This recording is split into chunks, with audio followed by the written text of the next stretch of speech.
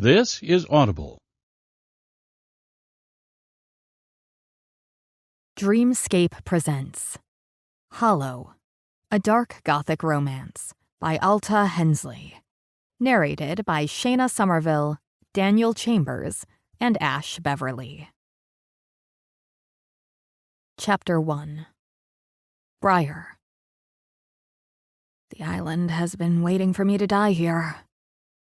Okay, that sounds super dramatic, but it's true. I feel it in the chill that cuts through my cashmere sweater, in the mist that sticks to my skin like it's never going to dry. Heathens Hollow remembers me, even after all these years. The pale girl from the big house. The one who never quite fit in. My father's driver doesn't speak as we wind along the narrow coastal road from the private dock. His silence seems deliberate, perfected over years of ferrying the wealthy to their island retreats. The Waters family car, a sleek black Rover reserved exclusively for island use, cuts through the fog with precision, headlights barely penetrating the dense white curtain around us. "You can stop here," I say when the silhouette of Windward Estate emerges through the mist. My voice sounds foreign in the quiet car, way too soft. I clear my throat. "I'll walk the rest of the way." The driver glances at me in the rearview mirror, evaluating my thin frame, the pallor of my skin. "Ms. Waters, your father instructed—" "My father isn't here." I reach for the door handle. I haven't felt solid ground beneath my feet in hours, please. He hesitates, then pulls over where the paved driveway meets gravel. I step out, instantly wrapping my scarf tighter as the island air hits me. So damp, so cold, practically dripping with salt and pine. My body's thermostat went haywire years ago. Another system my immune system declared war on. But here, at least I have a reason for all the layers I wear. I'm not the weird girl bundled up in Seattle's 70-degree heat wave. Here, everyone would be cold. "Your luggage," the driver begins. "Would you mind bringing it to the house?" I say. "I need a moment." He nods once, understanding the language of the wealthy. Privacy paid for with generous tips. The currency Dad taught me to throw around like confetti. The car pulls away, leaving me alone on the path I used to run down as a child, when my body still obeyed basic commands without protest. With each crunch of gravel under my feet, the memories hit me. My mother's laugh bouncing across the garden. Her perfume, always citrusy, mixing with the sea air. The way she'd grab my hands and twirl me around the great room during storms. Old jazz records skipping on that vintage player she refused to replace. And then, nothing. Her goneness filling the house more than she ever did. Empty rooms, Dad disappearing into work calls and late nights at the office. And 14-year-old me learning that grief is something you do alone. Now at 27, I'm back for the first time since I was 19. Before the diagnosis. Before the endless parade of treatments. Before I became a full-time patient instead of a person. Windward Estate emerges fully as I crest the hill, a sprawling Victorian mansion that belongs on a horror movie poster. All dark wood and sharp angles weathered by years of storms. The house stands 3 stories tall with a widow's walk atop the central tower, where my grandmother used to scan the horizon with her brass telescope. Windows stare out at the churning Salish sea as if searching for answers, demanding to know why I've been AWOL so long.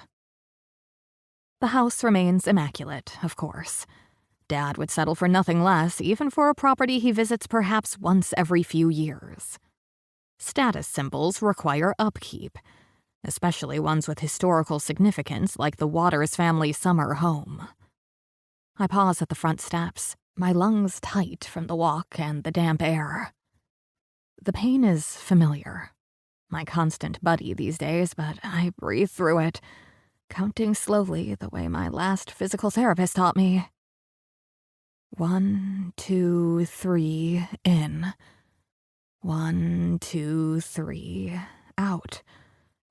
My camera bag weighs heavy against my hip, the only luggage I've insisted on carrying myself. Inside, 3 camera bodies and 5 lenses nestle in padded compartments. The tools of the career I haven't quite abandoned, despite my father's insistence that my hobby is too strenuous. Mrs. Fletcher, the housekeeper who's maintained Windward for decades, opens the massive oak door before I can reach for the handle. Her lined face breaks into a smile that doesn't quite reach her eyes. Pity camps there instead. "Miss Breyer!" She moves aside. "Good to have you back. It's been too long." Home. The word feels wrong, yet I have nowhere else to claim. My Seattle apartment sits sterile and empty, more hospital room than living space after years of accommodating my illness. This place, at least, holds memories from before. "The house looks the same," I say, stepping into the foyer. The familiar scent hits me. Lemon polish, old wood, and that weird windward smell I've never found anywhere else. "Just how your father likes it. Your room's all set, and I've stocked the kitchen with everything on that list Dr. Winters sent." Of course, Dad had my doctor send dietary restrictions. Peak Maxwell Waters behavior. CEO of Waters Biotechnology, approaching his daughter's illness like some business problem he can fix with proper management. He probably has a color-coded spreadsheet tracking my projected recovery timeline on the island. Checks it every morning with his coffee like a stock portfolio. "Thank you." I move toward the grand staircase, trailing my fingers along the polished banister. "I'd like to rest before dinner." "Of course." Her eyes linger on my face, cataloging the new hollows in my cheeks, the shadows under my eyes that even my expensive concealer can't hide. "The garden's looking nice, too. I remember how much you loved it." The maze, my grandmother's pride, my mother's joy, my childhood playground. Who tends it now? "Damiano Ricci. Remember him? His mom used to cook for the summer parties. Italian family. He's been taking care of the grounds solely for about 5 years now. Mostly keeps to himself, lives out of the old greenhouse. Fixed it up to stay warm." She pauses. Bit of an odd duck. Unusual, but he sure knows his plants. I nod, filing away the information. I'll look forward to seeing it tomorrow. He's usually in the greenhouse around now. Makes all kinds of potions with his herbs. Her tone suggests disapproval mixed with reluctant respect. Some folks around here swear by his remedies. My interest perks up, despite feeling like I've been hit by a truck.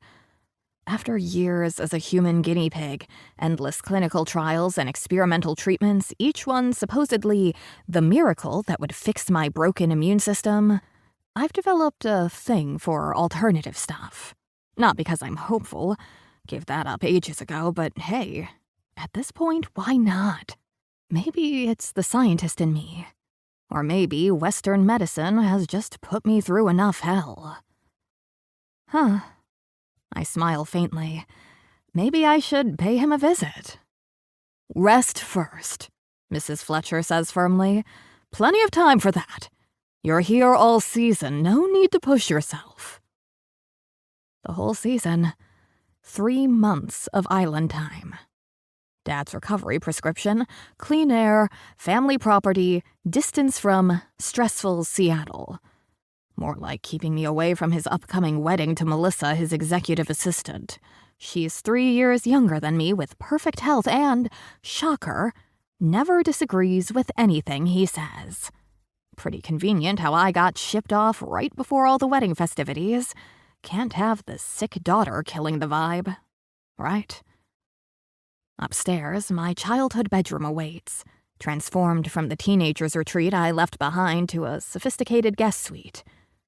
The walls, once covered in band posters and photographic prints, now wear a tasteful sage green. The twin bed has been replaced with a queen, draped in crisp white linens and a pale blue cashmere throw.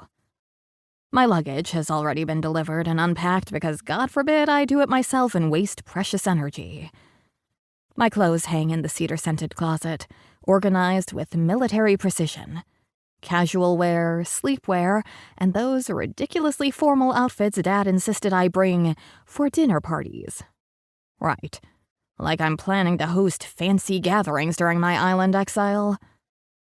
Like anyone would show up if I did. I open the French doors to the small private balcony overlooking the rear gardens.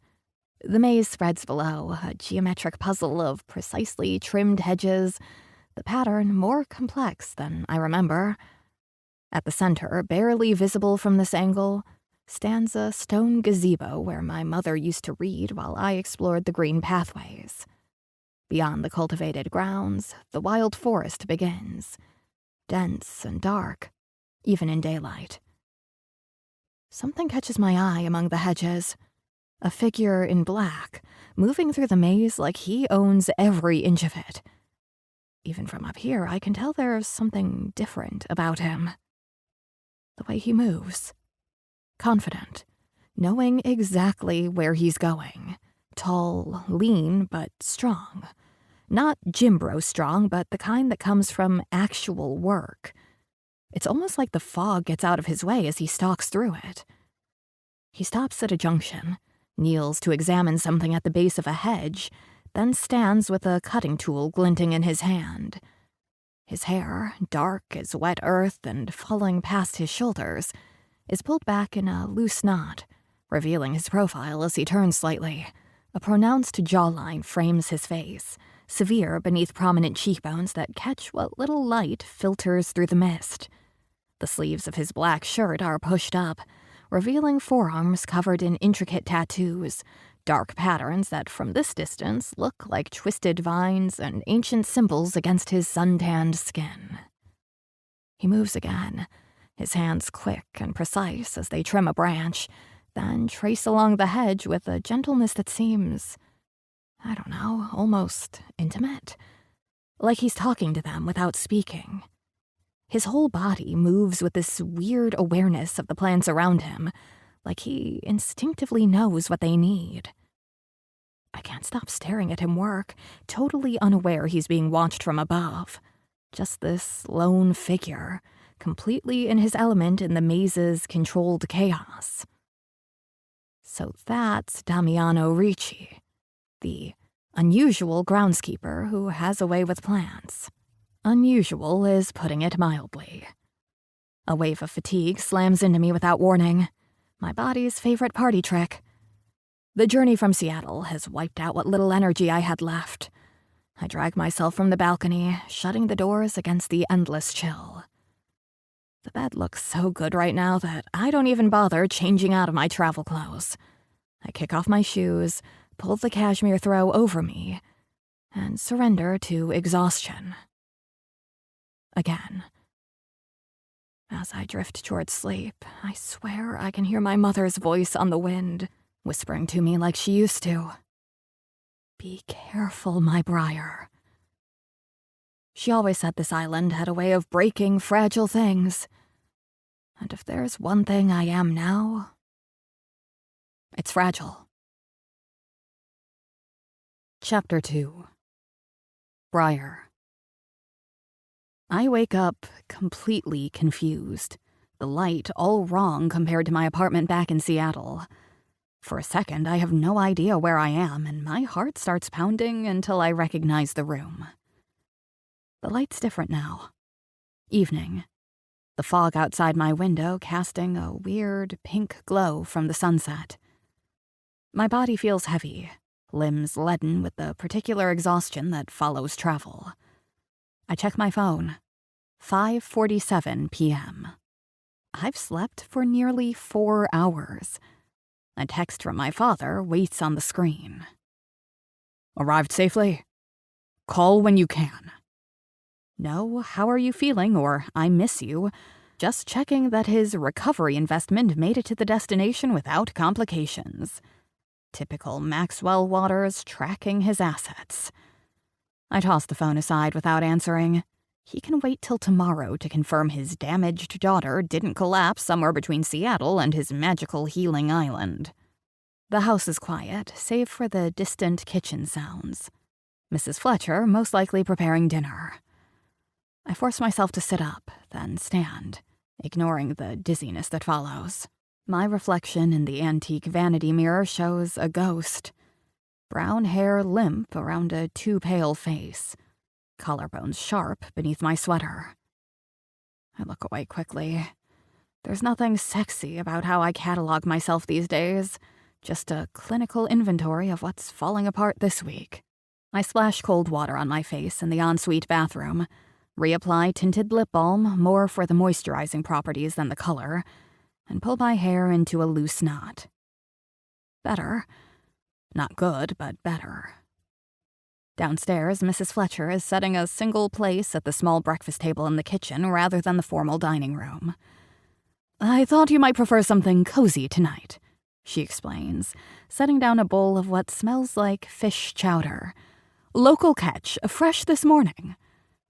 "Thank you." I slide into the chair, wrapping my hands around the warm ceramic bowl. The heat feels wonderful against my perpetually cold fingers. This is perfect. It's wild how the kitchen hasn't changed in 8 years. A time capsule. Well, my life's been a hurricane. The copper pots still hang from the ceiling rack, polished until they gleam. The stone countertops have the same faint purple stains near the sink where Mom used to crush blackberries for Sunday pancakes. That massive hearth with its iron hooks dominates one wall, with those oak cabinets that have grown darker with age. Even the knife marks on the butcher block island are still there, evidence of 7-year-old me helping with dinner. It's fucked up how stuff stays the same while people disappear. Mom's hands used to move through this exact space, touching these same things, but she's been reduced to a memory, while these stupid copper pots are still here, unchanged. Sometimes I wonder if that's really why Dad keeps this place so perfect. Not because he's sentimental, but because he's terrified, as if keeping all the physical things exactly the same might prevent him from losing anything else. I trace my finger along the wood grain in the table. God, when did I become so dark? Before I got sick, people used to say I was funny, the life of every party, not this morbid chick obsessing over mortality. Add it to the list of things my illness stole. Goodbye to my sense of humor replaced by too much time thinking about impermanence. My college friends would be like, "Who are you and what happened to Briar?" Sometimes I ask myself the same thing. Mrs. Fletcher busies herself at the counter, affording me the dignity of eating without scrutiny. I manage several spoonfuls before my appetite wanes, but the warm broth soothes my throat and settles in my stomach. Small win for today. "The island hasn't changed much," she says conversationally. "A few new shops in town. The Godwins built that members club everyone whispers about." "The vault," I say, recalling the briefing my father's assistant provided. Because, of course, Maxwell Waters believes in thorough preparation, even for shipping his daughter off to Recovery Island. Apparently quite exclusive. Mrs. Fletcher's lips thin with disapproval. Not the sort of place the Waters family would frequent. I bite back a laugh. If she only knew about my collection of fetish photography from my short time at NYU, before my immune system staged its coup. The pristine Waters princess with her very not pristine collection of kink and BDSM shots. Dad nearly had a stroke when he found my portfolio during one of my hospital stays. The entire collection mysteriously vanished afterward. Another casualty of illness and Daddy's damage control. Right. I try to keep a straight face, but isn't it where everyone goes now? For a certain element, she sighs. relenting slightly. Though some respectable families attend their events too. The old boundaries aren't what they were. It's a shame. I nod, even though I don't agree. Always the people pleaser. The soup is really good. After dinner, I get too restless to stay inside despite the cold evening air. I layer up even more than usual, grab my phone, and slip out the kitchen door into the garden. The night has transformed the landscape into something out of a gothic fairy tale. The moonlight barely breaks through the fog, casting everything in a silver haze. The maze hedges look taller in the darkness, their shadows stretching across the wet grass. The air tastes different at night. Heavier. Saltier. Electric with the ocean that surrounds us on all sides. Gravel crunches beneath my boots as I follow the winding path. Dew has already formed on the ornamental grasses that line the walkway, tiny droplets reflecting what little light manages to penetrate the mist. In the distance, an owl calls, the sound both mournful and warning. Night shift clocking in, day shift clocking out. No sign of the gardener, Damiano, on the main grounds, but there are lights on in the greenhouse at the far edge of the property. Curiosity wins over caution. I head down the gravel path past the main entrance, my boots making too much noise on the loose stones. The greenhouse windows glow amber against the darkening sky, warm light spilling out between plants pressed against the glass. As I get closer, I'm hit with a rush of earth and growing things, the opposite of the antiseptic hospital smell that's become my second skin. I stop at the door, suddenly unsure. Am I trespassing? Technically, my father owns this building and pays whoever works inside, but that doesn't mean I should barge in. Before I can decide, the door swings open. The man from the maze fills the doorway like he was carved to fit it perfectly. He's taller than he looked from my balcony, with a presence that instantly makes the space feel smaller. His dark hair hangs loose now around a face that belongs on the cover of some Hot Gardeners of Italy calendar. Sharp cheekbones, straight nose, and eyes that fix on me with an intensity that makes my skin tingle. The tattoos I glimpsed earlier cover his forearms completely, intricate botanical illustrations intertwined with what looks like ancient symbols. The dark ink disappears beneath his white tank top, hinting at more artwork mapped across his body. "Ms. Waters." His voice carries just enough of an accent to make my name sound exotic. "You've come back to Heathens Hollow." I have. I stand a little straighter, refusing to be intimidated even though he towers over me.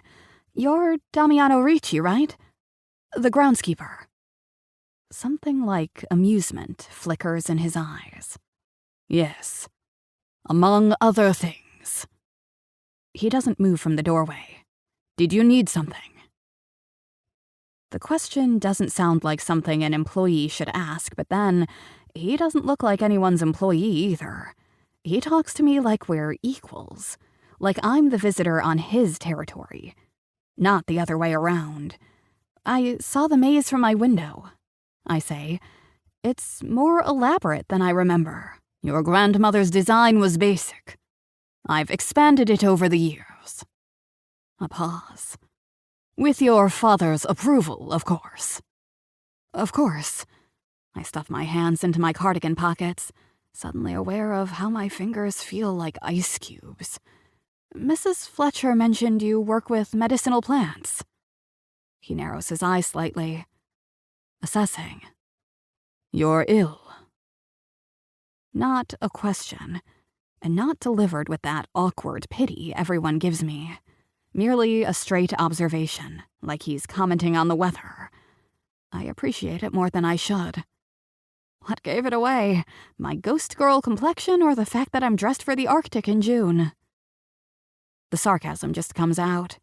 It feels like forever since I've talked to someone who wasn't treating me like a specimen or a sob story. Unexpectedly, his mouth curves into something that's not quite a smile, but definitely not a frown. Neither. It's in your eyes. That look people get when they've been hurting for a long time.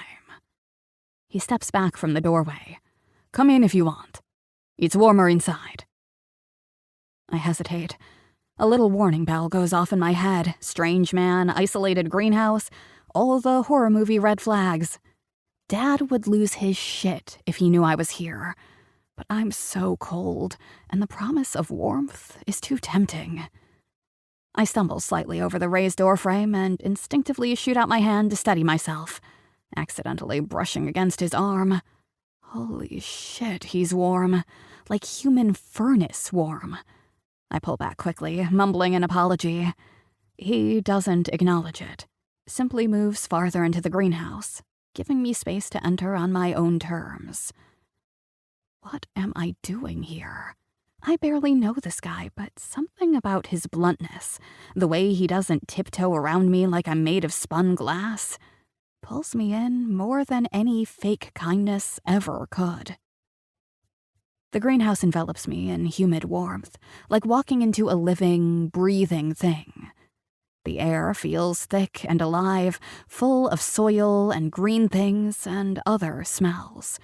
Sharp, herbal scents I can't name. Rows of plants grow in what looks like organized mayhem. Some I recognize, others completely foreign. One corner has been turned into a simple living space. A narrow cot with messy blankets sits against the glass wall. A small wooden table holds a camping stove, a French press, and a stack of books with dog-eared pages. Clothes, mostly black and gray, hang from hooks on a metal rack. A guitar leans against a trunk that probably holds the rest of his stuff. The space is minimal but intentional. Not a homeless aesthetic, more like someone who's figured out exactly what he needs and nothing more. This is impressive. I try to sound casual. What are you growing in here? Whatever the island offers, plus things I've brought from other places. He goes past me to a workbench cluttered with tools and equipment. A stone bowl sits next to small jars filled with dried leaves and powders. Some for looks, some for healing. Most serve both purposes. And these medicines, do they work? He gives me a measuring look, like he's deciding how honest to be. Depends on who you ask. I stopped believing in miracle cures somewhere around my 3rd clinical trial. Something shifts in his expression. Respect, maybe. Like I've passed a test I didn't know I was taking. Good. We're on the same page then. I don't do miracle cures. I'm Briar, by the way, I say, realizing he's only called me Ms. Waters, since we're already discussing my medical history. His laugh catches me off guard. It's low and genuine, transforming his whole face. Briar. My name sounds different in his mouth, like it's something more interesting than it is. It's a good name for someone so resilient.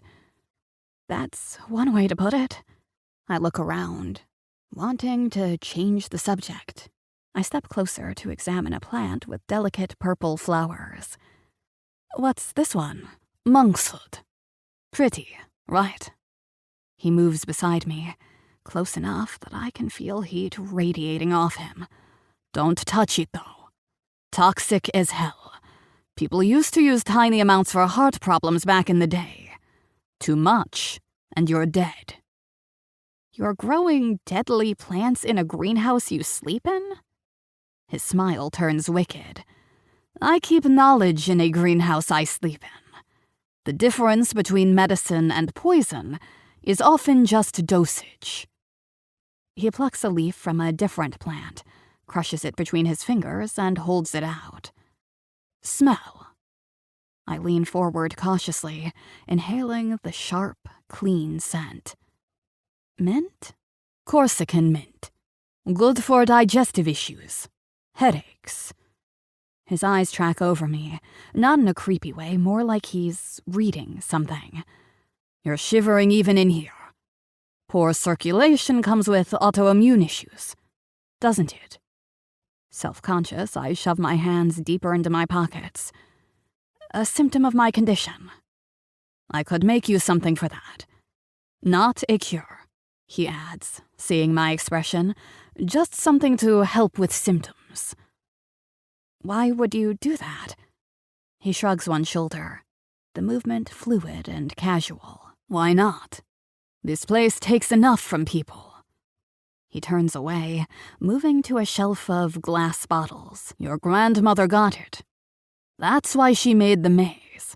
So even in all this fog, you could always find your way back. You knew my grandmother? I was just a kid when she died. My mom worked summers in your kitchen. I'd hide in the maze while she cooked. He holds up a bottle to check it in the light. Your grandmother caught me there once. Instead of getting mad, she taught me how to navigate it. Said kids should know escape routes since adults are the one who build the traps. The image forms instantly. A serious-eyed boy learning secrets from my grandmother, the family matriarch whose stern portrait still dominates the dining room. Something tightens in my chest. I don't remember you, I say. I should, but I don't. Of course not. We didn't exactly run in the same circles. Yours was the house on visits. Mine was the grounds, year-round. Different worlds. I guess. A familiar twinge of guilt hits me. Spoiled rich girl syndrome, too wrapped up in my own drama to notice anyone outside my bubble. I hate that about myself. Hate it even more when I live up to the stereotype. I should get back to the house, I say, suddenly feeling like an intruder in his space. It's getting late, but it was nice meeting you. Damiano nods, setting down the bottle. Yeah. He reaches into a drawer and pulls out something wrapped in brown paper. Here, put a spoonful in hot water before bed. Might help you sleep. I accept the package, our fingers brushing briefly. His skin burns against my ice-cold hand. Is it poison? I ask, only half joking. His eyes lock with mine, dark and unreadable. I guess you're just going to have to trust me. He moves to open the door. The maze looks better in the morning when the fog lifts a bit. I'm usually there early if you want a tour of all the changes I made. Outside, the cold hits me like a slap. The fog so thick, I could reach out and grab handfuls. I clutch the little paper package, stupidly grateful for his strange gift. Thank you, I say simply. Don't thank me yet, he says, his tall figure filling the greenhouse doorway, backlit and imposing. See if it works first. I hope it helps. I return to the house, feeling his eyes tracking me until I turn at the hedge that marks the maze entrance. In my pocket, I curl my freezing fingers around the package of herbs, my mind racing with questions about this strange man who talks about poisons and secret paths like they're casual conversation topics. Maybe island exile won't be so boring after all. Chapter 3. Briar. Morning hits me like a truck, yanking me out of the deepest sleep I've had since forever. Sunlight streams through the lace curtains, not the blackout ones I need in Seattle. The herbal stuff from Damiano sits half empty on my nightstand. Whatever was in that cup knocked me out better than anything my doctors have prescribed in years. I grab my phone, checking the time. 9:17 a.m. Late, by my father's standards. 3 missed calls from him and a text. Call me immediately. Need update on your condition. Once again, not how did you sleep or how are you feeling today, just demanding his status report like I'm one of his business deals. I toss aside the phone without responding. Let him wait. Downstairs, Mrs. Fletcher bustles around the kitchen, already preparing lunch. The aroma of fresh bread fills the air, comforting in its normality. Good morning. She eyes me with approval. You have color in your cheeks today. Did you sleep well? Better than I have in months, I admit, pouring myself coffee from the carafe. Something about island air, I guess. She nods, but her gaze flicks toward the small brown paper package I've brought down with me. Damiano's herbs. I've wrapped the remainder carefully, intending to ask him what exactly was in that mixture.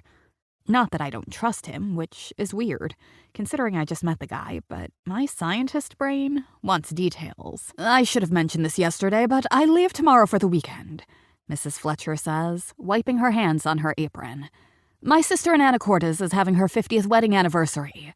I already told your father I'd be away for it. That's fine, I say, sipping my coffee. It's strong and perfect. I've left some meals for you in the fridge, all labeled with heating instructions. She pauses, looking worried. If you don't want to be alone, I could ask Marjorie from town to stop by. I'll be fine, I cut in, maybe too quickly. Seriously, I'm not dying. I take another sip of my coffee. I know my father may have painted a different picture, but I really can take care of myself. Her face says she's not buying it, but she nods anyway. Well, I've put emergency numbers on the fridge, including the island clinic. Thank you. I drum my fingers against a ceramic mug, suddenly realizing something. Wait, tomorrow's the 17th? Yes, it is. My birthday. 28 years of existence, and not a single soul on this island cares or knows. Not even my father remembered in his morning text. Pretty on brand, honestly. And pretty fucking sad. Everything all right, Miss Breyer? I force a smile. Perfect. I just realized I need to make some plans. Plans? Weird how foreign that word feels after years of having doctors and my dad run my entire life. When was the last time I decided to do something fun? I can't even remember the last time I celebrated anything. A dangerous idea starts forming. Ridiculous, impulsive, exactly what Maxwell Waters would disapprove of. Which makes it instantly appealing. Mrs. Fletcher, are those party boxes still in the basement? The stuff Mom used for her summer parties? She looks confused by my random question. I think so. In the storage behind the wine cellar. Your father hasn't touched them since Mom died. Yeah, I know. I stand up, suddenly pumped with energy. I think I'll have some people over tomorrow night. Nothing crazy. The lie comes out super easily. I don't have a single friend on this island. I barely have friends anywhere unless you count my physical therapist who sends me cat memes after sessions. Her forehead creases with worry. Miss Breyer, are you sure that's a good idea? With your health, my health is exactly why I need this. I sound snippy, so I soften my tone. I'll keep it small, just a few people. She doesn't look convinced, but nods reluctantly. I'll make sure the main rooms are prepared before I leave this evening, then. After breakfast, I grab my camera and head out, pretending I want to take photos of the grounds when I'm actually looking for Damiano. Disappointingly, the greenhouse is empty. No sign of the mysterious groundskeeper among his collection of plants. I check the maze next. But there's no sign of him there either. The guy clearly doesn't stick to any kind of schedule. Figures for someone who seems to appear out of thin air. After an hour of wandering the grounds with nothing to show for it except a few decent photos of fog-covered trees, I head back to the house. Maybe I'll have better luck finding him later. Right now, I've got a party to plan, and that means venturing into town to spread the word. I shower and change into actual clothes instead of my usual loungewear. Black jeans, a soft gray sweater, and boots. I even put on makeup. Enough to not look like death warmed over. Looking in the mirror, I almost recognize the girl from before I got sick. Mrs. Fletcher? I call, finding her dusting in the library. I'm heading into town for a bit." Her eyebrows shoot up like I've announced I'm joining the circus. "Are you sure that's a good idea? The walk is—" "I found the keys to the old Jeep in Dad's desk. It still works, right?" She nods reluctantly. "Mr. Waters has it serviced regularly, though it's rarely used. The tank should be full." "Perfect." I'm already heading toward the door, a strange excitement bubbling in my chest. Freedom. Even temporary, it tastes sweet. The Jeep starts on the first try, the engine rumbling to life like an awakening beast. I haven't driven in months. It's another thing my father deemed too taxing for someone in my condition. The giddy thrill of rebellion propels me down the winding road toward town. Heathens Hollow's main street looks exactly like I remember. That practical strip of weathered buildings housing the grocery, pharmacy, hardware store, and a few bars. The fishing boats must be out for the day because the docks I pass are mostly empty, though people are unloading crates from the few vessels that remain. The air smells like salt and fish. So different from the antiseptic bubble I've been living in. I park near what's always been the center of activity and start walking, my camera around my neck. The locals, men in work clothes with weathered faces, women carrying supplies or hurrying between errands, give me curious glances. The Waters' daughter, out among the commoners. What a spectacle. As I pass Mooncrow artifacts, the display of the hunt masks in the window catches my eye. Bone-white stag skulls modified with extra antler points and adorned with black feathers. They've put out the full display, which means the season must be approaching. I've always been fascinated by the hunt, the red lights appearing on porches across the island, the whistles in the night, the masked men slipping through the trees pursuing women in white. As kids, we'd dare each other to stay up and watch from our windows. We knew the basics. Women put out red lights if they wanted to participate. Men wore stag masks and hunted them down. The grown-ups never explained the rest, but we figured it out eventually. The chase, the capture, what happened after. It was like this secret island language everyone pretended we didn't understand. I keep walking until I reach the vault.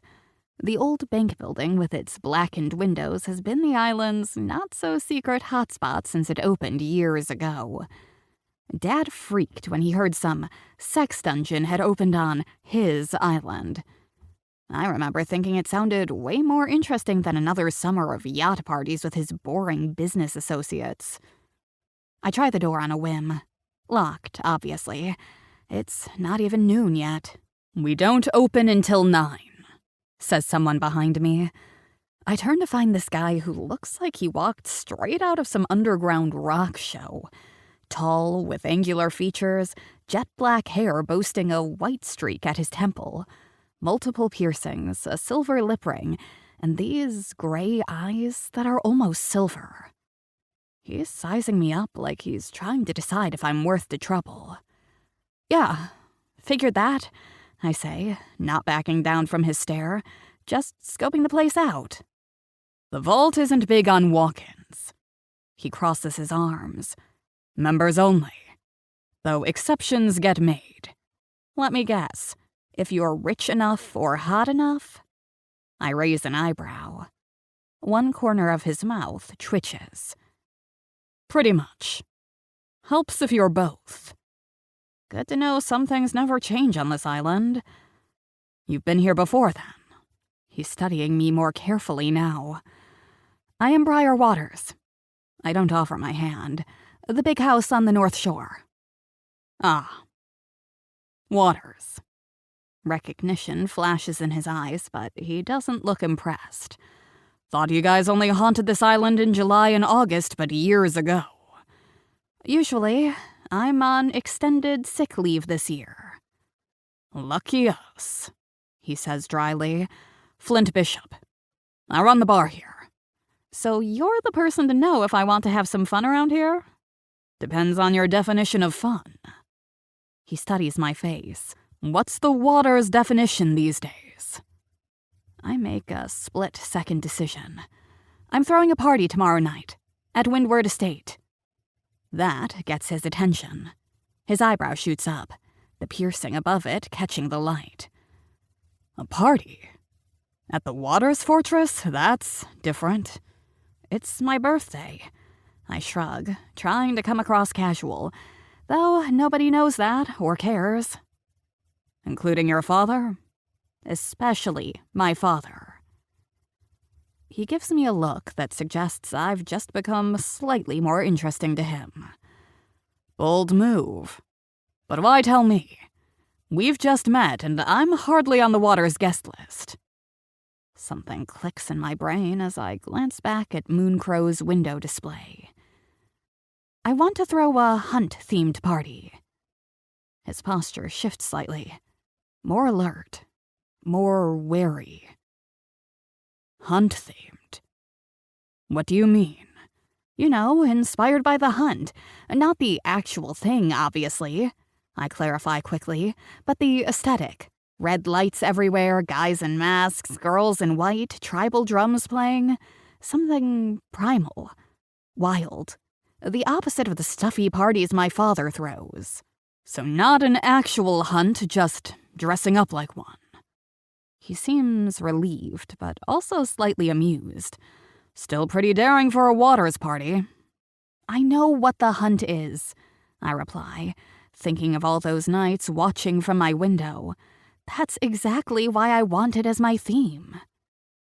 He studies me for a moment. Then a slow smile spreads across his face. A Waters girl hosting a hunt-themed party. That's one for the island history books. So will you help? I need people to show up. People who get the theme and will really commit to it. What's in it for me? He asks, though I can tell he's already interested. Open bar plus the satisfaction of corrupting a Waters. Isn't that enough? He laughs. You're not what I expected. Yeah, I get that a lot. I start walking backward, away from him. 9 o'clock tomorrow. Tell everyone you know, especially the people who know how to have a good time. If you're serious about this, he calls after me, you're gonna need proper decorations. Not that tourist crap in the window. Any suggestions? You need actual hunt masks. Edith at Mooncrow keeps the real ones in the back. Perfect. I turn to go, then spin back. Oh, have you seen Damiano Ricci today? The groundskeeper at my place? The shift is immediate. His entire body tenses. His expression shudders. Why would I know where your gardener is? Interesting reaction. There's definitely history there. No reason. He made me something that helped me sleep. Thought he might be in town. Yeah. He's good at mixing things that mess with your head. Flint's voice turns cold. Free advice. Be careful around Ricci. He doesn't exactly have a history of leaving people better than he found them. Noted. I start heading away, then call back over my shoulder. See you tomorrow night, Flint Bishop. I can feel his eyes following me as I head down the street. There's something about him that gets under my skin, not in a bad way necessarily, just unsettling. Like he sees right through the Waters heiress facade to the mess underneath. But at least now I've got one potential guest for my impromptu party. Time to see if I can drum up a few more. I head straight to Mooncrow Artifacts. The shop is exactly as I remember it from past summers. Dim lighting, that weird mix of tourist crap and actual mystical stuff. The smell of incense and old books. Edith, the ancient owner who seems like she's been running this place since the island formed, looks up from behind the counter. Briar Waters, she says, recognition in her eyes. Been a while. I'm having a party tomorrow. Hunt-themed. Her eyebrows shoot up. At the Waters place? Your father hasn't thrown a party. My father's not here. I meet her gaze directly, and what he doesn't know won't hurt him. I draw a calming breath. I saw the masks and thought they'd be perfect for decorations. Okay. She nods slowly. But the authentic masks are in the back. Follow me. She leads me to a storage room where she shows me a collection of masks far more elaborate than the ones in the window. Genuine bone, hand-carved with intricate symbols, adorned with feathers and small bells that make a haunting sound when they move. These are the real deal, she says. Handmade by island craftsmen, not the mass-produced ones we sell to tourists. They're perfect, I say, already picturing them displayed around the great room. I'll take 5, no, wait, 10. And I need red bulbs, too, lots of them. She nods, pulling out a wooden crate filled with various sizes of red light bulbs. You should know that just displaying hunt items sends a message on this island. That's exactly what I want. I hand over my credit card. To send a message. She starts wrapping the masks carefully in brown paper. And what message is that, exactly? That I'm not my father's daughter. Not anymore. She makes a non-committal sound. Just be careful what you're inviting, girl. That's the point, I say with more confidence than I feel. I'm done being careful. I spend the afternoon exploring town, stopping at the small grocery to pick up additional party supplies. The cashier, Meredith, according to her name tag, almost drops the bottle of tonic water when I tell her there's a party at Windward tomorrow. The Waters place? For real? Her eyes are huge. Nobody ever gets to go in there. Well, now's your chance. 9 o'clock, hunt theme. It's gonna be wild. The hunt? At your house? She leans across the counter. No way! Yep. Tomorrow night. Tell your friends. Oh my God, this is gonna be insane! She grins. Everyone's gonna lose their minds. That's the plan, I say, grabbing my bags. See you there. Back at Windward, I throw myself into preparations with an energy I haven't felt in months. The basement is full of treasures. Strings of garden lights, paper lanterns, even an ancient sound system that still works when dusted off. Mrs. Fletcher watches my whirlwind activity with obvious concern, but says nothing beyond reminding me not to overexert myself. She also mentions she has numbers for caterers and event planners, but I ignore her because I'm enjoying doing this myself. By evening, I've set up the great room and terrace for tomorrow's party. I'm completely wiped out, but it's a good kind of tired. From doing something productive instead of being sick. But looking around, I realize my decorations look too nice. Too pretty. Paper lanterns and fairy lights aren't exactly screaming the hunt theme. The bag from Mooncrow sits unopened on the couch. I pull out one of the masks, feeling its weight in my hands. The bone is cool and surprisingly heavy, the antlers curving up in sharp points. I place it on the mantel above the fireplace, and immediately the room feels different. Darker. More dangerous. This isn't working, I mutter to myself. The space still looks too prim, too Waters. I need red lights everywhere. I need tribal drums playing instead of classical music. I need drinks that make people forget their inhibitions. I need to transform this place into something animalistic. I need this party to be unforgettable. Mrs. Fletcher, I call out. Can I get those numbers you mentioned earlier, please? For the caterers and DJ, and what do you know about the hunt? She freezes, her expression shifting from helpful to horrified. Where did you hear about that? I've always known about it, I say with a shrug. Everyone does. That's not a suitable topic for a young lady, she says firmly, especially not a Waters. Those activities or for a different sort of island resident? It was just a question, I lie. I was curious. Well, curiosity about such things isn't appropriate, she says primly. Your father would never approve of even discussing it. Perfect. Exactly the reaction I was hoping for. But I decide to drop the subject because I don't want to stroke out the poor woman by making her talk about it more. After dinner, I text Dad some BS about feeling stronger and enjoying the island air. No mention of my birthday or the party I'm planning. He responds with his typical clinical checklist of questions about my symptoms and a reminder to take my meds on schedule. In bed, I stare at the ceiling, my mind racing with thoughts about tomorrow. For years, I've been going through the motions, my entire existence reduced to treatment schedules and test results. But here, away from Seattle and all the medical crap, something feels different.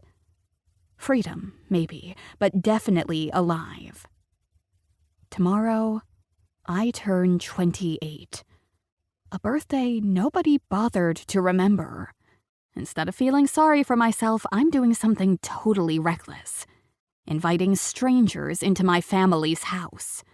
Turning my father's pristine home into a scene from some pagan ritual-inspired bacchanal.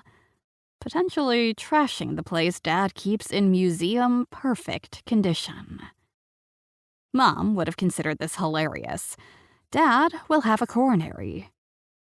Maybe that's exactly why it feels so right.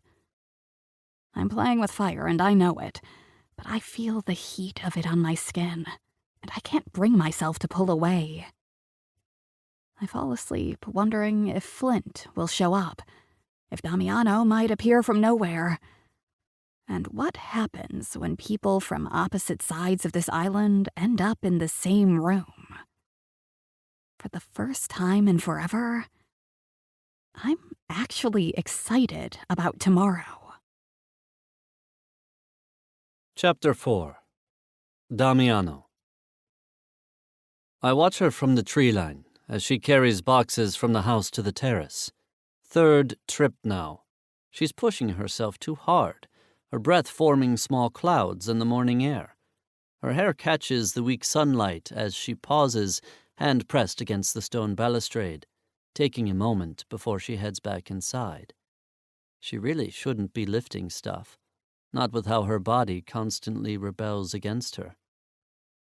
The greenhouse gives me cover, a legit excuse to be here, taking care of the grounds, watching the big house. But let's be real, I'd be watching anyway. Something about Briar Waters draws me. Maybe it's her defiance, the way she pushes against her limitations. Or maybe it's simpler, the way her hair looks like it's holding moonlight, how her skin has that translucent quality like some rare orchid I've been trying to grow for years. Shit, I sound like one of my dad's angsty poems. This is exactly why I keep to myself. I clip a branch with more force than necessary, adding it to my collection. Echinacea root, yarrow leaves, angelica. Each goes into separate pockets of my work vest. Later, I'll dry them, grind them, mix them with other things from deeper in the forest. Things that don't exactly grow in gardens where just anyone can see them. She appears again, this time with strings of lights tangled in her hands. A party. Mrs. Fletcher mentioned it when she left this morning, worry practically carved into her face as she asked me to keep an eye on things while she was gone, like I wouldn't do that anyway. I know all about keeping watch.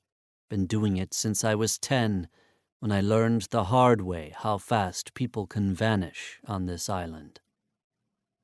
My phone buzzes in my pocket. I ignore it. Probably Flint, and I'm so not in the mood for his crap today. Last night at the vault was enough. His hands on me, angry and demanding, his mouth tasting like whiskey and lies. Same old pattern. We crash into each other like wrecking balls, leave each other in pieces, then pretend we're total strangers until next time. Through the windows, I can see Briar moving around the great room, pushing furniture to create open space. Whatever she's planning, it's definitely bigger than just a few friends. The house has been closed to visitors for years. Maxwell Waters doesn't bring his business buddies here anymore, not since his wife died. I could go up there, offer to help. Tell her she should rest between trips, that her lips are turning blue from the cold. But then she'd ask questions I don't want to deal with, like how I know so much about her condition, or why I even care. So I stick to the cypress shadows, moving when I need to keep her in view. Not stalking, just watching over. There's a difference. The afternoon stretches on as the sky darkens slightly with gathering clouds. Cars begin arriving, first a trickle and then a steady flow. The delivery vans come first, caterers from the mainland hauling food and supplies that practically scream Waters money. Then the rental people with their extra chairs, portable heaters for the terrace, speakers for music, all arranged through phone calls Briar made yesterday after visiting town. I move closer to the house as the sun starts to drop. The fog is rolling in early tonight, thick with moisture, swallowing the lower garden. Perfect cover for me. From behind a stone statue, Neptune with his trident I've deliberately covered in moss, I watch the catering staff arrange platters of food inside. Through the French doors, I can see Briar directing them. She's wearing white, a flowing dress that reminds me of The Hunt, women in their ghostly nightgowns before they sprint barefoot through the darkness. Her dark hair pulled half up shows the delicate curve of her neck, making her look like the perfect target. Whether she realizes the significance of her outfit, it will send a message to certain guests who've yet to arrive. She seems stronger today. The herbs I left for her must be working. That's something, at least. She catches sight of me through the window as she turns. Our eyes lock for a moment before I step back into the shadows. Let her wonder. Better than explaining why I'm lurking outside like some creeper. Though that's exactly what I'm doing. My phone buzzes again. This time I check it. Heard about the Waters girls' party. Looks like unofficial hunt season is starting early this year. You playing security guard tonight? Or are you actually invited? Flint. Always knowing exactly which buttons to push. I don't respond, but the message confirms what I suspected. This isn't going to be just a few friends. If Flint knows about it, half the island does, including people who have no business getting anywhere near Briar Waters. The twilight deepens as the first guests begin to arrive. By 7:30, the driveway starts filling with cars. The early birds, island locals dying to see the mansion they've only glimpsed from a distance. I recognize the grocery store cashier, the pharmacist's daughter, a few waitresses from the harbor restaurant. They clutch wine bottles and wear clothes that try way too hard. Their voices carry as they exclaim over the grandeur of Windward Estate. I move to the greenhouse to change. If I'm playing watchdog tonight, I need to blend in. Dark jeans, a black button-down with sleeves rolled to show my tattoos, hair tied back. I glance in the mirror above my sink, looking more like my old man than I care to admit. Wonder what he'd think if he could see me now. In my trunk, beneath jars of dried herbs and bags of soil amendments, I keep a wooden box. Inside, a knife with a bone handle, a small glass vial of powder that looks like sugar, but isn't, and a black leather cord with a silver charm, protection from the old country, or so my father claimed. Beside these, tucked in the corner, is my hunt mask, bone white with black accents, worn enough seasons that the edges are smooth from use. I've played both hunter and hunted more times than I like to remember. I grab the mask, along with the cord, tying it around my wrist. And after a moment's hesitation, I take the bone-handled knife, too. Something feels off tonight. Like watching prey wander into a predator's den without knowing the rules. Better safe than sorry. The party is in full swing by the time I make my way back to the main house. The driveway is nearly full. New arrivals park along the road leading to the estate. I recognize most of the vehicles. Local business owners, middle-class families with kids Briar's age, a few harbor guys who've cleaned up for the night. But there are others who make my jaw tighten. A matte black Range Rover with tinted windows belongs to Xavier Reed, a rich regular at the vault with too much money and zero morals. A sleek Mercedes that Asher Brooke drives when he's slumming it with the locals. And worst of all, the chrome-heavy motorcycles belonging to the Bastion brothers, who handle security at the vault and get off way too much on their job. I'm surprised the Bastion brothers showed up. They don't usually attend social events unless they're planning something. I catch sight of them talking near their bikes, heads close together, expressions too intense for a simple birthday party. Fucking great. I should have known the hunt theme would attract these types. From what I can see through the windows, this isn't going to be the casual celebration Briar imagined. Not with these people. I approach from the side of the house, avoiding the main entrance where two hired guys in black check names against a non-existent list. Security theater. They're not stopping anyone. Music pulses from inside. Heavy tribal drum beats that vibrate through the stone steps and straight into my bones. The bass is primal, hungry, making my pulse quicken despite myself. Smoke machines pump mist across the floor inside, creating the effect of ground fog that curls around dancers' ankles. Someone's brought actual torches that throw wild dancing shadows everywhere. Lights have been strung across the terrace, giving everything a golden glow that combats the fog. Heat lamps create islands of warmth where people cluster with drinks. Inside, through windows now completely uncovered, I can see the bodies already moving, dancing. The great room morphed into something between a nightclub and a fever dream. The smell hits me as I slip past security, sweat and expensive perfume mixing with something wilder that makes the hair on my neck stand up. Anticipation, desire, danger. I slip past the security guys with a nod they return without question. They know me, or at least they know not to mess with the guy who supplies certain plants to their bosses at the vault. The full impact of the party slams into me as I enter. Women in white glide through the crowd like spirits, their dresses reflecting the firelight in hypnotic patterns. Men in black, with silver and bone-white masks, stalk behind them, eyes fixed on chosen targets through the thickening haze. This goes way beyond costumes and decoration. Everyone's embraced the hunt theme with unsettling commitment. The air vibrates with something primal and raw.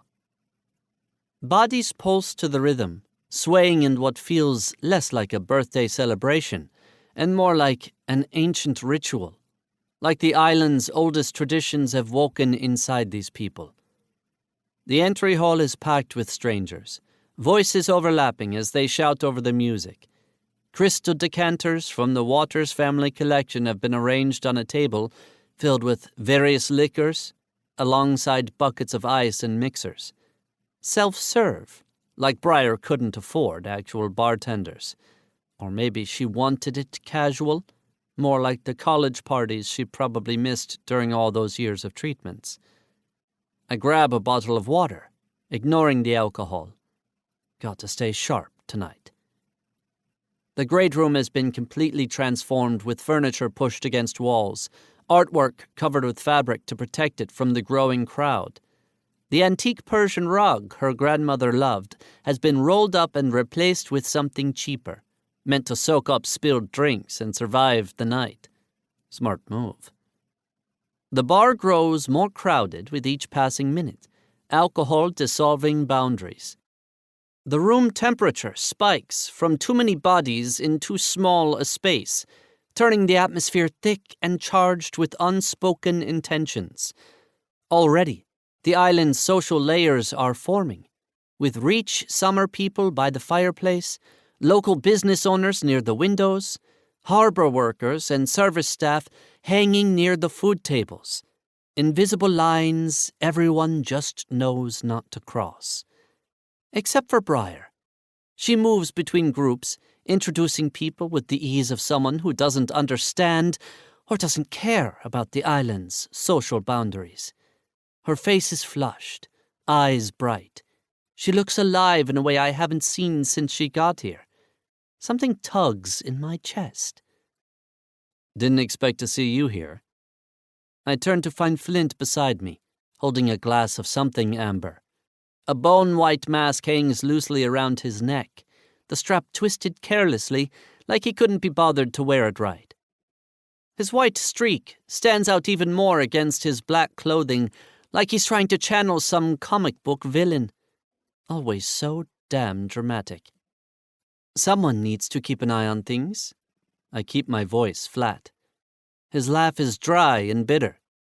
Right, playing bodyguard to the rich girl already? That was fast. His gaze shifts to Briar, who's talking animatedly with a group of locals.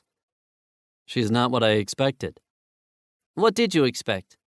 Another trust fund princess slumming it for kicks? He shrugs.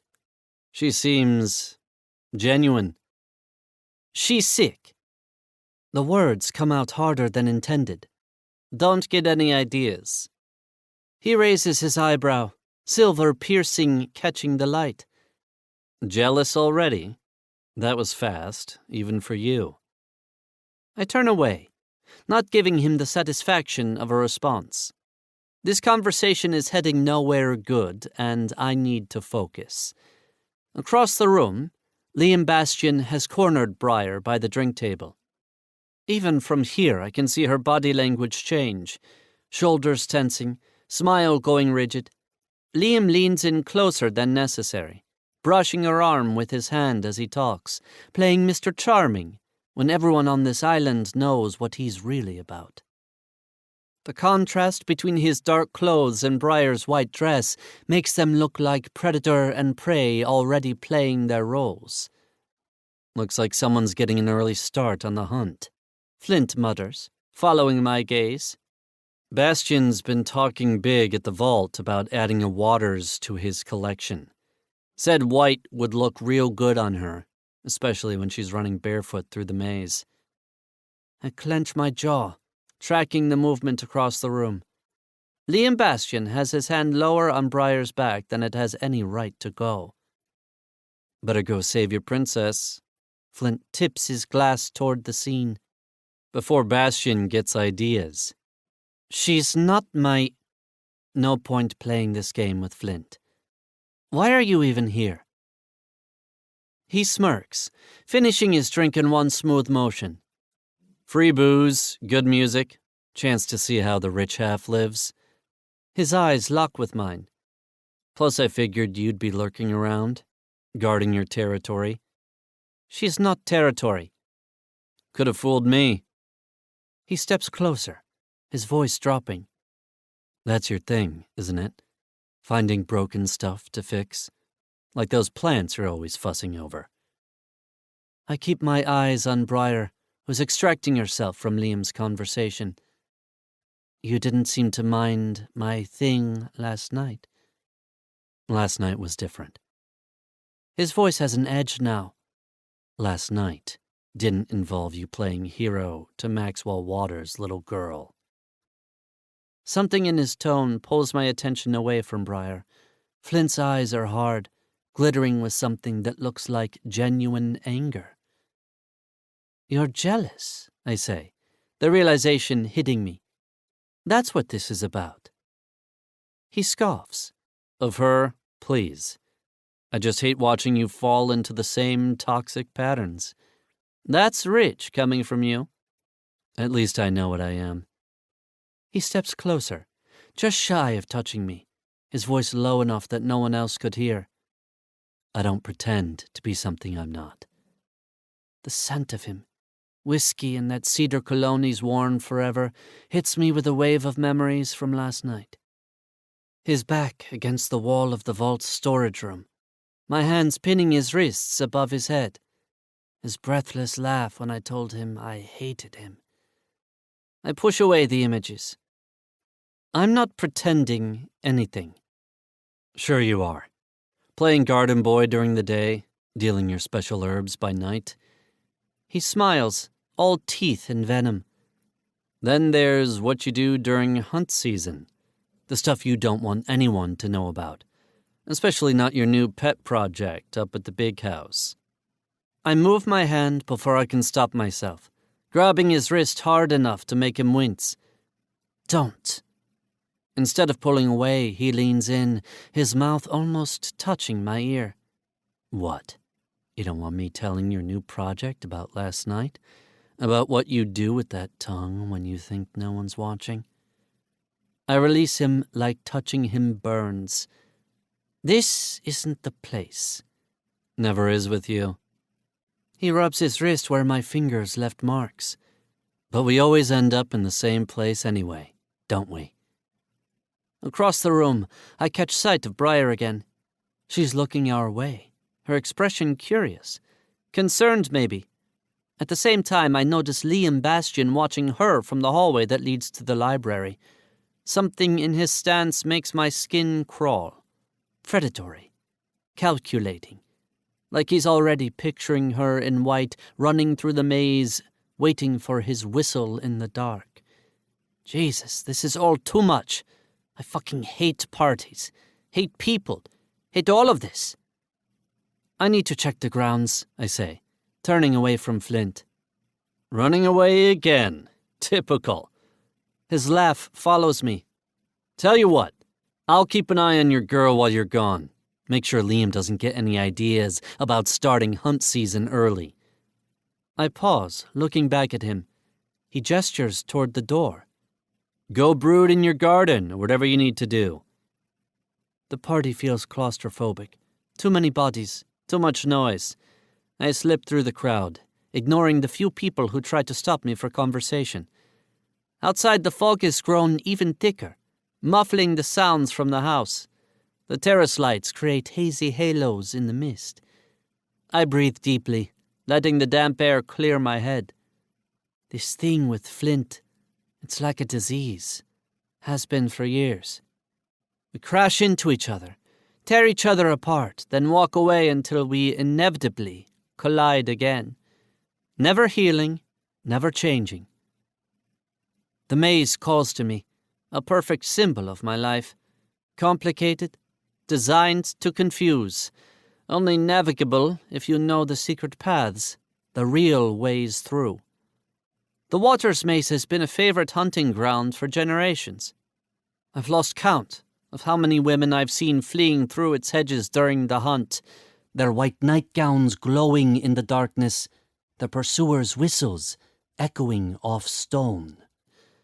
I follow the gravel path, the noise from the party fading with each step. The high hedges part before me, welcoming me into their shadowed embrace. Even in near darkness, I know every turn, every junction. This place feels more like home than the greenhouse ever has. At the first intersection, I pause. The mist swirls around my ankles, clinging to the fabric of my jeans. Somewhere nearby, an owl calls, once, twice, then silence, waiting for an answer that never comes.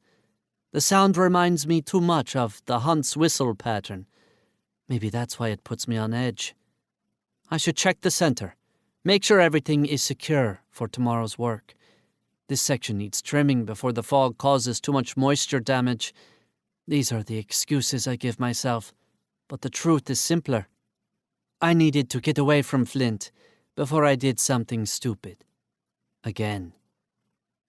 You always did love this fucking maze. His voice comes from behind me, startling me in the stillness. I don't turn around. Go back to the party, Flint. And leave you out here sulking? What kind of friend would that make me? We're not friends. The words come out automatically, a script we've been following for years. He moves closer.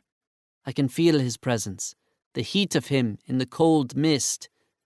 No, we're not. Chapter 5. Damiano. I turn to face him. The fog has dampened his hair, making the white streak more pronounced against the black. His eyes reflect the distant lights from the house, giving them this eerie glow that pisses me off even more. What do you want? I ask, like I don't already fucking know. Same thing I always want. He steps closer, dropping his gaze to my mouth before raising it again. Same thing you always want. I told you last night that it was the last time. Yeah. He laughs, harsh and empty. You've been saying that for, what, 3 years now? 3 fucking years of never again bullshit? And yet here we are. I'm serious this time. Sure you are. Another step forward eliminates the space between us. Especially now you've got your shiny new project. Poor little rich girl who needs your magic garden fixes. I snap, grab the front of his shirt and slam him back a step. Don't talk about her like that. Instead of pulling away, he smiles. There's the real Damiano. Wondered how long it'd take to crack that Zen plant whisperer bullshit. It's not bullshit. It's all bullshit. He brings his hand up to grip my wrists, not to remove them, but to hold me there. Just like my cool bartender act, we're both fake as hell. Difference is, I own it. Rage surges through me, familiar and almost welcome. I'm not doing this again. Doing what? This? He moves quickly, pressing his body against mine, his mouth hovering just shy of contact. Or this? He slides around one hand to grip the back of my neck, fingers tangling in my hair. I should shove him away. Walk out of this maze, back to people who aren't toxic waste in human form. Instead, I tighten my grip on his shirt until I hear threads tear. I fucking hate you. The lie is bitter on my tongue. His smile turns nasty. Yeah, you said that last night, too. Right before you were on your knees begging for it. The memory hits like a physical blow. The storage room at the vault, bottles of expensive liquor surrounding us, the taste of him, his hands in my hair, the addiction I can't kick. Go to hell, I mutter. But we both know I'm losing this fight with myself. Only if you're coming with me. He pulls me closer, his breath hot against my face. I release his shirt and step back. This is a mistake. Probably. Not like we're strangers to bad decisions. This needs to stop, I say, betrayed by my own hands as I grab his waist. It will. He traces the line of my jaw with his fingers. Tomorrow, or the next day, when one of us says something unforgivable again. But tonight, we'll pretend we don't hate each other. The inevitable truth of it crashes over me. We're trapped in this loop, knowing exactly how much damage we do to each other, but unable to break free. I should be keeping an eye on the party, I say, a pathetic last stand. Flint laughs, his mouth hovering near mine. Always Mr. Responsible. Princess Waters will survive without her guard dog for an hour. Those security meatheads are good for something, at least. Somewhere in the distance, music from the party carries through the fog, reminding me I have actual responsibilities. But as Flint moves his hands with that infuriating familiarity over my body, those concerns fade like they never mattered. Nothing matters but this destructive attraction between us. Tomorrow I'll hate myself for this. Tomorrow I'll remember all the reasons we're fucking poison.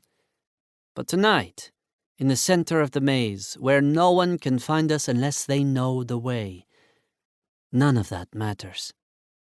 Tonight, we'll pretend this sickness is something worth keeping, something worth the inevitable bloodshed that follows. And tomorrow, when the fog lifts, we'll go back to pretending we're strangers who just happen to share an island and too many secrets. It's a sick pattern, predictable as the maze itself. Every turn leads back to the same center, no matter how hard I try to find another way out. I fucking hate that he's here in my space, acting like he owns it. It's always like this with Flint, invading places that don't belong to him, including the parts of me I try to keep locked away. I slap away his hand hard enough to leave a mark. Anger flashes on his face, but morphs into something worse, something hungry, that drags me in even as I fight it. You think you can show up and I'll just roll over for you? Yes, he says. Zero hesitation, zero doubt. I want to break his jaw for that certainty. For how he never backs down. I want to break it even more because he's right. The air between us crackles with violence and want, and it is dragging me toward him. He reaches for me again, and this time I don't stop him. He grips my arm, fingers digging in hard enough to bruise. It's like a spark hitting gasoline, and we're on each other. All violence and teeth and ragged breath. I slam him against the hedge wall, branches scratching my skin and catching in my clothes. He laughs, that rough sound that makes me want to hurt him. It's a fight and a dance, and neither of us knows the steps. Or maybe we know them too well to admit it. His mouth finds mine, hard and demanding, and I bite his lip until I taste copper. He doesn't pull away, just presses closer, like he's trying to crawl inside me and tear me apart from within. His hands are everywhere, tearing at my clothes, and I don't stop him. I can't. I never could. We crash to the ground, gravel biting into my back.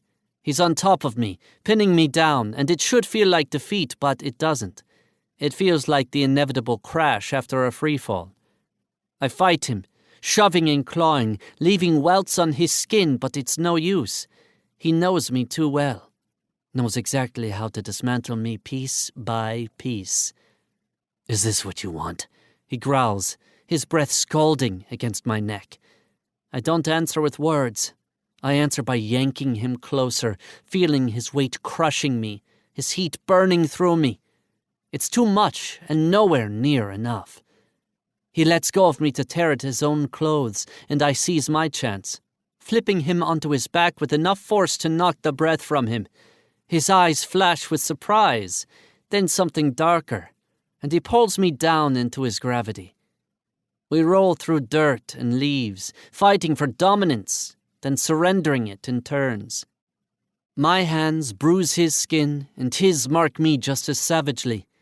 I want to break him, make him feel the same wreckage he leaves me in, but I never can. I'm the one left in pieces every time, and the bastard knows it. His cock is hard against me, and I grind down viciously, wanting to drive him as crazy as he's driving me. There's nothing sane about this, nothing healthy.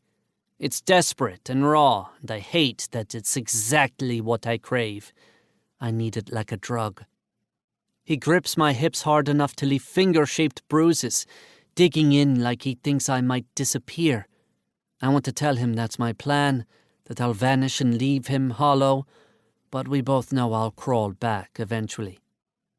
I shove him down harder, and his breath hisses through clenched teeth. He's offering me that shit-eating grin that makes me want to split his lip and devour his mouth in the same breath. Damiano. He makes my name sound like a prayer and a curse. His need is plastered across his face, raw and real and matching the hunger tearing through me. It always has. The fight's just foreplay. Always was. He licks his hand and pumps his cock. He wants inside me. And as I position myself above him, I snarl, "Fuck you," the words breaking between harsh breaths. He's grinning again, that wild look that feels like being gutted. "Yeah," he breathes. "That's the plan." Without warning, he thrusts up brutally hard. There's no gentleness, no mercy, just the violent connecting of bodies. It feels like being punched and kissed simultaneously, and I gasp, choking on dirt and oxygen. He thrusts again, slick heat between us, and I feel myself coming undone. "Faster!" I demand, knowing he wants it too badly to refuse. He picks up speed, drilling into me with single-minded focus, not stopping until he gets what he wants and forces me to take what I need. I slam my hips against him mindlessly, desperate for more, for everything. It's pure chaos. The gravel cutting into my knees should hurt, but it doesn't. Pain transforms into something sweeter. "Is this it?" He taunts, lips grazing my ear, words sharp as knives. "This what you need?" "Shut the fuck up," I hiss, nearly choking because I'm right on the edge. Heat builds, impossibly tight, then detonates through me. I grab my cock, coming violently over the dirt beneath us. Orgasm tears through me like lightning, leaving me shattered. I'm spinning out, unable to hold on to anything, especially not him. He rams into me once more, vicious and deep, cursing as he comes, fingers tangled painfully in my hair. For a moment it's just breath and heartbeats. Then his low, mocking laughter scrapes down my spine, and I know I've lost again. "Fucking bastard," I say, rolling away from him as my voice breaks between gasps. Leaves and dirt cling to my sweaty back. He props himself on one elbow. "But you can't stay away." I don't answer. Not with words. I don't need to. He knows exactly how his smirk infects me like a disease. Maybe that's why I can't quit this toxic cycle. Can't quit him. It's all teeth and hunger and need. And we're both starving. Chapter 6. Briar. The party was a mistake. I can feel it deep in my lungs, this heavy weight spreading through my body like quicksand. Too many people, too much noise, the air thick with perfume and alcohol and whatever sketchy stuff people smuggled into my house. My body is sending all the warning signals I've learned to recognize over the years. The telltale tremor in my fingers, cold sweat beading along my hairline despite being surrounded by sweaty bodies. But I keep smiling anyway, nodding at whatever this woman from the harbor is saying about her son who's studying marine biology. Can't remember her name, even though she told me twice. My brain's gone fuzzy, that familiar pre-crash fog rolling in. "I need to check on something," I say, cutting her off mid-sentence. Rude, but whatever. "Excuse me." I weave through the crowd, dodging grabby hands and people calling my name. The great room looks nothing like the elegant, empty space it was this morning. Now it's bodies and spilled drinks everywhere, air thick with smoke that is not just tobacco. The antique furniture I spent hours covering is already uncovered in places, glasses leaving rings on wood that survived a century without a scratch. The party seemed like such a badass idea when I planned it, a big fuck you to Dad, to this stupid illness, to being locked away from the world. But now, I want everyone gone. I scan the room for either Damiano or that bartender with the white streak in his hair. Flint. They were by the wall earlier, having what looked like an intense conversation, the kind where you stand way too close while pretending you hate the other person's guts. I recognize that energy, saw enough of it at art school before I had to drop out. Neither of them is anywhere. They disappeared around the same time, which seems... yeah, definitely not a coincidence. I need air. Real air. Not this recycled party funk. And space. And quiet. Sneaking out through the kitchen is way easier than trying to navigate the main hall. A few catering staff glance up as I pass, but nobody stops me. Outside, the night wraps around me like a cool washcloth on a fever. The fog's grown thicker since sunset, muffling the sounds from the house, turning the garden lights into soft, glowing spheres that don't quite illuminate anything. I breathe in as deeply as my lungs will allow, the moisture in the air coating my throat. Better. Not good, but better. The path to the maze gleams pale gray in the darkness. I don't need to go far, only far enough that I can't hear the bass from whatever music is playing now. My mind keeps circling back to Damiano and Flint, the way they looked at each other, having entire conversations without speaking. The tension in Damiano's shoulders when Flint leaned in to whisper something. They're definitely fucking. Or they have, or they want to. Or all of the above. Not surprising, honestly. They're both so intense in their own ways, both so... much. Like they're somehow larger than life. I try to imagine them together and feel heat rise to my face. It's not hard to picture. Damiano's tattooed hands on Flint's pale skin. Those two completely different but equally magnetic forces colliding. Their bodies connecting. Okay, stop. Just stop. It's none of my business who the groundskeeper hooks up with. Even if he did give me those herbs that worked better than any prescription my doctors have thrown at me over the years. Even if he gives off this hot, brooding vibe that I'm stupidly attracted to. The entrance to the maze appears ahead. Fog swirling between the high hedges like it's being sucked in and trapped. I hesitate at the threshold. I've never been good at navigating this place, even in daylight. At night, in this fog, I'll get lost in seconds. But something draws me forward anyway. Curiosity, or maybe just needing to be somewhere that doesn't feel like the walls are closing in. The hedge walls rise on either side as I step into the first corridor, immediately muffling the distant sounds of the party even further. The air feels different in here. Cooler and damper, with that green smell that reminds me of Damiano's greenhouse. I run my fingers along the leaves as I walk, feeling their waxy texture, the precision of the cuts, maintained with an almost obsessive level of care. Damiano definitely seems the obsessive type. I take a left, then a right, letting instinct guide me. It's not like I need to find my way to the center. I only need a few minutes of quiet before I return to playing hostess to people I barely know. But after a few more turns, I realize I'm completely lost. The paths are all identical in the dark, the fog making it impossible to figure out which way is which.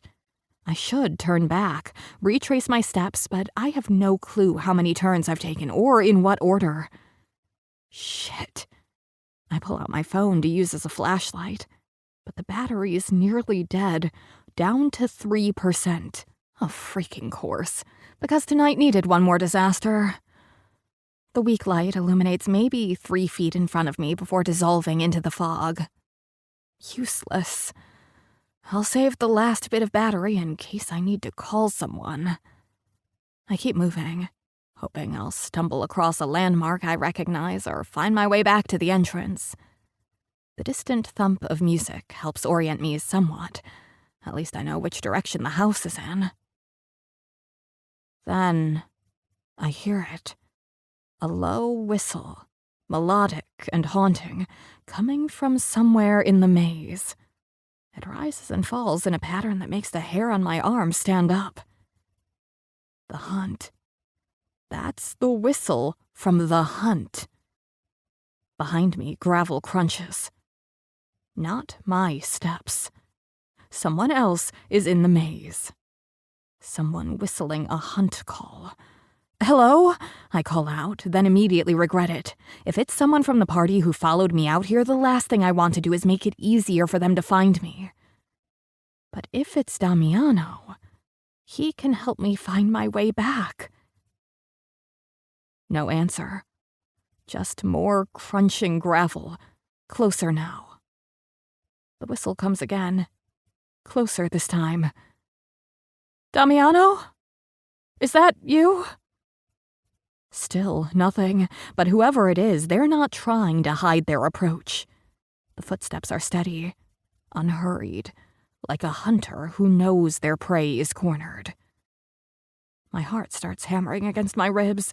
I turn and start walking faster, taking turns at random, no longer caring if I get more lost.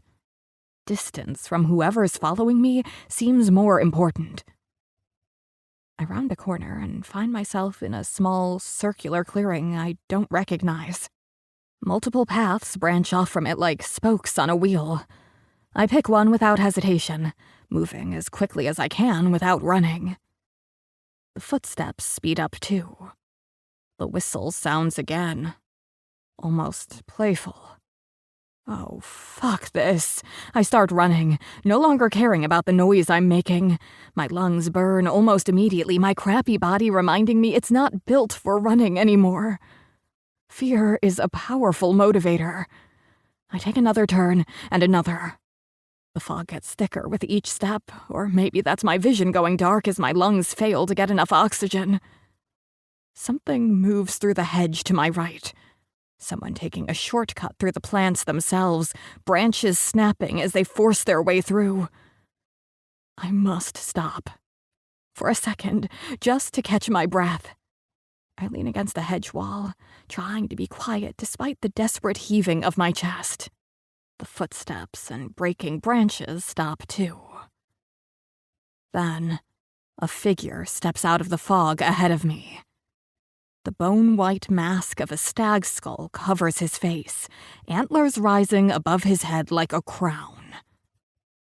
The hunt mask. I freeze, terror washing through me. The whistle comes again, this time from the masked figure. He tilts his head, studying me. I try to run, but he's too fast. He closes his hand around my arm, above the elbow, yanking me back. Chapter 7. Briar. Whoa, hey, relax.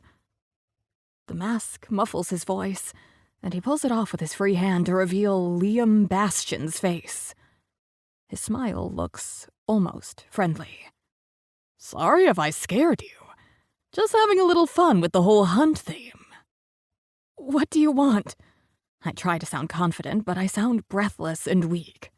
Nothing bad, he says, releasing my arm but staying close. Just saw you slip away from the party. Thought you might need company.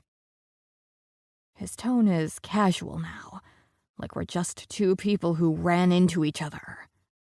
I brought this for the party, he adds, gesturing at the mask. Pretty authentic, right? I'm fine.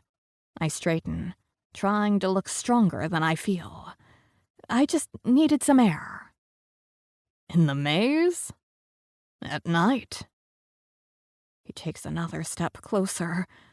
I can smell alcohol on him, way too strong, meaning he's been doing more than only drinking. That seems dangerous for someone in your condition. The way he says condition makes my skin crawl. Like I'm dirty somehow because of it. I also hate that clearly the people of the island are talking about me. Everyone seems to know of my condition. I'm heading back now. I try to move past him, but he shifts, blocking my path completely. Excuse me. He shoots his hand out and grabs my arm just above the elbow. Don't be in such a hurry. The party's not going anywhere. I try to pull away, but his grip tightens. Let go of me. Or what? His smile widens, showing too many teeth like a predator. You'll run? We both know you can't get very far. Not with those fucked up lungs of yours. Fear turns my blood to ice. This isn't merely some drunk guy being creepy. This is deliberate. Planned. People know I'm out here. They'll come looking for me. He laughs. No, they won't. Everyone's too wasted to notice you're gone. And I saw how Damiano and Flint were watching you, but your two guard dogs are busy fucking each other somewhere else in this maze. I saw them go in earlier. So I was right about Damiano and Flint. But that doesn't help me now. I try again to wrench my arm free. This time he releases me, but only to slam me hard against the hedge wall. The branches stab into my back through my thin dress. Before I can recover, he's pressed against me, one hand gripping my throat, the other fumbling with the hem of my dress. I wanted to play a little hunt game since I first saw you at the dock, he growls, his breath hot and sour against my face. All fragile and breakable looking. The whistle, the chase, the catch. That's why I brought the mask. You'd make perfect prey. Panic floods my system, and I struggle against him, but he's too strong, too solid. His hand tightens around my throat, enough to make spots dance at the edges of my vision. Stop fighting, he says, managing to get my button undone. Prey always says no at first, but we both know girls like you don't get a lot of action. He slides his hand under my dress, rough and invasive. I try to scream, but his grip on my throat tightens, cutting it off. Tears spring to my eyes, partly from lack of oxygen, partly from rage and helplessness. No. Not helplessness. Not ever again. I bring my knee up hard between his legs. It doesn't connect as solidly as I'd hoped, but it's enough to make him loosen his grip and curse. Fucking cunt! I try to run, but he recovers quickly, grabbing my hair and yanking me back so hard strands rip from my scalp. The pain explodes through my head, disorienting me. Before I can react, he slams me face first into the hedge. Something cracks in my nose, and hot blood gushes down my face, filling my mouth with copper. He spins me around again, and this time when he pins me, he holds my wrists above my head with one of his hands. No, you'll get it rough, he spits, using his free hand to push my dress up over my hips. Could have been fun if you'd played along. I twist my body, trying to knee him again, to find some leverage, but he's got me completely immobilized. His weight crushes me against the hedge, branches scratching my exposed skin, drawing blood in dozens of tiny cuts. He moves his hand between my legs again, fingers bruising, invasive, cruel. I feel something vile inside me, a sharp pain that makes me scream out despite the hand now clamped over my mouth. Shut your mouth, he hisses. No one's coming to save you. I bite down on his hand as hard as I can and take the moment to scream again. He jerks back with a yell, and I use the moment to slam my forehead against his nose. It's a move my dad's security guy taught me years ago. Never thought I'd actually have to use it. Blood sprays from Liam's nose, but the blow costs me, too. My vision swims, darkness creeping in from the edges. But the pain in his face has loosened his grip enough for me to squirm partway free. He recovers faster than I can escape, grabbing me by the shoulders and throwing me to the ground. The impact knocks every bit of air from my shitty lungs. I try to crawl away, but he's on top of me in an instant, flipping me onto my back, his weight pinning me to the cold gravel. I'm gonna fucking kill you, he snarls, blood dripping from his nose onto my face. But not before I get what I came for. His hands are at his belt now, unfastening it with quick, practiced movements. I thrash beneath him, but each movement costs me oxygen I don't have. Black spots float across my vision. My strength is fading fast. Using my hand, I desperately search the gravel around me for anything I can use. My fingers close around something solid. A decorative garden stake that's come loose from the path. About 8 inches long, metal, with a sharp point for planting. Liam doesn't notice, too focused on getting his pants open. "Stop fighting," he says with a grunt. "You'll like it once I'm inside you." "Fuck you," I gasp, gathering the last of my strength. When he leans down, positioning himself between my legs, I bring the stake up with every ounce of force I can muster, aiming for his shoulder to disable him. But he shifts at the last second, and the stake plunges into his neck instead. There's a moment of perfect stillness. His eyes widen, shock replacing the lust and anger. Then, the blood comes. So much fucking blood, pulsing out in rhythmic spurts that coat my hands, my chest, my face. So much blood. It's hot against my cold skin, almost burning, and the metallic smell fills my nose instantly, making me gag. The stake must have hit a major blood vessel in his neck.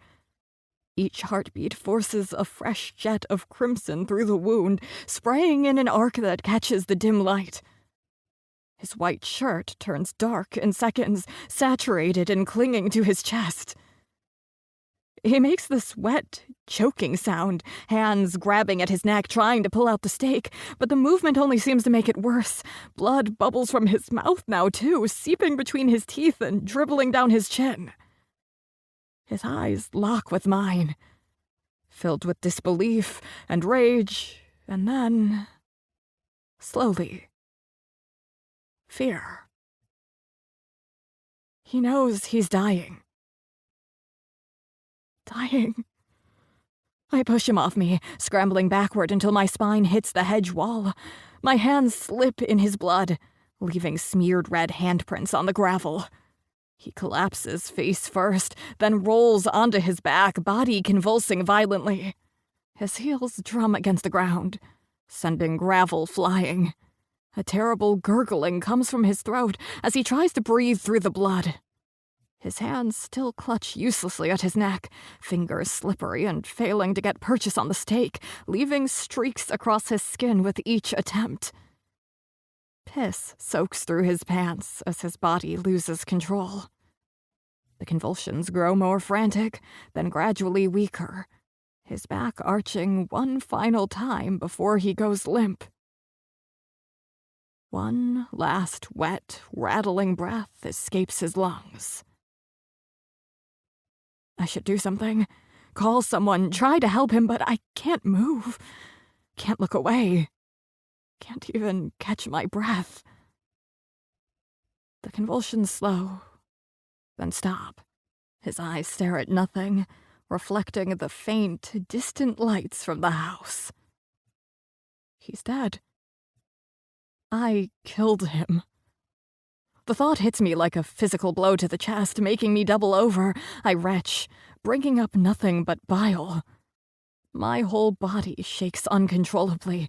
I pull my dress down with numb, blood-slicked fingers. What the fuck do I do now? Call the police? My father? Run? Before I can decide, voices reach me through the fog. Familiar voices. Swear I heard something this way. Probably just drunk party people getting lost. It was definitely a scream. I'm sure of it. Damiano and Flint. Coming closer. I should call out to them, ask for help. But my voice won't work. All that comes out is this broken noise, half sob and half moan. It's enough. The footsteps quicken, then they're there, appearing around the corner like they've materialized from the fog itself. They both freeze when they see me, covered in blood, shaking against a hedge. Then their eyes move to Liam's body, the stake still protruding from his neck, the blood pooling beneath him almost black in the dim light. "Holy fuck," Flint breathes. He takes a step back, running his hand through his hair. "Is that? Shit. That's Liam Bastian." Damiano's face goes dangerously still. Victor's brother. The name hangs in the air between them. Even in my shocked state, I can see the color drain from Flint's face. "This is bad," Flint says. "This is really fucking bad." Damiano moves first, kneeling beside me, careful not to touch me. "Briar, are you hurt? Is any of this blood yours?" I try to answer, but all that comes out is a strangled laugh that turns into tears. Words tumble out between sobs. "He followed me. He tried to. I couldn't breathe. He was going to." "Shh." Damiano's presence is steady, calming. "You don't have to explain. We can see what happened." Flint paces back and forth, then stops abruptly. "We need to call someone. Your father or her father." Damiano snaps. "Maxwell Waters with all his money and mainland connections. You think that'll help here?" "Jesus." Flint crouches next to Liam's body, checking for a pulse he won't find. His hands come away slick with blood. "He's definitely dead." He wipes his hands on his jeans, looking up at Damiano. "Victor will tear this island apart, looking for whoever did this. You know that, right?" "I know," Damiano says, nearly a whisper. "We're all dead if he finds out." "Finds out what?" My voice cracks. "That his brother tried to rape someone and got killed in self-defense? That's not a crime." Flint gives a bitter laugh. "You don't know Victor Bastian. He doesn't care about right or wrong. His brother is dead. Someone's going to pay." He looks at Damiano. "And he already hates both of us." "Why?" I ask, my teeth chattering from shock. "History," Damiano says tersely. "Bad history." Flint turns back to Damiano. "We should get her out of here. Take her to the mainland tonight. Her father can hide her somewhere until this blows over." "It won't blow over," Damiano says, still looking at me. "Victor will find her. And when he does..." "What then?" Flint gestures wildly at the body. "We can't just leave him here." Damiano rubs his face, leaving a smear of blood across his cheek. "No, we can't." He looks around the maze, then back at Liam's body as if calculating something. I can practically see his mind working, formulating a plan even as dread settles in his eyes. "We need to clean this up. All of it." "What?" Now my voice works properly. "No, I need to. We should tell someone." "Tell who exactly?" Flint's laugh is harsh. "No one on this island will take your side over a Bastion. Victor rules people on this island by fear. Everyone's either in his pocket or scared of him. But it was self-defense. Look at me." I gesture to my torn dress, the blood his and mine, the bruises already forming on my throat. "He was wearing a hunt mask. He chased me. With the costume party theme back at the house, they'll say you were both playing along," Flint says bitterly. "Anyone can be convinced to see things Victor's way on this island."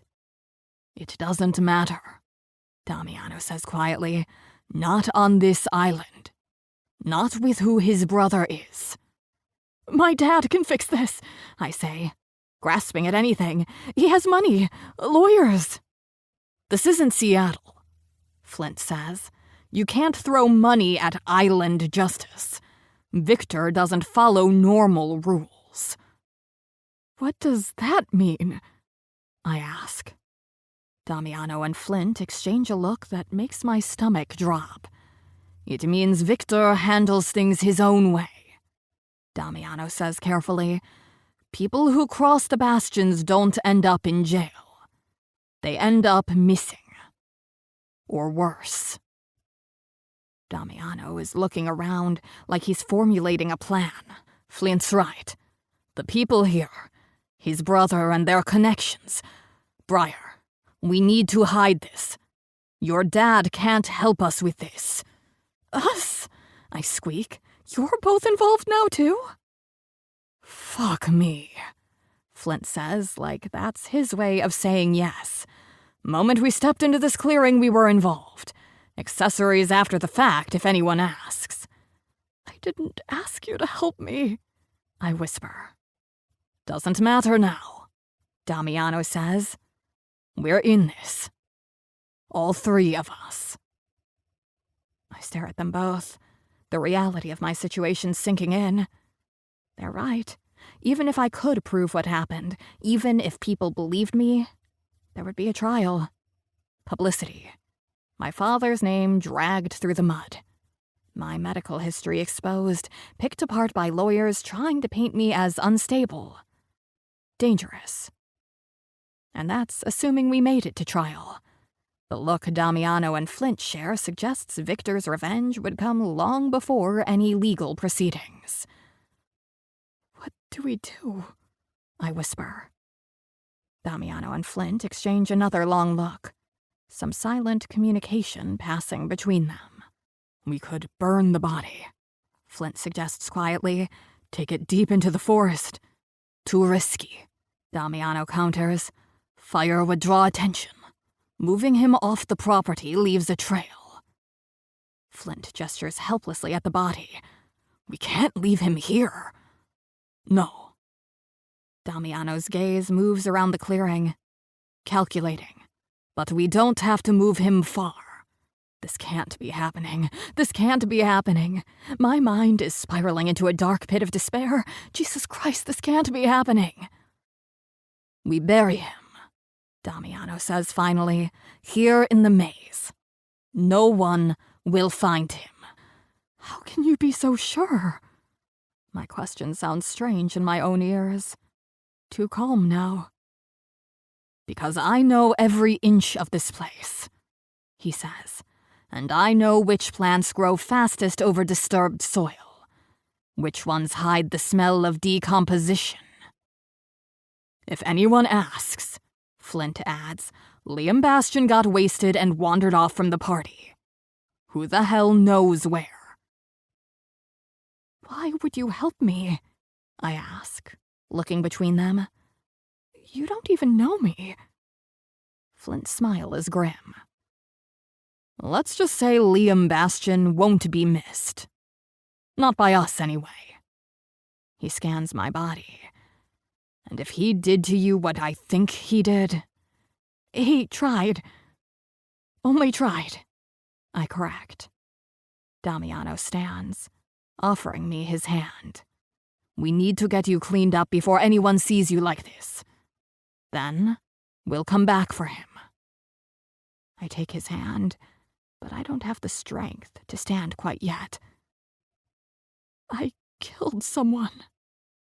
No, Damiano says, his eyes meeting mine, steady and certain. You survived someone who was trying to take what wasn't his, and who would have killed you to keep it quiet. Big difference. I nod, not trusting myself to speak again. I killed someone. No matter how they try to spin it, that's the truth. Chapter 8. Flint. 1 second, you're having hate sex with your ex in a foggy maze, and the next you're staring at a dead body and a blood-soaked girl who's shaking so hard, her teeth are chattering. Life on this fucked-up island never gets boring. We need to move, I say, trying to remain calm. Panic's contagious, and right now, one panicking person is already one too many. Damiano's kneeling next to Briar, careful not to touch her. Smart. After what just happened, unexpected contact would send her spiraling. "Can you walk?" he asks her. She nods, but when she tries to stand, her legs fold beneath her. Instinctively, I reach out to catch her, but Damiano moves faster, slipping his arm around her waist. "I've got you," he says, gentler than I've ever heard from him. It stirs something in my chest I don't want to examine too closely. Liam's body sprawls on the gravel, blood still seeping from the wound in his neck, though the spurting has stopped. The stake glints in the dim light filtering through the fog. That's evidence we can't leave behind. We need to get her out of here, I say to Damiano. Not through the house. Too many people. He nods, understanding immediately. The eastern path through the forest. It connects to the harbor road. My place is closest, I say. The shipping container. I turn to Briar, who's staring blankly at Liam's body. Hey. I step into her line of sight, blocking her view. Look at me, not him. Her eyes are glassy, unfocused. Shock. I've seen it before on the fishing boats after accidents. We're going to my place. It's safe. No one will look for you there. She blinks, trying to process. But the party... Damiano will handle it, I say, looking at him. Right? He hesitates, glancing between Briar and me, then at the body. I'll tell everyone she got a migraine and went to bed. Send them home. Then come back for... this. Can you manage alone? I ask. A shadow crosses his face. I know what I'm doing. His voice is flat, emotionless, professional almost, like this isn't his first cleanup job. It's not reassuring, exactly, but it's what we need right now. Take this. I slip off my leather jacket and hand it to Damiano. Cover her with it. Hide the blood. He wraps it around Briar's shoulders, and it swallows her small frame, making her look even more fragile. The eastern fence has a loose section, I tell him. Behind the old elm that got hit by lightning last year. You can get through there without being seen from the house. He raises an eyebrow. How do you know that? I've been checking the perimeter of these fancy estates for years, I admit. Old habits. Rich people always have the best shit to steal, and I like knowing all the entry points. Of course you do. He shakes his head, but without real judgment. Meet us at my place when you're done here, I say. You remember where it is? He narrows his eyes and clenches his jaw. I remember. Right. The last time he was there, things didn't end well between us. Another memory best left buried for now. Go, he says. I'll handle this. I turn to Briar, who's leaning heavily against him. I'm going to take your other side, okay? We need to move fast. She nods, still dazed, but at least responsive.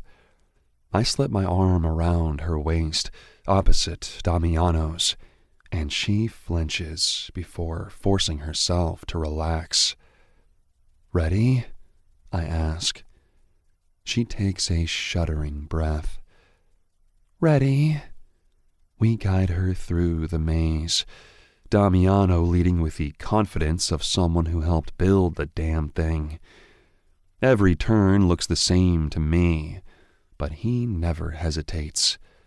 The moonlight occasionally breaks through the fog, illuminating the path ahead in brief silver flashes. Briar stumbles more than once, her strength clearly fading. The next time she nearly goes down, I decide. This isn't working, I say, stopping.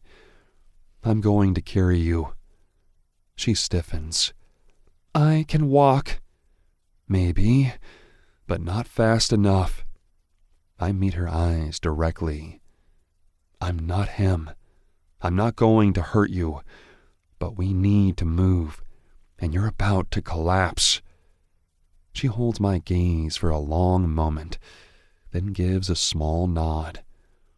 I'll lift you on 3, I say. 1, 2, 3. I scoop her up as gently as I can, one arm under her knees, the other supporting her back. She weighs almost nothing, light as driftwood. Her body is rigid at first, but as we start moving again, she gradually relaxes, her head eventually resting against my shoulder. She's ice cold. Even through my jacket and her clothes, I can feel it. Her skin has that bluish tint around the edges, like someone who's been in the water too long. Is she always this cold? I ask Damiano quietly. I can hear you, Briar says, muffled against my shoulder. And yes, I'm always this cold. Poor circulation. Part of the autoimmune package deal. I glance down, surprised to hear her speak with strength. There's a touch of irritation in her tone, despite her obvious exhaustion. Sorry, I say. Didn't think you were still with us. Just because I'm not talking doesn't mean I'm not here. She shifts slightly in my arms. And I don't need you two discussing me like I'm some fragile damsel who needs rescuing. I can handle myself. Damiano catches my eye, the corner of his mouth quirking up slightly. Good. She still has some fight in her. When we reach the edge of the property, Damiano guides us to the section of fence I told him about. Sure enough, several planks are loose, creating a gap just wide enough to slip through. I'll go back now, he says, his eyes lingering on Briar. Make sure everyone leaves, then deal with the rest. Be careful, I say, surprising myself with how much I mean it. He gives me a look, somewhere between annoyance and something softer. Yeah. Before going, he reaches out, briefly touching Briar's shoulder. You're going to be okay, he tells her. We won't let anything happen to you. She doesn't respond, but her eyes follow him as he turns and disappears back into the fog. The forest path is narrow and dark, barely visible in the misty moonlight. I've walked it 100 times, though, even drunk out of my mind, so my feet know the way.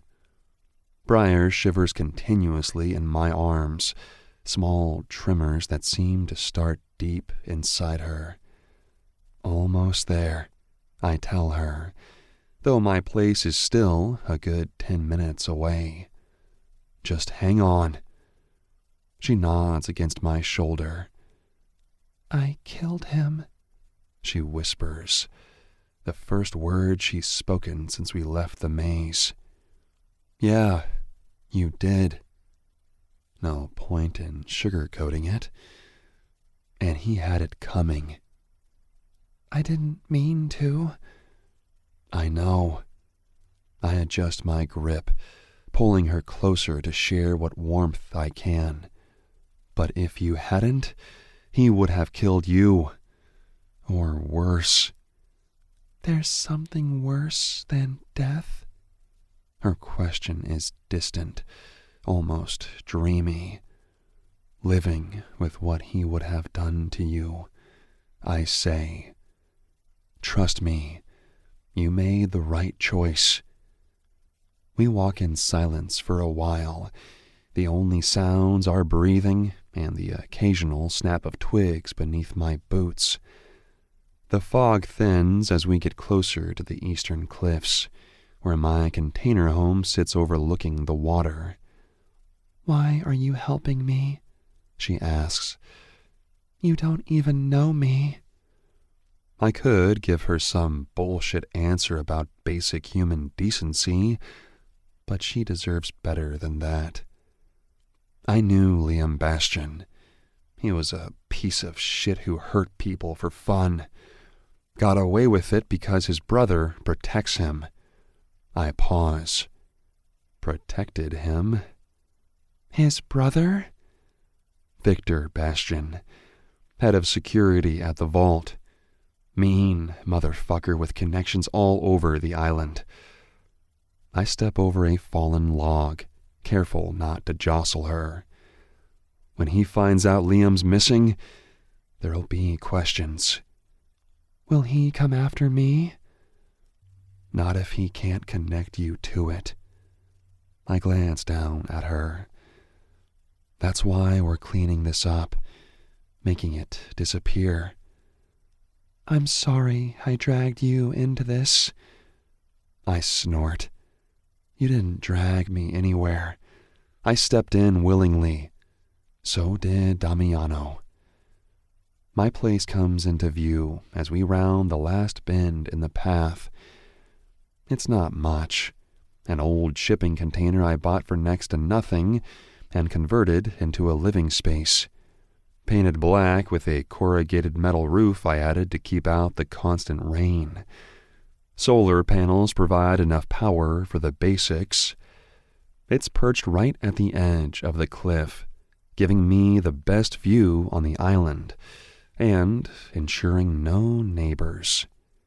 Home sweet home, I say, shifting her weight to get my key from my pocket. Inside, it's sparse but clean. One big room with different areas for sleeping, eating, and living. The back wall is all windows, salvaged from a demolition site in Seattle, looking out over the cliff to the water below. A wood stove in the corner provides heat, and a small kitchenette with a propane stove occupies one end. I set Briar down carefully on the couch, a massive leather thing I found abandoned by the side of the road and restored. She sinks into it, still shivering, clutching my jacket around her. First things first, I say, moving to the wood stove. We need to get you warm. I stack kindling and logs inside, lighting them with a long match. The fire catches quickly, crackling to life. Next, I fill a kettle and set it on the propane stove. I'm going to get you something clean to wear, I tell her. Those clothes need to be burned. She looks down at herself, as if just now noticing the blood that covers her. It's everywhere, soaked through her clothes, crusted in her hair, dried in flaking patterns across her neck and jawline.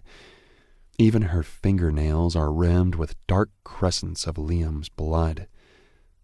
Oh, she says, the single syllable heavy with realization. I'm not much better off. Carrying her has transferred a good portion of the blood to my clothes and skin.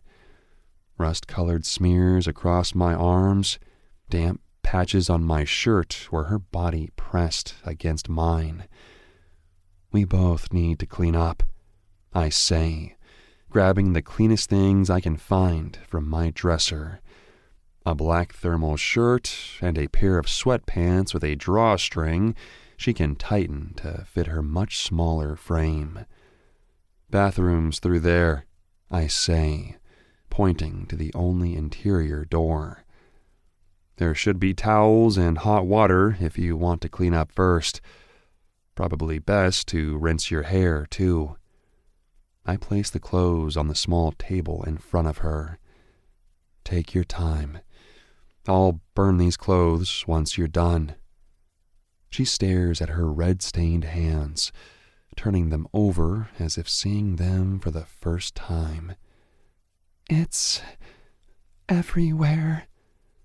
"Arterial spray does that," I say, then immediately regret my bluntness when she flinches. "Sorry. Yeah, go get cleaned up." She stares at the clothes, then at me, still not fully present. "Thank you." "Don't mention it." When she doesn't move, I crouch in front of her, maintaining enough distance not to crowd her. "Hey, Briar, you need to get cleaned up before Damiano gets here. We need to talk about what happens next, and you'll think clearer once you're warm and not covered in that." She nods slowly, then stands, gathering the clothes against her chest. "How long do you think before he gets here?" "Depends how many drunk assholes he has to kick out of your house." I offer a small smile. "The hot water tank's small, so don't take too long." When she disappears into the bathroom, I let out a long breath. Fuck. What a night. I move to the kitchenette, pulling out mugs and tea bags. The cheap herbal shit tastes like grass clippings, but it's better than nothing. I add honey to both mugs, then a generous splash of whiskey. Medicinal purposes. The bathroom door opens, and Briar emerges, swimming in my clothes. She's washed the blood from her face and hands, but a few dried flecks remain in her hairline. Her wet hair hangs in dark ropes around her face. The bruises on her neck are darkening already, forming the distinct pattern of fingertips. "Better?" I ask. She nods, folding her arms across her chest. "Tea's almost ready. Sit by the fire." She does, perching on the edge of the couch nearest the wood stove. The light from the flames makes her look even more ghostly, highlighting the dark circles under her eyes and the pallor of her skin. I bring the mugs over, handing her one. "Careful, it's hot, and there's whiskey in it." She accepts it with both hands, letting the warmth seep into her fingers. "Thanks." I need to clean up too. I gesture to the bloodstains on my arms and clothes. "Give me 2 minutes." I grab a change of clothes and head to the bathroom, leaving the door cracked so I can hear if she needs anything. The mirror confirms what I already knew. I'm a mess. Blood has dried on my forearms and neck, and my shirt is ruined. I strip it off and use a washcloth to quickly scrub away the evidence, watching pink-tinged water swirl down the drain. When I return, Briar has sipped about half her tea. Some color has returned to her face as the warmth and whiskey hit her system. "Better?" I settle across from her. She nods. "Better." We sit in silence for a while, the crackling of the fire the only sound. The silence should be awkward, but somehow it's not. Maybe because we've both seen too much tonight for small talk to matter. You have a nice place, she says, looking around. It's not what I expected. What did you expect? A cardboard box under a bridge? She winces. I didn't mean... I'm messing with you, I say, softening my tone. Most people are surprised. They hear shipping container on the cliffs and picture something a lot worse. I like it, she says. It feels real. I look around, seeing my space through her eyes. The salvaged furniture, the collected bits of beach glass and driftwood arranged on shelves, the guitar in the corner I'm still teaching myself to play, the sketches tacked to the walls, my attempts at capturing the island's coastline. It's home, I say. She pulls her knees up to her chest, wrapping her arms around them. The shivering has subsided, but she still looks like she might shatter if touched. My clothes, she says suddenly. Where are they? In the bathroom still? You're right. We need to burn them, she says. And I need to check my phone. And what about security cameras? Does the maze have cameras? Whoa, slow down. I hold up a hand.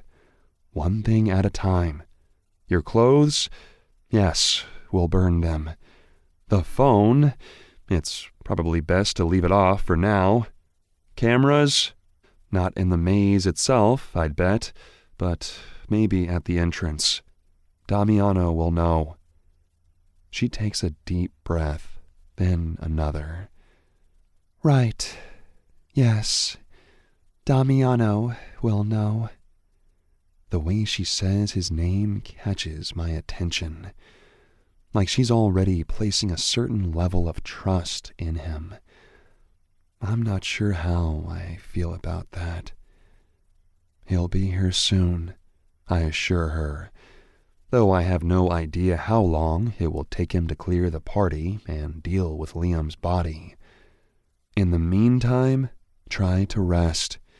You're safe here. She looks at me, really looks at me for the first time since we arrived. Have you lived on the island your whole life?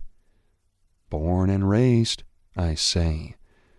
East Side kid, where the non-rich people live. But you don't live there now? No, I got out. Sort of. I take a sip of my tea. Found this place, fixed it up. It's far enough out that I don't have to deal with anyone, unless I want to. And the vault? You work there? Head bartender. I can't help the hint of pride that creeps into my voice. Started as a bouncer, worked my way up. She nods, processing this. And you and Damiano. Here we go. What about us? You have history. My laugh sounds harsher than I intended. That's one way to put it. You don't have to tell me, she says quickly. It's none of my business. You're right. It's not. I stand, putting some distance between us. But, considering we're all now bound together by a dead body, I guess some honesty is in order. I turn to face her. We were together. Now we're not. Except sometimes we are, when we both get stupid enough to forget why we shouldn't be. Like tonight, she says softly. Like tonight, I agree. Look, it's complicated. This island is small. Everyone has history with everyone else, especially when you grow up on the wrong side of it. Were you both... did you grow up together? I shake my head. Not exactly. I'm island-born, from the east side. Damiano's mom was from here, but his dad was Italian, seasonal chef for the summer people. They lived half the year here, half in Italy, until his dad left.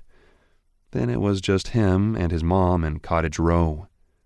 And you met? Working. I was delivering fish to the big houses. He was gardening. I shrug. Started talking. Found out we both hated the same people.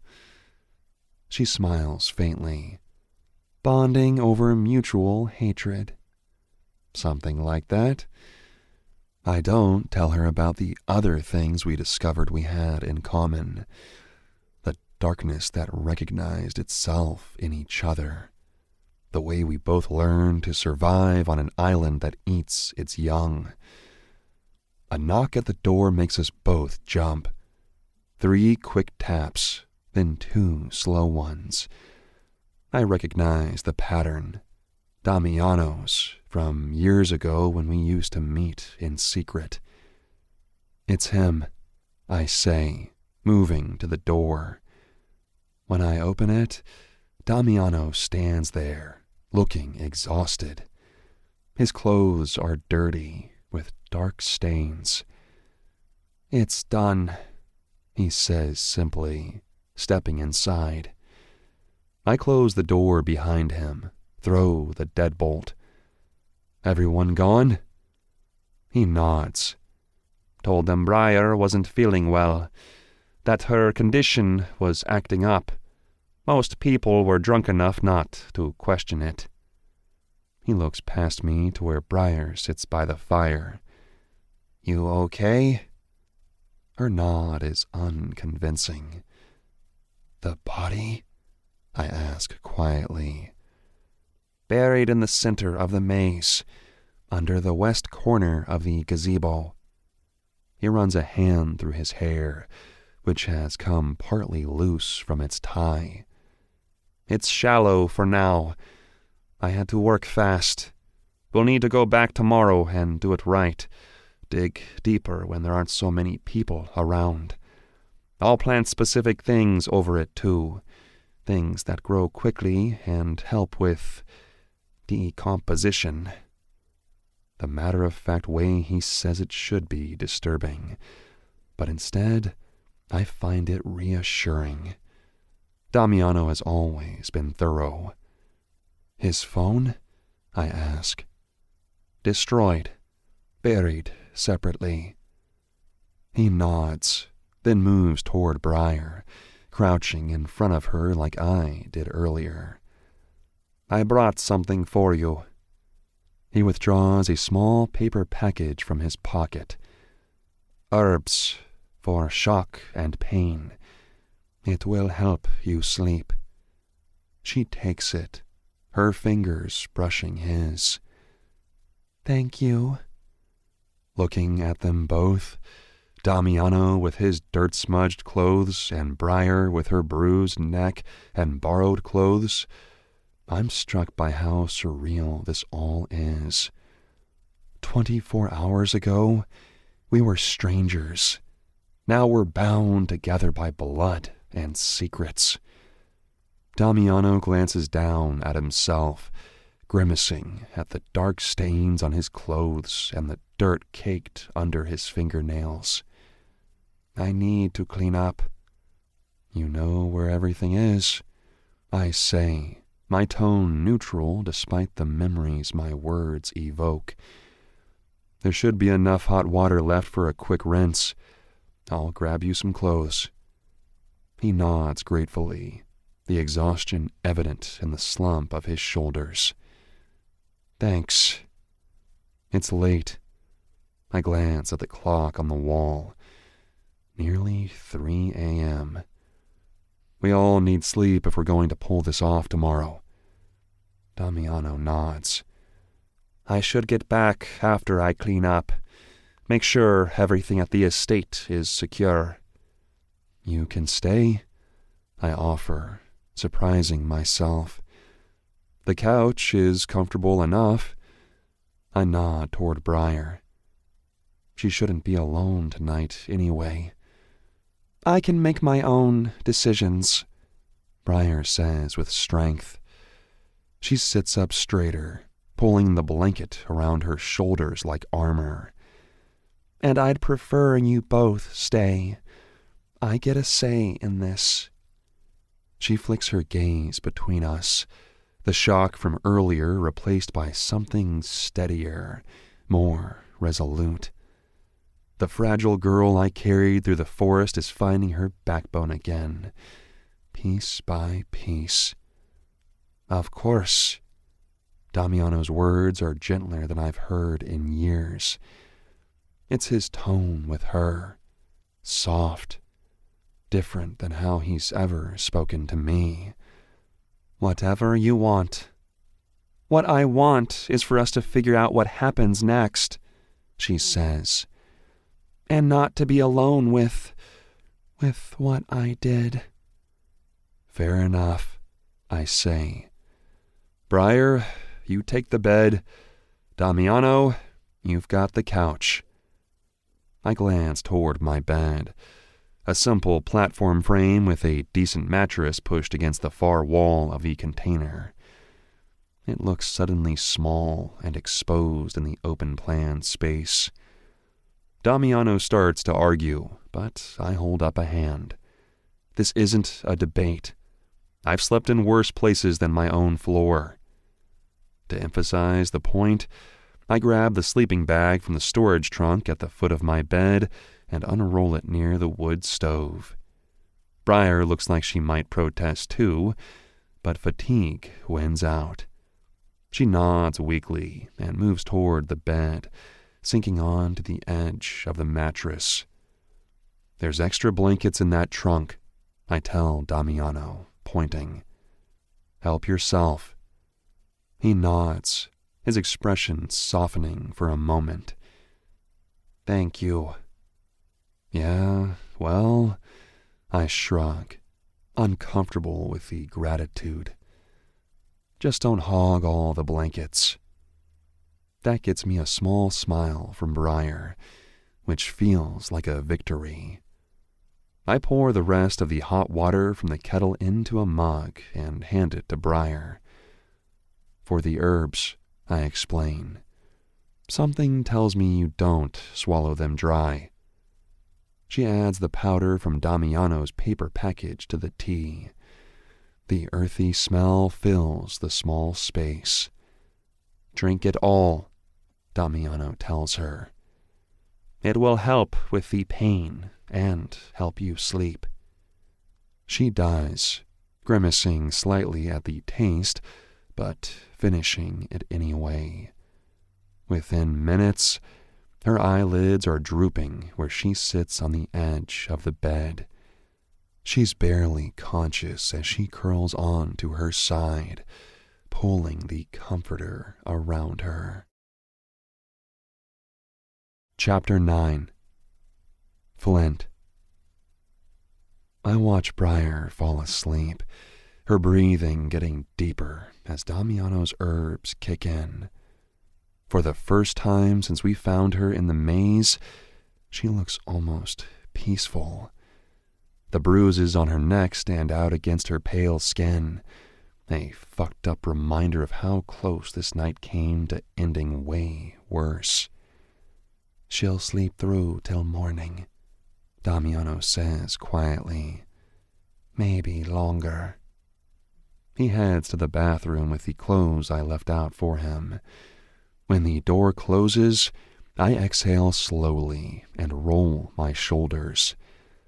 I add more wood to the stove and adjust the damper to keep it burning slowly all night. Outside, the fog's pressed up against the windows like it's trying to get in. All I can hear is the waves crashing against the cliffs below. When Damiano emerges from the bathroom, I almost drop the mug I'm washing. He's only wearing the gray sweatpants I gave him, hanging low on his hips. No shirt.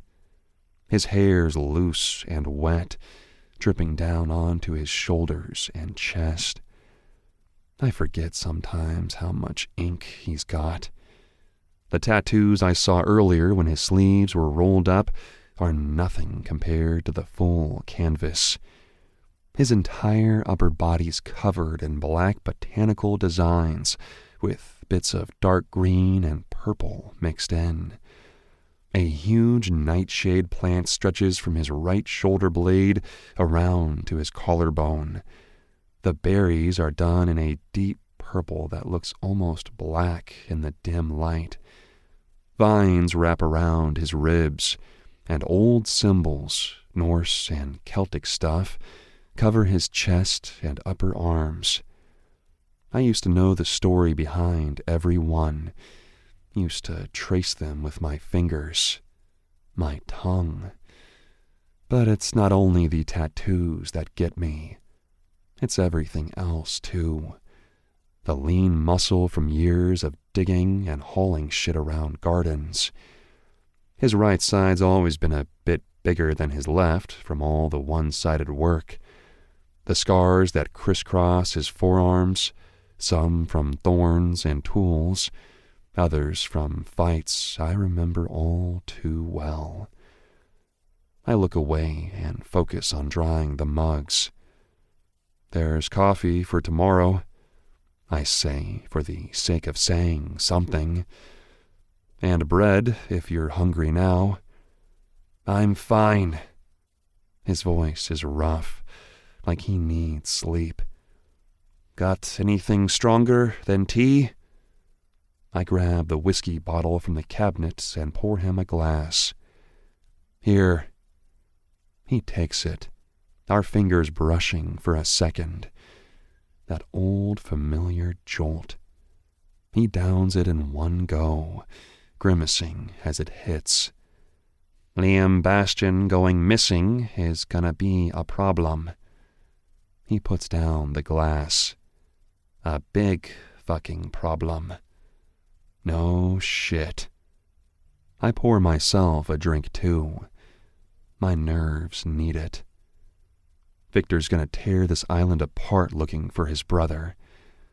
And when he doesn't find him, Damiano's eyes look almost black with worry. We're fucked, Flint. All of us. We stick to the story and we'll be fine. I lean against the counter, trying to look more chill about this than I feel. Liam got wasted at the party, hit on some chicks, then bounced. Nobody knows where he went. End of story. Victor won't buy that. He knows his brother too well. That's exactly why it works. I take a swig of whiskey, letting it burn all the way down. Everyone knows Liam's a creep who preys on women. Him disappearing after a party full of drunk girls makes perfect sense. Maybe he found some tourists to harass. Maybe he fell off the dock. Maybe he's sleeping it off in someone's bed. Damiano runs his hand through his wet hair and pushes it back from his face. I catch sight of that constellation tattoo on his wrist, tiny dots that map out the stars from the night we first met. I watched him get that one. Victor has connections with the worst people on this island, he says, pacing around my small space. The kind that makes prison look like a fucking vacation. If he even thinks for a second we had something to do with his brother going missing, he doesn't know about Briar, I point out. He's got no reason to connect her to any of this. Unless someone saw her leave the party, or saw us in the maze. He stops pacing and looks right at me. We weren't exactly being discreet before all this went down. My face heats up remembering Damiano pinning me against the hedge wall, his hand over my mouth to keep me quiet, his body hard against mine. That mix of anger and want that's always been our thing. Nobody saw us, I say, more confident than I actually am. And even if they did, so what? Us hooking up in the maze isn't exactly breaking news on this island. It connects us to where his brother disappeared, Damiano says, clearly frustrated. Use your fucking head, Flint. I am using my head, I snap back. And I'm saying we stick to the story. Liam left the party. Nobody knows where he went. Period. Damiano moves right into my space, close enough that I can smell my own soap on his skin. It's messing with my head. And what about Briar? She killed a man tonight. Self-defense or not, that changes a person. I glance over at her curled up on my bed, looking so small. She's tougher than she looks.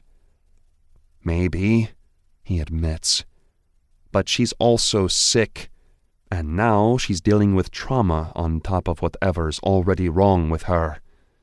His eyes catch mine, serious as hell. We need to protect her, Flint. From Victor, from this island, from herself if we have to.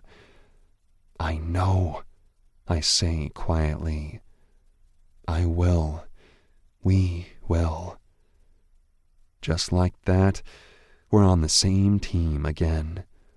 Whatever shit's gone down between us, we're both all in on keeping Briar safe. Damiano nods and backs up, giving me room to breathe again. He rolls his shoulders, making all the tattoos shift with his muscles underneath. That's when I notice a new one on his lower back, an intricate maze pattern done in black ink. When did you get that one? I nod toward it. He glances back, knowing exactly which tattoo I mean. Last year? Seemed fitting. The Waters Maze? He nods. I redesigned it, made it mine. Damiano's always been possessive about the gardens he works in, but this feels different, more personal. You've always been good at making shit grow, I say, even on this fucked up island. A ghost of a smile crosses his lips. Not everything. Some things I've been particularly good at destroying. The words hang between us, heavy with all our baggage. I clear my throat. We should crash. Tomorrow's gonna be a long day. I nod toward the couch. He heads there. The way the sweatpants hang on his hips, it's obvious he's not wearing anything underneath. I look away and focus on banking the fire. Flint. He's softer now. I look up, keeping my face neutral. Yeah? Thanks for letting us stay, for helping her. He pauses. For still having my back after everything. The honesty catches me off guard. We don't do this straight-up communication thing. We fight, we fuck, we bail. Repeat. This is new territory, and it's throwing me off. Don't mention it, I say, rougher than I intend to. Just get some sleep. I turn away and get my bed situation sorted. Unroll the sleeping bag by the stove, grab a pillow from the trunk, and try to get comfortable on the floor. Across the room, I hear Damiano settling on the couch, the leather creaking under his weight.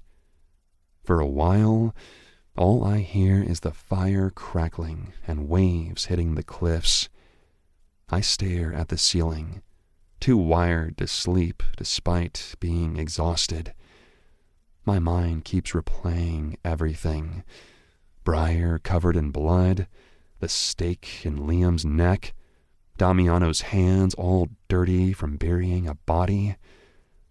I used to miss this place, you know, Damiano says, so quiet I almost don't hear him. I know exactly what he means. This space, us, the weird peace we sometimes find between all the mayhem. Yeah, I keep my voice just as low. Me too.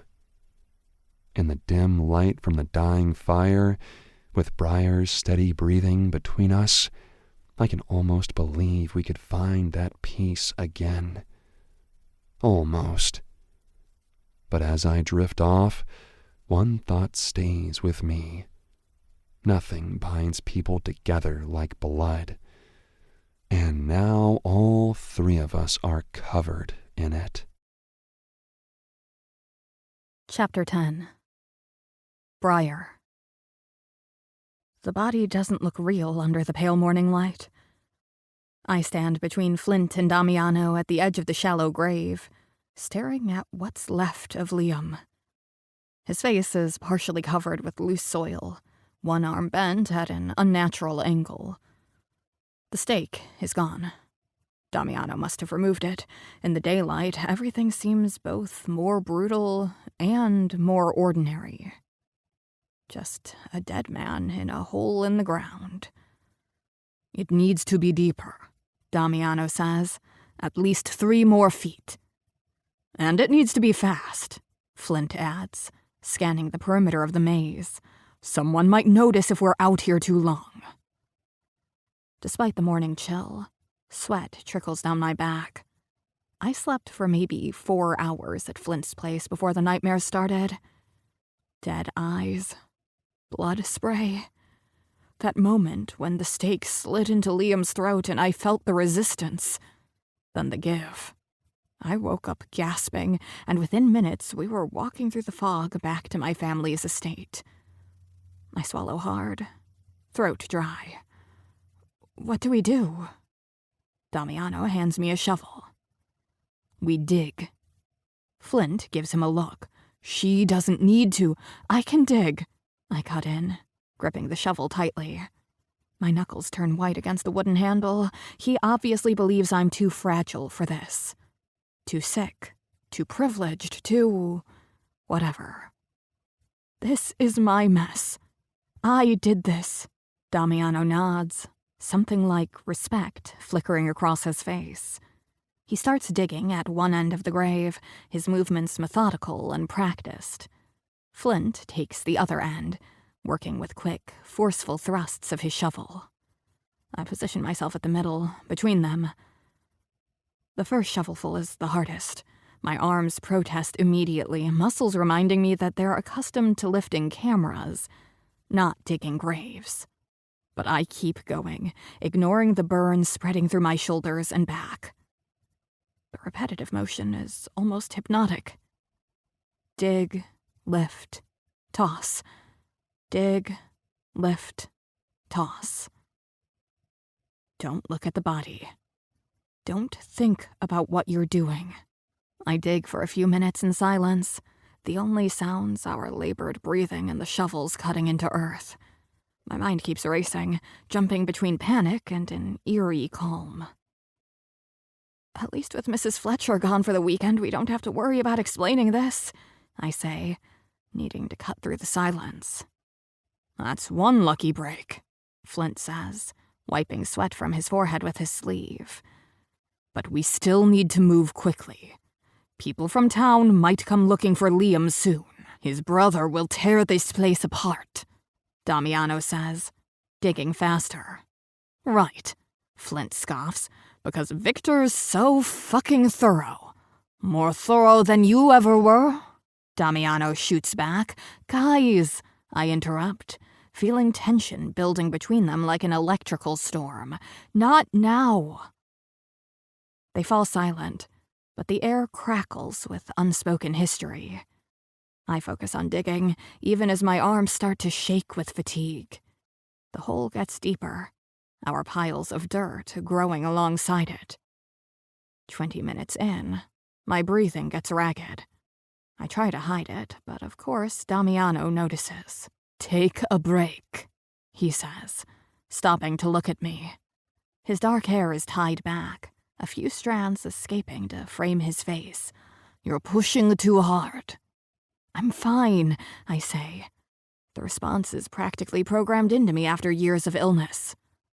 "No, you're not," Flint says, also pausing. "Your lips are turning blue."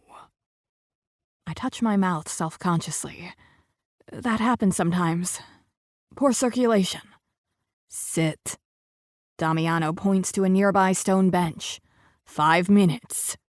"We don't have 5 minutes." I jab my shovel into the dirt. "Victor could already be looking for Liam. We need to finish this and get the hell out." "And what good is it if you collapse?" Damiano snaps. "You want to deal with a medical emergency in the middle of all this? Or explain to anyone why you passed out in the maze with a body?" I try to keep digging, but my vision starts to swim. I stumble slightly, grabbing the edge of the grave to steady myself. Flint notices and swears under his breath. "Now. Take a minute," he adds, still digging, but glancing at me with reluctant concern. "Sit before you fall." I want to argue more, but my body makes the decision for me. I sink onto the stone bench, watching them work.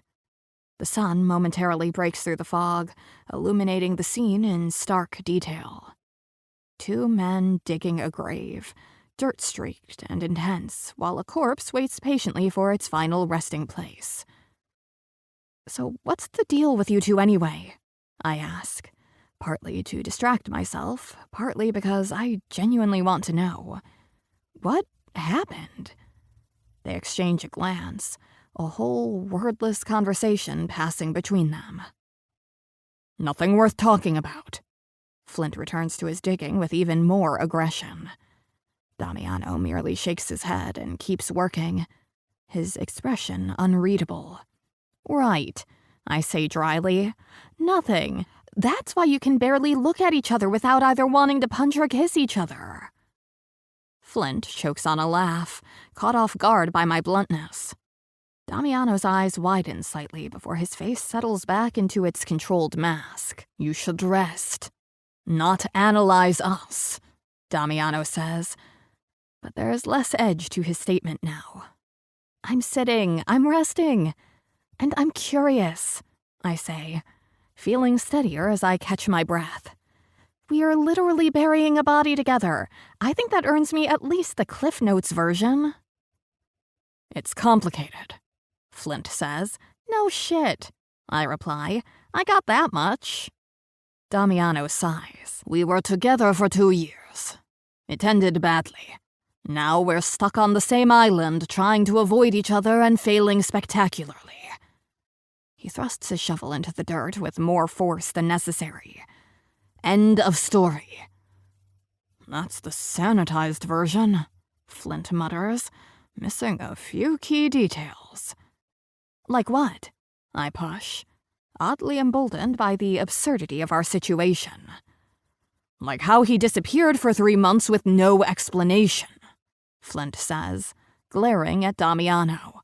"Or how he came back like nothing happened and expected everything to be normal." "I told you why I left," Damiano says quietly. Dangerously. "No. You gave me some bullshit about finding yourself in Italy," Flint snaps, "while I was here thinking you were dead in a ditch somewhere. I needed space. You needed an excuse," Flint snarls, stepping closer to Damiano. "You fucking ran when things got real. Just like you always do." Damiano throws down his shovel, closing the distance between them. "You want to do this now? Really?" His voice drops to a menacing whisper. "You want to talk about who ran, How about when you were screwing that tourist behind my back and then acted like it meant nothing?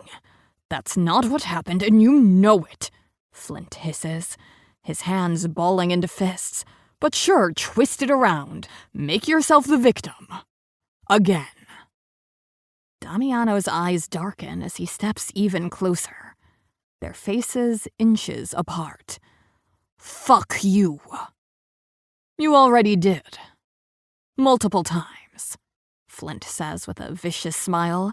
Last night, in fact, right before we found her with a dead body. Damiano shoves Flint hard, making him stumble back a step. You self-righteous piece of— Enough! I shout, standing despite my dizziness. Are you too serious right now?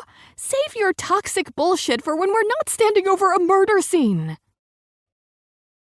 They both look chastened, like kids caught fighting on the playground. The tension hangs in the air for a moment before Damiano picks up his shovel and returns to digging, deliberately putting distance between himself and Flint. Well, I'll definitely remember not to ask about your past anymore. Jesus, I mutter, grabbing my shovel. Okay, let's get back to work. We're wasting time. I steady myself against the lightheadedness. The break helped somewhat, and while I'm still exhausted, I can't sit and watch them do all the work. Not when I'm the reason we're here. We fall into a rhythm, the three of us working together in tense silence. The hole gets deeper, Liam's body waiting to disappear beneath layers of dirt and rocks. I try not to dwell on the fact that I'm helping bury a man I killed less than 12 hours ago. I try not to think about how easily I've slipped into this criminal conspiracy. But my mind keeps circling back to one thought. These two men, both obviously still so tangled up in each other, and now tangled up with me, too. Whatever history they share, I'm now part of their story. And they're part of mine. This is deep enough, Damiano says eventually, standing in a hole that now reaches his chest. He looks up at me, his expression softening. Briar, you should step away for this part. He means covering the body completely, watching Liam disappear forever. I need to see it, I say, surprising myself with how calm I sound. I need to know it's done. Flint nods, understanding. I get that. Fine, Damiano concedes, but stand back. The soil's loose at the edge. They climb out of the hole, both covered in sweat and dirt despite the cool morning air. Damiano reaches into a bag he brought and pulls out several small packets of seeds and a glass bottle filled with dark liquid. What's that? I ask. Accelerant, he explains, uncapping the bottle. Natural compounds that speed up decomposition. And these, he holds up the seed packets, are fast-growing plants with deep root systems. They'll stabilize the soil and make the ground look undisturbed faster. And they'll feed off what's underneath, Flint adds, unnervingly matter-of-fact. Circle of life and all that. I should be disturbed by how practical they're being, but instead I find it reassuring. They know what they're doing. Somehow, these two men who can barely be in the same space without sparking are completely in sync when it comes to covering up a murder. Damiano pours the liquid over the body, being methodical in his application. The smell is pungent, but not unpleasant. Something herbal and earthy. He then adds more dirt, almost robotically.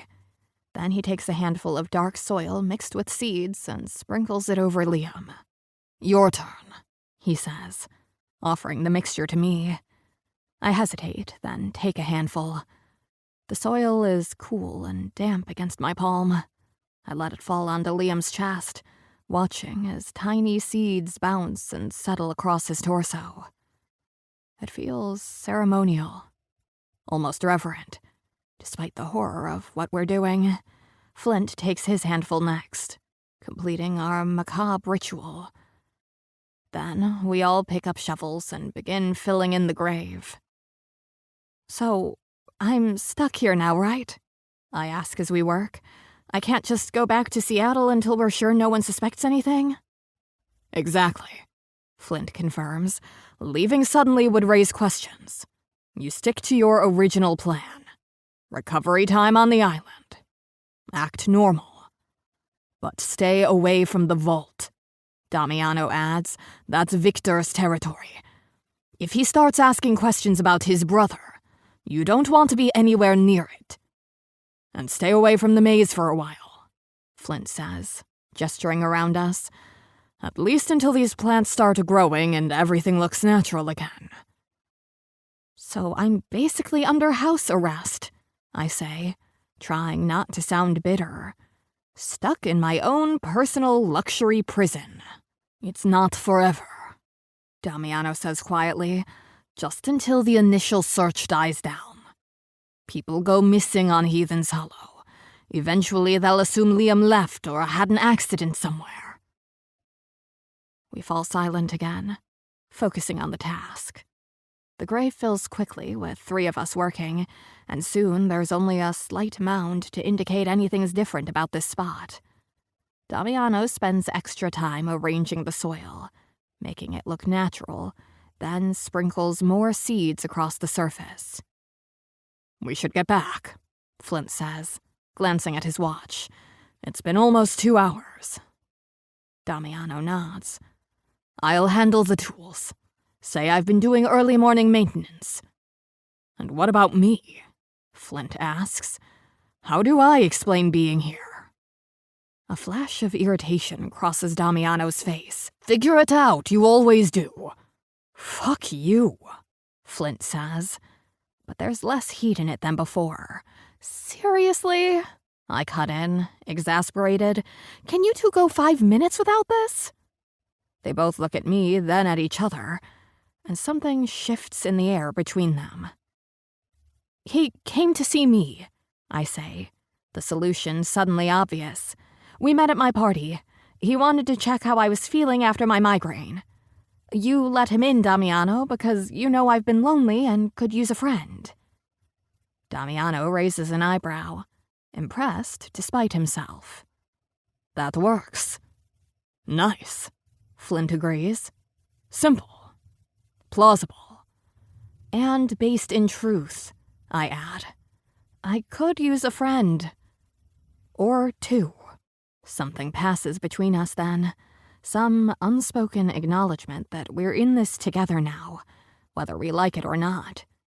3 strangers bound by blood and secrets. "Let's go," Damiano says, gathering the tools. "And remember, act normal." As we walk away from the grave, I can't help looking back one last time. There's nothing to see now. Just freshly turned earth that will soon sprout new life. In a few weeks, no one will know what lies beneath the green growth. No one except us 3. Flint falls into step beside me, his shoulder occasionally brushing mine. Damiano walks slightly ahead, leading us through the maze with the confidence of someone who knows every turn by heart. I find myself studying them both. The tension in Damiano's shoulders, the careful distance Flint maintains, the weird energy between them despite how much they claim to hate each other. And somehow, I'm being drawn into their gravity. Both of them so different yet equally magnetic in their own ways. Damiano with his quiet intensity and hidden depths, Flint with his sharp edges and unexpected kindness. "You okay?" Flint asks quietly, having noticed my scrutiny. "No," I answer, "but I will be." He nods, accepting this. "We've got your back. Both of us." I glance ahead at Damiano, who's paused to wait for us at the next turn. His eyes meet mine, dark and unreadable, but there's a steadiness in his gaze that feels like a promise. "I know," I say, and I'm surprised to find that I believe it. Chapter 11. Flint. Working a shift at the vault after burying a body is a special kind of fucked up. My hands are raw from digging, muscles aching in places I forgot existed. But here I am, polishing glasses like it's just another night, like I didn't help bury a body this morning. The vault's still quiet. It's only 8 p.m., too early for the real action, with only a handful of the usual suspects nursing overpriced drinks at the bar. Rich assholes in designer clothes pretending they're edgy because they hang out in a converted bank that hosts kink parties on weekends. Pathetic. Mari leans against the bar next to me, her blue hair catching the light. "You look like shit," she says cheerfully. "Wild night with the gardener?" I nearly dropped the glass I'm polishing. "What?" "Oh, come on. The whole island knows you two hook up every few months when you get drunk enough to forget why you hate each other." She nudges my shoulder. "And you definitely left the Waters party together last night." Fuck. "We didn't leave together." "Whatever you say, boss." She grins, clearly not believing me. "But maybe wash the dirt from under your fingernails next time you want to be convincing." I glance down. She's right. Despite me scrubbing my hands raw in the shower, I still have dirt embedded around my cuticles and under my nails. Grave dirt. I shove my hands into my pockets. "I was helping him with something this morning," I mutter. "Landscaping shit." "Uh-huh," Mari smirks. "Is that what the kids are calling it these days?" I'm saved from answering by the front door swinging open. The temperature in the room drops about 10 degrees. Victor Bastian fills the doorway, his massive frame blocking the light from outside. 6'4" of pure muscle and bad attitude, dressed all in black with a security earpiece permanently attached to his head. His face is set in stone, but there's something in his eyes I've never seen before. Worry. Shit. Mari whispers, "Looks like someone woke up on the wrong side of hell today." "Go check inventory," I tell her, staying casual. "I'll deal with this." She raises an eyebrow, but doesn't argue. Smart girl. Victor makes a beeline for the bar, ignoring the other patrons who instinctively move out of his way. The guy has that effect on people. Even the stupid rich think twice about messing with him. "Bishop," he says in that gravelly voice that sent more than a few troublemakers running. "We need to talk." "Always a pleasure, Victor," I say, setting down the glass and grabbing a bottle of the expensive bourbon he likes. "Drink?" He shakes his head. "Liam's missing." I pour myself a shot instead, focusing on keeping my hands steady. Missing how? Like went home with someone and didn't call home? Or actually missing? "He didn't come home last night. Phone's going straight to voicemail." Victor scans the room as he talks, like Liam might be hiding in a corner. "Last anyone saw him, he was at that Waters party. His motorcycle was still there this morning. I sent someone over to get it, thinking he was too shit-faced to drive last night, but..." I throw back the shot, grateful for the burn that gives me a second to compose my face. "Yeah, I saw him there, early on. Rich girl's birthday bash, right? He was hitting on everything that moved. Typical Liam. And yeah, he appeared pretty shit-faced. What time did you leave? The question sounds casual, but there's nothing casual about Victor's eyes. They're fixed on me, searching for any hint I'm lying. Around 1, I think? I shrug, leaning against the bar. Had to work today.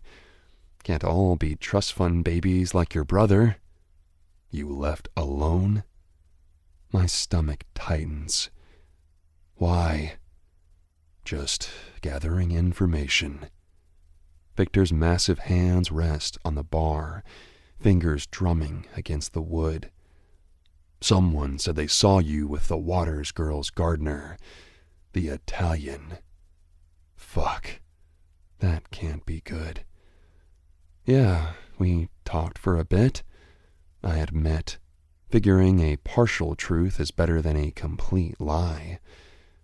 Had some business to discuss. Business. Victor repeats the word like he's testing it for poison. What kind of business does a bartender have with a gardener at 1 a.m.?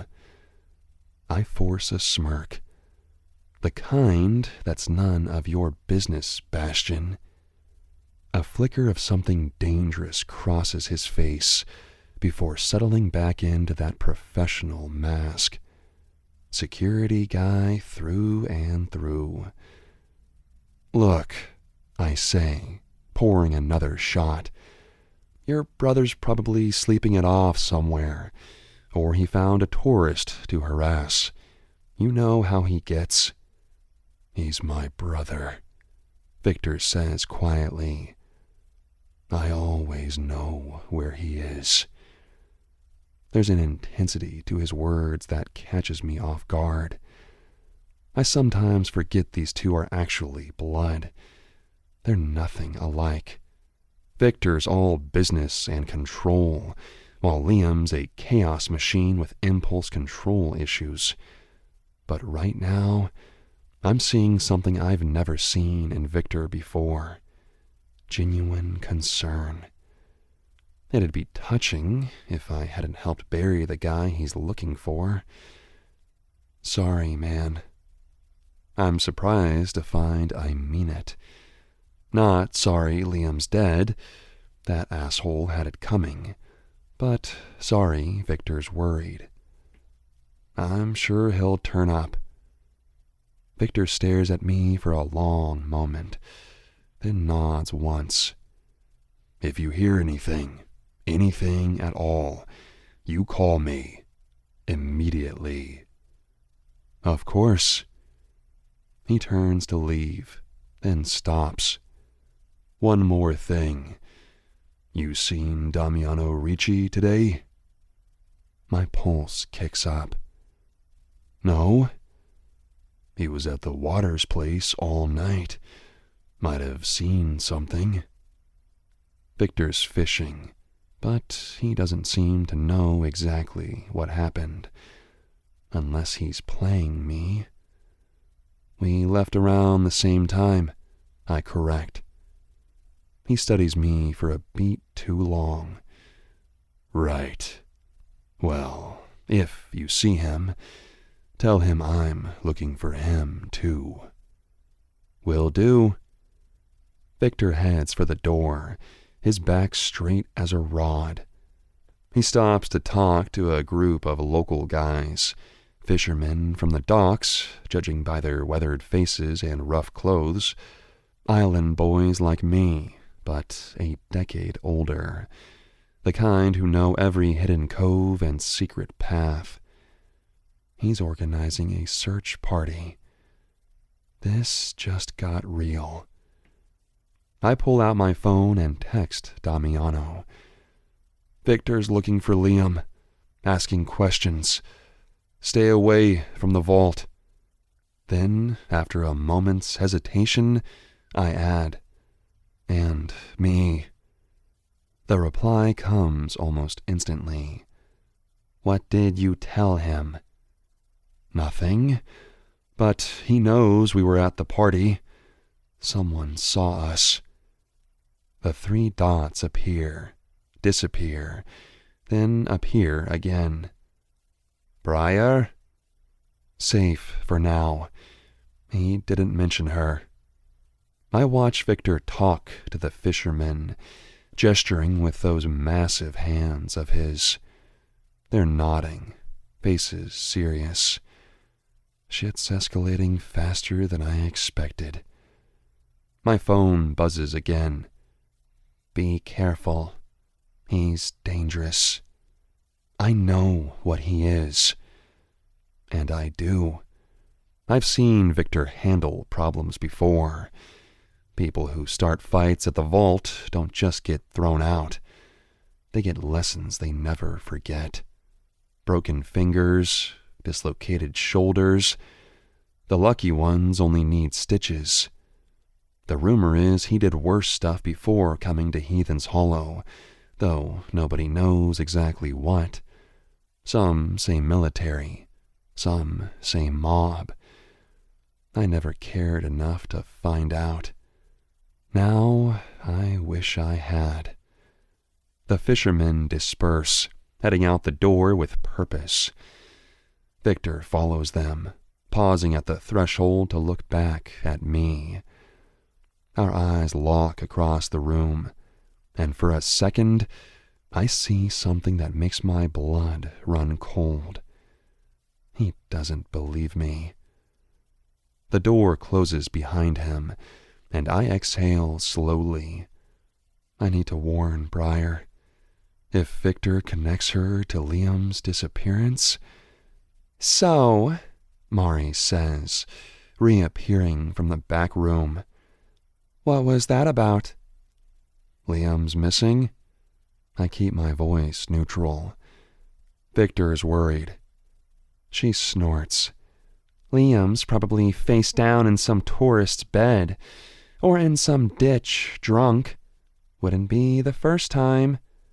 Yeah, probably. You okay? You look pale. Fine, I lie. Just tired and hungover. The door swings open again, and my heart stops before I realize it's only Locke Hartwell, one of the vault's owners.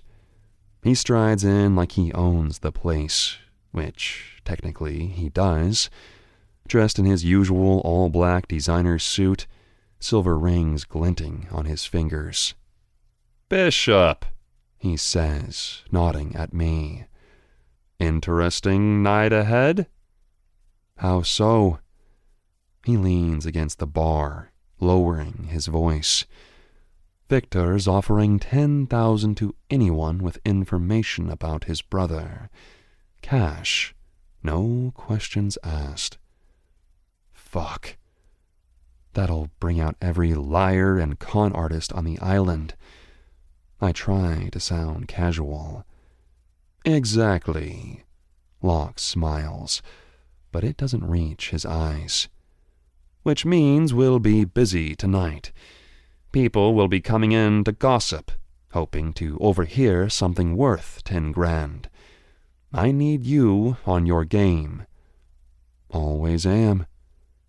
Locke glances around the bar, then leans in closer. Also, the partners had a meeting this morning. We're hosting another hunt on the summer equinox. I keep my face neutral, even as my stomach drops. Bit early in the season, isn't it? Thought you guys usually waited until the harvest moon.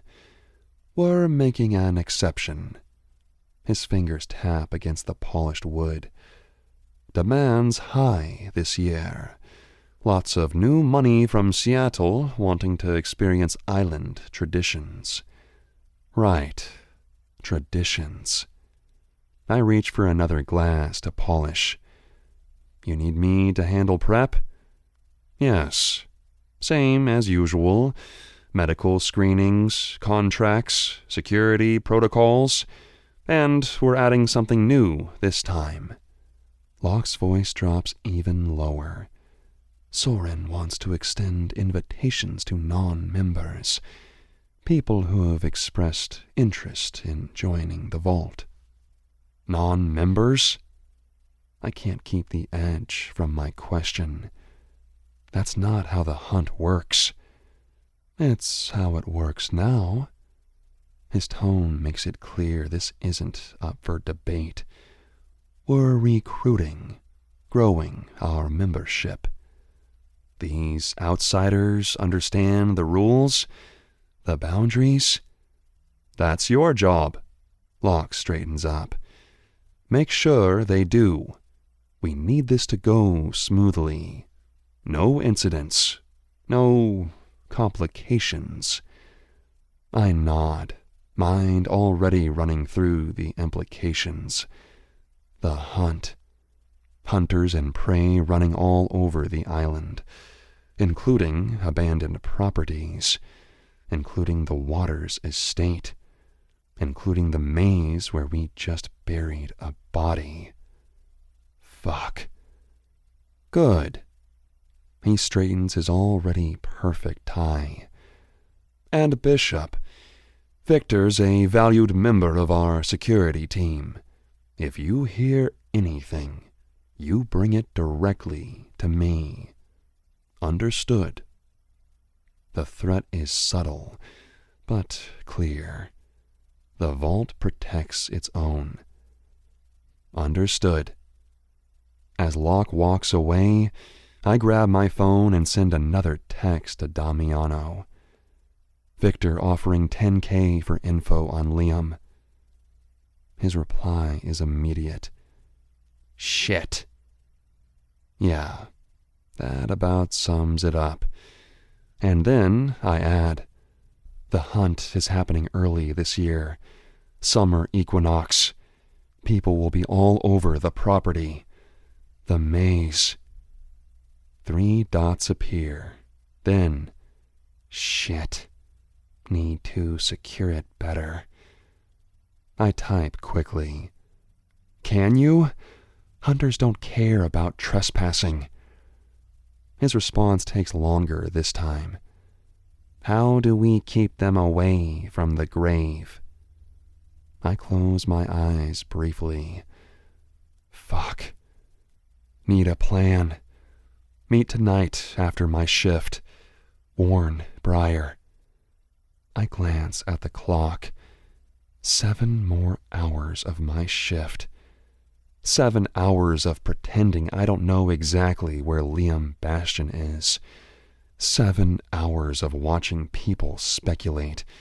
Watching Victor question everyone who walks through that door. Watching this whole situation spiral further out of control. I pour myself another shot and down it quickly. The liquor burns all the way down, but it's not enough to wash away the taste of grave dirt that seems permanently stuck in the back of my throat. The door opens again, bringing a group of loud weekenders from Seattle. Friday night crowd starting to trickle in. I plaster on my professional bartender face and get back to work. 1 drink at a time. 1 hour at a time. Just get through tonight. But as I mix an overpriced Manhattan for some tech bro, I can't shake the feeling that we're already screwed. Money talks on this island. $10,000 is more than most locals see in 6 months. Someone will talk, whether they know something or not. And Victor won't stop until he finds his brother, or what's left of him. Chapter 12. Damiano. The yarrow isn't growing right. I've checked the soil pH 3 times, adjusted the water, moved it to a different part of the greenhouse, but something's still off. The stems are weak, the leaves pale.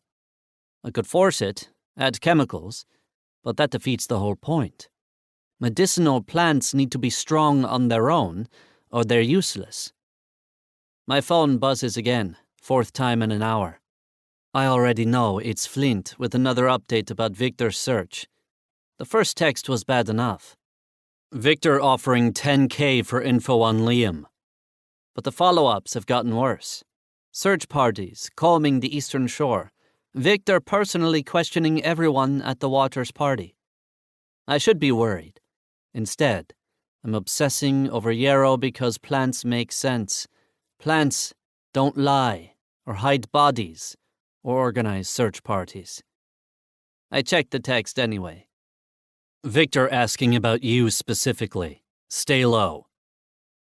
Great, just what I need. I dumped the struggling Yarrow into my compost bin and grabbed my pruning shears.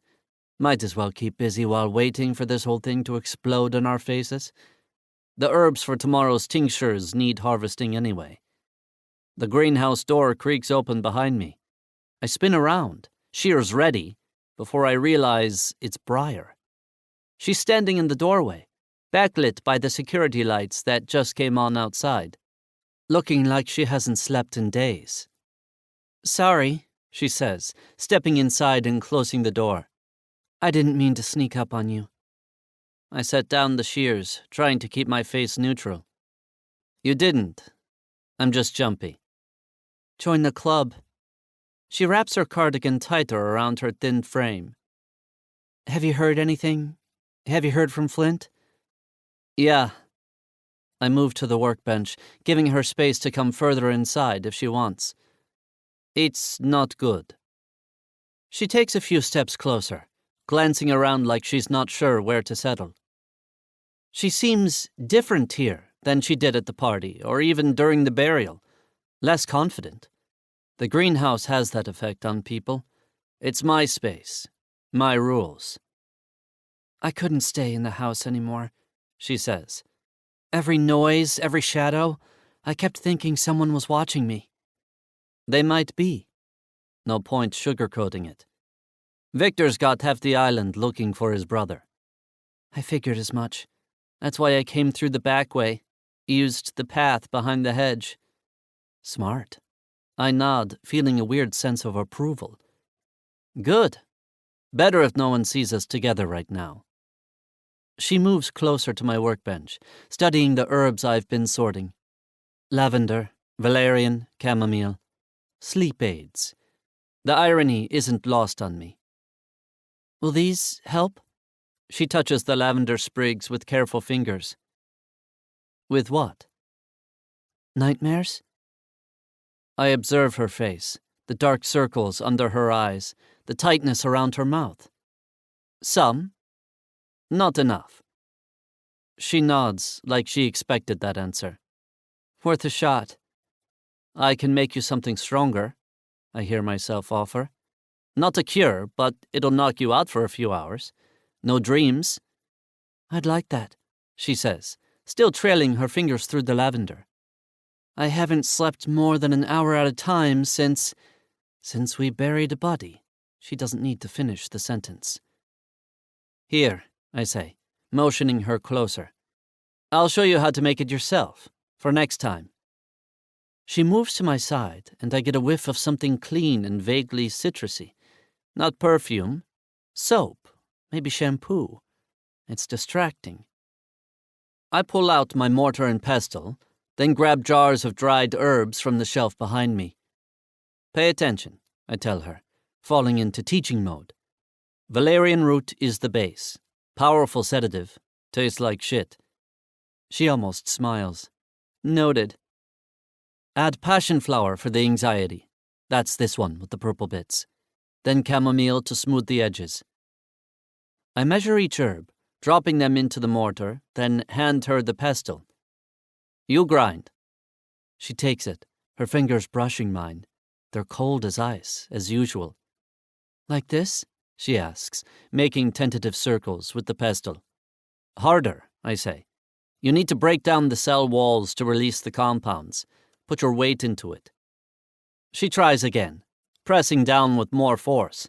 her thin wrist flexing with the effort. It's still not enough, but I don't push. She's trying.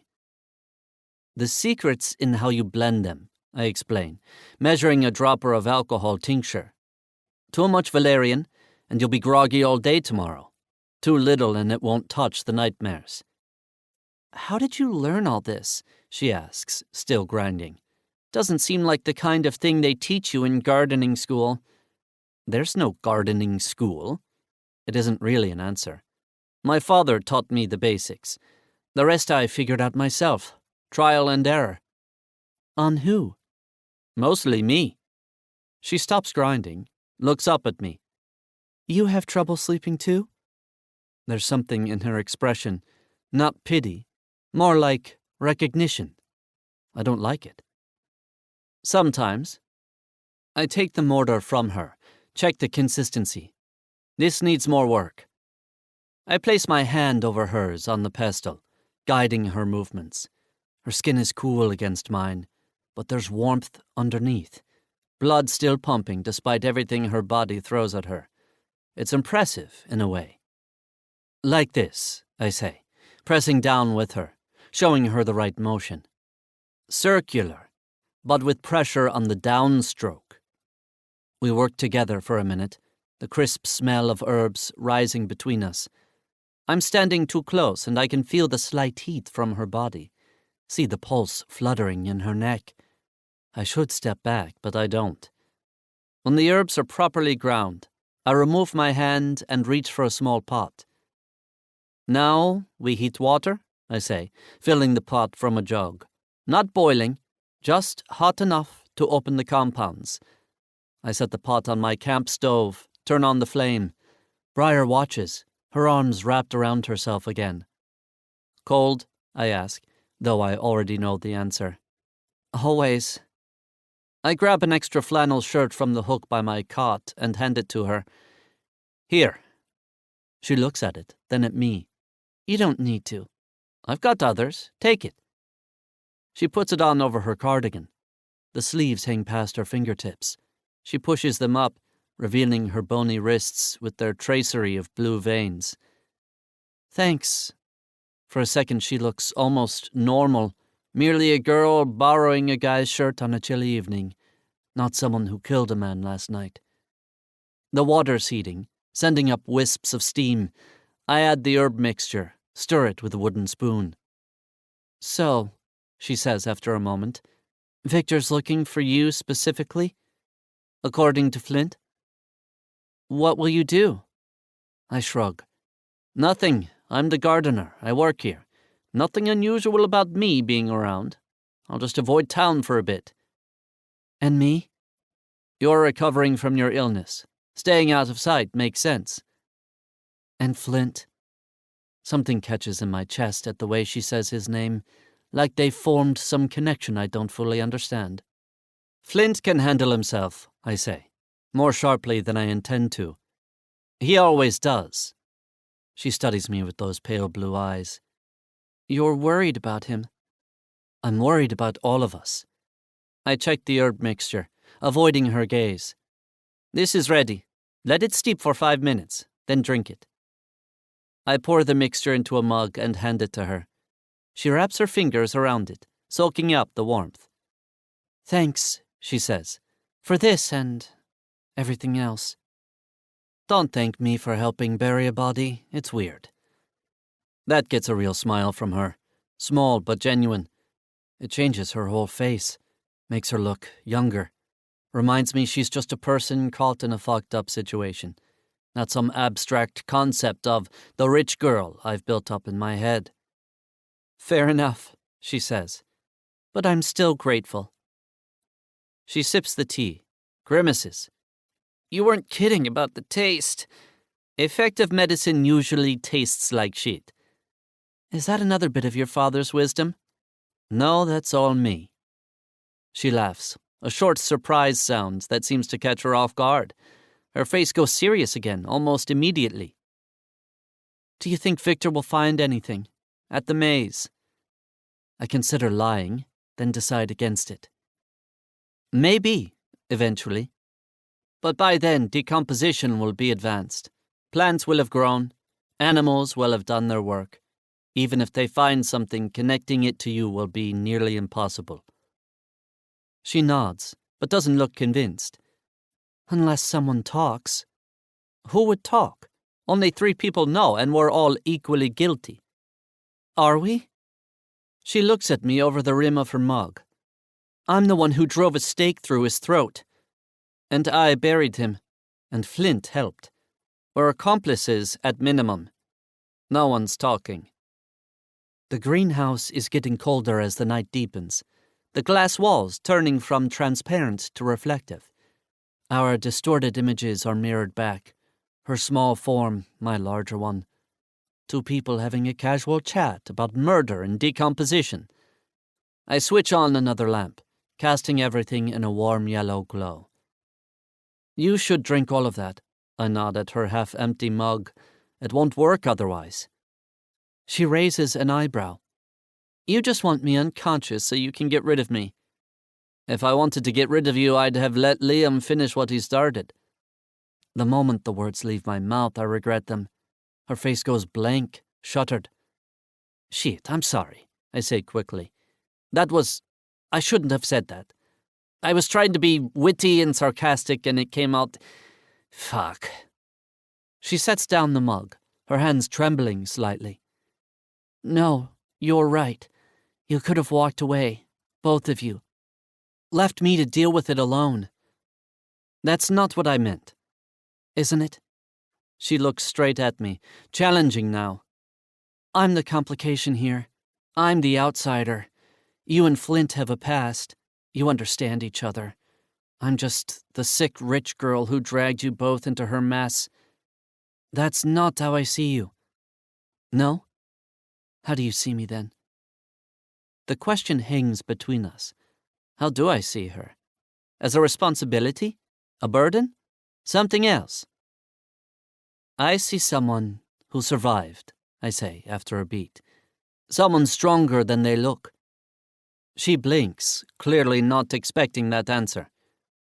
I'm not strong, I'm just stubborn. Same thing most days. She picks up the mug, takes another sip. This is really disgusting. Told you. But I do feel... something. Lighter, maybe. It hits fast. She nods, suppressing a yawn. I should go back to the house before I can't walk straight. You can stay here, I offer, surprising myself. It's safer than walking back through the grounds. Here? Where would I sleep? That? She points to my narrow cot. I'll find somewhere else. She studies me for a long moment, then shakes her head. No, I'll be fine. The house isn't far. I'll walk you. Not necessary. Wasn't asking. She sighs, but doesn't argue further. Smart. The herbs are definitely kicking in now. Her eyelids are getting heavy, her movements slower. Finish that first, I nod at the mug. Then we'll go. She drains the rest of the liquid, grimacing. There. Happy? Ecstatic. I take the empty mug, rinse it in the sink, trying to give the herbs more time to work. When I turn back, she's swaying slightly on her feet. Whoa, she says, reaching for the workbench to steady herself. That's... strong. Told you. I move closer, ready to catch her if needed. She leans against the workbench, her fingers curled around the edge. In the yellow lamplight, her skin looks almost normal, flushed with warmth instead of its usual pallor. The sleeves of my flannel shirt have fallen down again, covering her hands, making her seem younger, vulnerable. Thanks, she says softly, for the tea, and not treating me like I'm made of glass. You're welcome. Most people do that when they find out I'm sick, walk on eggshells, or talk about me behind my back. I know everyone at my party knew about me and why I came back to Heathens Hollow already, or think they know about me. It gets old. She sighs. I even heard someone say they were told I had cancer, and someone else said I had less than a month to live. And if it's not pity, then it's people saying I'm faking it to get attention. Some doctors have said as much. It's all in my head. She pauses, glances down at her feet. The rumors. I guess it's better than the truth. That the doctors don't have a fucking clue what I have. Everyone has a different opinion. Chronic. That's what they call it. Chronically fucked up. Something twists in my gut at the implication that she's been dealing with this for a long time. That this broken girl in my greenhouse isn't only about what happened with Liam. People can be idiots about illness, I say. They don't know what to say, so they treat you differently. Exactly. She nods, then yawns. You don't, though. No point. You've already proven you're tougher than you look. She nods like this makes perfect sense. The herbs are really hitting her system now. Her eyes are half closed, her body swaying. I should really sit down, she murmurs. Here. I guide her to my cot. Just for a minute. She sits heavily, then lets herself fall sideways until she's laying down. Just for a minute, she echoes, her words drowsy. She won't be getting back up tonight. The mixture I made is powerful. Even in someone without her health issues, it would induce heavy sleep within minutes. For her, with her compromised system, it's working even faster. The house, she murmurs, fighting to keep her eyes open. It's fine, I say. No one's there to miss you. Her eyes close fully, her breathing deepening. She's still wearing my flannel shirt, curled on her side with her hands tucked under her cheek. She looks younger, asleep, the worry lines around her mouth softening. I grab a blanket from the foot of my cot and drape it over her. She doesn't stir. My phone buzzes in my pocket. Another text from Flint. Search party heading toward Waters' property. Warn Briar. Too late for that. I glance at her sleeping form, then type back, She's with me, asleep, safe. The reply comes instantly. The greenhouse? Yes. Stay there. I'll come when shift ends. I frown at the screen. It's not his call to make. Not necessary. Wasn't asking. I almost smile at the echo of my earlier words to Briar. Typical Flint, using my own lines against me. I put away my phone and look around the greenhouse. If search parties are coming this way, I need to make sure everything looks normal.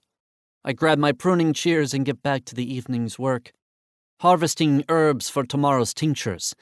Lavender stems fall under my blade, filling the air with their calming scent. Behind me, Briar sleeps deeply on my cot, occasionally making small sounds, but never fully waking. I find myself listening for those sounds, tracking her presence even with my back turned. Through the glass walls, I can see lights moving in the far distance. Flashlights, probably. The search party making their way across the island. Soon they'll reach the Waters' property, combing through the grounds, looking for any sign of Liam. They won't find anything. Not in the dark. Not with the work I've done hiding the grave. But they'll be close. Too close. I set down the shears, move to the cot, and watch Briar sleep. Her breathing is steady. Her face relaxed in a way I've never seen it before. Some of her hair has fallen across her cheek. Without thinking, I reach out and brush it back behind her ear. The gesture feels strangely intimate. More so than guiding her hands with the pestle or steadying her when she swayed. This is something else. Something I probably shouldn't be doing. I pull back my hand quickly, but the damage has been done. I'm aware of her now in a way I wasn't before. Not just as a responsibility or a shared secret, but as a person. A woman. Shit. I turn away. Move back to my workbench. Focus on the plants, on what makes sense, not on the sleeping woman in my bed, or the way her hair felt against my fingers, or how the searchlights are getting closer, cutting through the fog outside. not on how complicated everything has suddenly become. Chapter 13. Damiano. I've been working for about an hour when I hear her stir. A small sound at first, then shifting on the cot. I glance over, thinking she's just adjusting in her sleep, but her eyes are open, and she's watching me. "Hey," I say, setting down my clippers. "Thought you'd be out till morning." "What time is it?" Her question is thick with sleep, slurred around the edges. "Almost midnight." She blinks slowly, still half under the influence of the herbs. "Did anyone come looking for me at the house?" "Not yet, but they will." I sit on the edge of the cot. "They'll come through the grounds tonight, probably. Victor doesn't waste time." She struggles to sit up, the herbs making her movements clumsy. "What do we do?" "Nothing. We stay calm." I steady her with a hand on her shoulder. "Listen to me. This is important. They'll come and look around without permission. It's how things work here." "But they can't just—" "They can, they will. But they won't find anything." I rest my hand on her arm, steadying her. "They don't know the maze, like I do. The heart of it, where we put him, is nearly impossible to find if you don't know the path." She nods, absorbing this. "The police?" "Not yet. Maybe never." I run a hand through my hair, pushing it back from my face. Heathens Hollow likes to handle shit themselves. Always has. "What does that mean?"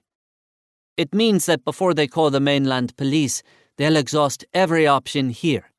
Search parties, questioning, bribes for information." I watch her face carefully.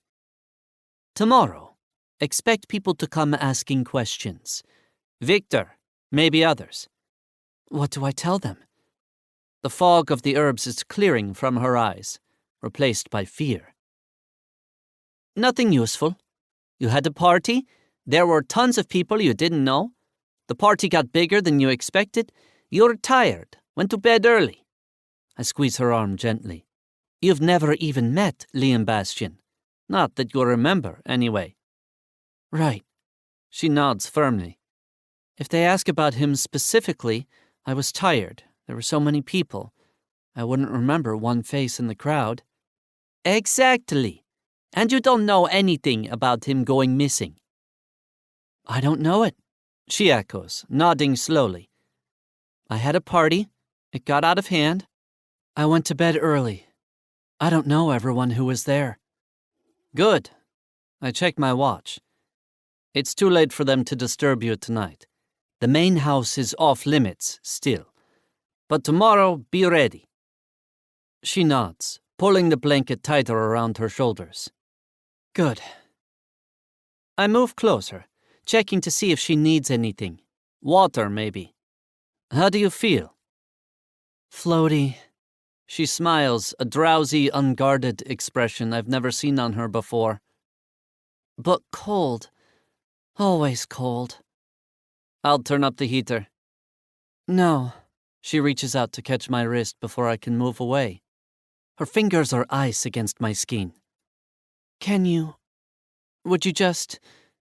She trails off, suddenly uncertain. "What?" "Hold me? Just for a little bit?" She looks embarrassed even asking. "I'm so tired of being cold." I should say no.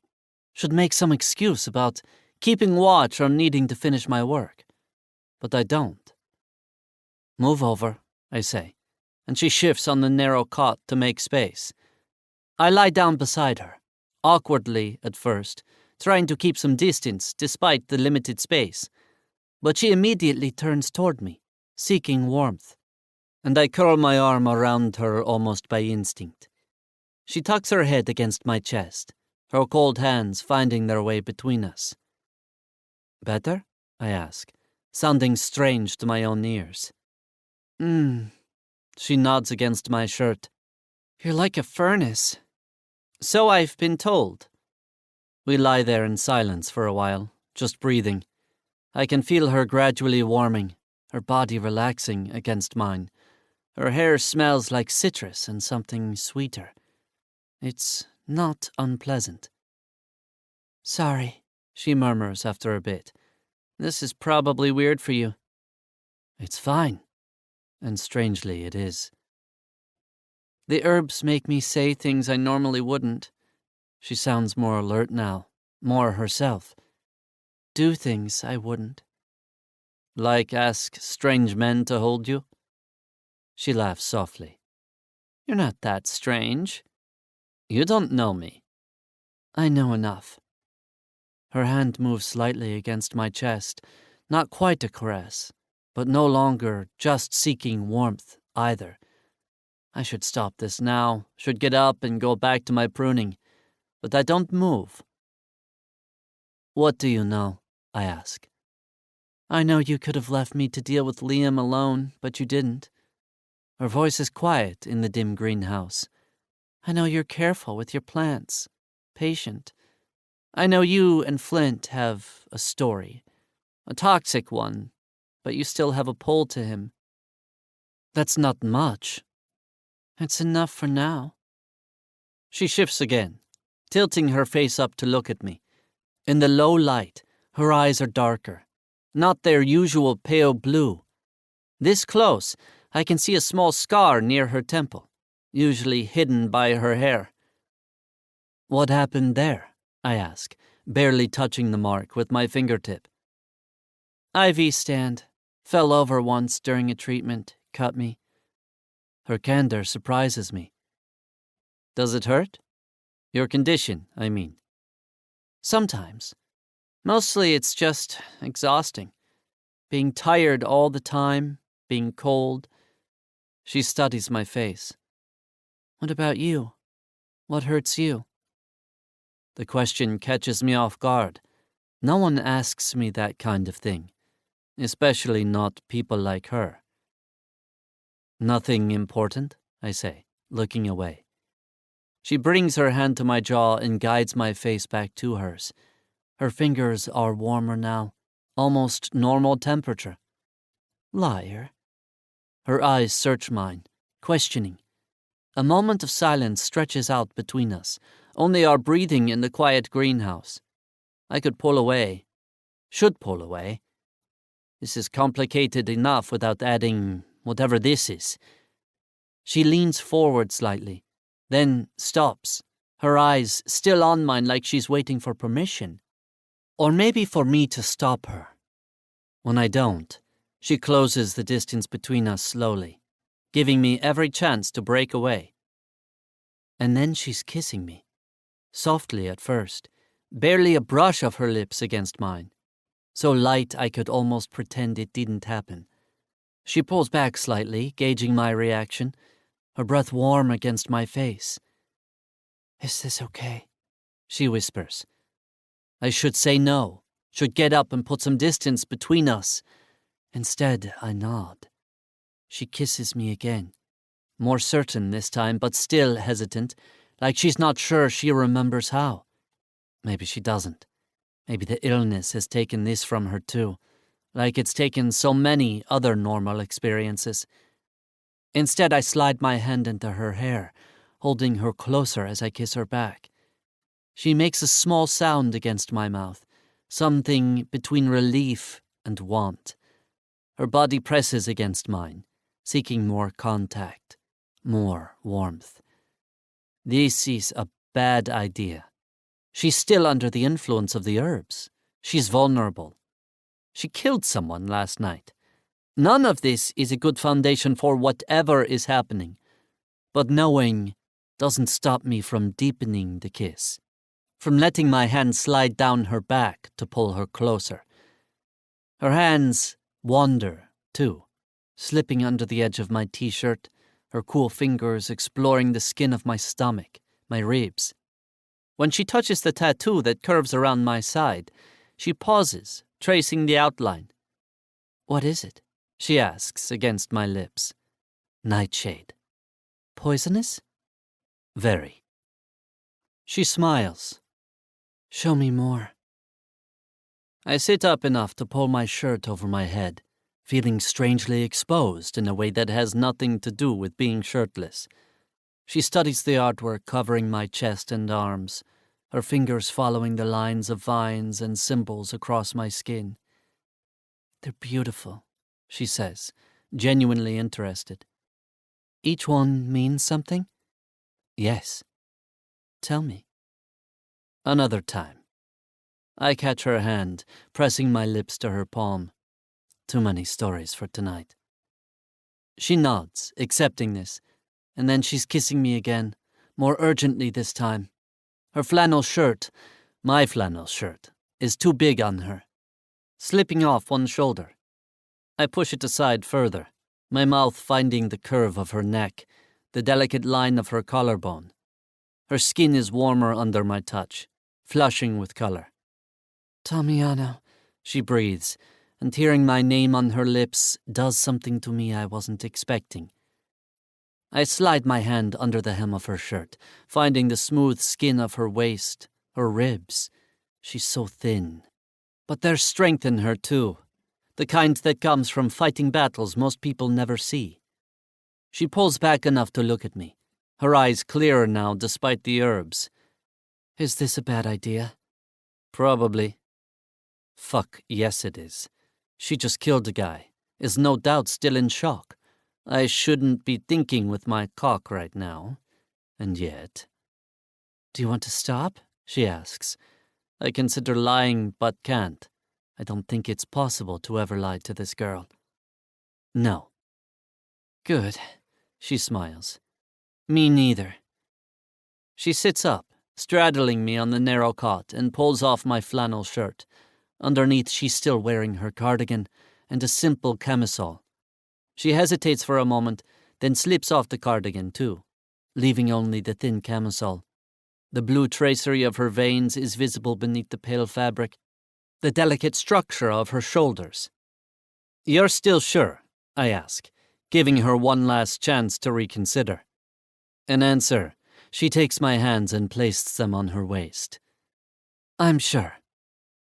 I slide my hands up her sides, feeling her shiver, but not from cold this time. When I reach the edge of her camisole, I pause, looking up at her. She nods, lifting her arm so I can pull it over her head. In the low light of the greenhouse, surrounded by plants and the smell of herbs, we learn each other slowly. Her body is both stronger and more fragile than I expected, responding eagerly to my touch despite her illness. My tattoos fascinate her. She traces each one with her fingers, then her lips, like she's trying to memorize them all. My cock twitches, demanding to be inside her. Every inch of me wants to give in to that demand, but I force myself to go slowly. She deserves more than a rushed fucking on a greenhouse cot, especially now, especially with me. She must sense my restraint because she rocks against me, the friction making us both gasp. Her eyes lock with mine, pupils wide in the dim light. "You don't have to be gentle," she whispers. "Maybe I want to be." I kiss my way down her body, lingering at the places that make her breath catch. The hollow of her throat, the curve of her breasts, the jut of her hip bone. Her hands tangle in my hair, not guiding, just holding on as if she needs an anchor. When I reach the waistband of her pants, I look up. She's watching me, lips parted, cheeks flushed. "Yes," she says before I can ask. I ease them down her legs, taking her panties with them. She kicks them away impatiently, and then she's naked beneath me, all pale skin and perfection. My hands tremble slightly as I touch her, and I can't remember the last time that happened. She reaches for my belt, fumbling with the buckle. "Too many clothes," she complains. I help her, yanking off my remaining clothes until there's nothing between us. Her eyes widen slightly as she takes me in, and she swallows. I can't take it anymore. I pin her beneath me on the narrow cot. She gasps, but there's no fear in her eyes. Only anticipation, desire. I capture her mouth with mine as I slide my hand between her legs, finding her pussy wet and ready. She arches against my touch, a small needy sound escaping her throat. Protection, I mutter against her skin, somehow managing one last rational thought. I'm on the pill, she pants, and I tested. Me too, I say, understanding what she's trying to tell me. I mean, I'm clean. Thanks to the hunt, the vault, and all the extracurricular activities of the island, testing is a norm around here. She nods, relief in her eyes. Then don't make me wait anymore, she whispers, wrapping her legs around my hips. I position myself at her entrance, watching her face as I push forward slowly.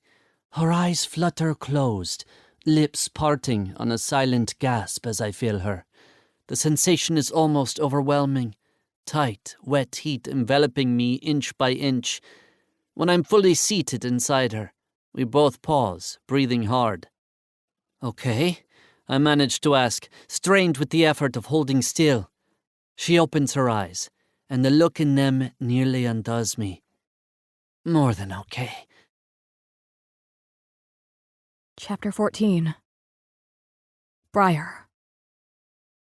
I feel every inch of him, with every part of me. I don't know why I'm fucking a man I barely know. Maybe it's because he was there when I needed him. A distraction, a focus, before the terror and loneliness of this thing inside me could swallow me whole. Or maybe it's just because I want him. Simple as that. He pulls back and thrusts forward again, harder this time. He's holding back. I'm already broken, I say. Don't worry about breaking me more. I'm not sure if I mean the words as a challenge or a plea, but they have the desired effect. He groans and shifts his weight, driving into me with a force that makes me gasp. His mouth finds mine, swallowing my cries as he moves inside me. I rake my nails down his back over the tattoos that have already become familiar, pulling him deeper with my legs locked around his waist. I want to keep every part of him there, to capture this night like a photograph in my mind. My body is both too fragile and too strong for this. I can feel it straining at the seams, but I don't care. Not now, and maybe not ever. His cock is big. He stretches me, fills me, leaves no room for anything else. Not even thinking.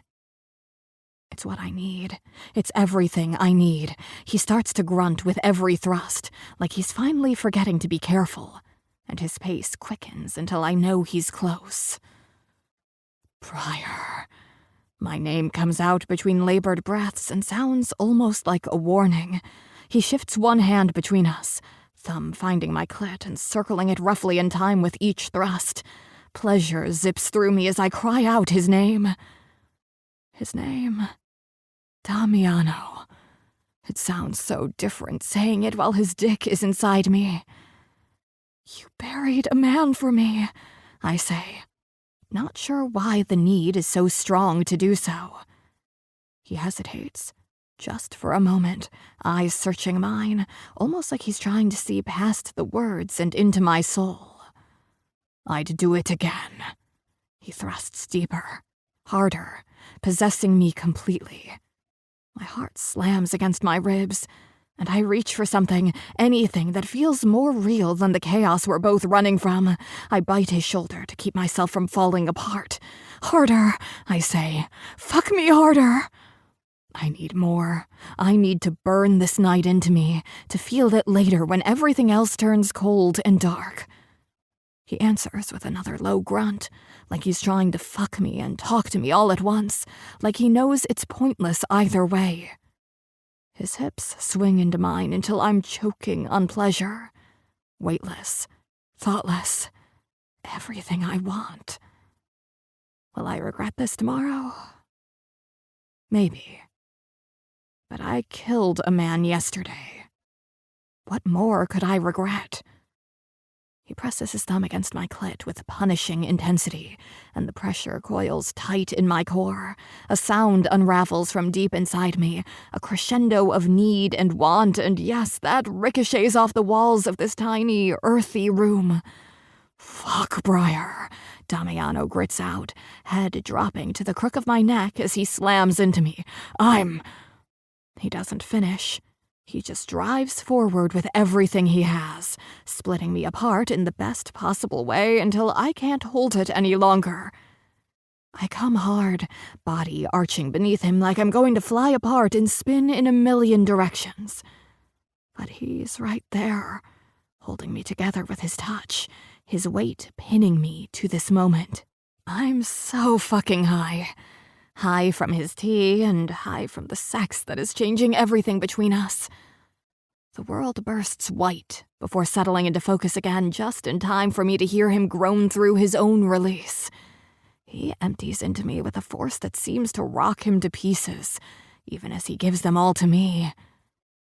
I'm not sure who he collapses for, him or me, but it doesn't matter. We lie tangled together, chests heaving as we try to catch our breath. It should feel awkward now. Maybe it will later, but right now it's perfect and terrifying in the same instant. He rolls to his side, brushes sweat-damp hair from my forehead with surprising gentleness. "Are you okay?" There's hesitation in his question that wasn't there when he was fucking me senseless. I nod, staring up at the cracked ceiling. "Yeah." "Are you sure?" I turn my head to meet his gaze, close enough that I can see the gold flecks in his dark eyes. He's watching me too closely, like he's trying to figure out how many pieces of myself I'm still in. "What about you?" I ask, instead of answering, my voice hoarse and almost accusatory. It makes him smile, an actual smile that isn't weighed down by anything but exhaustion. I kiss it from his lips before he can use them to say something stupid and reassuring about how everything will be fine. Because we both know there's a very real chance it might not be. He strokes a hand down my arm and pulls me tighter against him until our breathing sinks again. "I want to fuck you until the sun comes up," he says as he kisses my collarbone. Hungry. We're both hungry. I pull him over me, refusing to think of anything but his skin against mine. His eyes darken with want, and it heats my blood all over again. I tug at his lower lip with my teeth, reminding us that this is everything now. Tangled limbs and the messy, desperate way we keep crashing together.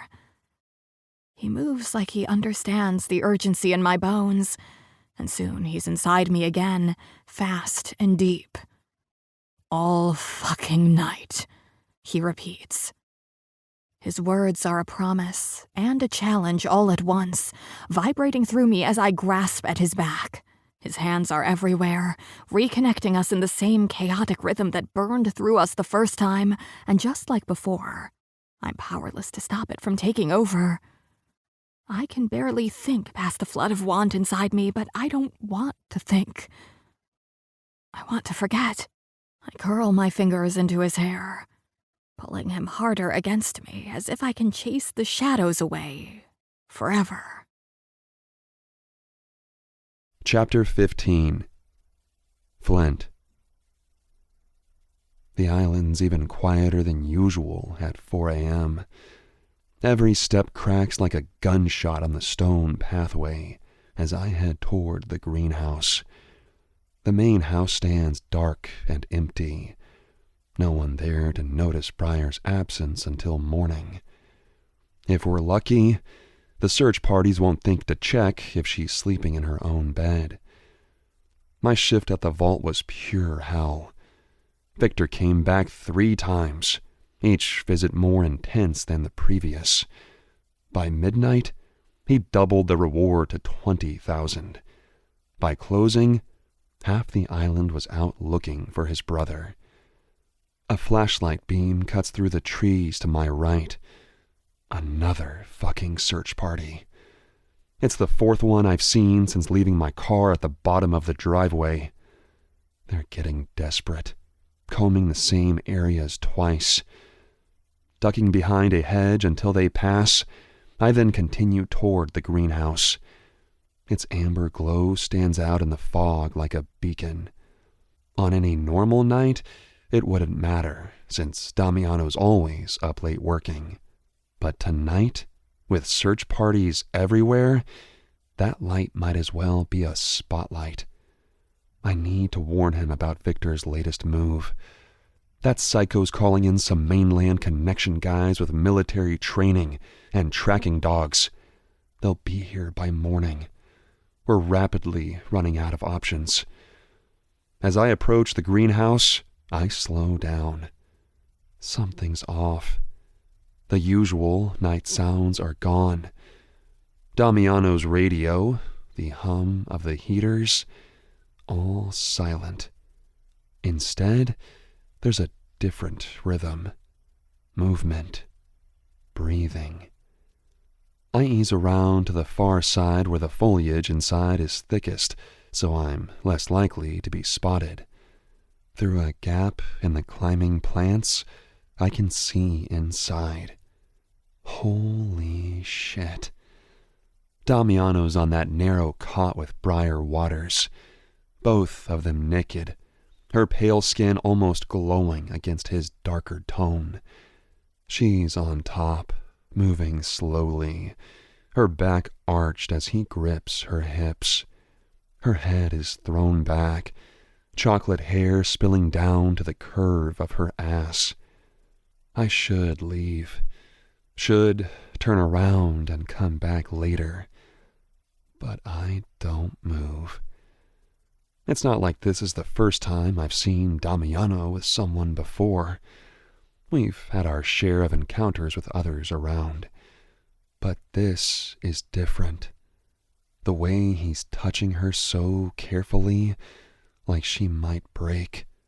The way she's responding so desperate, like she's been cold her whole life, and he's the first warmth she's found.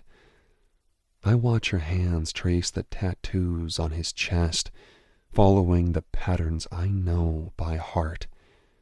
His breathing gets faster, shallower. She leans down to kiss him, her hair creating a curtain around their faces. When she sits back up, Damiano's eyes shift and lock directly with mine through the glass.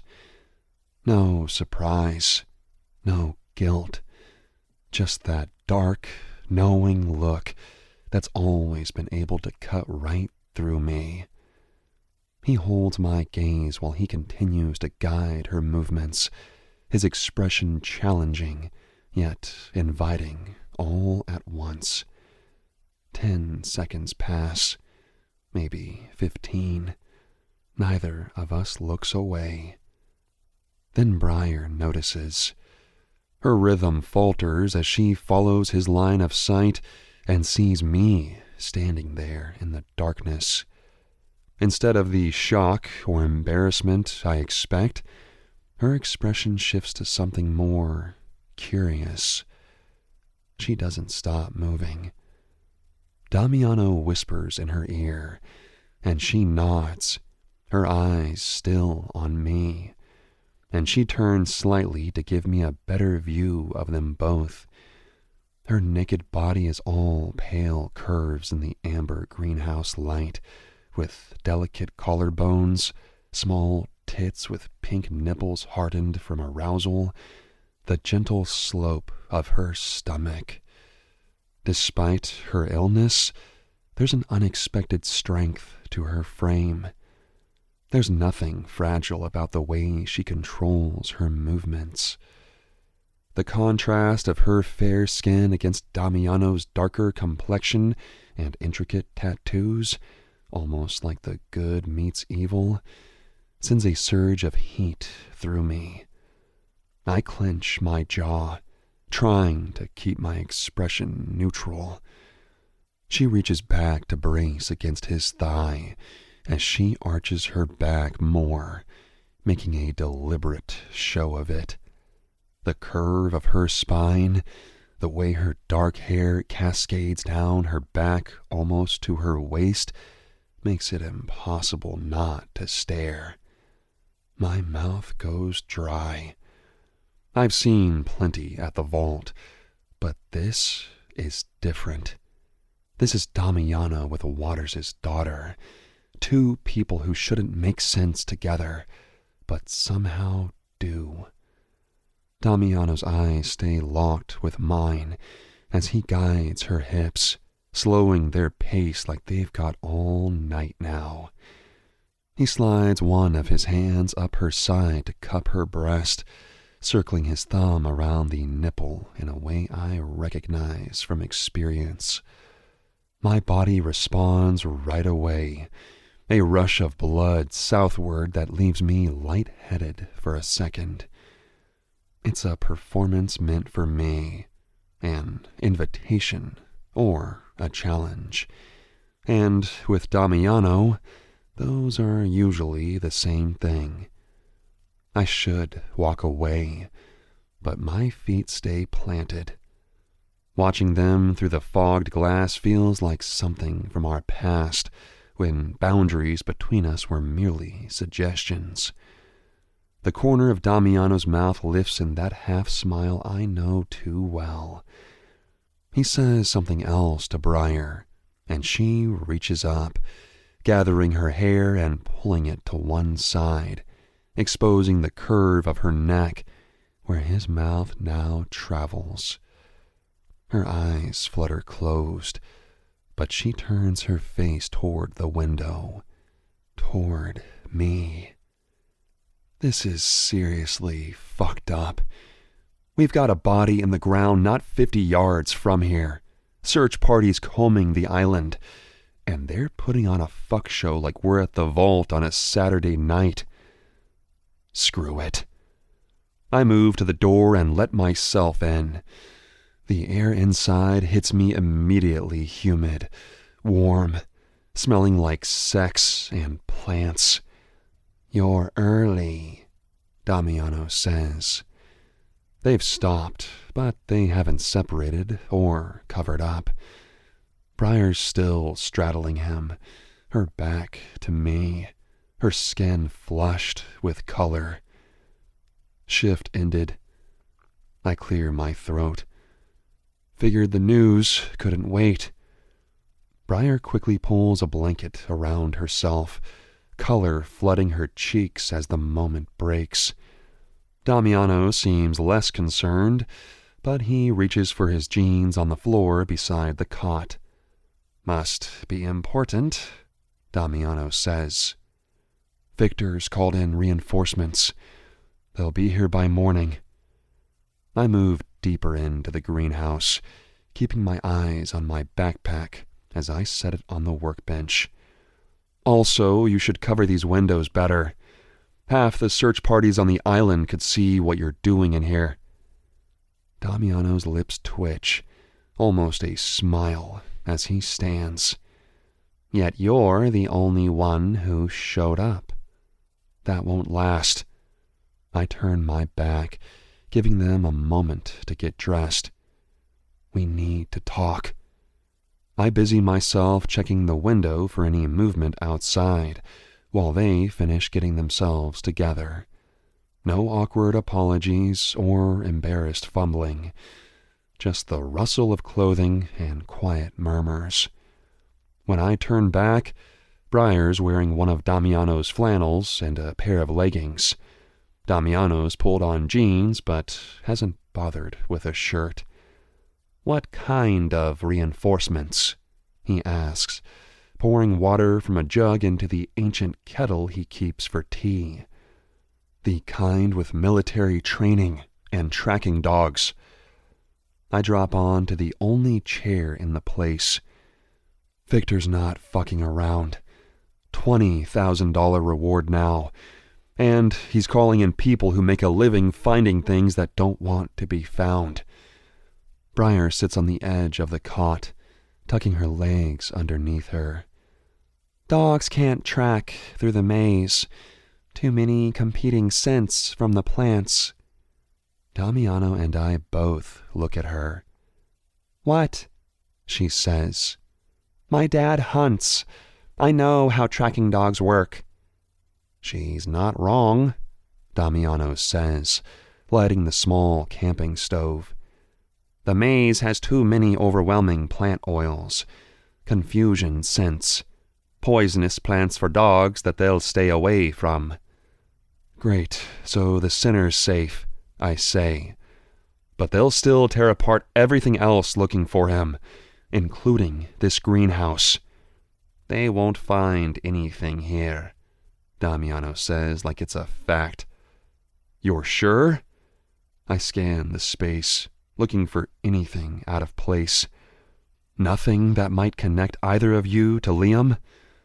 Briar looks to Damiano, a flicker of worry crossing her face. It's handled, he says firmly. Burned the clothes, cleaned the area, even got rid of the gardening tools we used.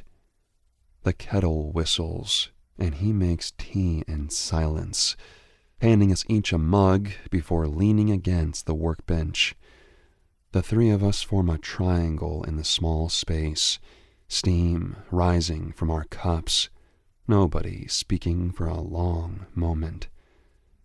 So, what now? Briar asks. Now, you stick to the story, Damiano directs. Party got out of hand. You went to bed early. Never met Liam Bastian. And if these ex-military guys want to search my house, let them, Damiano says. Nothing to find there. What about you two? Her eyes move between us. They're going to question everyone who was at the party. We were all at the party, I say. But after that, I had an early shift at the vault, and plenty of people saw me there today. Hungover, but working. And I came back to the greenhouse after helping clean up, Damiano adds. Normal routine. Briar nods, absorbing this. So we just wait it out? For now. I take a drink of the tea and grimace at the bitter herbal taste. But Victor's not going to stop, even when the trail goes cold. He will eventually, Damiano says. Even Victor can't search forever. We know this. I'm not so sure about that. I've seen the look in Victor's eyes when he talked about his brother. That wasn't just concern. That was obsession. He's already lost one brother. He's not going to let this island claim another. Someone needs to keep an eye on the search parties, I say. Make sure they don't get too close to the center of the maze. I'll stay here tonight. I can help, Briar offers. No, Damiano and I say at the same time. You need to be in the main house, I continue. Present, visible, normal rich girl recovering from throwing a wild party. I'm not just going to sit there while you two risk... Yes, you are, Damiano says. The more you involve yourself now, the more suspicious it looks. She doesn't like it, but doesn't argue further. Fine, she says eventually, setting down her tea. You're right. I should be at the house if anyone comes looking. She stands reluctantly. But I want updates. I need to know what's happening. Damiano reaches for his shirt. I'll walk you. No. I stand up. I'll take her. You stay here and keep an eye out for any search parties getting too close to the maze. I don't want you to accidentally meet up with Victor alone. Something passes between Damiano and me. An old tension, a new understanding. He nods once. Briar looks between us, clearly sensing something's up, but not quite understanding it. I can find my way back alone. With search parties all over the grounds? Not a chance. I grab a flashlight from Damiano's workbench. Let's go. Outside, the fog has gotten thicker, coating everything in a layer of damp. We walk in silence for the first minute, Briar hugging herself against the cold, despite the flannel shirt. About what you saw? She finally says, her voice uncertain. Damiano and I, that wasn't planned. You don't need to explain anything to me. I keep my eyes on the path ahead. I just don't want things to be weird between us. I almost laugh. Like burying a body together wasn't weird enough. It's not weird. I lie. You're both adults. Right. She steps over a fallen branch, still not looking at me. I just thought, given your history with him, ancient history. Another lie. It felt like more than that, the way you two looked at each other. I shrug, trying to play it cool. We've known each other a long time. That's all. And I'm complicating things. Everything about this situation is complicated. You and Damiano is the least of my concerns right now.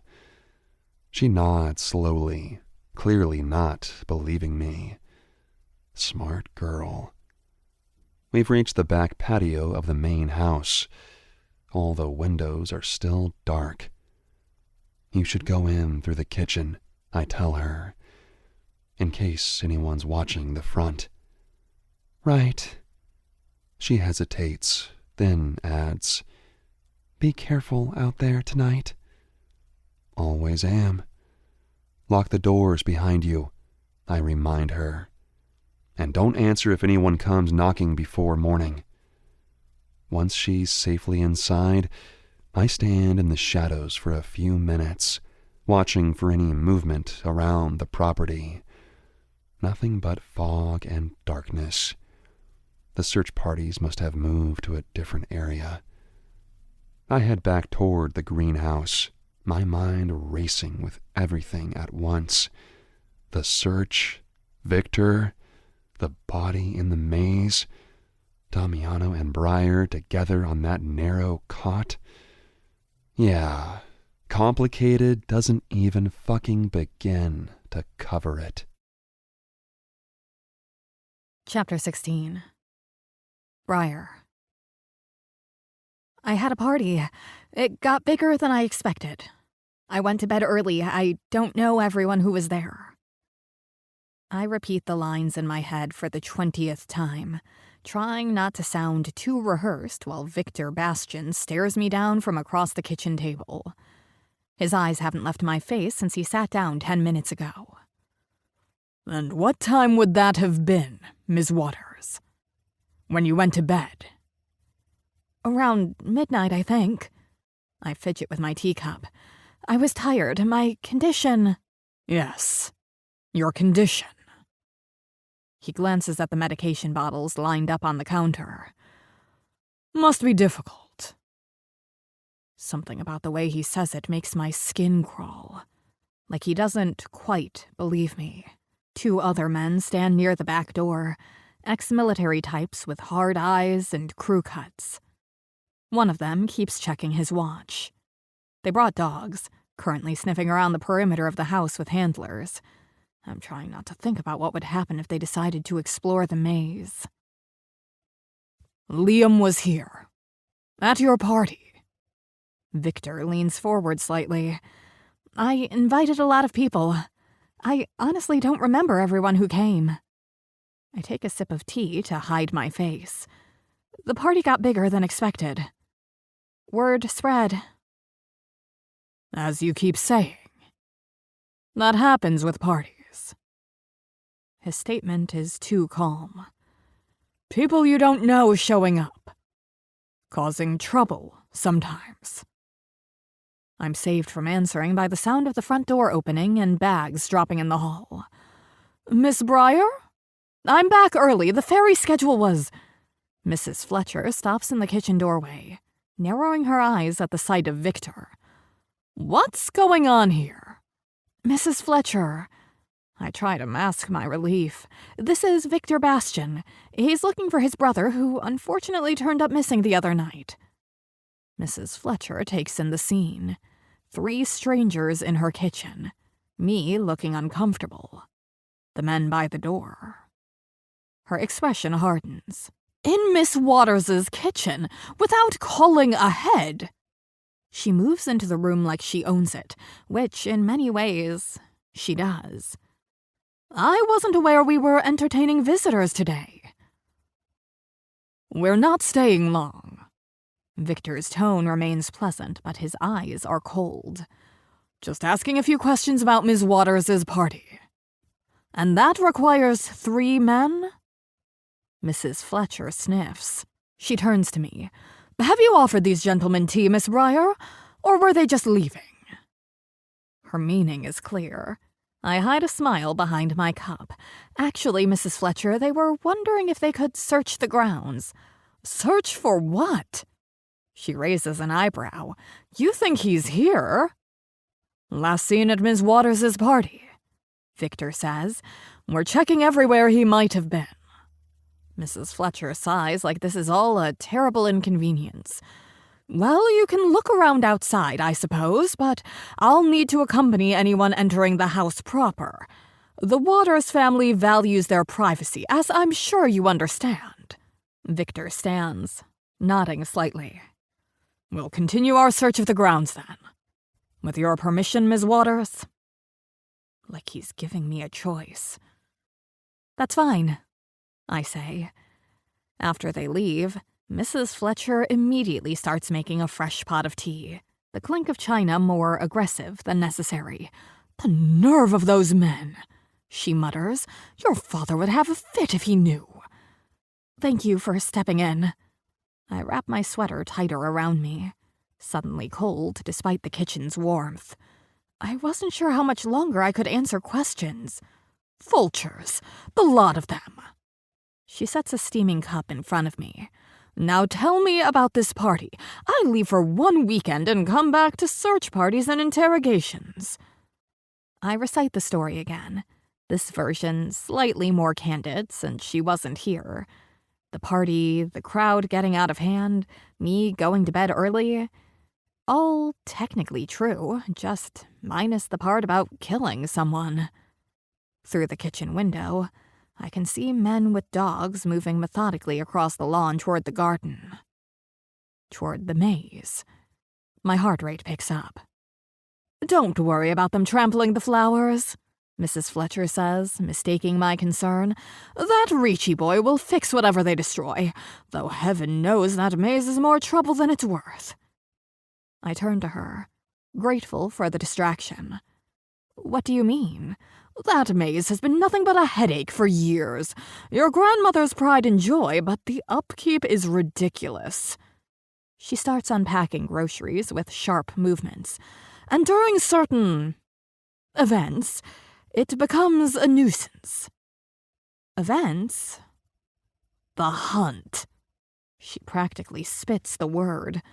Every year, all those strangers and heathens running through the property like animals. No respect for privacy or decent behavior. I sit up straighter.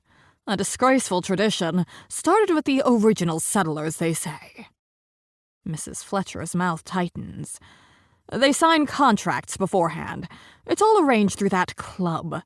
The women consent to be pursued. The men wear these bone masks like stags. They whistle when they're coming, this eerie melody you can hear through the trees. Her voice drops. Once it starts, there's no stopping. When the man catches the woman. Mrs. Fletcher scoffs. The next morning, these elaborate baskets appear on their porches. Expensive jewelry, cash, wine. The wealthy men try to outdo each other with their generosity, as if that makes it civilized.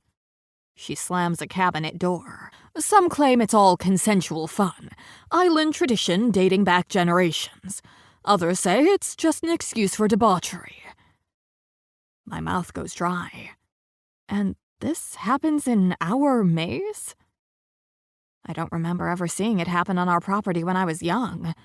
I can't imagine my mother, and most definitely not my father, allowing it to happen. Yeah, well, the house is vacant most of the time minus the bare staff, so it's become a perfect playground. After the harvest moon, usually. But I've heard rumors they're starting early this year. Summer equinox. She resumes unpacking groceries. Your father should sell this place. It's not good for your health, all this damp and that ridiculous club they opened in town. Trading on the island's worst impulses, calling it tradition or culture. She slams a can of soup onto the counter, as if running half-naked through the night is culture. I nod, not trusting myself to respond without revealing I already know all about the hunt, the vault, or the fact that now I'm scared even more about the bloody body being found by some masked man and his white-gowned prey. If this is true, people will be everywhere, potentially disturbing Liam's grave. I think I need to lie down, I say, rubbing my temples. It's been a long day. Mrs. Fletcher's expression softens immediately. Of course, dear. I'll fix something light for dinner. You rest. I retreat to my room where I pace for the next few hours, too anxious to rest. Outside my window, the search parties gradually disperse as dusk approaches. I can bet money they'll be back tomorrow, probably with more men and equipment. Mrs. Fletcher calls me down for dinner, a simple soup and fresh bread. She fills the meal with island gossip, carefully avoiding any more talk of the hunt or Liam's disappearance. I nod at the right moments, but my mind is elsewhere. After dinner, I escape to my room again, claiming fatigue. It's not entirely a lie. The stress of Victor's questioning has worn me out. But as soon as I close my door, I pull out my phone. I text Damiano first. Are the search parties gone? His reply comes quickly. For now, stay in the house. I stare at the screen, unsure what to say next. Last night feels like a dream. The herbs, the greenhouse, Damiano's hands on me, Flint watching us through the glass. What had gotten into me? I've never been that bold, that shameless with anyone before. It had to be the herbs. Or the shock of killing someone. It couldn't have been just him. Though when I close my eyes, I can still see his tattoos under my fingertips. Still taste his skin. I pace my room, thinking. The search parties are a problem, but the hunt could be worse. People, specifically in the maze, possibly discovering Liam's grave. I need more information. Feeling restless and knowing there's no way I can simply go to bed and sleep right now, I make a decision that will surely piss off Damiano. I grab my warmest cardigan and slip my phone into my pocket, then text Mrs. Fletcher that I'm going for a drive to clear my head after the stressful day. Before she can protest, I'm out the back door and heading down the gravel path toward the Jeep. The vault is the last place I should be going. But if I want to know about the hunt, and if there is a way to keep the participants off my property, I need to talk to someone who might be able to make that happen. Someone who is connected to it. And, if I'm being honest with myself, there's another reason I'm headed there. After what happened in the greenhouse, the three of us locked in that strange moment, I need to talk to Flint. I need to understand what I saw passing between him and Damiano. What I felt when he watched us. Just curiosity, I tell myself as I follow the coastal road toward town. Just getting information to protect ourselves. Chapter 17. Briar. The vault's exterior doesn't live up to its reputation. Just an old bank building on Main Street with discreet lighting and a simple sign. No line outside, no bouncers visible. Nothing to suggest what happens behind those heavy doors. I hesitate at the entrance, aware of how stupid this plan is. What am I even doing here? I'm about to turn back when the door opens and a couple steps out, both in designer clothes that scream money and status. They barely glance at me as they pass. Before the door can close, I slip inside. The entryway is a small, dimly lit space with a sleek desk. A woman with impeccable makeup and a black dress sits behind it, typing on a tablet. She looks up, her expression carefully neutral as she takes in my casual clothes. "Membership card?" "I don't have one. I'm Briar Waters." Her eyebrows lift slightly at my last name. "Waters? Maxwell Waters' daughter?" I nod, trying to project confidence I don't feel. "I'm looking for Flint Bishop. He works here." She studies me for a moment, then taps something on her tablet. "One moment, Ms. Waters." While she makes a call, I take in the entrance. Subtle lighting, expensive art on the walls, the scent of something woodsy and expensive in the air. Everything's designed to signal exclusivity. "Flint's working tonight," she eventually says. "You may go in, but I should warn you that the vault has a dress code. In the future, we'd appreciate appropriate attire." She gestures to a heavy door behind her, which unlocks with an audible click. "Thank you," I say, moving past her before she can change her mind. The main room hits all my senses at once. The lighting is even lower here, predominantly red and black with strategic spotlights highlighting certain areas. Music with a heavy bass line thrums through the space. The original bank features have been preserved. High ceilings, marble columns, and even the original vault door standing open at the far end, leading to what looks like private rooms. What the old bank didn't have were the plush velvet couches arranged throughout the space, or the people on them engaging in activities that make my cheeks heat. A woman in a corset leads a man on a leash past me. In one corner, a man in an expensive suit has a woman bent over his lap, her dress hiked up as he spanks her with what looks like a leather paddle. Neither seems concerned about their audience. I feel painfully out of place in my cardigan and jeans, surrounded by silk, leather, and skin. Several people glance at me with confusion or amusement before they return to their conversations or partners. The bar stretches along one wall, black marble with soft lighting underneath. And there's Flint, mixing a drink with practiced movements, his attention focused on the liquid he's pouring. He looks different here, still in all black but more polished. His hair is pulled back, the white streak even more striking against the black. He laughs at something a customer says, and I'm struck by how rarely I've seen him smile. I make my way toward him, acutely aware of every step. A couple moves past me, the woman's hand tucked into the back pocket of her partner's leather pants.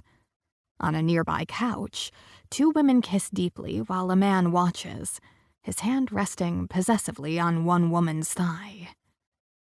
By the time I reach the bar, my heart is racing. This was a terrible idea. Flint sees me before I can speak, his easy smile vanishing into shock, then anger. He finishes serving his customer, then moves down the bar to where I stand. "What the hell are you doing here?" His question is low but intense. "I need to talk to you. This isn't a coffee shop, Briar. You can't just drop by." It seemed important enough to risk it. I glance around at the club.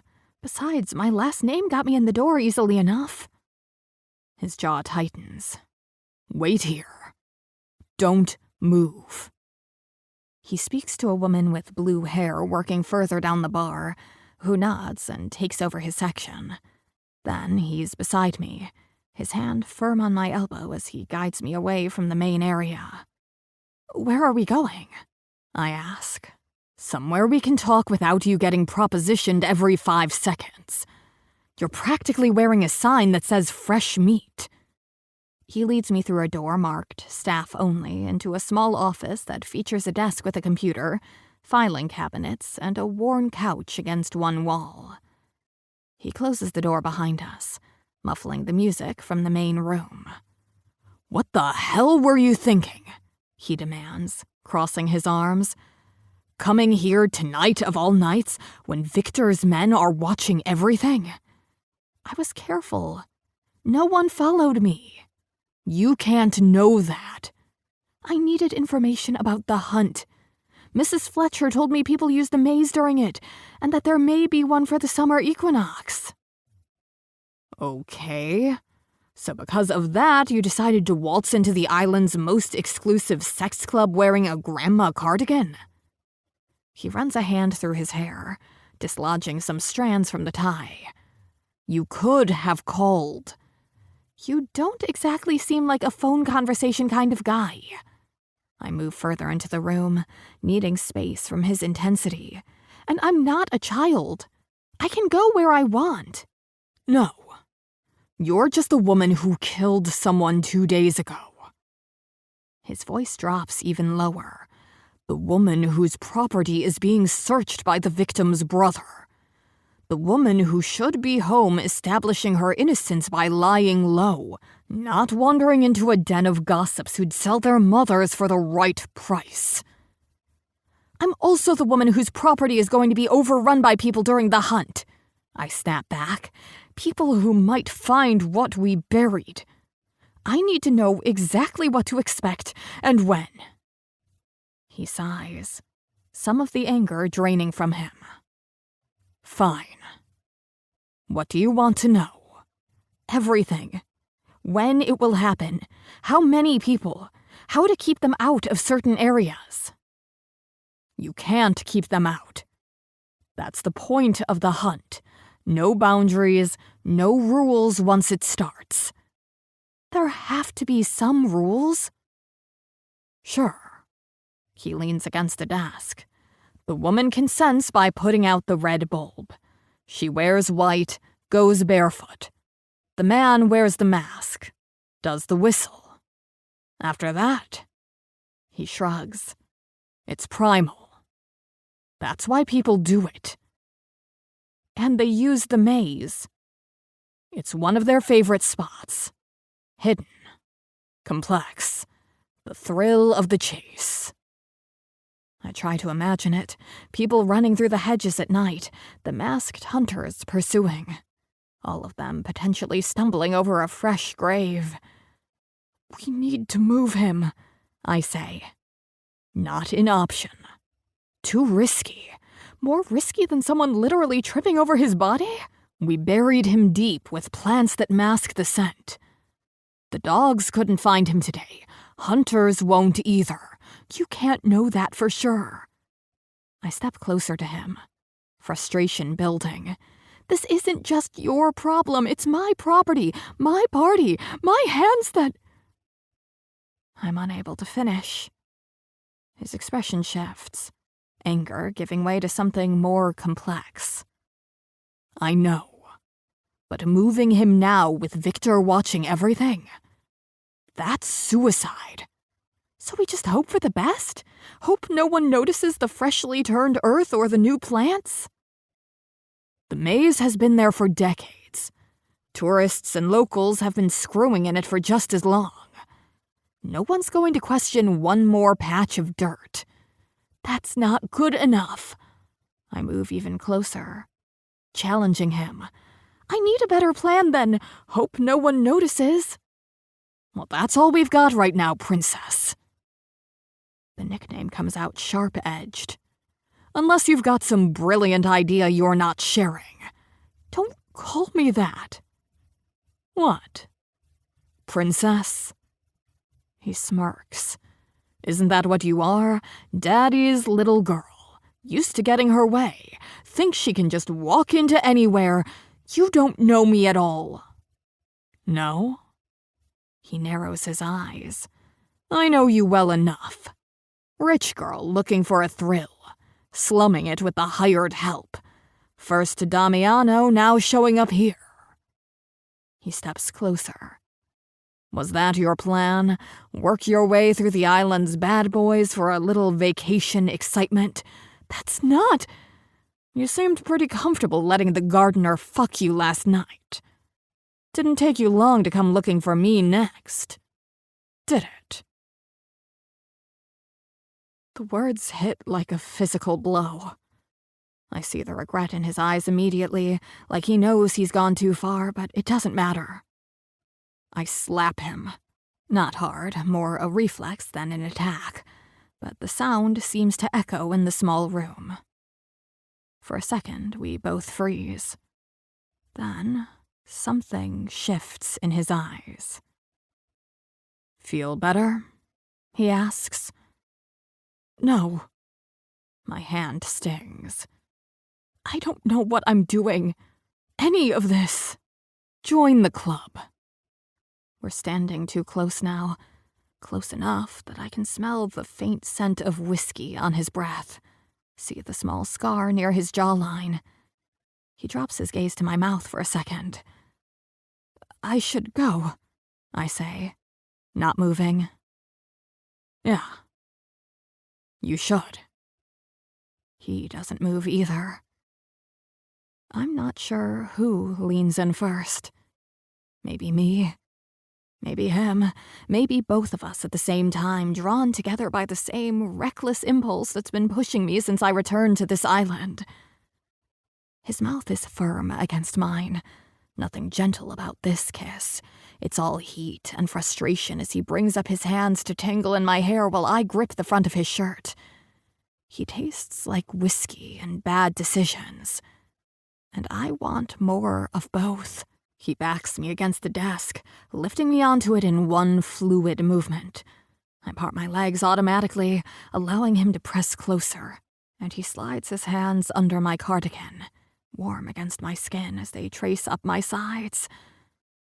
This is insane. Last night I was with Damiano, and now I'm kissing Flint like I'll die if I stop. But it feels right somehow. Part of the same dangerous current pulling all three of us together. He moves his mouth to my neck, teeth grazing the sensitive skin there. I gasp, letting my head fall back to give him better access. I find the hem of his shirt with my fingers, slipping underneath to feel the warm skin of his back. We shouldn't, he murmurs against my throat, even as he slides his hands higher under my sweater. Probably not. I make no move to stop him. He pulls back just enough to look at me, his pupils so dilated his eyes look almost black. This is a terrible idea. I know. I pull him back to me, reclaiming his mouth. He expertly works at the button and zipper of my pants, pausing only to search my eyes one last time for hesitation. Finding none, he tugs them down over my hips as I lift myself slightly to help. The cool air hits my bare legs, raising goosebumps that his rough hands immediately smooth away.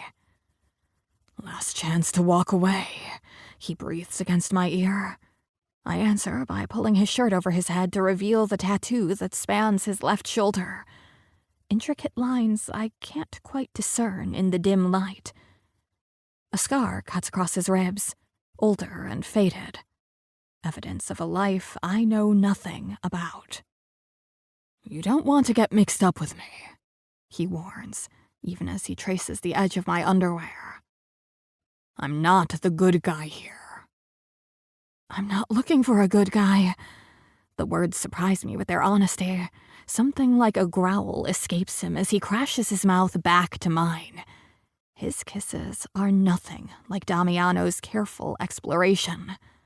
Flint devours, takes, demands, and I match him, bite for bite, digging crescents into his shoulders with my nails.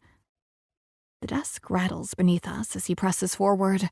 Papers scatter to the floor, followed by something that shatters. A mug, maybe? Neither of us stops to check. This isn't just heated kisses that we can laugh off tomorrow. This is deliberate. Reckless. Exactly what I need to feel something beyond the numbness that's been my constant companion. He slips his hands beneath me, lifting me against him as he carries me from the desk to the small couch against the wall. The leather is cold against my back as he lowers me, his weight following. His body covers mine completely, solid and warm. The leather couch creaks beneath us as he settles between my thighs, one hand braced beside my head, the other tracing a path down my side to my hip. "This what you came here for?" He digs his fingers into my flesh, just shy of painful. I should be offended by the question, but there's something raw in his expression that stops me. Vulnerability beneath the anger. I reach up to touch his face, and he flinches slightly before allowing it.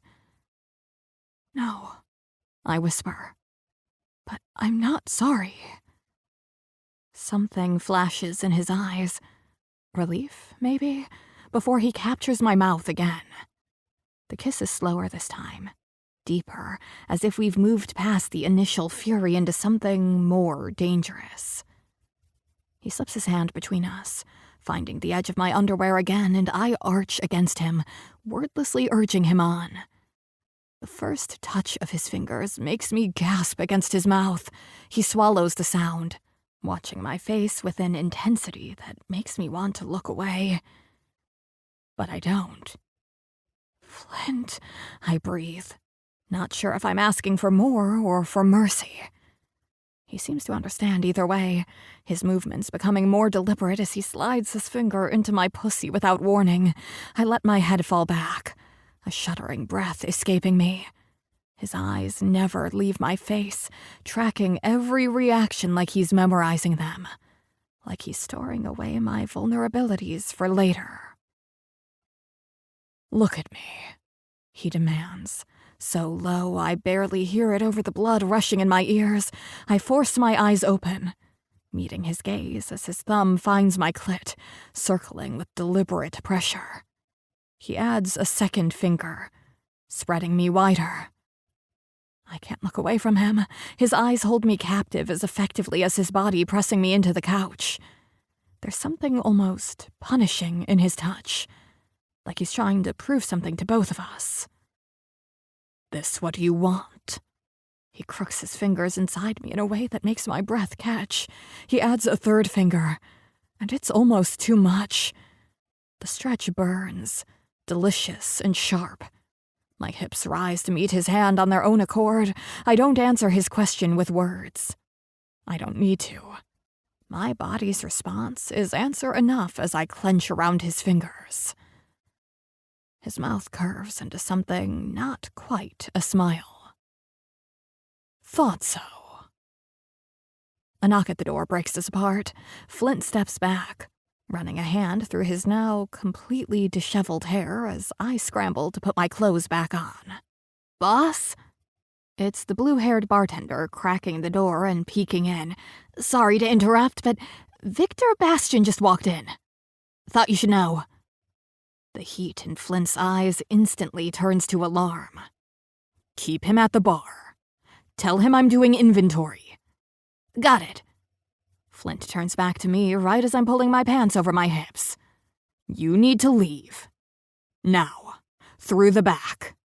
I button my pants and try to regain reason, trying to process the rapid shift. Why is he here? Could be coincidence. Could be he followed you. Flint straightens his shirt. Either way, you can't be seen. He leads me to another door at the back of the office, opening it to reveal a narrow hallway. Follow this to the end. It'll take you out behind the building. Go straight home, no detours. Why do I need to sneak out? We could just say we're talking. There's nothing suspicious about that. His expression turns serious. Victor's not an idiot. He'll see you here, see me talking to you in private, and wonder why the Waters heiress is having secret meetings with the bartender right when he's investigating his brother's disappearance. So he's looking for any reason to connect the dots. We can't give him one. His expression softened slightly. Go home, Briar. Please. It's the please that does it. That and hearing my name from him without any edge or sarcasm. I nod, feeling awkward about what just happened between us. Heat rises to my cheeks as I realize I've gone from Damiano's arms to Flint's in less than 24 hours. What kind of person does that make me? Go, he says more urgently. I'll handle Victor. Chapter 18. Briar. The back door of the vault slams behind me, cutting off the bass that's been vibrating through my bones for the past hour. Cold night air hits my face, sobering me up like a splash of ice water. What the hell just happened in there? My heart's still racing from Flint's hands on me, his mouth on mine, then that abrupt switch when Victor showed up. I press my back against the brick wall, needing a second to gain my bearings. The alley behind the vault is pitch black, except for one sad little light bulb above the door through which I just came. The damp air smells like garbage and stale beer. Glamorous. I pull my cardigan tighter and push off from the wall. I need to get home before someone decides to check who slipped out the back. My body still feels electric from Flint's touch. Nerves buzzing in places they definitely shouldn't be. God, what is wrong with me? One day I'm sleeping with Damiano, the next I'm practically begging Flint to take me on an office desk. Maybe my illness has reached my brain. My face burns at the memory of how easily I'd spread my legs for him. How good it felt when he touched me. How much I wanted more. No, I can't think about that right now. I need to focus on getting back to the estate without being seen. I start walking, keeping close to the wall, each step taking me further into darkness. My Jeep is parked 2 blocks away, down an even darker alley off Harbor Street. Seemed like a great idea when I was trying to be sneaky. Now, not so much. The island is quiet at this hour. Most of the local businesses close by 9, leaving only the vault and a few dive bars for nightlife. The fog has thickened since I arrived, turning streetlights into hazy orbs that barely cut through the mist. Something scrapes behind me. A footstep, maybe, or a can rolling across pavement. I freeze. Listen. Nothing. Only my imagination. Too many horror movies as a teenager. I keep walking, faster now. My breath comes a little shorter, a familiar tightness building in my chest. Great timing for my lungs to remind me they're garbage. The sound comes again. Definitely footsteps this time, then silence when I stop. Hello? I call out. Is someone there? No response. Just the distant crash of waves against the harbor wall and my own breathing. I should run, but running isn't really an option with my crappy lungs. Instead, I walk as quickly as I can, pulse hammering in my ears. There it is again, the quiet shuffle of footsteps on pavement. Closer now. Oh God, what if it's Victor? What if he followed me from the vault, figured out I had something to do with Liam? A movement reflects in a darkened shop window. A shadow, taller than mine, keeping pace about 20 feet behind me. I dig in my pocket for my phone. Dead. Of course it's dead. The alley where I parked is just ahead. I pick up speed despite the burn in my lungs, ignoring the way spots dance at the edges of my vision from lack of oxygen. I turn the corner, plunging into darkness so complete, I have to feel my way along the wall. The alley smells like rotting fish and seawater. My Jeep is parked at the far end, a barely visible shape in the gloom. What was I thinking parking here? This is literally how every bad horror movie starts. Keys. Where are my keys? I pat my pockets frantically, eventually encountering the hard metal outline in my right pocket. I pull them out with shaking hands. A scrape of boot on concrete echoes through the alley. He's here. Whoever's following me has turned the corner. My trembling hands refuse to cooperate. The keys slip from my fingers, hitting the wet pavement with a metallic clatter that seems impossibly loud. Shit, I whisper, dropping to my knees to feel around for them. My fingers scrabble across rough concrete, finding nothing but puddles and cigarette butts. The footsteps are getting closer. There! My hand closes around the keys just as a reflection catches my eye. A face in my car window. Not my own. A man's face, features blurred by darkness and fog, but unmistakably watching me. I open my mouth to scream, but my lungs seize up completely, cutting off the sound before it can escape. I stumble backward, keys clutched in my fist like a pathetic weapon. Briar. The voice is so familiar, it takes a second to process through my panic. Damiano? He steps forward, becoming solid in the darkness. What the hell are you doing out here alone? Relief floods me, quickly replaced by anger. What am I doing? What are you doing, skulking around in the dark, scaring me half to death? Were you following me? Yes. No excuses. No explanations. Just that one word, delivered in the same tone he might use to comment on the weather. What the fuck, Damiano? You can't just follow people. I followed you from the estate. You shouldn't be out here at all, especially not alone. His words are tense, controlled. Victor has men watching the grounds, the house. They would have reported that you left. Now he knows you're in town. So you decided to stalk me? That's your solution? I decided to make sure you didn't get yourself killed. He moves closer, and I can finally see his face clearly. He's furious. What were you thinking going to the vault while Victor's looking for his brother? While your face is fresh in everyone's minds from your party? I needed information about the hunt. Even to my own ears, the excuse sounds weak. From Flint. It's not a question. Heat crawls up my neck. Does he know? Did he see us? No, he couldn't have. He was outside, but something in his tone makes me think he suspects. Yes, from Flint. He works at the vault. I try to remain steady. Who better to ask about it and if there is a way to keep the hunters off my land? Be careful with him. He softens slightly, and I catch something in his expression. Not jealousy, exactly, but concern mixed with experience. But why isn't there jealousy? We haven't even spoken about last night once. It's almost as if I dreamed it. We fucked multiple times. We got interrupted and then nothing. Nothing at all. Did we even have sex? Or have I finally lost my mind and am having fevered dreams? Flint isn't.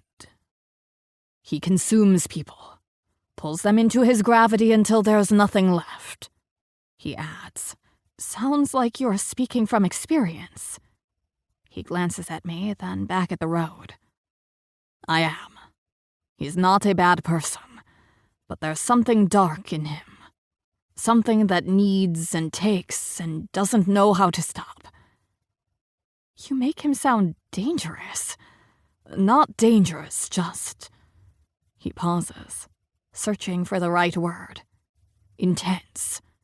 Like a riptide. He doesn't mean to pull you under, but that's just how he's built. So your warning is what? Stay away from Flint? My warning is that you risked being seen by 20 different people who could connect you to Liam. For what? A conversation that could have happened somewhere safe. He clenches his hands at his sides. The vault is the last place you should be right now. When he puts it that way, it does sound idiotic. But I'm not about to admit that. I was careful, I insist. Careful. His laugh is a short, hard sound. Is that what you call parking in the darkest alley on the island and walking around alone at night? He's right, but his condescending tone pisses me off. I don't need a babysitter, Damiano, or a bodyguard, or whatever it is you think you're doing right now. Apparently you do. I turn away from him, jamming my key into the car door with more force than necessary. My hands are still shaking, partly from the fading adrenaline, partly from anger. Mostly from knowing he's right. The lock clicks, but before I can open the door, Damiano's hand covers mine. Don't, he says, softer now. You're in no state to drive. You can barely breathe. He's right about that, too. My chest is tight, each breath a conscious effort. The combination of fear, exertion, and damp night air has triggered my symptoms. I'm fine, I lie, even as a wave of dizziness hits me. You're not. I'm driving you back. I should argue, should tell him to go away and that I can handle myself. But the thought of driving back alone, of facing those winding coastal roads with my vision blurring at the edges, isn't appealing. Fine. I hand him the keys. He opens the passenger door for me, and I slide in without further argument. The small victory seems to soften his anger somewhat. The Jeep feels like a safe bubble once he's inside, too, and the dome light briefly illuminates his profile before he starts the engine and darkness returns. The heater kicks on, blowing cool air that will take forever to become warm. Neither of us speaks as he navigates the narrow town streets. The silence stretches, filled with too many unspoken questions. Finally, I can't take it anymore. So you were watching the house? Waiting for me to leave? That's not creepy at all. He tightens his hand on the steering wheel. I was checking in. After what happened with Victor's men searching the grounds, I wanted to make sure you were okay. And when you saw I wasn't there, I asked Mrs. Fletcher where you went. She said you went for a drive. At night. Alone. So you just decided to come find me? Yes. One word again, like it's the most obvious thing in the world. I turn to look out the window, watching fog-draped trees slide by. You can't protect me from everything, Damiano. I can try. The simple admission hangs between us. After a moment, he adds, especially when you insist on taking stupid risks. I told you to stay home. And we're back to anger. Great. I'm now flanked by two men who think they can tell me what to do. You don't get to decide what risks I take, I snap. You're not my keeper. You're not my boyfriend. You're not anything to me. The words come out harsher than I intended. His face remains expressionless, but a muscle in his jaw jumps. Last night would suggest otherwise. There it is. Heat floods my face. Last night. When I was in his bed, his hands on my skin, his mouth everywhere. When I felt safe and wanted and alive for the first time in years. Last night I was upset about Liam. I wasn't thinking clearly. So it was just shock. Convenience. The closest warm body. That's not what I meant. Sure sounded like it. I close my eyes, suddenly exhausted. I don't know what it was, okay? I don't know what any of this is. I killed someone 2 days ago. My entire life has turned into some twisted nightmare. I don't know what I'm doing or feeling or why I'm doing any of it." He's quiet for so long, I think he's not going to respond. When he does, his voice is gentler. "I get that. More than you know." He takes a deep breath. "But going to Flint, that was dangerous for all of us." What's the deal with you two anyway? And don't give me that it's complicated bullshit again. You clearly have some dark secret or something. There's hate there, but also overprotectiveness. Maybe he'll tell me more than Flint did. The Jeep slows as we approach a curve in the road. Damiano takes it carefully before answering. "We were together for a long time. It ended badly. Now we can't decide if we hate each other or not." That's slightly more information than "it's complicated, but not by much." He sighs. "What do you want me to say? That we were in love? That we destroyed each other? That the island's too small for both of us, but neither of us will leave?" "Yes, actually, that's exactly what I want you to say, the truth." "Fine." His words harden. "When we met, we were 19. Both island kids from the wrong side of the tracks. He was delivering fish to the big houses. I was gardening. Started talking. Started fucking. Kept at it for 2 years." The bluntness surprises me. "What happened?" "What always happens. Life. Mistakes. Betrayal." His eyes stay fixed on the road. "I left for Italy for a few months after. After some stressful times. Needed space to sort some things out. When I came back, he was with someone else." "Oh. Yeah. Oh." He takes another curve, the headlights briefly illuminating a deer watching from the tree line. When I confronted him about it, he said it didn't mean anything. That he thought I wasn't coming back. That he was just passing time. "And you didn't believe him?" "I believed him. That's the problem. It was so easy for him to replace me that it really didn't mean anything to him." "Is that why you hate each other now?" "We don't hate each other. Not really." His mouth quirks up at one corner.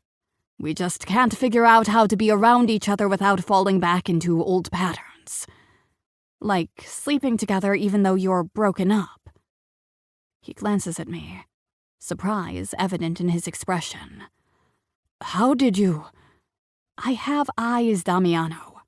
The way you look at each other, the tension, plus Flint pretty much confirmed it." "Did he?" His voice is flat. "Does it bother you? That I know?" "No." A pause. "Does it bother you?" The question catches me off guard. Why would it bother me? Because of last night. Right. Last night, when I was in his bed, while less than 24 hours later I'd be letting Flint push me against a desk, his fingers inside me, my body responding just as eagerly. "No," I say too quickly. "It doesn't bother me at all." I'm such a liar. The Jeep falls silent again as we approach the estate. The main house stands dark against the night sky, only a few lights burning in the downstairs windows. Mrs. Fletcher must still be up, waiting for me. We stop. I should get out immediately, but something keeps me in my seat. "Thank you," I say softly, "for coming to find me, even though it pissed me off." "You're welcome." He stares straight ahead for a moment, then turns to face me. "You were with him, weren't you?" "With Flint." It's not an accusation, merely a simple statement of fact. My breath catches, but I don't deny it. "I know Flint." His voice is quiet, almost resigned, and I know that look.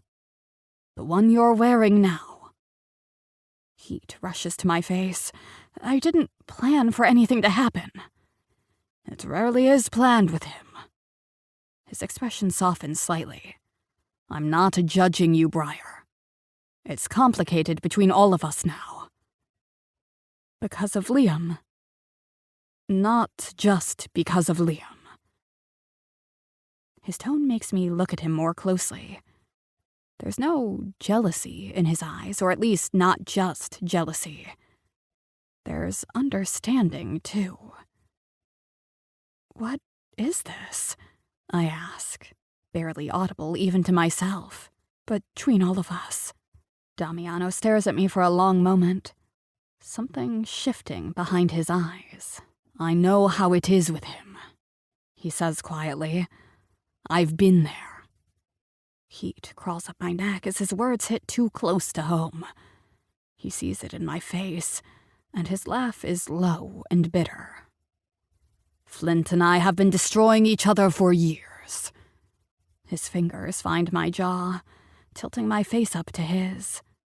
The touch is deliberate, claiming. Now you're caught in the middle.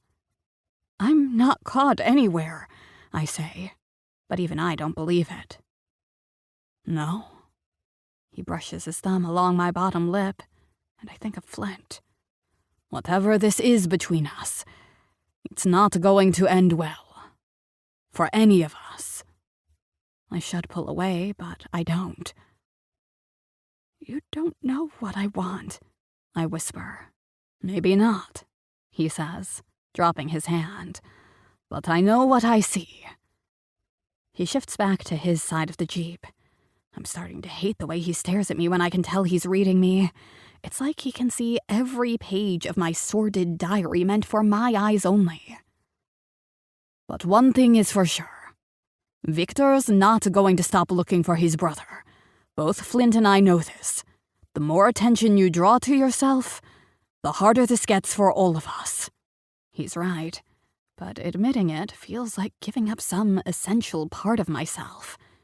The last bit of control I have in this spiraling situation. I'll be more careful, I say, reaching for the door handle. That's all I'm asking. He softens slightly. The three of us are in this together now, whether we like it or not. I step out of the vehicle, needing distance from the intensity building between us. Good night, Damiano. Good night, Briar. I slip inside through the back door, the warmth of the empty house immediately enveloping me. The kitchen is dark, except for a single light left on over the stove. I lean against the counter, finally letting out the breath I feel like I've been holding all night. My hands are still shaking. From the cold? From what happened with Flint at the vault? Or from whatever just happened with Damiano in the Jeep? I'm not sure I can separate it all anymore. Every action, every touch, every word between us feels loaded with something I'm not equipped to handle. Especially not now, with Liam's body still fresh in the ground and Victor hunting for answers. God, what am I doing? 2 men in fewer than 24 hours. Me, who hasn't been with anyone since getting super sick years ago. It's like I've lost all sense. All caution. Like killing someone flipped some switch inside me that's now seeking out more danger, more intensity.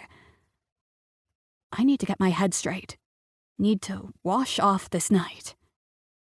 In my room, I strip off my clothes and step into a hot shower, letting the water sluice away the night's events. But it can't rid me of the memories. Flint's hands on me, Damiano's knowing eyes. The growing web between the three of us. Chapter 19. Briar. Meet me at the body. I stare at Flint's text, my stomach dropping. 5 words that chill me more than the fog pressing against my bedroom window. Only an hour's passed since I got home from the vault. I'd just stepped out of the shower, hair still dripping onto my shoulders, when my phone lit up with Flint's message. My first instinct is to ignore it, pretend I'm asleep, that I never saw it. But the thought of that body in the maze, of what will happen if it's discovered, won't let me. I pull on jeans and a black sweater, still warm from the dryer, and grab my boots. The clock on my nightstand reads 12:43 a.m. The house is silent around me, Mrs. Fletcher having gone to bed hours ago. The back stairs creak under my weight as I make my way down to the kitchen. Every sound seems amplified in the quiet house. My heartbeat loudest of all. I ease open the back door and slip outside. The night air hits me like a slap. Cold, damp, heavy with salt and mist. Classic Heathens Hollow. The security lights cast eerie halos in the fog, barely illuminating the path ahead. I keep to the shadows, aware that Victor's men might still be watching the property. My boots sink into the soft earth as I follow the narrow garden path that leads to the maze. Every few steps I stop to listen, but there's nothing except distant waves and the occasional owl. What is Flint thinking, asking me to meet him there, at the site of a murder? Is this some kind of sick joke? This goes against everything he and Damiano have been lecturing me about. Stay home. Be careful. What were you thinking? Hypocrite. The entrance to the maze looms ahead, a dark mouth opening into what feels like another world. I hesitate, remembering the last time I stood in this spot, running from Liam, terrified, desperate. I push away the memory and step inside. The hedges rise on either side, blocking what little moonlight filters through the fog. I take out my phone, using its flashlight to guide my way, careful to keep the beam pointed downward. Even with the light, I make wrong turns, hit dead ends, double back. Lost? I nearly scream at the voice behind me, spinning around to find Flint standing there, hands in his pockets, expression unreadable in the shadows. Jesus Christ, I hiss, my heart hammering against my ribs. What the hell is wrong with you? A lot of things. He takes the phone from my hand and switches off the flashlight. But right now, I'm mostly wondering why you're using a beacon that anyone watching the property could spot from a mile away. He's right, but I'm too rattled to admit it. Why did you text me to come here, in the middle of the night? Follow me. He turns without waiting for a response, moving through the maze with the confidence of someone who's walked it 100 times. I have no choice but to follow, brushing my fingers along the hedge wall to keep my bearings in the near total darkness. After what feels like forever, the path opens into the clearing at the center. The gazebo sits in the middle like a ghost, its white paint glowing faintly in the diffused moonlight. Off to one side, barely visible in the darkness, is the patch of freshly turned earth where we buried Liam. Flint stops at the edge of it, looking down. Do you have any idea how close we came to this being discovered today? What are you talking about? Victor had men searching the grounds while you were busy playing detective at the vault. They were 20 feet from the spot when Mrs. Fletcher intercepted them, feeding them some bullshit about restricted areas of the property your father doesn't allow anyone to access. A cold feeling spreads through my chest. They were here? In the maze. 3 of them. For over an hour. He gives me a hard look. Why didn't you tell me? I only found out after you left. There's a sharpness to his voice that wasn't there before. I wrap my arms around myself, suddenly very aware of what happened between us just hours ago. What almost happened. You could have texted me sooner. And said what? By the way, while I had my fingers inside you, killers were 20 feet from finding your victim. I flinch at his crudeness. He wasn't my victim. Tell that to Victor. Flint kicks at the edge of the disturbed soil. You think this is all going to go away, don't you? That Daddy's money or your family name will protect you. That's not fair. No? Then why would you risk going to the vault when you know Victor's looking for his brother? When you know people saw you at the party where he was last seen? He looks at me with daggers in his eyes. I'm not going to let you fuck over Damiano. He's not taking the fall for you if that's your ultimate plan. Wait, what? I would never. Then why are you not taking this seriously? Because that's how I feel. Like this isn't real to you. I don't have a good answer. At least not one I'm willing to share. But I needed to see him. Needed answers about the hunt. Needed something to make me feel alive after being trapped in the sterile safety of my father's world for so long. I don't want to feel weak. I don't want to feel like I need heroes to swoop in and fix it. I want my own fucking agency. Agency? His laugh is harsh in the quiet night. I don't want to need help. I don't want to be a damsel in distress. I've been that my whole life, and well, I'm trying to take control and make sure I fix this on my terms. You walked into the most gossip-filled place on the island, looking like the princess of Windward Estate come to mingle with the commoners. That's not taking control. That's fucking stupid. The anger in his accusation makes me take a step back. I don't need a lecture from you. No? Then let me remind you of something. He grabs my arm, pulling me to stand directly over the freshly turned earth. Look down, he says. There's a rotting corpse under our feet. Liam Bastion's body is decomposing 6 feet below us, while his brother tears the island apart looking for him. I stare at the ground, suddenly hyper-aware of who lies beneath the dirt. If Mrs. Fletcher hadn't intercepted them, they would have found this disturbed soil. Then you'd be explaining to Victor Bastion why his brother is buried in your garden. The reality of how close we came to disaster hits me like a physical blow. What would he really do? If he found out? Flint's eyes meet mine in the darkness. You really want to know? I nod, even though I'm not sure I do. Victor doesn't go to the police. He handles things himself. He steps closer. Last guy who crossed him disappeared for 3 days. When he turned up, both his hands were broken so badly they had to be wired back together.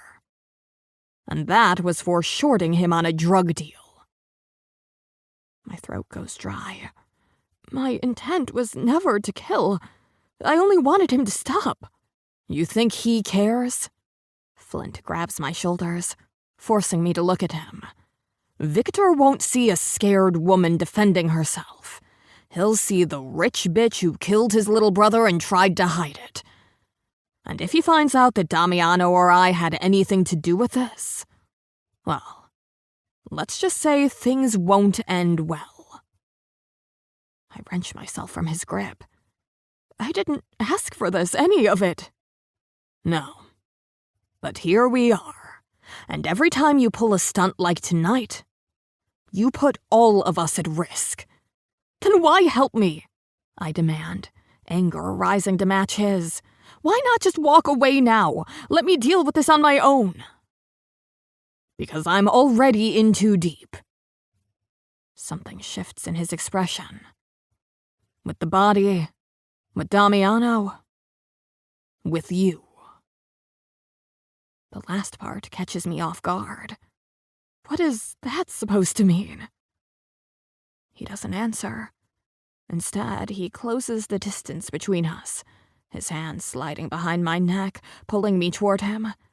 His mouth crashes against mine, nothing gentle about it, pure frustration, anger, need. I should push him away. I have every reason to. Instead, I'm kissing him back with equal force, fisting in his jacket, pulling him closer. It's different than at the vault. This isn't anger and passion. This is raw, immediate, fueled by fear and adrenaline. His hands are rough as he shoves them under my sweater, fingers digging into my skin hard enough to bruise. I hiss at the pain, but press closer, some dark part of me wanting it to hurt, needing the sharp edges of this to cut through everything else. There's a dead man by us, I breathe against his mouth, even as I'm yanking at his jacket. Yes. He bites my lower lip hard enough to draw blood, the metallic taste spreading between us. Fucking face what you did. Maybe if you do, you'll stop being so fucking careless. Stop, I say, testing him, testing myself. Make me. His eyes challenge mine in the darkness, daring me to push him away. Knowing I won't, I answer by digging my nails into the back of his neck, dragging him closer, turning the kiss violent. In the back of my mind, I can't escape the sickness of what we're doing, rutting like animals on top of Liam's decomposing corpse, the man I killed, whose blood is probably still crusted under my fingernails despite how hard I scrubbed. His body rotting beneath our feet, while we use his grave as a stage for our fucked up desires. It's depraved. Sacrilegious. The kind of thing that marks your soul. Yet instead of making me stop, the wrongness of it drives me further. Like I'm already damned, so why not embrace it? There's something broken in me now. Something that craves this destruction, and I can tell by the hunger in Flint's eyes that he's just as damaged. He pushes me backward until I'm standing directly over the freshly turned earth. Then he forces me down onto my knees, right on top of the grave before following me down. The damp soil soaks through my jeans immediately. He grips my thighs, fingers digging in hard enough to leave marks as he positions himself between my legs. I should be revolted. We're literally about to fuck on top of a dead man. But all I feel is desperate need. This is what you want, he growls, right here on your victim. I twist my fingers in his hair, yanking his head back painfully.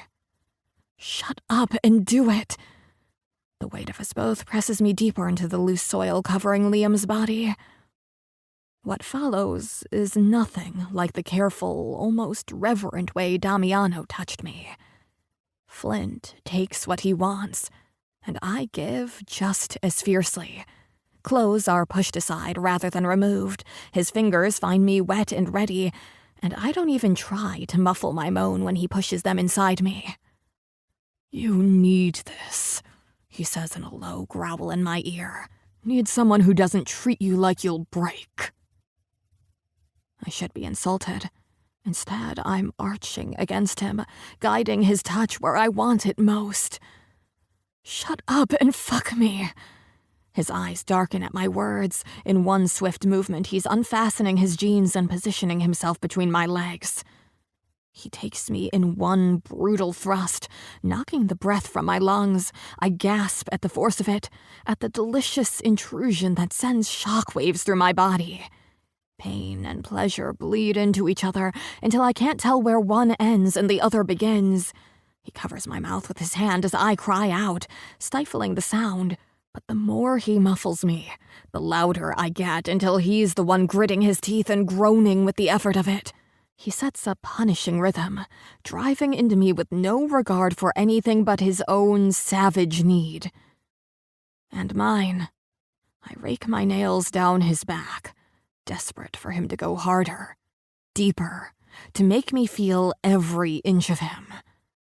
The earth beneath us shifts with our movement, the soil caving in as I dig my fingers into it, as if to claw my way down to the corpse below. I shouldn't want this. I should be sickened, horrified. Instead, I'm rising to meet Flint's every brutal stroke, mouth open in something between a moan and a scream. This is punishment. Pleasure. This is being claimed, devoured. It's a savage, frenzied act. And we're both lost to it. The grave and the horror of it surrounds us. It makes me wilder, more frantic, wanting it to hurt so it's real. Wanting him to tear me open so the guilt and fear spill out along with everything else. Don't stop, I gasp, my breath coming in ragged pants. Don't you fucking stop. He doesn't slow, doesn't hold back. He moves his hand from my mouth to my throat, a silent threat that only makes my body respond more urgently. I arch into his grip, daring him to tighten his hold, to take me right to the edge of danger. He squeezes, just enough to send my pulse racing, then releases, sliding his fingers back down to where we're joined. He circles his thumb, pressing against me in time with his thrusts. It's too much. Not enough. My vision blurs, the world narrowing to the pressure building inside me, to the raw, violent pleasure that has me thrashing beneath him until it finally shatters, taking me with it. I come with a cry, every muscle tightening, the darkness around me exploding into brilliant white. He follows an instant later, his mouth crashing against mine in a feral, bruising kiss that tastes like sweat and salt and leftover blood from his bite. Even then, he doesn't stop moving, driving into me again and again until there's nothing left but the ragged sound of our breathing, the dirt streaked across my skin, and the terrible satisfaction of what we've done. He collapses beside me, his chest rising and falling like he's been sprinting, and for a long moment, neither of us speaks. I shiver, chilled now that the heat of our bodies has dissipated. My jeans are soaked through, my sweater streaked with dirt. I feel myself breaking apart, unraveling at the seams. Everything about this is fucked. Flint props himself up on one elbow, watching me. You have no idea who I am, who Damiano is, who we are.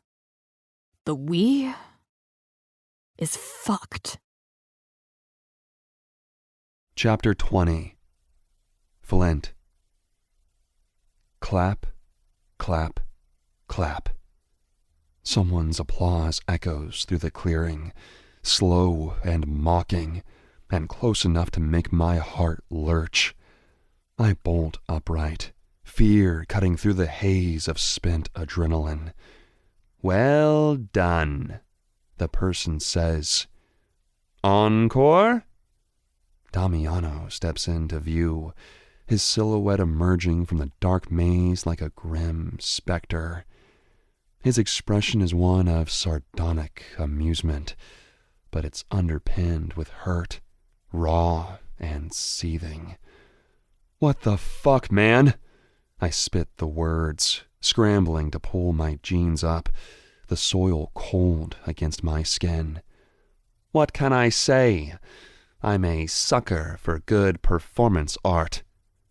Briar sits up beside me, her eyes wide as she hastily buttons her sweater. Damiano, He cuts her off with a smile that's more like a sneer. Did I interrupt couples night at the cemetery? I stand, anger surging. No one asked you to hang around and watch. No? Looked like your own private revenge porn. He flicks his gaze to Briar, a wounded animal before turning predatory. You know, like when you walked in on us the other night. Tit for tat, right, Flint? His words hit like a punch to the gut. He believes this was my way of getting back at him, making him pay. And why wouldn't he? It's exactly the kind of toxic game we've played before. Jesus, Damiano. I step toward him, unsteady on my feet. You think I'd do that? He barks a laugh. You've done it before. Briar tenses next to me, and guilt cuts through my anger. I did this. I let it go too far. Damiano stares at her, his expression twisting. I thought you were different, Briar, but maybe you're the most fucked out of all of us. I'm not, she says, though lacks any fight. Then what is this? Just another way to feel dangerous, slumming it with two lowlifes? It's not like that. Then enlighten me, please. I step between them, my eyes locked with Damiano's. That's enough. He shakes his head, backing away slightly. I knew you were a mess, Flint. It's your defining characteristic. But dragging her into this? Jesus. Do you even know who you are? Stop it, Briar snaps. Both of you. Damiano's eyes flash. Tell me, Briar, was that your way of erasing the memory of fucking me? Or are you just in the habit of screwing whichever of us is closest? Her face goes white, and I see the moment she decides she's not going to be the fragile princess of Damiano's imagination. Her voice is steady, but there's tremor beneath it. Fuck off. Last I checked, you and I aren't exactly courting. She takes a calming breath. But I'd never purposefully try to hurt you. His expression softens, just for a moment. But you did. Something cracks in me, seeing him look that way. She's not yours, Damiano. She's not fucking mine either. Why do you always act like you own the people you fuck? Damiano takes a step toward me, his shoulders tense, fists clenching and unclenching. I act like I own the people I fuck. You act like you own the whole world, like it's a game, and you're the only player. We are not doing this, Briar interjects. Right, I say. That's me. I'm the problem. The only problem. You're the worst one. This is not the time, Briar says. She's right. Go home, Damiano. Go home and jack off to the memory of me. The anger that's been building in Damiano turns nuclear. Seeing the shift in his eyes, I brace myself just before his fist connects, hitting with enough force to split my lip and send me sprawling on to the grave. Briar's scream gets lost as I scramble to my feet, wiping blood from my mouth. That all you've got? I taunt, the taste of copper sharp in my teeth. Damiano lunges again, but this time I'm ready. We crash into each other, a tangle of limbs and rage, fists flying, bodies slamming into the damp earth. I land a blow to his ribs, feeling the satisfying crack before he shoves me off and we both stagger to our feet, panting, circling. You want to do this here? I snarl. Fine, but you're going to lose. His eyes are wild, dark with anger. We'll see. He charges at me with a fury that catches me off guard. I go down hard, the wind knocked out of me as he pins me to the ground, his knee digging into my chest. My vision swims, the suffocating weight of his body pressing me into the loose soil. I swing blindly, landing a hit that sends him reeling.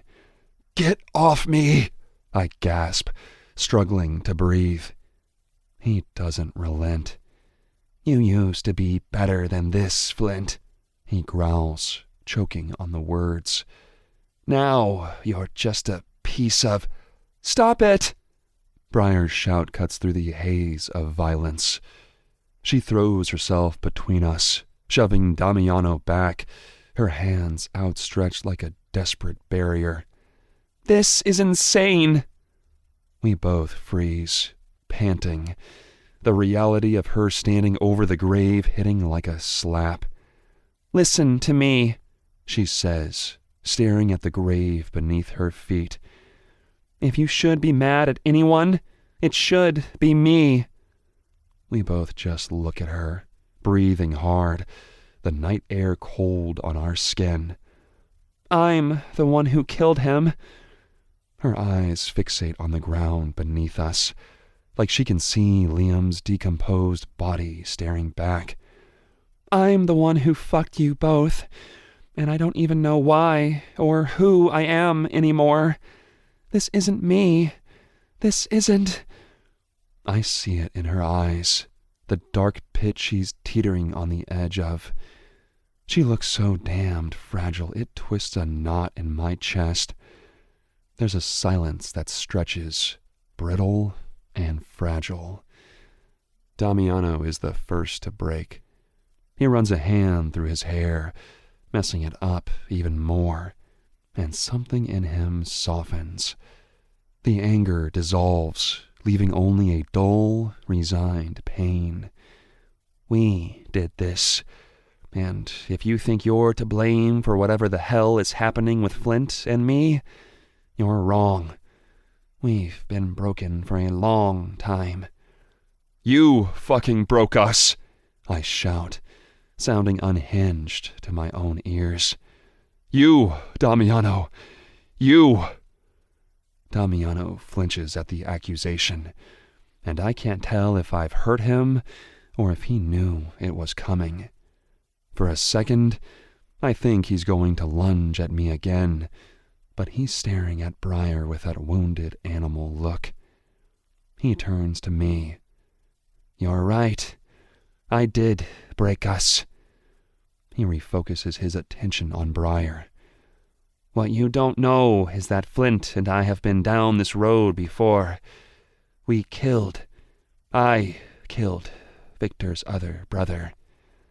"That asshole had it coming," I cut in. "You had no choice." He raises his hand to silence me. "I killed the man, and Flint helped me cover it up. Same shit, new corpse." Briar darts her gaze between us, clearly desperate for answers. We look at her, two damaged animals waiting to see if the other will attack first. "And you just now bring this up?" "We swore to never discuss this again," I say. "It was supposed to fucking die, just like our damn relationship." "I was protecting myself," Damiano presses on. "An argument. We were both drunk and high, and he wouldn't leave the greenhouse. He wanted more, and I was still with Flint. Anyway, I hit Eric too hard. He went down, didn't get back up." "And Victor?" Briar almost whispers it, like she's afraid of what the answer will be. "He never found out. He tried. Trust me, he tried. And deep down I think he knows I had something to do with it. But Flint and I covered it up." I see it in her eyes, the shock and the sick understanding.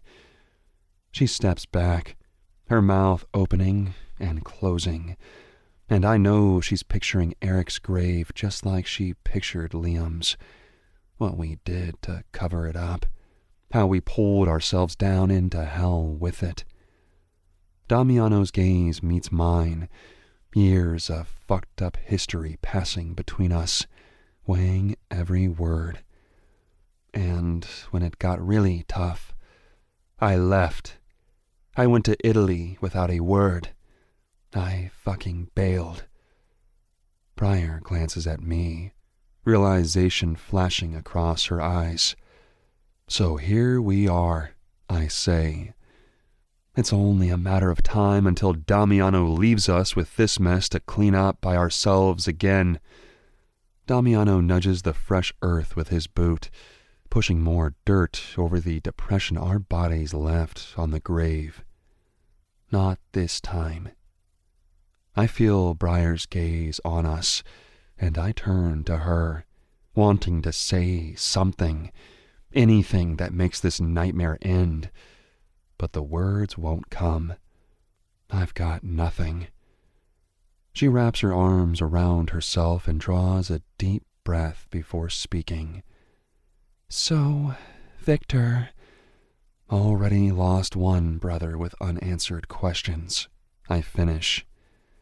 Which is why you both know exactly how he'd react about Liam. She's clearly putting the puzzle pieces together. We need to get out of this alive, she says.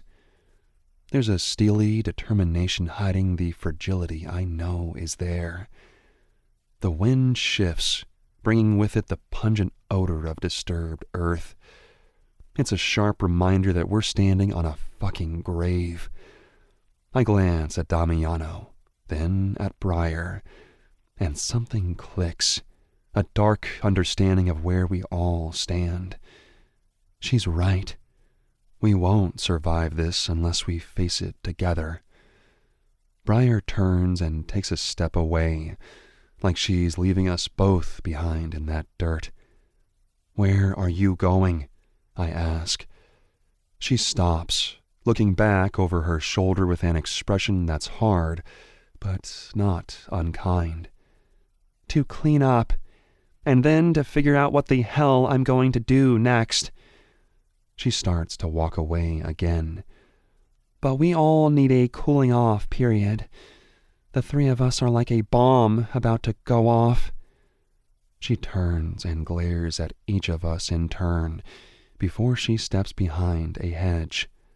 Walk away. Calm down. Break. I should take her advice and do just that. But then Damiano and I wouldn't be as fucked up as we are. So instead, I say, so we just beat the shit out of each other? Want to fuck now? Go to hell. Damiano spits on the ground between us. Yes, I've been there with you by my side. Damiano doesn't say anything else before he disappears into the fog. Chapter 21. Briar. It's been a week since I killed a man. 1 week, and I can still hear them. I can still smell them. I can still feel them. Damiano. Flint. Damiano's words echo in my head. Your way of erasing the memory of fucking me. And Flint's. Why do you always act like you own the people you fuck? It's like they're still circling each other, still circling me, not pulling any punches. When I do sleep, the nightmares find me. I am back at the cemetery, screaming an apology nobody hears. I am at the funeral, listening to Victor's eulogy for the man I killed. I wake drenched in sweat, the sheets tangled around me. The days slip by in a blur of deflection and self-loathing. I haven't seen either one of them, and it's better that way.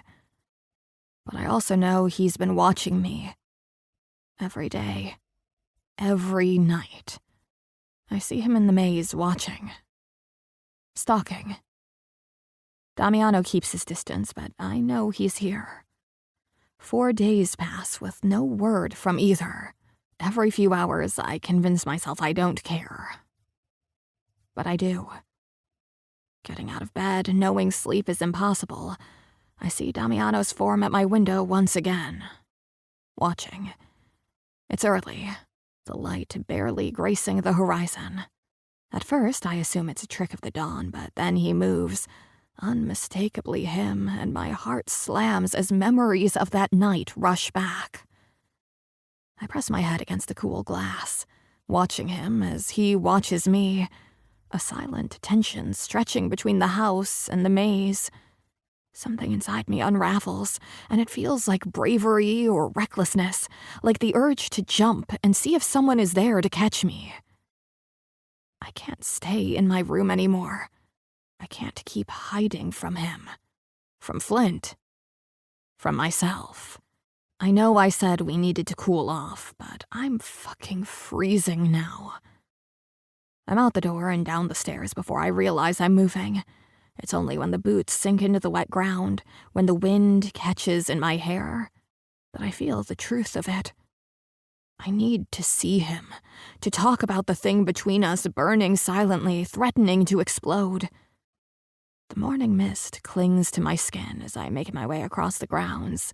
Each step feels like a decision I can't take back, like crossing some invisible line that's been drawn between us since that night in the maze. He's waiting by the edge of the maze, hands shoved deep in his pockets, shoulders tense as I approach. At first, he doesn't say anything, simply lets his eyes linger on mine, and it feels like standing too close to a fire, dangerous and strangely comforting. "Hey," I manage to say, breathless from the cold, or maybe from him. "Briar." It's almost a sigh, like he's been holding onto my name for days and can finally release it. "Been wondering if you'd ever come out." "Yeah, well," I look away, unsure of how to start. I can't keep hiding forever. He nods, like he understands more than I expect him to. "Walk with me?" he asks. I follow him through the gardens, the ground squelching under our feet, a mist of rain starting to sink into my coat. There's a strange solace in the silence, a calm before whatever storm is waiting to hit us next. "The plants I used. They're working faster than I expected. Another week and there will be nothing to find." I try not to think about what that means. Liam's body decomposing beneath the soil, eaten away by whatever Damiano planted. The image makes my stomach churn. "Have you seen Flint?" The question escapes before I can stop it. Damiano's jaw tightens. "No." "Is he okay?" "Why wouldn't he be?" The sharpness in his tone cuts through the mist between us. "After what happened, after you fucked him on top of Liam's grave." His words are harsh, but his expression isn't. There's hurt there, yes, but something else, too. Something that looks strangely like understanding. I flinch, but hold my ground. "Yes, after that." I draw a deep breath. "I have to say something." He keeps his pace beside me. "About what?" "About Flint." I bite my lip, forcing the words. "About us." He glances at me, and that hurt is in his eyes again, so raw it makes me ache. "Seeing you with him. I don't regret either of you." Damiano stops, catching me off guard. "What does that mean?" "It means I'm not going to apologize for wanting you both, for needing you." The words tumble out, unsteady but real. "You make me feel safe. Like I'm not completely fucked. Like maybe we'll survive this. Flint makes me... He makes me feel alive." "Alive," he repeats, like it's a foreign word, a concept he hasn't touched in years. I search his face, desperate to know if any of this makes sense to him. But I also know it's not fair to expect you to be fine with... He kisses me, and this kiss is nothing like before. It's slow, searching, like he's trying to find himself in the wreckage of the night at the cemetery. He cradles my face in his hands, and the tenderness in his touch makes everything else feel far away. My heart pounds as I press closer, afraid to break the fragile, perfect moment. When he pulls back, there's a vulnerability in his gaze that wasn't there before. I can tell he's fighting against the pain, the uncertainty of what happens next. "You're worth it," he says, barely more than a whisper. Relief floods through me, and I kiss him again, softer this time, feeling the warmth of his breath, the cold raindrops mingling with the heat between us. It's like finding a heartbeat in the chaos, something steady to hold on to when everything else spins out of control. "Briar," he murmurs against my lips. "The two of us seem right, but the three of us are so fucked up." I draw back and nod, still catching my breath. "I know. I'm sorry. He and I nod, also understanding. Fucked up or not, there is no two in our three. Silence. Long, torturous silence as we both process my words. He runs a hand through his hair, but there's a small, almost hopeful smile on his face. "I haven't seen you in days. I thought after. You wouldn't want anything to do with me." "I couldn't get you out of my head," I confess. "Not you, not Flint. You both said some things." His expression darkens. "Flint," he mutters, a shadow passing over his face. "I don't know if that will ever be. I mean, Briar. It's always been toxic with him and me. It's like the more we try to get out, the deeper we go." The rain falls harder now, soaking through my sweater, but I don't care. "I'm not trying to change what you have. I just need to know it doesn't destroy us." His silence is long, and I feel the weight of it. "I want you," he says, and he finds my mouth with his again, like he's trying to swallow everything else. He wraps his arms around me, pulling me in tighter, as if he can't stand the space between us, not knowing when one of us might run or break or leave. I kiss him back, feeling the urgency in the way he holds me, the urgency in me. It's like I can't get close enough, like no matter how hard I try, there is always too much distance. "Come with me," he breathes against my lips. "Where?" The word is barely out of my mouth before I realize I don't care. I'd follow him anywhere. Chapter 22. Damiano. "Let's take my car," I say, grabbing her hand. The weight of her palm against mine feels right, even though it probably shouldn't.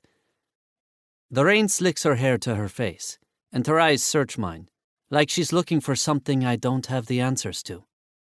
All I know is I can't stay here, caught between the ghost in the maze and whatever mess Flint and I have made.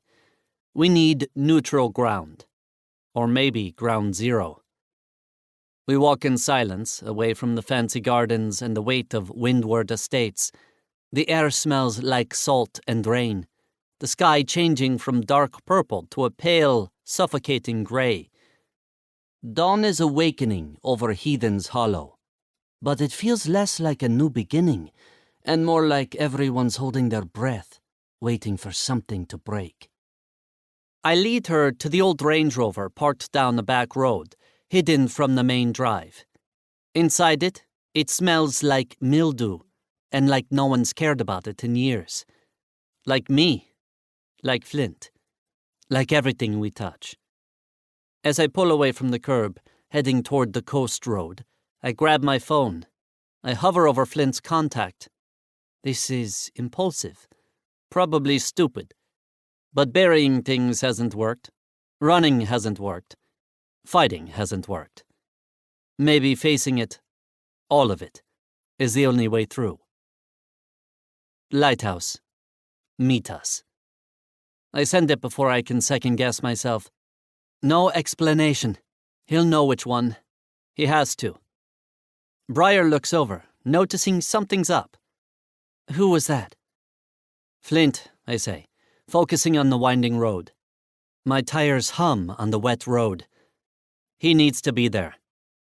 She doesn't argue, merely nods slowly, looking out the window, towards the rough sea coming into view. Maybe she understands. Or maybe she's just getting ready for whatever comes next. I know I am. The drive takes 20 minutes, going up along the cliffs. The rain stops, replaced by wind that throws sea spray against the windshield. Below us, the ocean is dark grey, waves crashing against sharp black rocks, shooting white foam high into the air. It's violent and beautiful, like nothing else matters. The lighthouse appears through the mist, sitting on the furthest point of the headland. It's old, built from rough stone battered by centuries of salt and storms. Its white paint is peeling, stained with rust where the iron railings have bled onto the stone. It's not pretty. It's stark, defiant, standing alone against the vast, indifferent ocean. Flint and I used to come here, back when we thought we could handle anything together. We'd climb the spiral stairs, watch storms roll in, feel the foghorn shake our bones. It was our place, away from the world. Until it wasn't. Until we became the storm. I parked the car near the stone wall that keeps people from falling off the cliff edge. The wind pulls at the door as I open it, bringing the cries of gulls and the deep, steady rumble of the waves below. Why here? Briar asks, pulling her coat tighter around her as she steps out, her hair flying around her face. Because, I look up at the tower, because some things need the light. Maybe the edge of the island is the only place we can have this conversation. The first bit of sun breaks through the heavy clouds, making streaks of pale gold across the grey water. The light hits the wet stone of the lighthouse, making it look like it's glowing. It's kind of beautiful in a way that feels like it won't last, like it could be swallowed by the sea at any moment. I lead her toward the heavy wooden door at the base of the tower. It's unlocked, as always. Inside, it's cold and damp, smelling of salt and dust and old memories. A narrow, spiraling staircase winds upward into the darkness. He and I need to say it, need her to understand why Flint has to be here too. We used to come here, a long time ago. Her eyes meet mine, full of questions I don't know how to answer. Everything feels heavy in the confined space.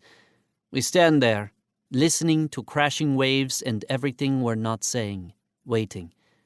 Another engine approaches, growing louder as it climbs the cliff road. Flint. He's coming. The engine cuts off outside. Heavy footsteps crunch on the gravel path. The old wooden door groans open, slamming back against the stone wall with the force that echoes up the stairwell. Flint stands silhouetted against the pale morning light flooding in. He locks gazes with me first, then Briar standing beside me, and something dangerous ignites in his stare. What the fuck is this, Damiano? Everything about his question is tight with fury. Bringing her here? He stalks toward us, closing the distance in 3 angry strides. This was ours. The words are bitten off, sharp edges aimed right at me. Flint, Briar starts, but he ignores her, his focus locked on me. You don't get to do this, he snarls. You don't get to drag her into this place. He's close now, radiating heat and violence. I see the punch coming in the clench of his jaw, the tension in his shoulders. But instead he shoves me hard. My back hits the cold, curved stone wall, the impact jarring through me. I brace myself, expecting the next blow, the familiar explosion of fists and fury that always follows. But I don't move. I merely look at him, at the raw anger twisting his features, and feel nothing. No fire to meet his, just a deep, hollow exhaustion. I don't raise my hands. I don't push back. I stare at him, letting the moment hang there. The fight drains out of Flint as he registers my lack of response. His chest is still heaving, fists clenched, but the killing intent in his eyes dims, replaced by a glimmer of confusion, then something else. Hurt. He sees it. The fight's gone out of me. We've shattered this thing between us maybe one too many times. I'm done fighting, Flint. My declaration is quiet but steady in the enclosed space. With you, about this, about any of it. He searches my face, looking for the trick, the angle, finding none. He looks lost for a second, leaving him looking almost vulnerable. Then what are we doing? He asks. Briar steps forward hesitantly, her gaze moving between us. Maybe we're figuring it out. Flint looks at her, really looks at her, seeing her standing here between us in this place that holds so much of our wreckage. He runs a hand over his face, breathing hard. Fuck. It's not a curse, more like a surrender. A fragile truce settles over the small space. The tension hasn't disappeared, but it's shifted, become something else. Shared history, shared guilt, shared desire. It hangs in the air, thick and undeniable. Upstairs, I say. It's not a question. He knows exactly what that means. Flint jerks his head in a nod, and Briar looks from me to Flint and back again, understanding, or maybe acceptance in her eyes. I lead the way, starting up the narrow, spiraling metal staircase. Each step echoes in the confined shaft. Flint follows close behind me, Briar behind him. The air grows colder, damper as we climb, the smell of salt and metal intensifying. We don't speak. There's nothing left to say down here. Higher and higher we go. The landings, small platforms offering glimpses of the churning sea through narrow slit windows. Eventually, we reach the top, pushing through a small hatch into the lantern room. Glass surrounds us on all sides, offering a dizzying panorama of the cliffs, the turbulent ocean stretching to the horizon, and the vast indifferent sky. The huge lamp mechanism sits in the center, a complex structure of brass and glass, lenses angled to throw light miles out to sea. The wind rattles the panes, and the cries of the gulls are sharp and close. We stand there for a moment, the three of us, caught in the strange, clear light filtering through the glass. Flint moves first. He doesn't look at me, but reaches for Briar, his hand finding hers. She doesn't pull away. Then, his eyes meet mine over her head. A question there, dark and complicated. I close the distance, standing between them. My hand finds Briar's other hand. We form a triangle, bound by proximity, by shared secrets, by the fucked up gravity pulling us together. Briar looks between us, her breath catching. She brings our hands together, linking Flint's and mine with hers in the middle. A circuit closes. Electricity sparks. Flint leans in, his mouth finding Briar's neck, kissing the pulse point just below her ear. She tilts her head, a soft sound escaping her lips. I bring my hand to her waist, pulling her back against me, feeling the warmth of her through her clothes. She turns her head slightly, her lips finding mine in a kiss that tastes of salt and desperation. It's hesitant at first, then deepens as Flint circles his arm around her waist, pulling her against him too, pressing her between us. He slides his hand under her sweater to find skin while I fumble open the buttons of her coat. The wind whips around the glass enclosure, a wild soundtrack to the heat building between us. Hastily, we shed our clothes, discard them on the cold metal floor grating. Skin meets skin, cool air raising goosebumps despite the friction. Flint kisses down Briar's collarbone, his touch proprietary, possessive. I watch him, watch her response, feeling a surge of something dark and possessive myself. I pull her more firmly against me, sliding my hand down her back and pressing her hips into mine. Chapter 23. Briar. There's a moment when time stretches. The world is fragile and clear as the glass around us. Then, everything collapses inward, heat and skin and mouths and need. Flint trails his hand along my stomach, a line of fire against the cool air. His touch is urgent, claiming. Damiano is behind me, pulling me back, pulling me in, lost breaths and rough, restless hands. I'm pinned between them, the force of it overwhelming. It feels dangerous and reckless, like something that could burn through all three of us, leave nothing but ashes. I kiss Flint, tasting everything we've broken, everything we still might be. He groans into it, a sound of frustration and surrender. Damiano grips my hips tighter, possessive, matching Flint's fierceness with his own. We sink to the floor, clothes beneath us, cold metal pressing into my skin. The storm inside us builds, growing stronger, faster, frantic. I gasp as Flint moves his mouth down my body, leaving marks like declarations. Damiano's lips find my neck, softer, more desperate. I arch against both of them, lost in the tangle of limbs, hands, the sharp clarity of sensation. It's everything at once, too much and not enough, the lighthouse spinning around us. I don't know whose name I cry out, maybe both, maybe neither, as the world shatters and we go under together. 2 cocks, but only one of me. I don't know where to start, but luckily Flint does. He lowers my head to his dick, pressing it past my lips as he leans forward and kisses Damiano. Yes. Damiano's growl vibrates through me, their kiss hungry. A duel of dominance and defiance. I suck harder on Flint, feeling him tense. I feel Damiano's finger in me and Flint groans, low and guttural. Fuck, Briar, he grits out, watching as I take him deeper. Just like that.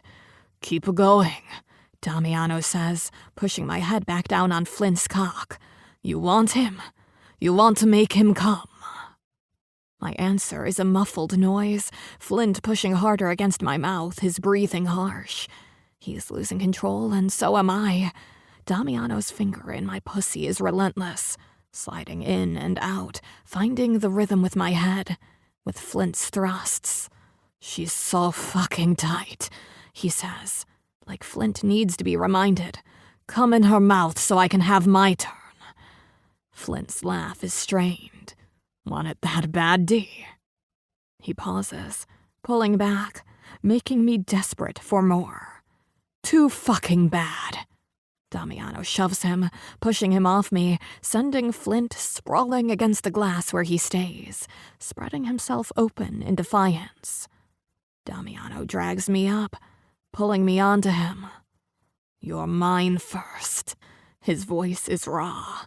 I straddle him, his thick cock pressing against me. Flint watches, but Damiano doesn't care. He thrusts up, filling me, groaning at the depth of it. He holds my hips, holding me down, his expression a wild mix of anger and bliss. I move, riding him, feeling everything, holding on as he pounds up into me, taking what he wants. Fuck, he gasps, teeth clenched, eyes shut. Fuck. Flint's behind me now, lips on my shoulder, hands on my breasts, fingers vicious. His cock presses against Damiano's in me, making me cry out, making Damiano swear. It's too much, too intense, the world slipping away. Then, Flint's filling me too, the three of us wrecked and reckless together. It's too much, I cry out. And it is. The stretch of two huge cocks is way too much. In the ass, I pant. Flint bites down hard on my neck and pulls out. Repositioning at my asshole, Damiano thrusts up hard, taking me deep and fast as Flint rams into my ass, making me scream. Fuck yes, Damiano gasps, the words clipped and tight. He grabs Flint's neck, pulling him closer, pulling him back into a kiss, all heat and fury. I'm pinned between them again, and this time it's like I'm drowning and being saved at once. Damiano and Flint in a violent rhythm, rough and raw. Flint's hands like fire on my breasts, my whole body shattering between their thrusts. It's too much, and not enough, and everything I've wanted. Everything I've feared. I've never been so full before. I've never felt such a stretch and a burn. It hurts, but the pain is blinding and beautiful, and the longer they fuck, the higher it takes me, until I fall. Until I fly. They crash into me. I can't tell them apart. I don't know who is who is what. I see stars. Damiano reaches between us and fingers my clit. You wanted us both. Are you now sure about that? I can't answer. My breath escapes in harsh, choked gasps. I'm coming so hard, I can't breathe. I can't see. I can't think. But I don't want it to stop here. I've come, and now it's their turn.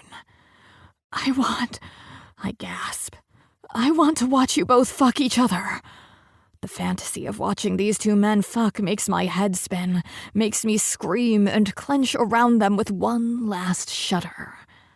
Damiano reaches for Flint's hair, pulling him close, his voice hoarse. Yeah. Want to watch us fuck? Flint's eyes meet mine, fierce and bright, desire and challenge. You want it so bad. He shoves Damiano back, forcing him against a huge lamp mechanism, a tangle of limbs and sweat and heat. Watch how it's really done, Briar.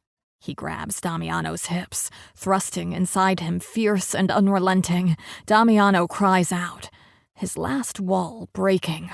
Harder, Damiano gasps, catching my eye. God, don't stop.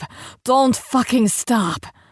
Flint laughs, ragged, grabbing Damiano's neck, pulling him into a bruising kiss. Like I would. I watch, breathless as my fucked-up fantasy unfolds. Two cocks. No me. Just them. Raw, graphic. Everything I've imagined and more. Damiano's moans are sinful and wild. Flint pushes harder into him, the impact lifting Damiano, pressing him back against the metal. You feel that, D? Yeah, Damiano grits out. He looks as desperate as I feel. Fuck yeah. Flint fucks him harder, the whole lighthouse rocking with the force of it, the wind a scream around us. Briar, Flint groans. Come here. Wrap your hand around his cock. I crawl to them, my fingers brushing Flint's back. His hips. I find Damiano's chest with my lips, his skin damp with sweat and the sharp tang of sex. He grips my hair, holding me against him as I grip his dick and begin to pump. Fuck Briar, he gasps. Fuck Flint. You're going to make me. Flint thrusts harder into his ass, cutting him off. Do it. Let her see it. Let her see your cum all over.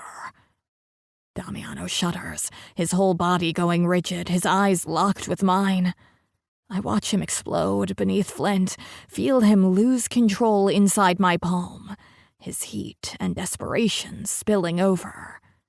Flint fucks through Damiano's orgasm, each thrust wild and reckless until he cries out and comes with a violence that shakes all three of us. We tumble to the floor, a twisted heap of limbs and breathless chaos, the storm in us finally breaking. It takes a while, but we're silent for a minute, our breathing chaotic, the lighthouse suddenly still. Seagulls taunt us from outside the glass. Fuck, Flint says eventually, like he can't believe it, like he can't believe us. He sounds raw and ruined. He trails off, lost in the aftershock, but I feel him. I feel Damiano, too. The three of us coming down. Coming back. Unsure of what we'll find. Chapter 24. Briar. The morning light filters through the kitchen windows, casting long rectangles of gold across the polished wooden floor. I'm sitting at the island counter, watching Mrs. Fletcher stress-bake what must be her third batch of muffins. The smell of cinnamon and nutmeg fills the air, but there's tension underneath the domestic comfort. I just don't know what to do, she says, vigorously whisking batter like it personally offended her. My sister shouldn't be alone right now, but I can't leave you here with no one to— Mrs. Fletcher, I interrupt gently. I'm 28 years old. I can manage on my own for a while. I take a sip of my coffee, wincing at the heat. I appreciate your concern, but I'm not an invalid. She gives me a look that suggests she very much disagrees. Your father would never forgive me if something happened while I was away. My father, even when he's not physically here, his presence lingers in every corner of this house. I resist the urge to roll my eyes. My father put me here to recover, and that's what I'm doing. I gesture to myself. Look, I'm eating regularly, I'm sleeping better, I'm even getting some color back. All true, though none of it has anything to do with the island's healing properties and everything to do with two men who have somehow wormed their way into my life. Into my body. Into whatever remains of my heart. The memory of the previous night in the lighthouse sends heat rushing to my face. I take another sip of coffee to hide it. You do have more color in your cheeks, Mrs. Fletcher says, pouring batter into muffin tins. But still, I don't like the idea of leaving you alone in this big house. She glances out the window with a worried frown. Especially lately with those men tramping all over the property. It's not right. A chill runs through me. She doesn't know the half of it. Victor's men have been less visible this past week, but they're still out there, watching, searching. The local police came and went, finding nothing just as we'd planned. But Victor isn't giving up. Damiano spotted two of his guys at the edge of the property only yesterday. I'll be fine, I insist, remaining steady. I promise to keep the doors locked and the alarm set. No one's getting in here without me knowing. She slides the muffin tin into the oven with more force than necessary. At least call your father. He's been asking about you, and I'm tired of being the go-between. I grimace. Maxwell Waters and I have managed to limit our communication to brief text messages since I arrived on the island. Enough to assure him I'm still alive, and not enough to actually connect. Fine, I concede. I'll call him today if it makes you feel better about going to your sister. Mrs. Fletcher's shoulders relax slightly. Thank you, that would ease my mind, and I could be back in a week or two depending on how she's doing. Take as long as you need, I tell her, meaning it. I'm not going anywhere. We're interrupted by the grumble of a lawnmower starting up outside. I glance out the window and see Damiano pushing the old mower across the side yard. He's wearing a faded black tank top that clings to his frame, and his arms flex with each movement. The tattoos visible from even this distance, dark patterns against his tanned skin. My mouth goes dry, and I force myself to look away. "That boy works too hard," Mrs. Fletcher says, following my gaze. "Always here at dawn, leaves after dark. Never takes a day off." I make a noncommittal sound, trying not to think about exactly what kind of work Damiano was doing last night. "I've left meals prepared in the freezer," Mrs. Fletcher continues, evidently oblivious to my wandering thoughts. "Just heat them up when you're hungry, and there's a list of emergency numbers on the refrigerator." "Perfect," I say, dragging my attention back to her. I promise not to burn the house down or throw any more wild parties. She gives me a stern look, but there's fondness beneath it. "See that you don't. Your father would have my head." My father again, always looming over everything. "I'll call him right now." I pull out my phone. "Get it over with." Mrs. Fletcher nods approvingly and busies herself with cleaning the kitchen while I step outside onto the terrace, phone in hand. I hesitate for a moment before dialing, watching Damiano work his way methodically across the lawn.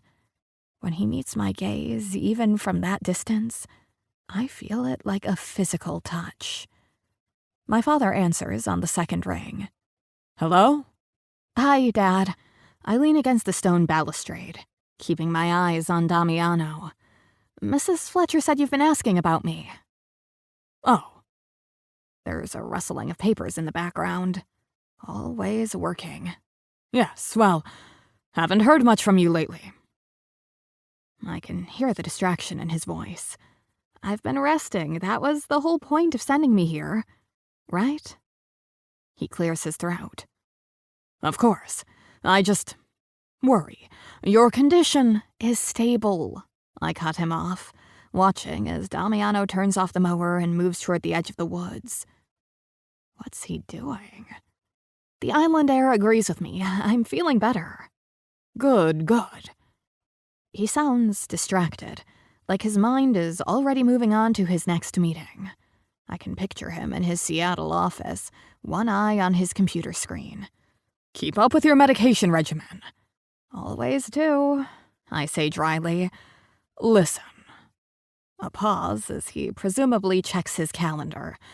"About the wedding plans." "How is Melissa?" I ask, more to be polite than out of any real interest in my father's fiancée. "She's fine. Busy with preparations." He clears his throat again. "The date is set for September.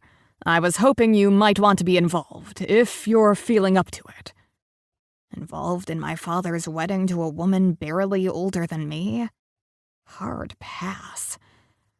"We'll see how I'm feeling closer to the date," I hedge. "I'm taking things one day at a time right now." Damiano has disappeared into the tree line, a flash of movement catching my eye as he slips between the pines. Curiosity prickles at me. "Right.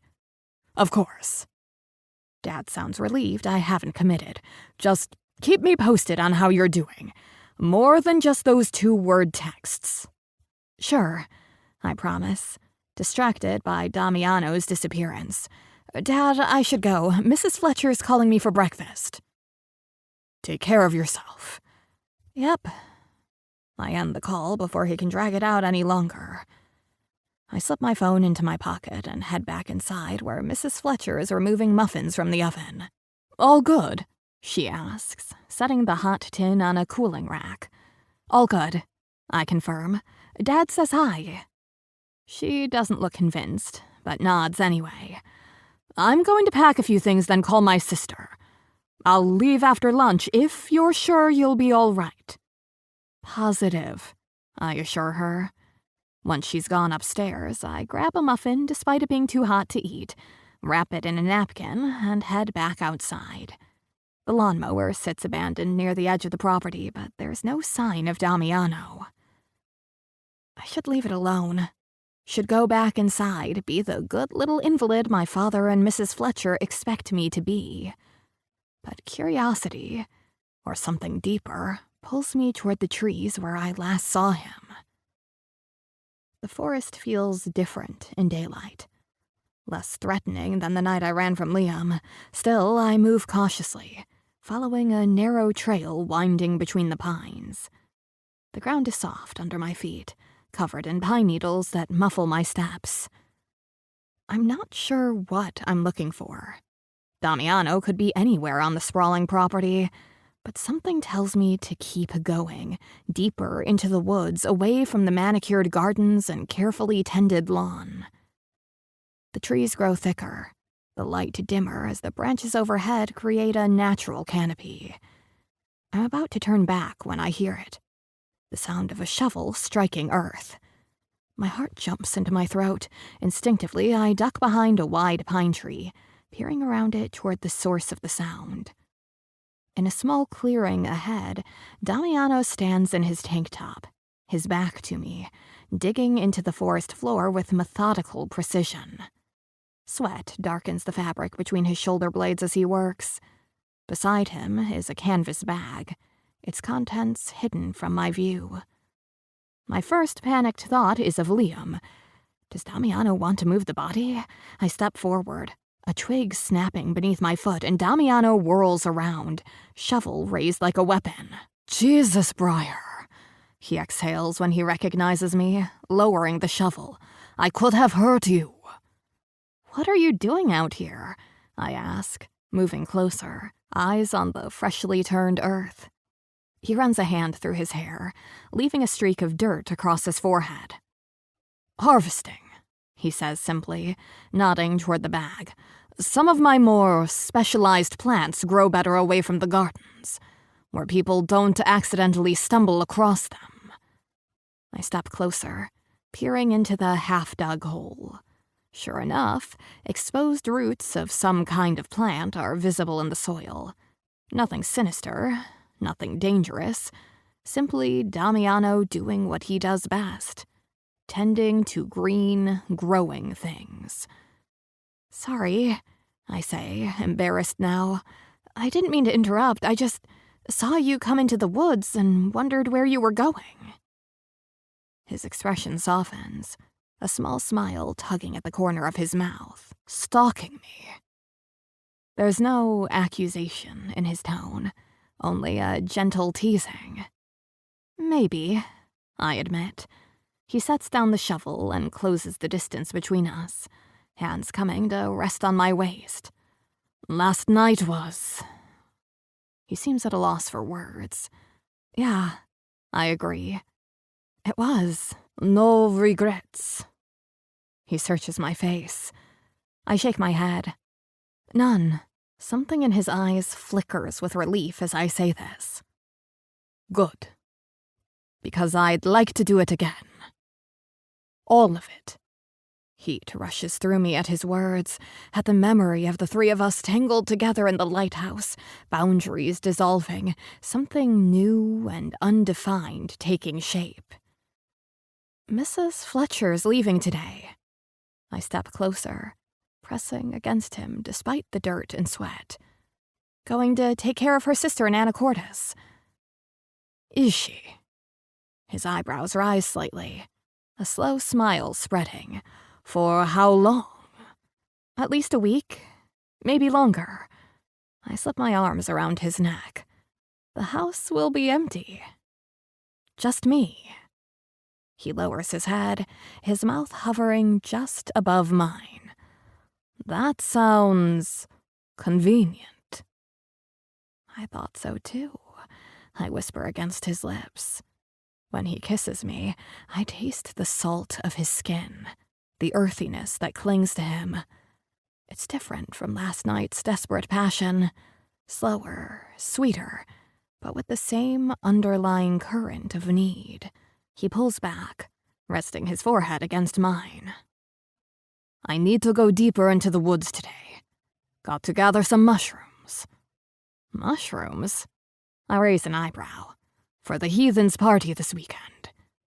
He tucks a strand of hair behind my ear. I've got a lot of people asking for my island magic.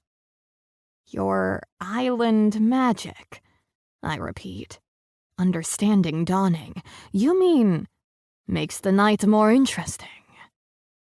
I think about the herbs he gave me that knocked me out for hours. I bet they do. He steps back, sliding his hands along my waist. Want to help me look? There's a spot about a half-mile in that grows the best ones this time of year. Lead the way, I say. We head deeper into the forest, the light filtering through the canopy in dappled patterns. Damiano points out plants as we go, naming each one, explaining their properties. Medicinal, poisonous, hallucinogenic. His knowledge is impressive, his passion for them evident in the way he touches each leaf or petal with reverence. So this Heathens party, I say, stepping carefully over a fallen log. What exactly is it? It's hosted by the Vault. He glances back at me, kicks off the hunt season. So they're really going through with it early this year, I say. He kneels, examining the mushrooms before carefully harvesting them, placing each one in a small cloth bag. The hunt brings in a lot of money. Rich people pay serious cash to participate. The masks, the contracts, the luxury baskets afterward. And the Vault organizes all of it? Yeah. He hands me a bag. Look for ones like this. Cap's got to be this specific color. If it's any darker, it's the poisonous variety. I kneel beside him, studying the mushroom he shows me. So the party is what? Some kind of pre-game for the hunt? More like a rite of passage. His voice lowers, even though we're alone in the woods. Everyone wears masks. Tribal drums, bonfires, dancing. The potential hunters and prey size each other up. By midnight, the red bulbs are distributed and the hunt soon follows. And you provide the mushrooms to make it all more intense. He nods, not looking up from his work. For those who want it. We work in silence for a while. The forest quiet around us, except for the occasional bird call or rustling in the underbrush. Will you be there? I ask. At the party? Have to be. I provide the goods. His eyes meet mine. Serious now. But you shouldn't go anywhere near it, Briar. Not with Victor still looking for Liam. I wasn't planning on it, I say. But part of me wonders what it would be like to see this island ritual up close. Good. He places another mushroom in his bag. Because the hunt this year, something feels off about it. They're changing the rules, opening it up to non-members. It's unpredictable. And that's bad? The hunt needs rules. He sits back on his heels, pushing hair away from his face with the back of his hand, without boundaries. He focuses on the mushrooms again. I hold up one I found. Is this the right kind? His expression lightens as he takes it from me, examining it between his long fingers. Perfect.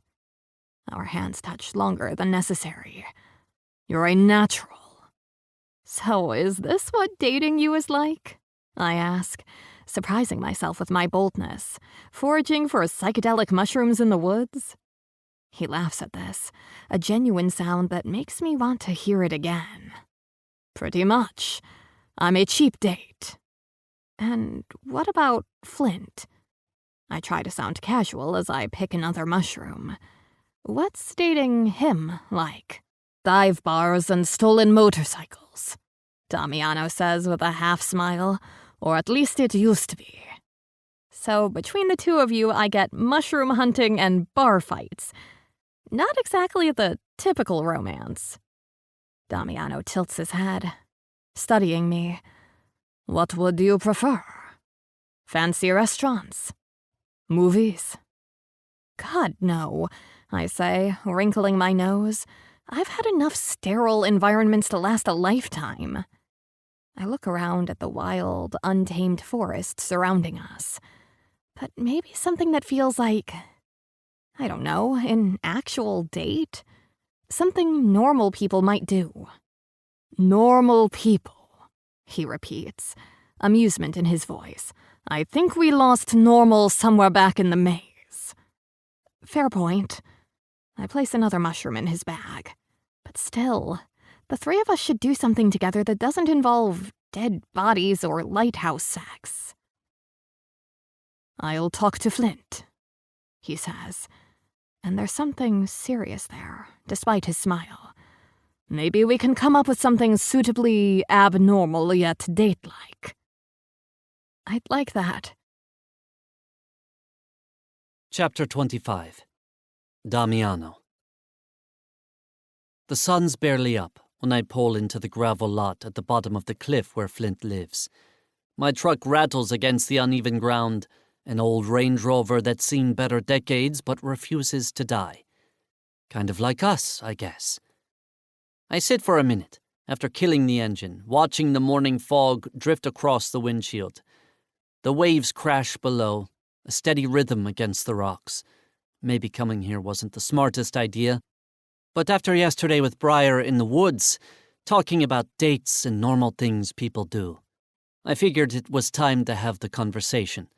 The one Flint and I have been avoiding since the lighthouse. Hell, since forever. His shipping container perches on the cliff edge like it's daring the sea to claim it.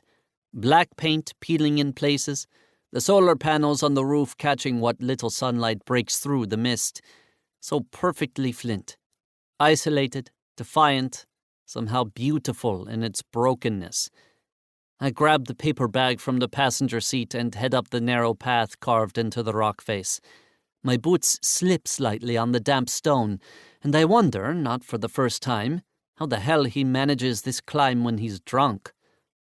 I knock twice, hard enough to be heard over whatever music he's probably blasting inside. Nothing. I knock again, louder.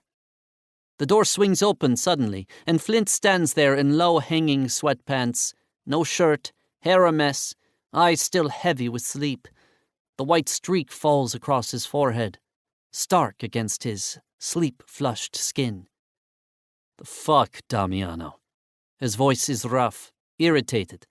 It's not even 7. Brought breakfast. I hold up the bag as a peace offering. He stares at me for a long moment, then steps back, leaving the door open. I take it as the closest thing to an invitation I'm going to get. Inside, the container is surprisingly neat.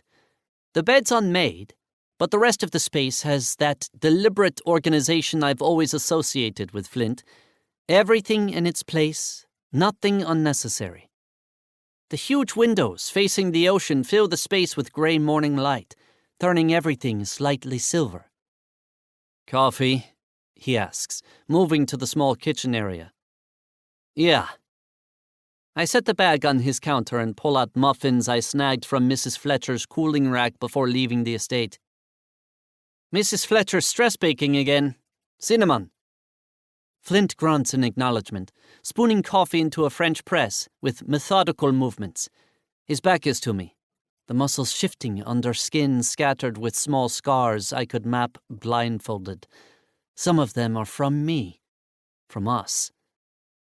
So, he says, not turning around. You gonna tell me why you're here at the crack of dawn, or are we doing the strong, silent thing? I lean against the counter, crossing my arms. Briar wants a date. That gets his attention. He turns, eyebrows raised. A what? A date. The three of us. Something normal people do. He snorts, turning back to the coffee. We're not normal people. No shit. I unwrap one of the muffins and break off a piece. But she wants something that feels, I don't know, less fucked up than what we've been doing. Less fucked up than fucking on a grave or in a lighthouse. He pours hot water into the press, watching the grounds bloom. Low bar. Yeah, well. I shrug, even though he can't see it. It's not a bad idea. The silence stretches between us, filled only by the roar of waves outside and the ticking of the cheap clock on his wall. Flint presses the plunger down slowly. He's always been like this, deliberate when he wants to be, chaotic when he doesn't. He pours coffee into 2 mugs, sliding one across the counter to me. So, we're really doing this, the 3 of us. Seems like it. I wrap my hands around the mug, letting the heat seep into my palms. Unless you've changed your mind. Have you? He leans against the opposite counter, only now looking at me directly. No. The truth comes easy, surprising me. I want this. Flint takes a sip of his coffee, watching me over the rim. This isn't going to end well. You know that, right? Probably not. But when has anything between us ended well? His laugh is short, harsh. Fair fucking point. I break off another piece of muffin, rolling it between my fingers. We should talk about it. About what? Italy. The word drops between us like a stone, heavy with all the things we've never said.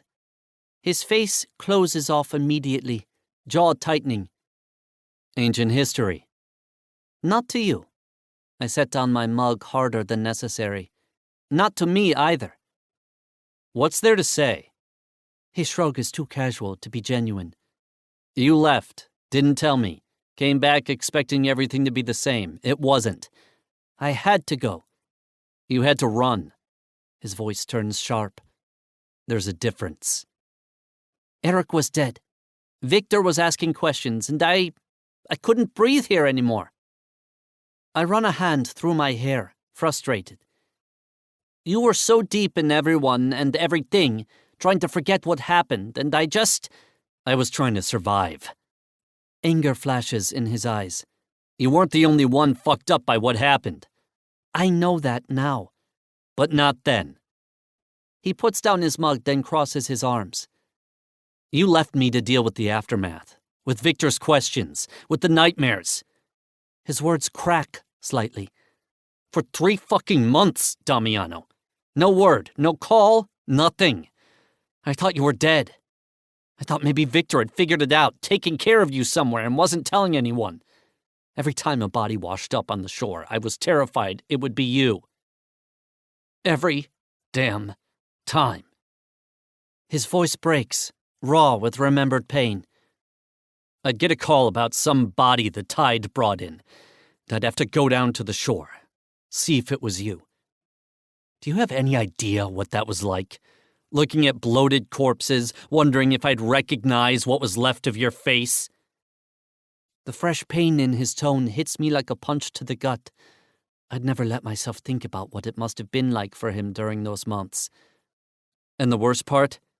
His words spill out now that the dam has broken. I had no one to talk to. No one who knew the truth. You were all I had, Damiano. The only person who felt like family. I flinch at the word. Family. The one thing he never had.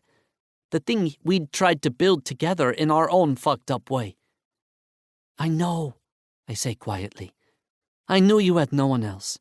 That everyone else had already abandoned you. And then I did the exact same thing. I was a fucking asshole. I'm sorry. The words feel inadequate, but I mean them. I should have told you I was leaving. Should have explained. Yeah. He looks away, out the window toward the sea. You should have.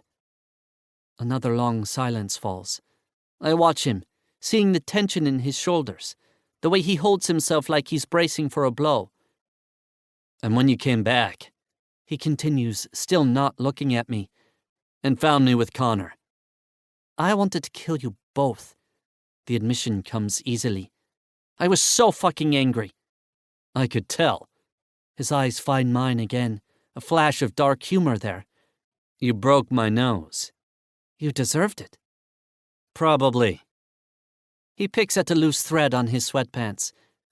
But Connor didn't. He was just there. Like all the others were just there. I can't keep the bitterness hidden. After we broke up, you fucked half the island. And you didn't? He raises an eyebrow, challenging. Don't act like you were celibate after me, Damiano. I know better. He's right. After we split, I was almost as bad as him. Different body every week, trying to burn away the memory of Flint, trying to prove I didn't need him. It never worked.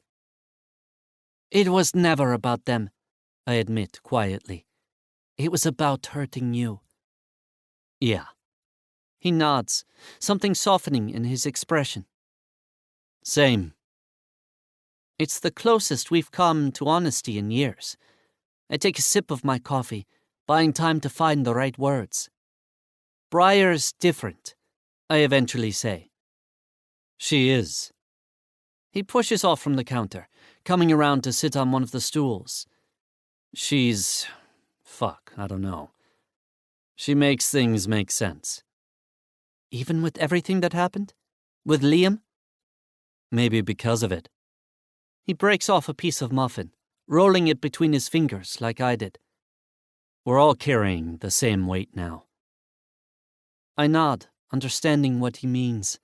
The three of us are bound by blood and secrets, yes, but there's something else, too. Something deeper. Harder to explain. So what do we do? I ask. About Briar?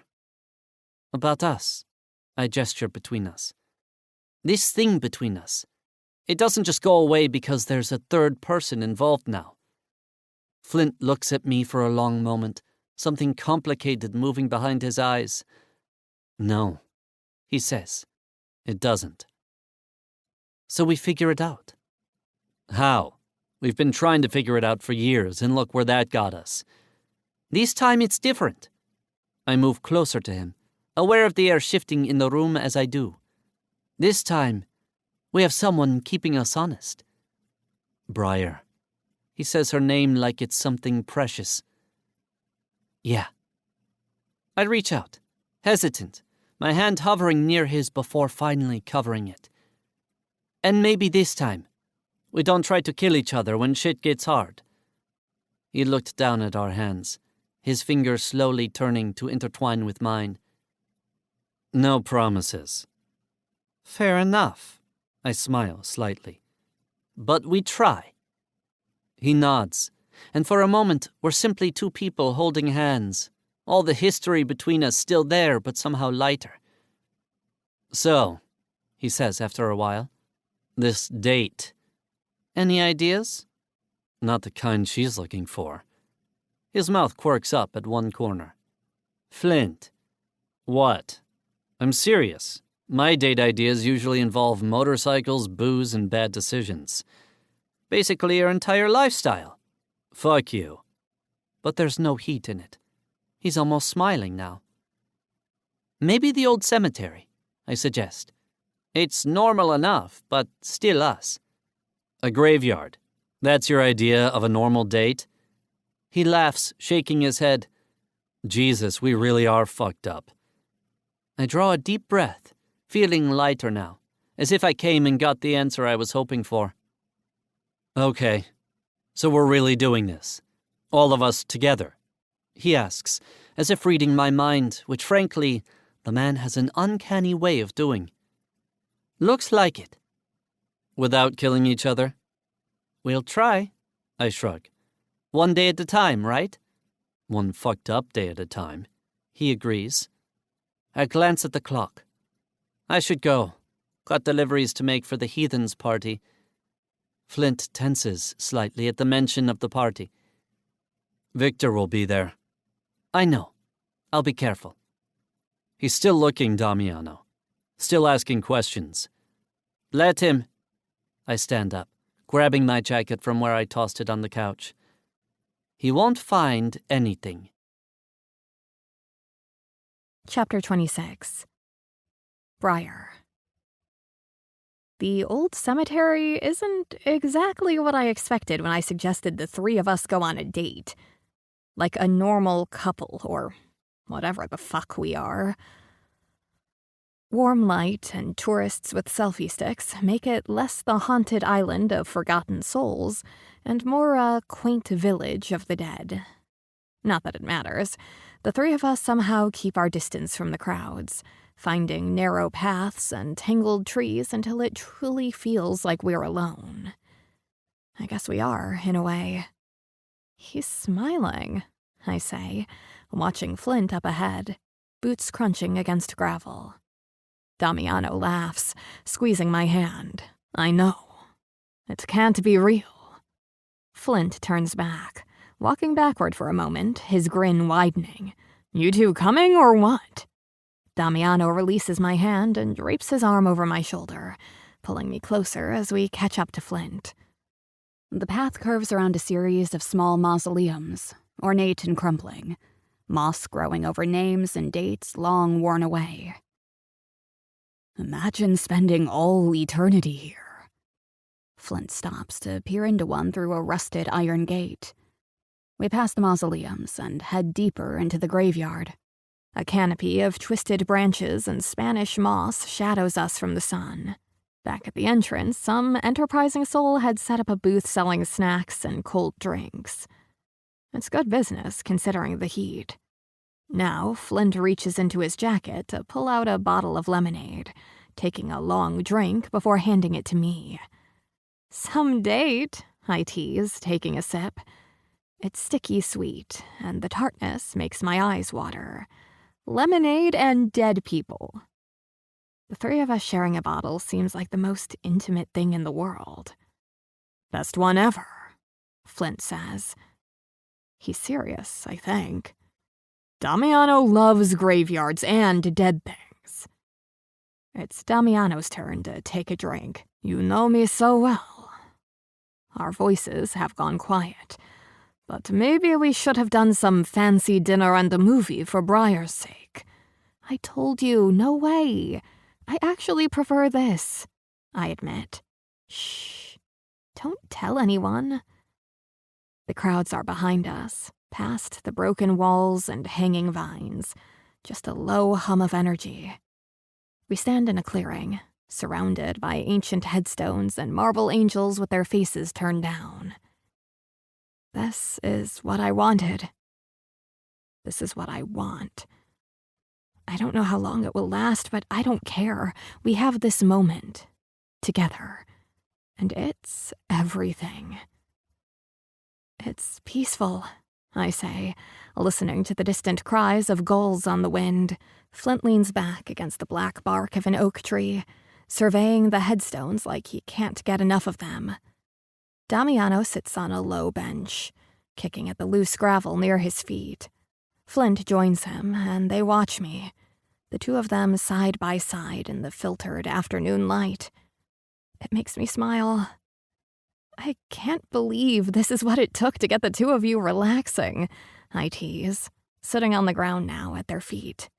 Flint strokes the back of my neck with a calloused thumb, and Damiano looks at him, then at me. Something genuine and vulnerable. Something right. Guess we're not very good at it, Damiano admits. And I wonder if he's talking about relaxing, or if it's something else. We're good at this. Flint's words are quiet, and he takes my hand first, then Damiano's, the three of us linking together. What will the tourists say if they see us here like this? At the mouth of hell, 3 sinners. I want to know what happens next, how we end. It doesn't really matter. Like I said, this is what I want. You're cold again, Damiano says, breaking the comfortable silence. He shrugs off his jacket and places it around my shoulders without waiting for my response. Thanks. I pull it closer, breathing in his scent, earth and herbs and something uniquely him. Flint produces a small flask from his pocket. This will warm you up better. Let me guess, the good stuff from behind the bar at the vault? I ask, accepting it. Only the best for you, princess. There's no bite to the nickname anymore, only a gentle teasing that makes me smile. I take a small sip, the whiskey burning pleasantly down my throat. Definitely better than the lemonade. Flint's laugh is lighter than I've ever heard from him. Don't tell the tourist trap vendor. He's charging $5 for that sugar water. Damiano's fingers find mine, tracing patterns on my palm. This is the oldest cemetery on the island. Some of these graves date back to the 1700s. History nerd? Flint bumps Damiano's shoulder with his own. Plant nerd. Damiano points to a patch of wildflowers growing between two weathered tombstones.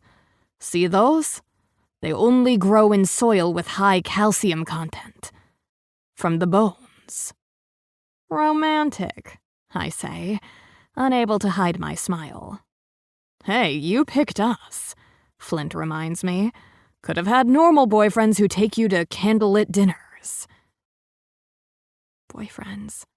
The word hangs in the air between us, new and unexplored. Normal is overrated. I lean back against Damiano's legs. Besides, I've had enough hospital food to last a lifetime. I don't need fancy restaurants.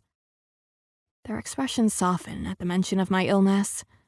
It's strange how something that's defined me for so long feels less significant when I'm with them. Speaking of food, Damiano says, reaching into his backpack, I brought something more substantial than lemonade. He pulls out a small bundle wrapped in cloth. Inside are slices of crusty bread, wedges of cheese, and dark purple grapes that glisten in the dappled light. A picnic in a graveyard. I laugh. You two really know how to show a girl a good time. Only the best for you. Flint echoes his earlier words, but there's sincerity beneath the playfulness now. We eat with our fingers, passing food between us. The simple meal somehow tasting better here among the quiet stones than any five-star restaurant could offer. I used to come here as a kid, Damiano says, breaking a piece of bread, when things got too loud at home. It was the only place nobody looked for me. I came here to steal, Flint admits with a half-smile. Metal from the gates, flowers people left that I could resell. Not my proudest moments. And now? I ask. Now we are here with you, Damiano says. Flint nods, his expression unusually open. Different circumstances. Better ones, I say, and they both look at me like I've said something profound. For a moment, I forget what brought us together. The blood, the grave, the secrets we keep. For a moment, we're simply three people finding comfort in each other's company, sharing food and whiskey in the afternoon sun. Flint lies back on the bench, his head resting in Damiano's lap. It's such a casual intimacy, something I never thought I'd see between them. Damiano automatically starts finger-combing Flint's hair, unsnarling the strands, the white streak stark against the black. I watch them, these two men who have somehow become my entire world in the span of a chaotic week. There's still tension between them. Years of history don't disappear overnight. But there's something else, too. Something healing. Take a picture, it'll last longer, Flint teases, catching me staring. I left my camera at home, I say, wishing I hadn't.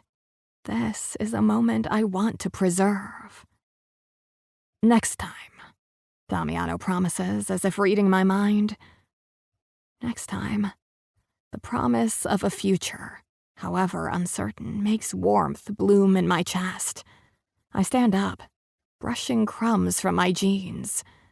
Come on, I say, holding out my hands to both of them. Show me more of this place. They rise in unison, each taking one of my hands. We go deeper into the cemetery, past stones weathered by time and salt air, our footsteps falling into a rhythm that feels like we've been doing this forever. Damiano points out plants growing wild between the graves, explaining their medicinal properties.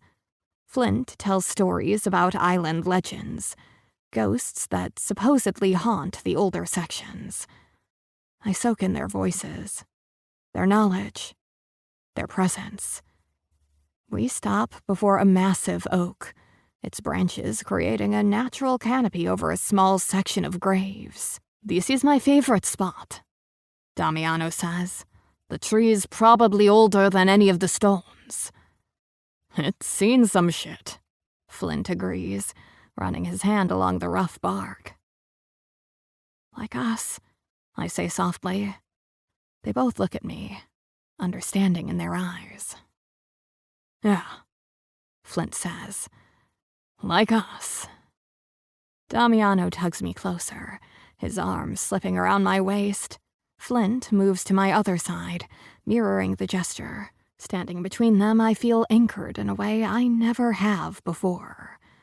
So this is what normal feels like, I muse. Flint snorts. "Hate to break it to you, but 3 people making out in a graveyard isn't most people's definition of normal." "Making out?" I raise an eyebrow. "Getting ahead of yourself, Bishop." "Am I?" His eyes darken with challenge and promise. Damiano's laugh rumbles through his chest against my back. "He's always been impatient." "Some things are worth rushing for," Flint counters, his gaze never leaving mine. I look from one to the other, these beautiful, broken men who have somehow become mine. And some things are worth savoring. The sun is starting to sink lower, casting long shadows across the graves. We should head back soon, before darkness makes the uneven ground treacherous, but I'm reluctant to leave this moment, this perfect bubble where nothing exists except the 3 of us. "We should come back," I say. "Make it a tradition." "A cemetery day tradition?" Flint asks, but he's smiling. "Why not?" I shrug. "Most couples have their restaurant or their beach. We can have our graveyard." "Most couples aren't hiding a body either," Damiano says quietly. The reminder should chill me, but somehow it doesn't. It's just another thread in the tapestry that binds us together. Dark, yes, but no less real than the feelings growing between us. All the more reason to embrace the unconventional, I say. Flint seeks my hand, his fingers lacing through mine. "I'm in." "Me too," Damiano agrees, his other hand settling on Flint's shoulder, completing our circle. As we stand there, connected, I realize that maybe this is what I've been searching for all along. Not safety or certainty, but this. Belonging. Understanding. Acceptance of all my broken pieces, matched with theirs to create something whole. The light fades, but we remain, 3 shadows becoming one in the gathering dusk. Maybe we're damned. Maybe we're saved. Maybe we're just 3 people finding our way through the darkness together. Whatever we are, in this moment, it feels like enough. "Come on," I say. "Back to reality." They both groan, and I feel the same way. Reality fucking sucks. But reality that involves the 2 of them. Chapter 27. Flint. The sun has nearly disappeared by the time we leave the cemetery, the sky fading from dusty orange to deep purple. Our shadows stretch long against the gravel path, 3 silhouettes merging into one twisted shape. Briar walks between us, her fingers linked with mine, her other hand tucked into the crook of Damiano's arm. It feels wrong to feel this good. This whole fucking day has been a surprise. No arguments, no bullshit drama, merely the three of us existing in the same space without tearing each other apart. Almost like normal people. If normal people shared bloody secrets and complicated feelings. That was actually nice, I admit, breaking the comfortable silence as we approach the cemetery gates. Minus the tourist with the selfie sticks, obviously. Obviously, Briar echoes, the smile in her voice warming something in my chest. I think the cemetery's keepers would be horrified if they knew we were treating it like a dating spot. Trust me, they've seen worse, I say, thinking of the countless teenagers who've used this place for even less savory activities over the years. We reach the wrought iron gates, rusted and massive against the darkening sky. The parking lot is nearly empty, only our cars and a sleek black Lexus that looks way too familiar. My stomach drops.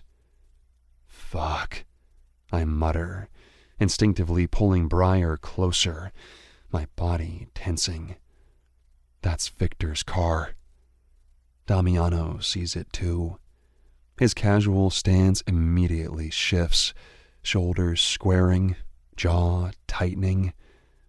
Let's go around the back. He's already turning to guide Briar in the opposite direction.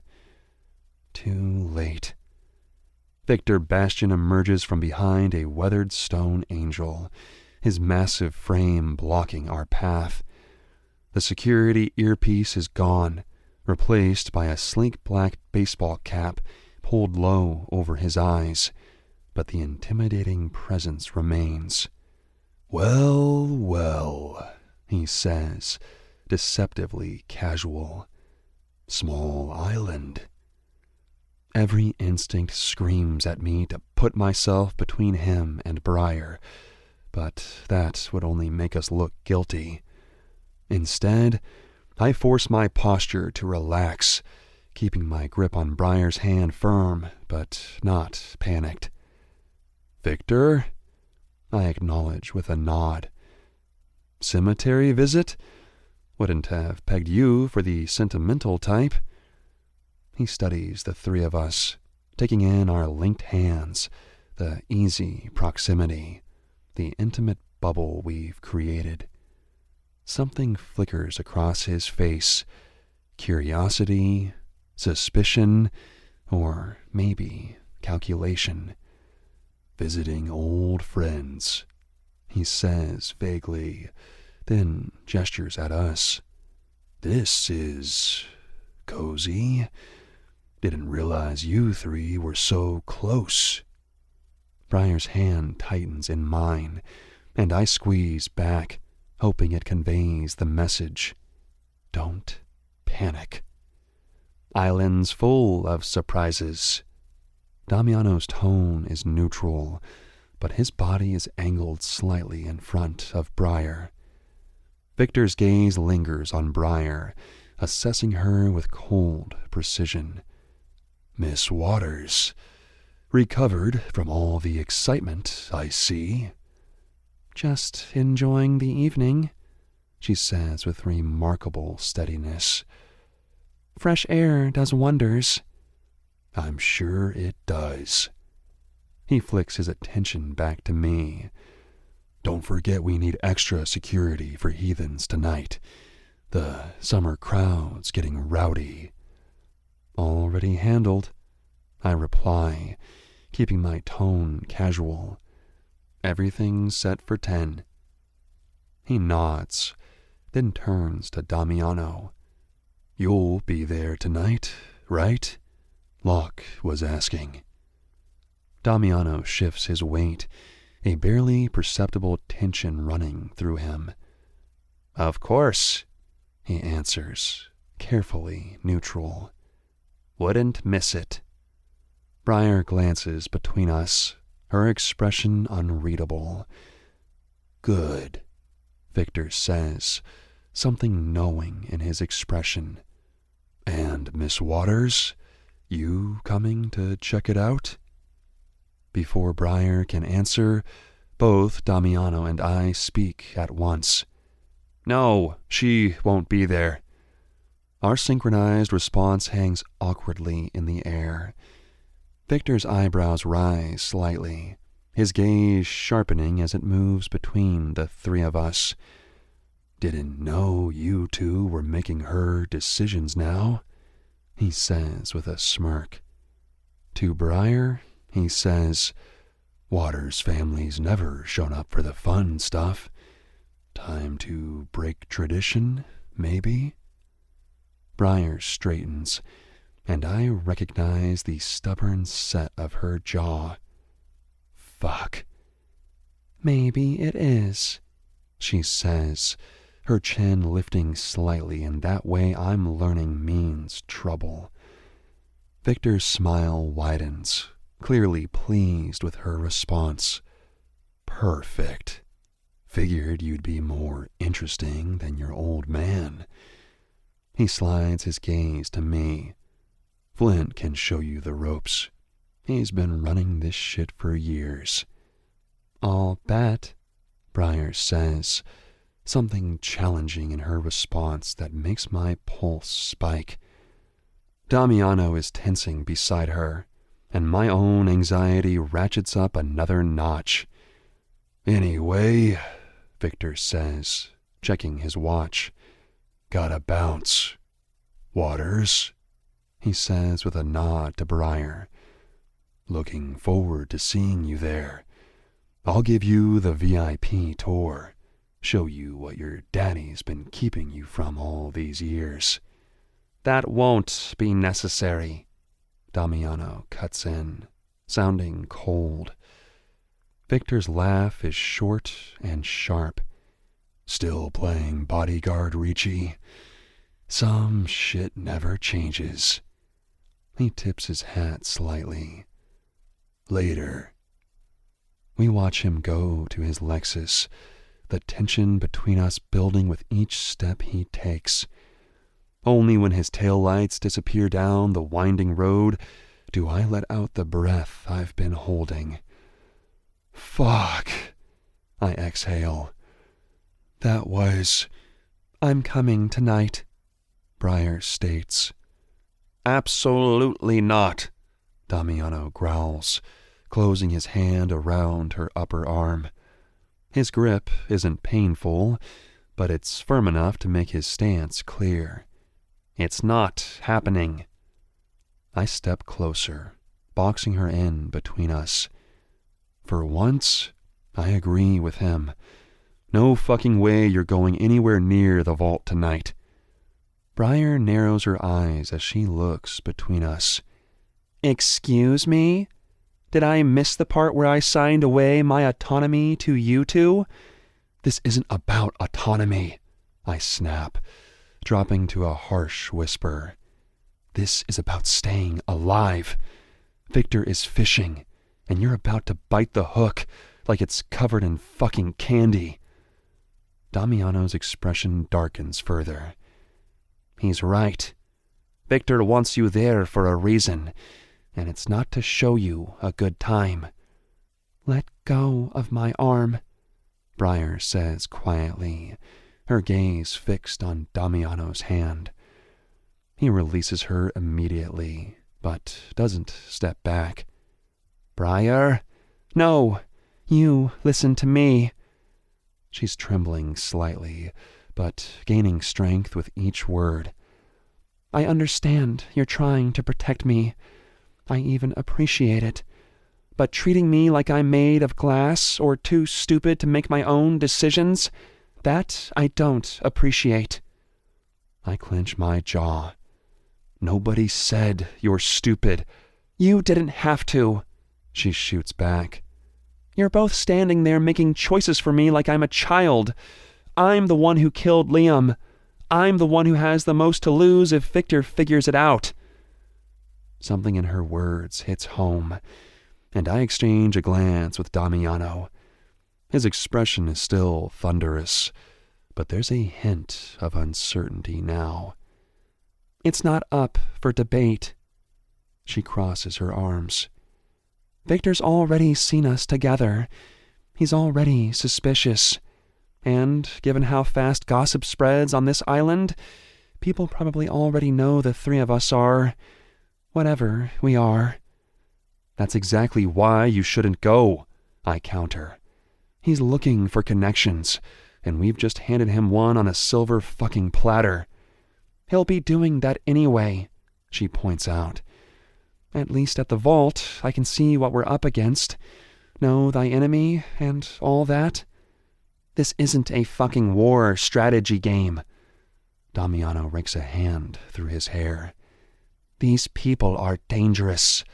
Victor is dangerous. I know that, Briar says, softening slightly as she places a hand on his chest. But hiding makes me look guilty. Going makes me look curious. The gesture seems to deflate some of Damiano's anger. His hand covers hers, large and protective. You have no idea what you're walking into. These events, they're not like your party, he continues, gentler now but no less intense. They're darker, more exposed. People lose control. I killed a man, she says, dropping to a fierce whisper. I think I can handle a fancy sex club party. It's not just that, I try to explain. Victor uses these nights to gather information, to watch people when they're vulnerable. If you show up, if I show up, it'll look natural. She cuts me off. Like I'm just checking out the local scene with my whatever you two are to me. If I avoid it now, after he's seen us together, it looks way more suspicious. Damiano runs a hand through his hair, frustration evident in every line of his body. She has a point, Flint. Don't tell me you're actually considering this, I hiss at him. I'm trying to think clearly, he says, eyes locked on Briar. If she doesn't show, Victor will wonder why, especially after how eager she seemed. So we're risking her safety because she couldn't keep her mouth shut? I argue, instinctively pressing my hand more firmly against her back. I'm standing right here, Briar says, irritation flashing in her eyes. She twists away from my touch. And I'm going, with or without your approval. I'd prefer with, since you two actually know what to expect. Briar, Damiano says in that deep register that usually means he's deadly serious. If anything happens to you, nothing will happen, she interrupts, her expression softening as she looks between us. I'll be careful, I promise, but I need to do this. I can't just hide and hope this all goes away. Something in her vulnerability breaks through my anger. I can see Damiano's resolve crumbling too. I want to argue more, but the determined look in her eye stops me. This isn't the fragile princess I first imagined her to be. She's proven that over and over. Fine, I concede with a sigh. But you stay with one of us at all times. No wandering off, no talking to Victor alone, and you wear what I tell you to wear. Agreed, she says, the victory already clear in her smile. See? Was that so hard? Letting me make my own choices while setting reasonable boundaries? Don't push it, I warn, but there's no real heat in my words. This whole plan is still fucking stupid. And if either of us says it's time to go, We go, Damiano adds. No arguments. Deal. She looks between us, a flash of excitement mixing with the apprehension in her eyes. So, what exactly does one wear to a primal ritual sex party? Despite everything, I find myself laughing. Something that won't draw too much attention, I say, knowing it's probably impossible. Briar Waters will draw attention no matter what she wears. And for fuck's sake, stay away from white dresses. Noted. Her hand finds mine again, squeezing gently. It'll be fine. Will be fine. I nod, not trusting myself to speak. Her confidence should be reassuring, but all I can think about is Victor's calculating gaze, the way he observed her like she was a puzzle to solve. Chapter 28. Briar. The vault looks different tonight. Not just because of the people spilling out onto the street, bodies pressed together, laughter cutting through the night air, but because everything about it has transformed. Gone is the sleek exclusivity of the place I snuck into days ago. Tonight, the old bank building throbs with primal energy, its stone facade adorned with burning torches that cast wild, dancing shadows across the crowd. Still sure about this? Damiano murmurs close to my ear as we approach, his hand firm on the small of my back. I'm sure, I say, despite my racing pulse. After our argument at the cemetery, neither he nor Flint tried to talk me out of coming. But I could feel their worry when we separated. Flint heading straight to work at the vault hours ago, Damiano taking me back to the estate to get ready. I'd spend hours overthinking my outfit before settling on something that wouldn't scream, "Notice me." Black jeans, a sheer black top over a simple camisole. Boots that lend me an inch of height I don't really need. My hair is loose, falling around my shoulders in waves that catch the torchlight. But it's the mask that completes the look. A delicate thing of black lace that Damiano produced from a box he brought to the estate, fitting it carefully over my eyes before we left.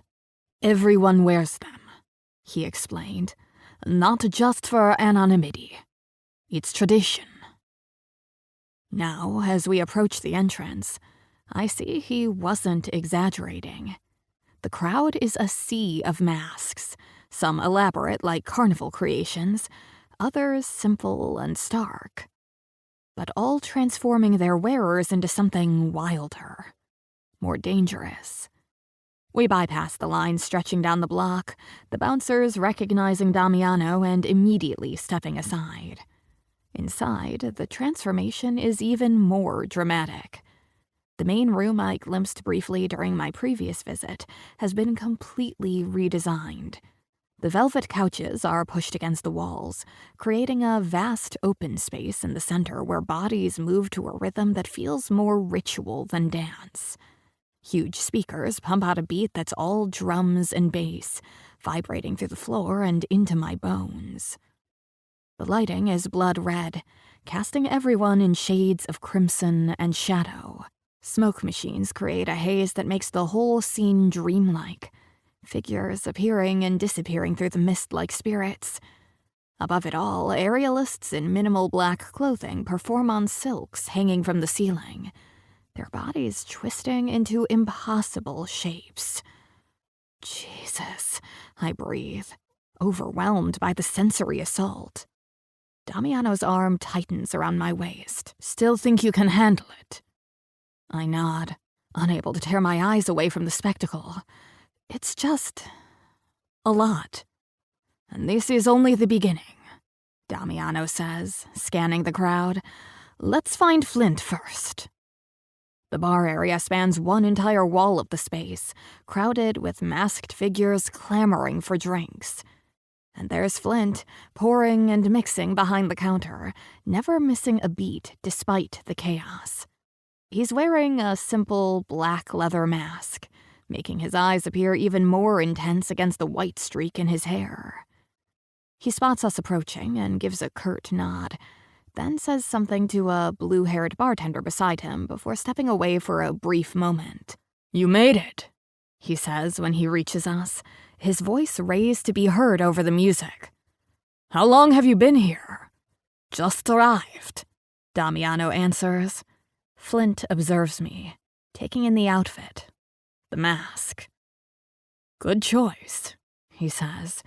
Then, to both of us, he says, "Remember, stay together. I can't leave the bar much tonight. I'm understaffed and Victor's watching." "Speaking of," Damiano says, "have you seen him?" "By the stage with Locke," Flint says, already glancing back at the bar where customers are lining up. "Mari's handling the other end if you want drinks. Gotta get back." "We'll be careful," I promise. "You better be." He briefly squeezes my hand before he turns and slips back behind the bar. Damiano guides me toward the area where a bartender with electric blue hair is serving drinks. "Let's get something to take the edge off." We order whiskeys, and I take the moment to really study Damiano. His mask is similar to Flint's, but with subtle botanical designs etched into the leather.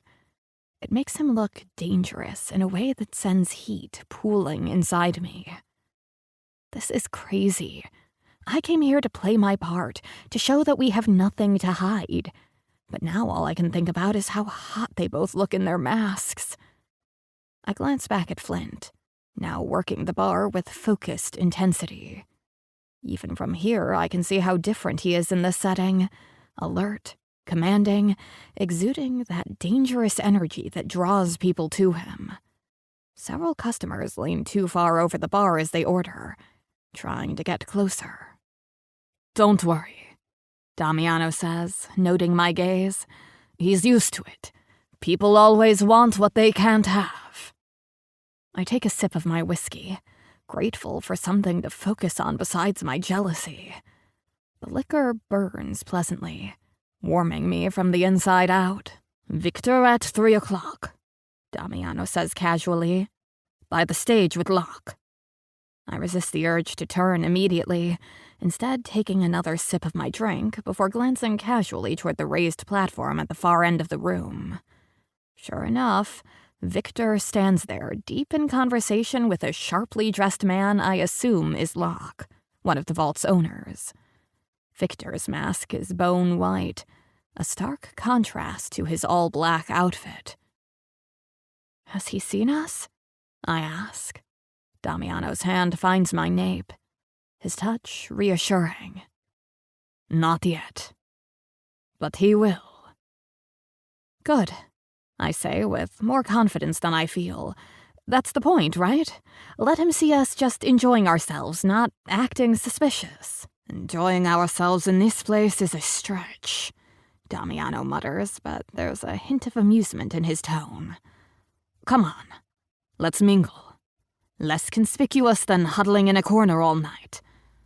We weave through the crowd, Damiano's hand a constant presence on me, at my waist, my shoulder, the small of my back. His touch keeps me anchored as we push deeper into the heart of the party. The scene gets wilder the further in we go. What started as suggestive dancing near the entrance has turned into something much more intense at the center. Bodies twist together in various stages of undress, cast in deep crimson by the blood-red lights. A woman bent over a custom bench takes measured strikes from a man with a leather flogger, her face showing pure bliss, even through her ornate mask. Nearby, another couple performs for an eager audience, her body arched perfectly as he guides her with subtle movements of rope binding her arms. I recognize the technique from my photography days. That's serious suspension bondage that takes real skill. Part of me misses my camera, itching to capture the interplay of light and shadow across their bodies. Makes my NYU fetish photography look like child's play, I say to Damiano, my attention fixed on the scene. They're going all out. Heathens' night isn't about holding back, Damiano says, close to my ear. It's about peeling everything away. Shows what the hunt really means. Pure instinct over social rules. I drift my gaze from scene to scene, my photographer's eye mixing with pure arousal. On a velvet couch, a masked woman straddles a man while another woman kisses her neck. Against a column nearby, a man pins another's wrists above his head, their bodies pressed together in an unmistakable display of dominance and submission. Island bigwigs by day, absolute animals by night, I observe, feeling heat spreading under my skin as I watch. Damiano laughs against my ear. The masks change everything. Amazing what people do when they think no one knows who they are. I lean back against him, my body responding to the charged atmosphere. There's something about being surrounded by such raw desire, watching proper island residents transform into creatures of pure want. He tightens his arm around my waist. "Getting to you?" he asks, deeper than before. "Maybe," I admit, not bothering to hide how my breathing's quickened or how I'm pressing back against him. He can feel it all anyway. His lips brush my ear. We should keep moving. But it's getting harder to focus on our mission. I keep looking back to the scenes around us. The couple with the flogger has moved on, the woman now writhing as her partner's hands work between her legs. On stage, performers in elaborate headdresses and nearly nothing else twist around each other in synchronized desire. I spot Flint behind the bar, his eyes finding us through the crowd. Even from across the room, I can feel the intensity in his gaze as he watches Damiano's hands on me. My skin flushes hot in response. "Victor's watching," Damiano says suddenly. "Don't look now." I fight the urge to turn my head. What's he doing? Acting like he doesn't see us while seeing everything. Damiano slides his hand to my hip, pulling me closer in a move that's both possessive and protective. We need to look natural. What counts as natural in this madhouse? I try to keep it light, despite the tension coiling inside me. He flexes his fingers against my hip. Like we're here for the same reason as everyone else. Our eyes meet, and understanding passes between us. We're supposed to be playing parts, a couple or whatever we are, simply enjoying the wild atmosphere. But the heat in his eyes suggests this is becoming less of an act by the second. "Dance with me." I turn in his arms to face him. He hesitates. "Briar, dance with me," I repeat more firmly. "People are watching. We need to blend in." His resistance crumbles, and he pulls me into the massive bodies at the center of the room where the music hits hardest and the smoke hangs thick. His hands find my hips as I loop my arms around his neck. The beat drives through us, dictating our movements. I press closer, feeling how tense he is. Around us, the dancing has morphed into something much more intimate. Couples, and sometimes more than couples, move against each other with obvious hunger. I follow their lead, rolling my body against Damiano's with practiced ease. He exhales sharply, tension evident in every line of his body, and tightens his hands on my hips, pulling me closer despite himself. "You know what this is doing to me, right?" he mutters, his eyes darkening. "That's kind of the point," I say, boldly holding his gaze. Over Damiano's shoulder, I spot Victor again, now standing with a clear view of us. Can't read his expression behind that bone-white mask, but his attention is definitely locked on us. "He's watching," I murmur into Damiano's ear. "What now?" Damiano doesn't hesitate. He backs me against a nearby column, his body shielding mine from the crowd, but perfectly positioned for Victor to see. He cups my face in his hand, tilting it up. "Trust me," he whispers. And then his mouth is on mine. The kiss burns through me, lighting up every nerve. His tongue traces my lips, demanding entry I immediately give. One hand tangles in my hair, while the other presses against my lower back, pulling me flush against him. I kiss him back just as hard, losing myself completely. For a moment, I forget where we are, forget why we came, forget everything except how he feels against me. When he pulls back, we're both breathing hard.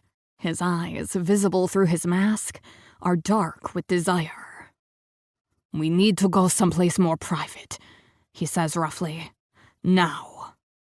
Damiano guides me through the crowd, his grip firm on my wrist. The pulsing lights and writhing bodies blur around us as we push deeper into the vault, past the main floor where we were dancing. My pulse quickens from the desire building between my legs since Damiano's kiss. "Where are we going?" I ask, barely audible over the thundering bass. "I can't wait any longer," he answers, pulling me closer. "I need you now." We turn down a hallway, dimly lit with sconces that cast everyone in amber shadows.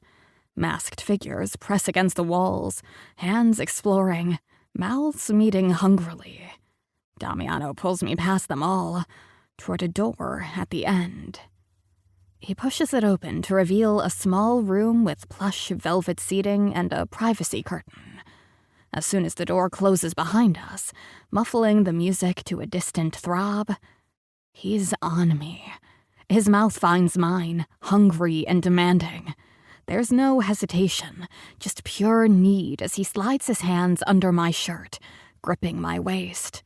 I press against him, equally desperate, tangling my fingers in his hair. "I've been thinking about this all night," he growls against my lips, "watching you dance, feeling you against me, driving me crazy." "Then do something about it," I challenge, nipping at his bottom lip. He doesn't need further invitation and backs me against the wall, his thigh pushing between my legs, creating delicious friction exactly where I need it. I grind against him shamelessly, already wet and aching. I push my hands under his shirt, feeling the ridges of muscle and ink I've already memorized. His skin burns against my palms as I trace the path of the nightshade tattoo curving around his ribs. He yanks up my shirt, exposing my stomach to the cool air. His mouth leaves mine to trail down my neck, teeth scraping paths that make me gasp. When he reaches the edge of my camisole, he doesn't hesitate. Just pulls it down to expose my breast, his mouth hot and demanding on my nipple. I arch against him, fingers digging into his shoulders. The party, everything outside this room, fades away. All that matters is his mouth on my skin, his hands gripping my hips. "I want you," I pant, fumbling with his belt. "Please." He catches my wrists, pinning them above my head with one large hand. "Not yet," he murmurs. He slides his free hand down my body to the waistband of my jeans. "First, I want to feel how wet you are for me." The button pops open under his fingers. The zipper slides down with a sound that seems too loud in the small space. He slips his hand inside, past the thin fabric of my underwear, finding me already slick and swollen. "Fuck," he whispers. "You're soaked." "Your fault," I gasp as he circles his finger around my clit with a maddening caress. He releases my wrists to pull my jeans down further, giving his hand more room. I cling to his shoulders, legs trembling as he slides a finger inside me, then two, the heel of his palm grinding against my clit with each thrust. The door to the room opens suddenly. I whip my head toward it. But it's Flint who stands there, his expression darkening with lust behind his mask. "Started without me?" he asks, closing the door behind him and leaning against it, arms crossed. He takes us in, his gaze lingering to where Damiano's hand disappears into my jeans. "Couldn't wait," Damiano tells him, not taking his eyes off my face. His fingers curl inside me, making me gasp. Flint tosses his mask aside and crosses the room in 3 quick strides. Clearly, he grabs the back of Damiano's neck, pulling him into a rough kiss over my shoulder. My turn. Damiano doesn't stop his fingers working inside me as Flint claims my mouth next. I moan against his lips, tasting whiskey and mint. His hands replace Damiano's on my breast, rougher, more impatient. He pinches my nipple between his thumb and forefinger, sending jolts of electricity straight to my core. "Been watching you two all night," he says against my ear. "Wanted to drag you both out of there an hour ago." They work in tandem now, as if they've done this 1,000 times. Maybe they have. Flint's mouth on my neck, my breasts, while Damiano's fingers drive me higher. I buck my hips against his hand, chasing release. "Please," I gasp, not sure what I'm asking for, just knowing I need more than fingers. Flint pulls back just enough to look at Damiano. Something passes between them, an entire conversation in a single glance. Then, Flint is moving, pushing the privacy curtain aside to reveal a low couch. "Here," he says, guiding me to it. "I want to watch you take him first." I sink onto the couch, my jeans halfway down my thighs, my top pushed up. Exposed. Vulnerable. Neither of them seems to mind. Damiano kneels between my legs, pulling my jeans completely off, while Flint sits beside me, his hand replacing Damiano's between my legs. "Christ, you're wet," Flint murmurs, fingers sliding easily into me. "You want us both tonight?" "Yes," I gasp, spreading my legs wider. "God, yes." The air changes, thickens with focused intent. They exchange another look. Then Flint is standing, unfastening his pants while Damiano does the same. There's no awkwardness between them, just fluid coordination like 2 parts of the same machine. Damiano positions himself on the couch, and Flint guides me to straddle him. I hover above him, feeling the blunt pressure of his cock against my entrance. One of Flint's hands steadies me while the other wraps around Damiano's length, positioning him perfectly. "Take him," Flint says, his breath hot against my ear. "I want to watch you fall apart on his cock." I sink down, taking Damiano to the hilt in one smooth motion. We both groan at the sensation, his hands gripping my hips to hold me in place for a moment.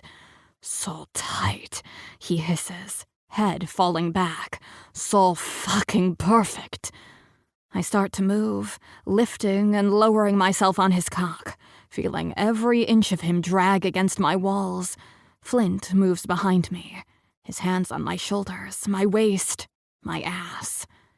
I feel the press of his cock against my back, hot and hard. "You want more?" he asks, even though he must know the answer. "Yes," I say, not stopping my movements on Damiano. "Everything. Both of you." Flint slides his hand down my back, fingers slick with something. Lube, probably kept in these rooms for exactly this purpose. Or maybe that there are now 3 of us. He knows what's to come. He circles my asshole, the pressure insistent but careful. I relax into it, grateful for the distraction as his finger breaches me. "Good girl," he murmurs, working a second finger in alongside the first, stretching me carefully. "Just like that." I continue riding Damiano, who watches me with half-lidded eyes, guiding my hips with his hands into a rhythm that hits perfectly with each stroke. When Flint lines himself up behind me, Damiano stills my movements, holding me flush against him. "Ready?" Flint asks, his cock pressing against me.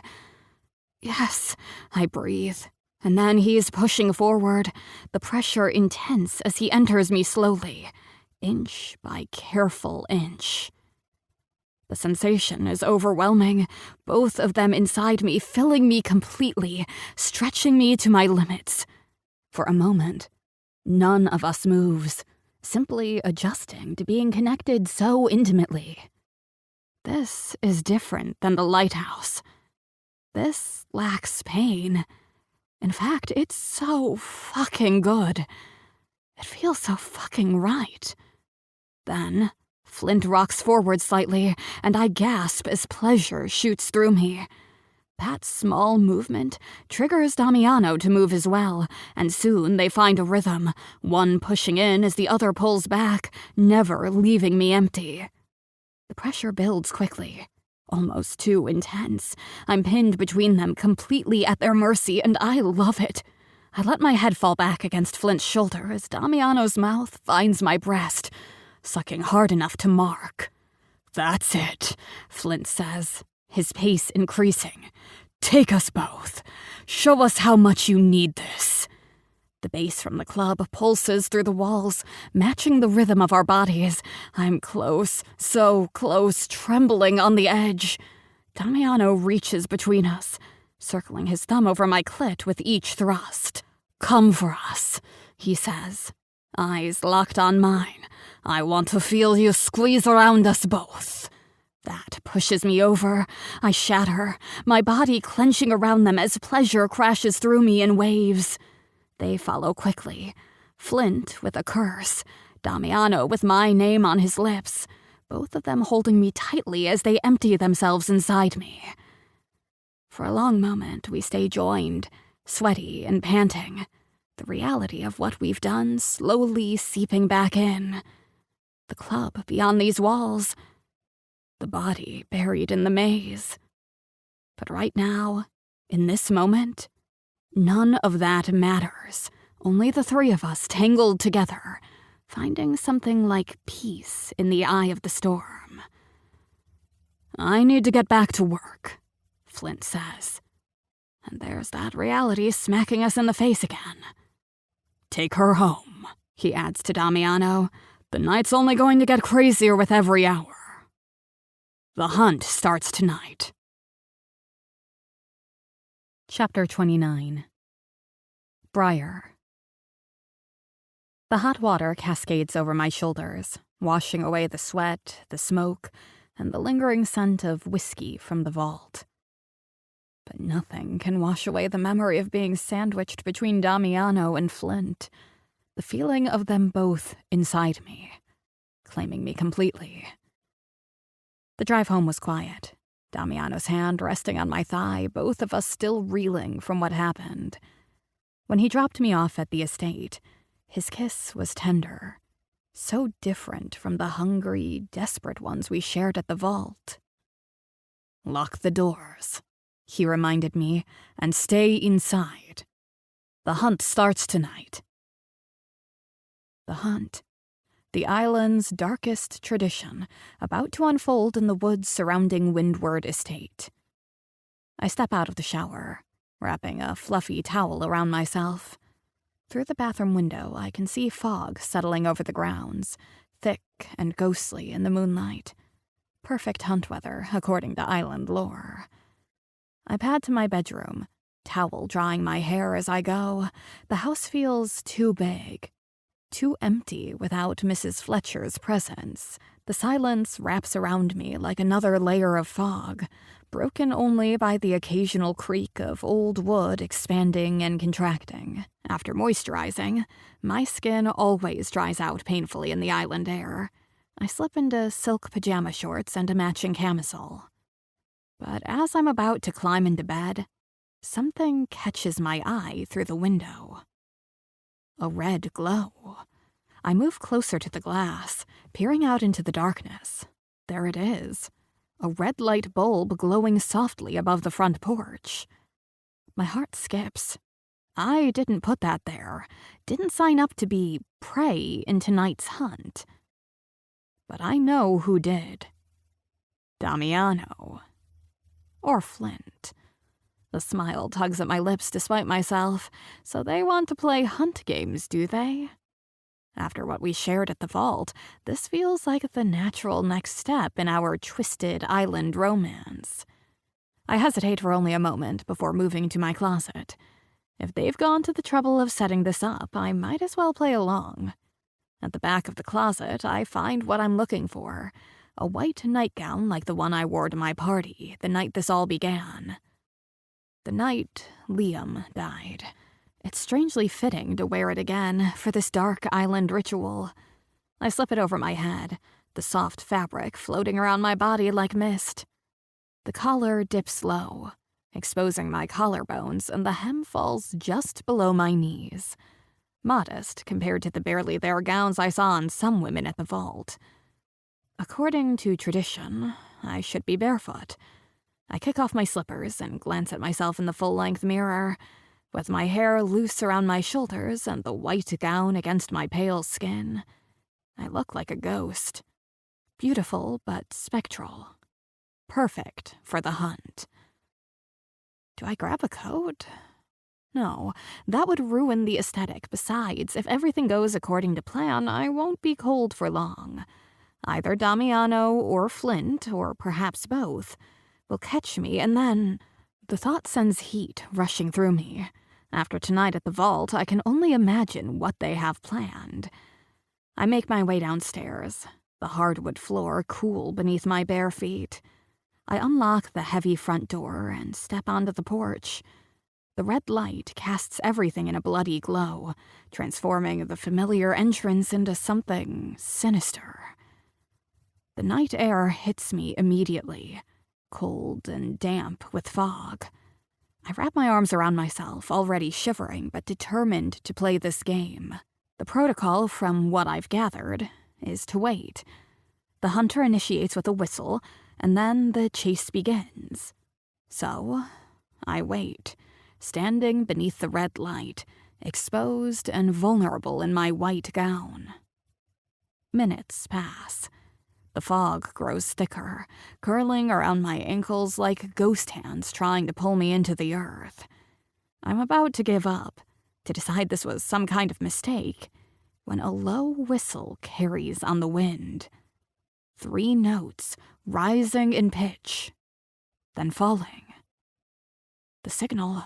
My pulse quickens, so they really are doing this. I peer into the darkness, trying to spot my pursuer. There. A figure at the edge of the property, just where the manicured lawn meets the wild forest. I can't discern details through the fog, only a silhouette wearing what appears to be the traditional stag mask. The figure whistles again, the same eerie 3 notes. Then, it starts moving toward me. Something about the way it moves seems off. Not quite like Damiano's fluid grace or Flint's predatory swagger. This gait is different, more mechanical, purposeful. I take a step back, then another. The figure keeps coming, picking up speed. This isn't right. This isn't them. Fear surges through me as the masked figure breaks into a run, heading straight for the porch where I stand, frozen with indecision. I don't think. I move, leaping off the porch and running around the side of the house. My bare feet sink into the wet grass, slipping slightly as I sprint toward the garden. Behind me, heavy footsteps are gaining ground. Whoever this is, they're fast. The maze.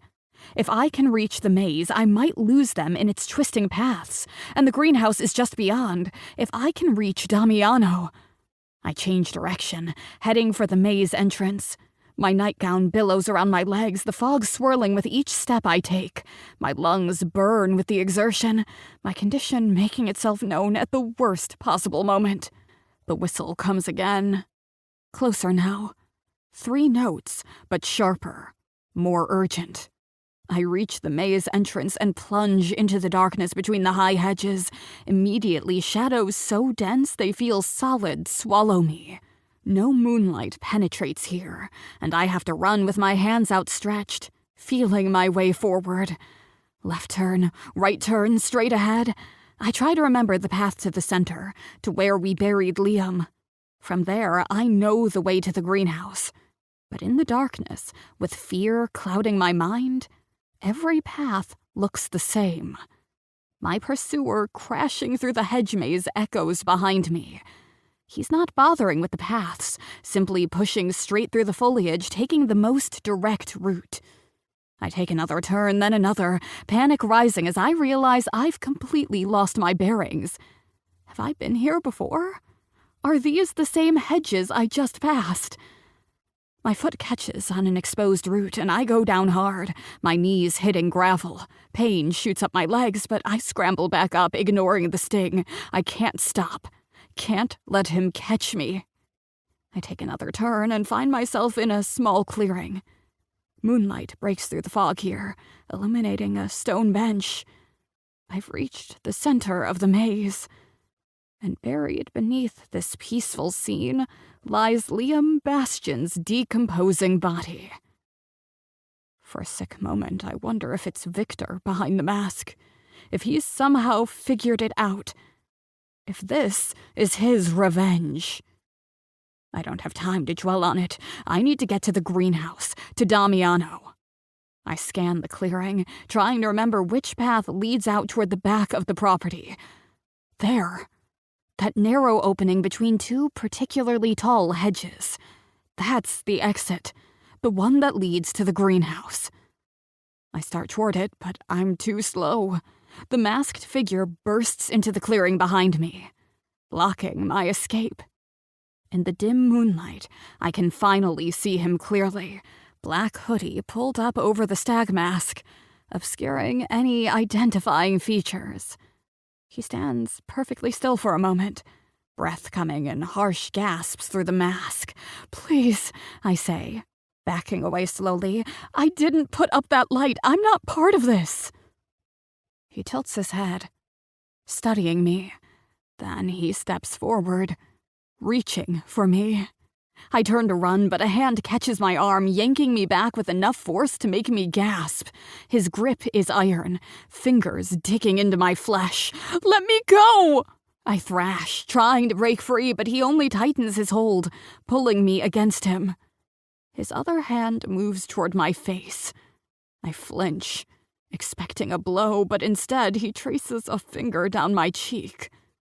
The touch almost gentle. "Who are you?" I demand as I shake with fear and rage. "What do you want?" The masked figure leans in close, his breath hot through the mask. And then he speaks, voice muffled but unmistakably familiar. "You really should have stayed away from the vault tonight, Briar Waters." My blood turns to ice. This isn't Damiano or Flint. This isn't a game. And I've just been caught. Victor. The name falls from my lips, a horrified whisper. He reaches up, pulling the stag mask off to reveal his face, pale and hard in the moonlight. His eyes glitter with something dangerous as he tosses the mask aside. "The one and only," he says, his voice eerily calm. "Funny how history repeats itself, isn't it? You in that white dress in this maze, just like the night my brother disappeared." I try to back away, but his grip on my arm tightens. "I don't know what you're talking about." "Don't insult me." His fingers dig deeper, sure to leave bruises. "I watched you tonight at the vault, Looking so cozy with our resident gardener and bartender. Quite the trio you three make. My mind races. How much does he know? How much is he guessing? Let me go. I try to sound stronger than I feel. This isn't part of the hunt. I didn't volunteer for this. Victor's laugh is sharp and mirthless. But I put the red light on your porch myself. Special invitation. He pulls me closer, his breath hot on my face. I thought we should have a private chat about my brother. I told you before, I barely knew him. He was at my party, that's all. And then he vanished. Victor's free hand slides to my waist, fingers digging into the thin fabric of my nightgown. Some of my friends told me they saw him following you that night. Into this maze. And he was never seen again. My blood turns to ice. People saw us. Of course they did. A party full of strangers, all of them potential witnesses. Maybe he left the island, I suggest weakly. Found a tourist to go home with. Liam wouldn't leave without telling me. He slides his hand lower, over my hip. He wouldn't leave his bike behind. His house. Everything. I try to twist away, but he's too strong, pulling me against him. What do you want from me? I want to know what happened that night. His voice drops lower, more threatening. And I think you're going to tell me. After we have a little fun first. He shoves me backward until I hit the stone bench. I stumble, falling onto the cold surface. Before I can scramble away, he's on me, pinning me down with his weight. No! I thrash beneath him, but he's twice my size, easily holding me in place. Get off me! Feisty, he says, sliding one hand up my thigh, pushing my nightgown higher. I can see why they both want you. But I get to have you first. Panic surges through me.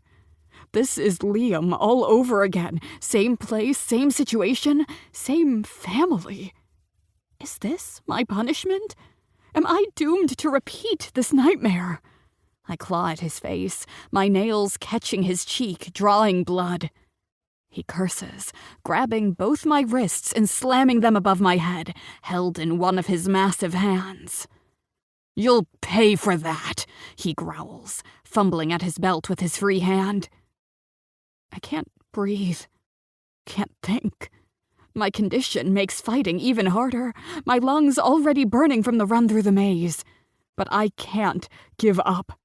I can't let this happen.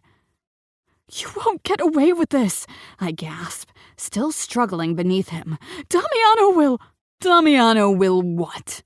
Victor sneers. That gardener who took my brother from me? I've been waiting for years to make him pay for Eric, and now I'll take something from him, too. His words hit me like ice water.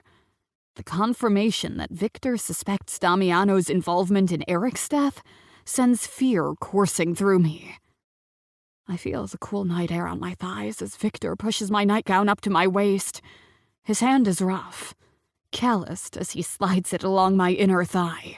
No, I plead, feeling tears spring to my eyes despite my determination not to show weakness. Don't do this. You should have thought of that before you got involved with my brother.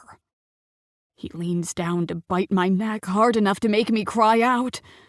I close my eyes, turning away my head, trying to retreat into myself as his fingers hook into the elastic of my underwear. This can't be happening again. I can't kill another Bastion brother. I can't. But suddenly, the weight on top of me is gone. I open my eyes to see Victor being lifted bodily off me, then thrown to the ground with brutal force. Above him stands Damiano, his face a mask of cold fury, fists clenched at his sides. Don't touch her. Each word drops like a stone, precise and deadly. Victor scrambles to his feet, wiping blood from his mouth where he hit the ground. Well, well, the gardener to the rescue. He spits red onto the gravel, just like old times. I pull down my nightgown, sitting up on the bench, still shaking from what nearly happened. Get out, Damiano says. Now. Victor laughs, the sound chilling in the night air. Or what? You'll kill me too? Like you did to Eric? Damiano stands there, chest heaving, eyes blazing with fury in the moonlight. Before Victor can recover, Damiano charges, tackling him to the ground with a feral growl.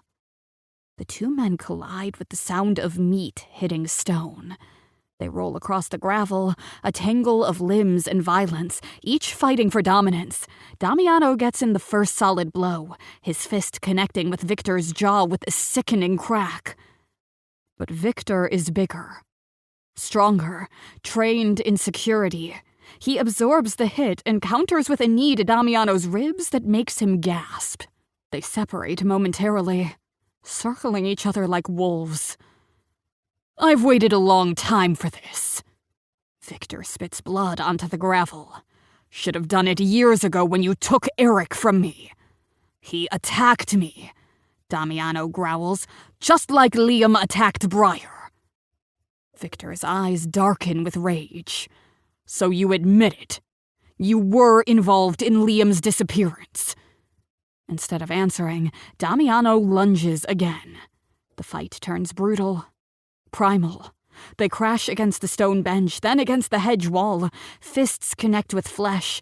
Grunts of pain fill the air. Blood spatters across the white stone, black in the moonlight. I scramble to my feet, desperate to help, but unsure how. These men are evenly matched in their fury, if not their size, and the violence unfolding before me is terrifying in its intensity. Victor manages to slam Damiano against the ground, straddling him, hands closing around his throat. Damiano thrashes, his face beginning to turn red as Victor applies pressure. I grab a broken branch from the ground and swing it at Victor's head with all my strength. It connects with a dull thud, but he barely flinches. Instead, he swings his arm backward without looking, his fist catching me square in the face. Pain explodes through my skull as I'm knocked to the ground. My vision blurs, the taste of blood filling my mouth. I hear Damiano's strangled cry as he sees me fall.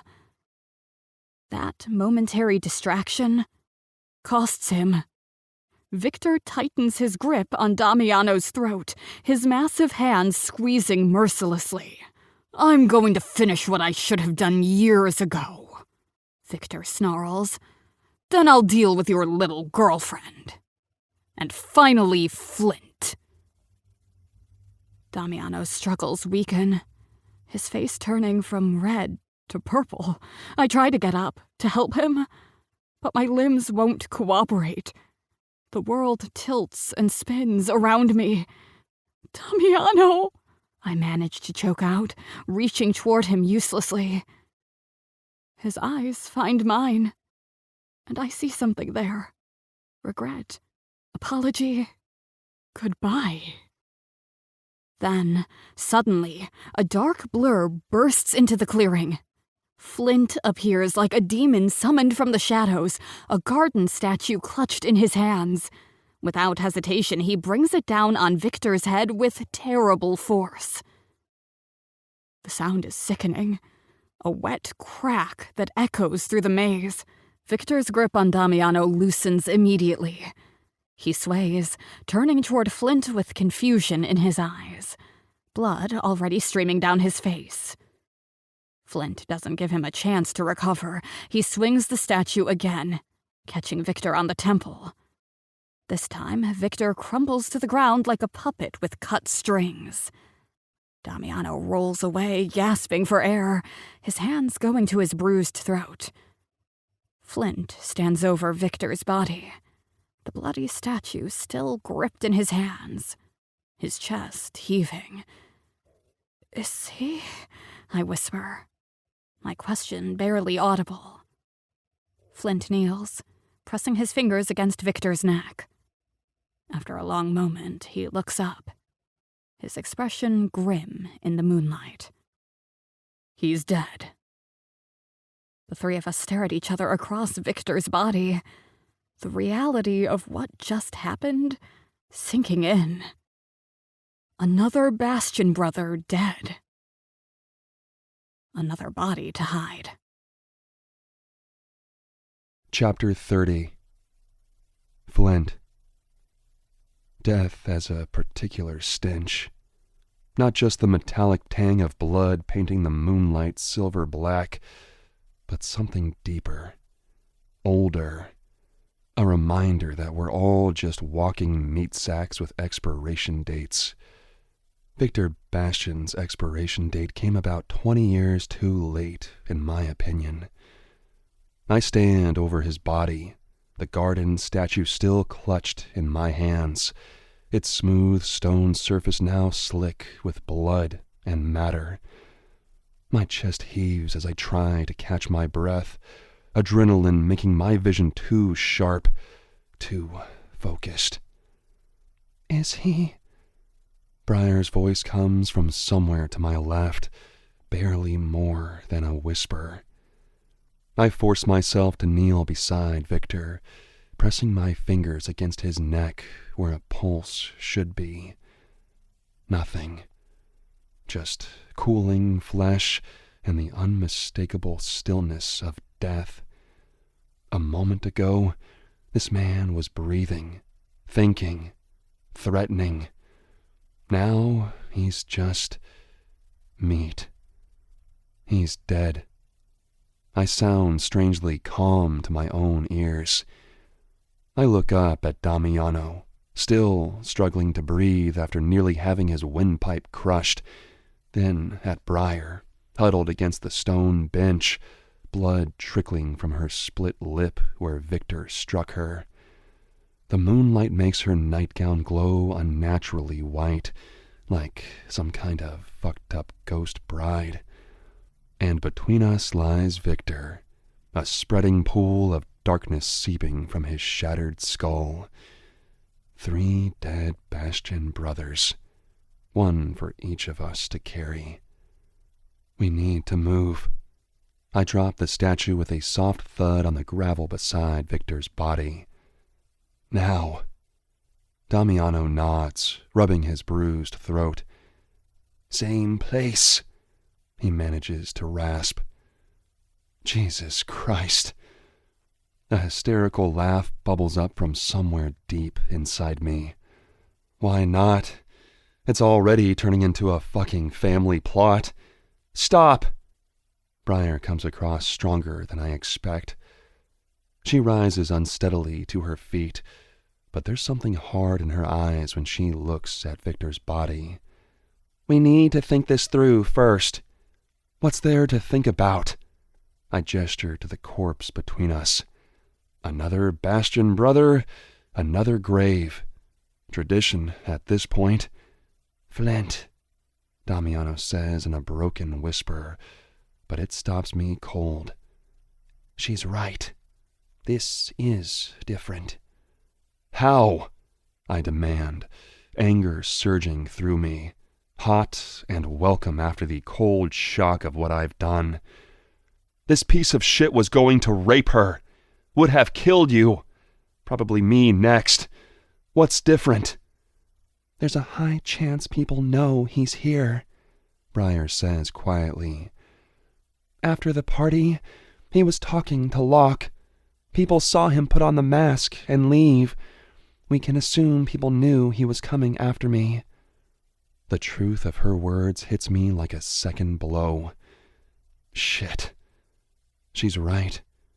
Victor wasn't some random party-goer like Liam, disappearing into the night unnoticed. He's the head of security at the vault. Everyone saw him tonight. Fuck. I exhale, running a blood-streaked hand through my hair. Fuck! We stick with the truth, Damiano says, his voice still raw. As much as we can. Which is what? I snap. That I caved his skull in with a garden statue? Self-defense, Briar says firmly. He attacked me. You both saved me. She gestures to her torn nightgown, the blood on her face. It's not a lie. Damiano and I exchange a look over Victor's body. She's not wrong. If we'd called the police right now, explained what happened, we might actually get away with it. Self-defense is plausible. The bruises forming on her wrists, the defensive wounds on her arms, the state of her clothes, they tell the story without us having to say a word. But there's Liam, and Eric before him. Too many bodies for coincidence. They'll start digging, I say, voicing what I know Damiano is thinking. Literally. If we involve the police on a possible murder investigation, they could search these grounds, find the other graves. Briar's head snaps up, her eyes widening. Graves? As in plural? She looks between us, realization dawning on her face. You buried Eric here too? In the maze? Damiano and I exchange a loaded glance. Yes, near the north corner. It's why I knew this place would work for Liam. The soil composition, the plants that grow best, Damiano says. This whole maze is basically built on secrets, I add grimly. One more layer to it now. Briar stares at the ground beneath us, as if she might suddenly see through the soil to the bodies buried below. So all 3 Bastion brothers ended up at Windward Estate. I finish for her. Poetic in a fucked up way. Briar's face pales as the full understanding dawns. We can't report it. God, we absolutely cannot report it. No, we fucking can't. I agree, my mind racing through alternatives. But we can't bury him here either. Not with everyone knowing he came after you tonight. So what do we do? Briar asks, her tone growing desperate. Damiano kneels beside Victor's body, studying it with an eerie detachment that would be disturbing if I didn't know him so well. We are going to have to involve them to some degree. No way around it. But we make it look right, he says finally. Make the story fit what people would believe. And what story is that? I ask. He looks up at me, his eyes dark in the dim light. Victor came here for the hunt, to chase Briar, but he was drunk, high on the mushrooms everyone knows I provide for heathens. He got lost in the maze, fell, hit his head.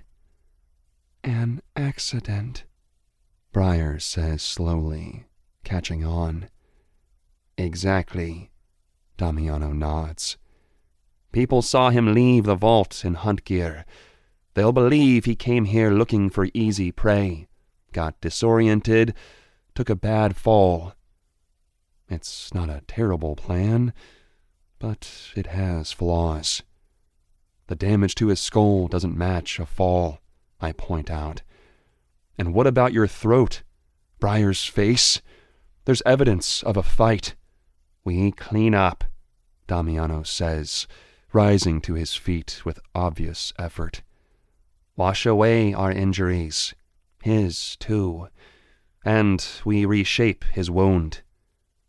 I stare at him, a cold feeling settling in my gut. Reshape it how? The stone bench.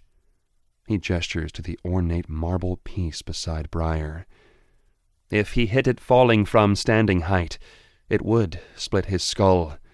We position him right, make it look like he tripped, fell forward onto the corner.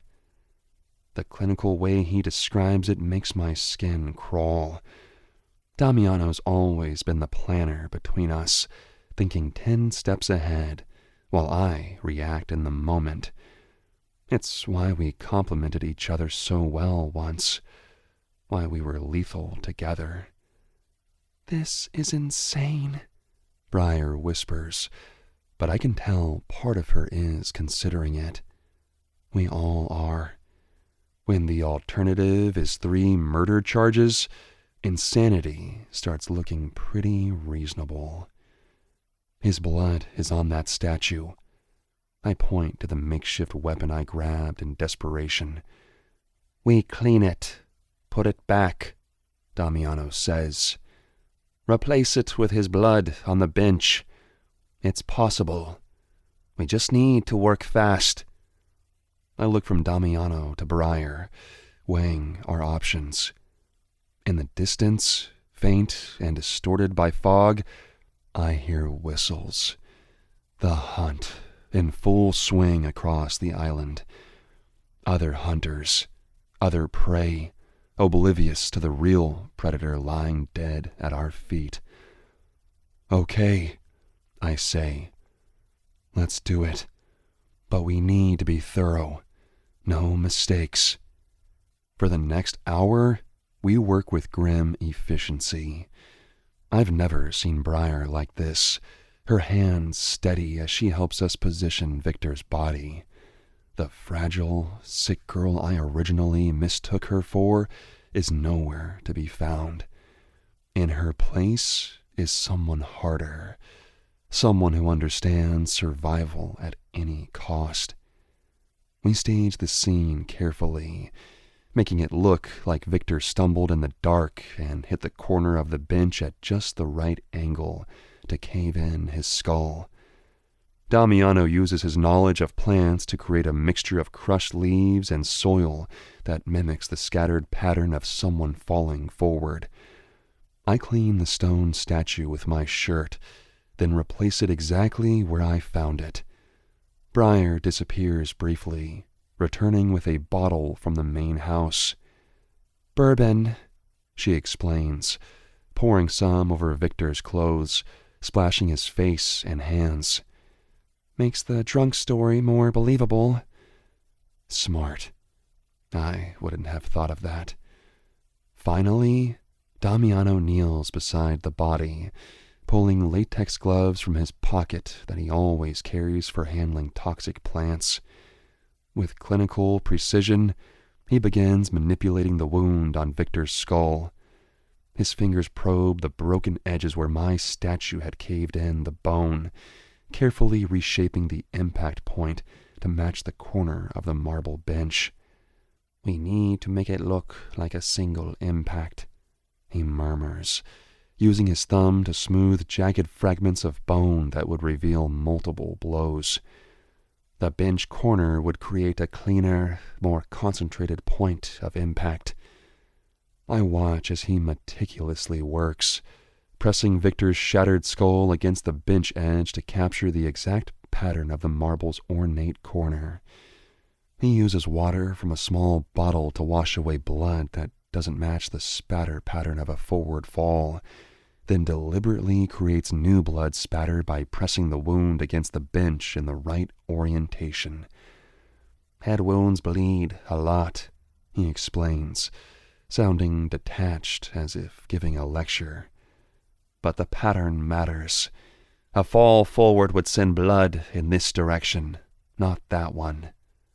It's both fascinating and horrifying to watch him work with such precision, transforming my frenzied attack into what convincingly looks like a tragic accident. I look away, focusing instead on keeping watch. If another hunt participant wanders in, we're fucked. How do we explain Briar's condition? I gesture to her bruised face, the blood on her nightgown. Damiano's hand goes to his own throat, where darkening bruises form a telling pattern. "The hunt," he says. "We had our own private hunt tonight. The three of us." I catch his meaning immediately. Rough play. Not unexpected from us. "People at the vault saw us together," Briar adds, understanding dawning in her eyes. "They saw how we were with each other in that private room. It's not a stretch to think we'd have our own hunt." She's right. Half the island knows about my history with Damiano, how we've always liked it rough. The marks on his throat could easily be explained by choking during sex. We've both sported worse marks in public before.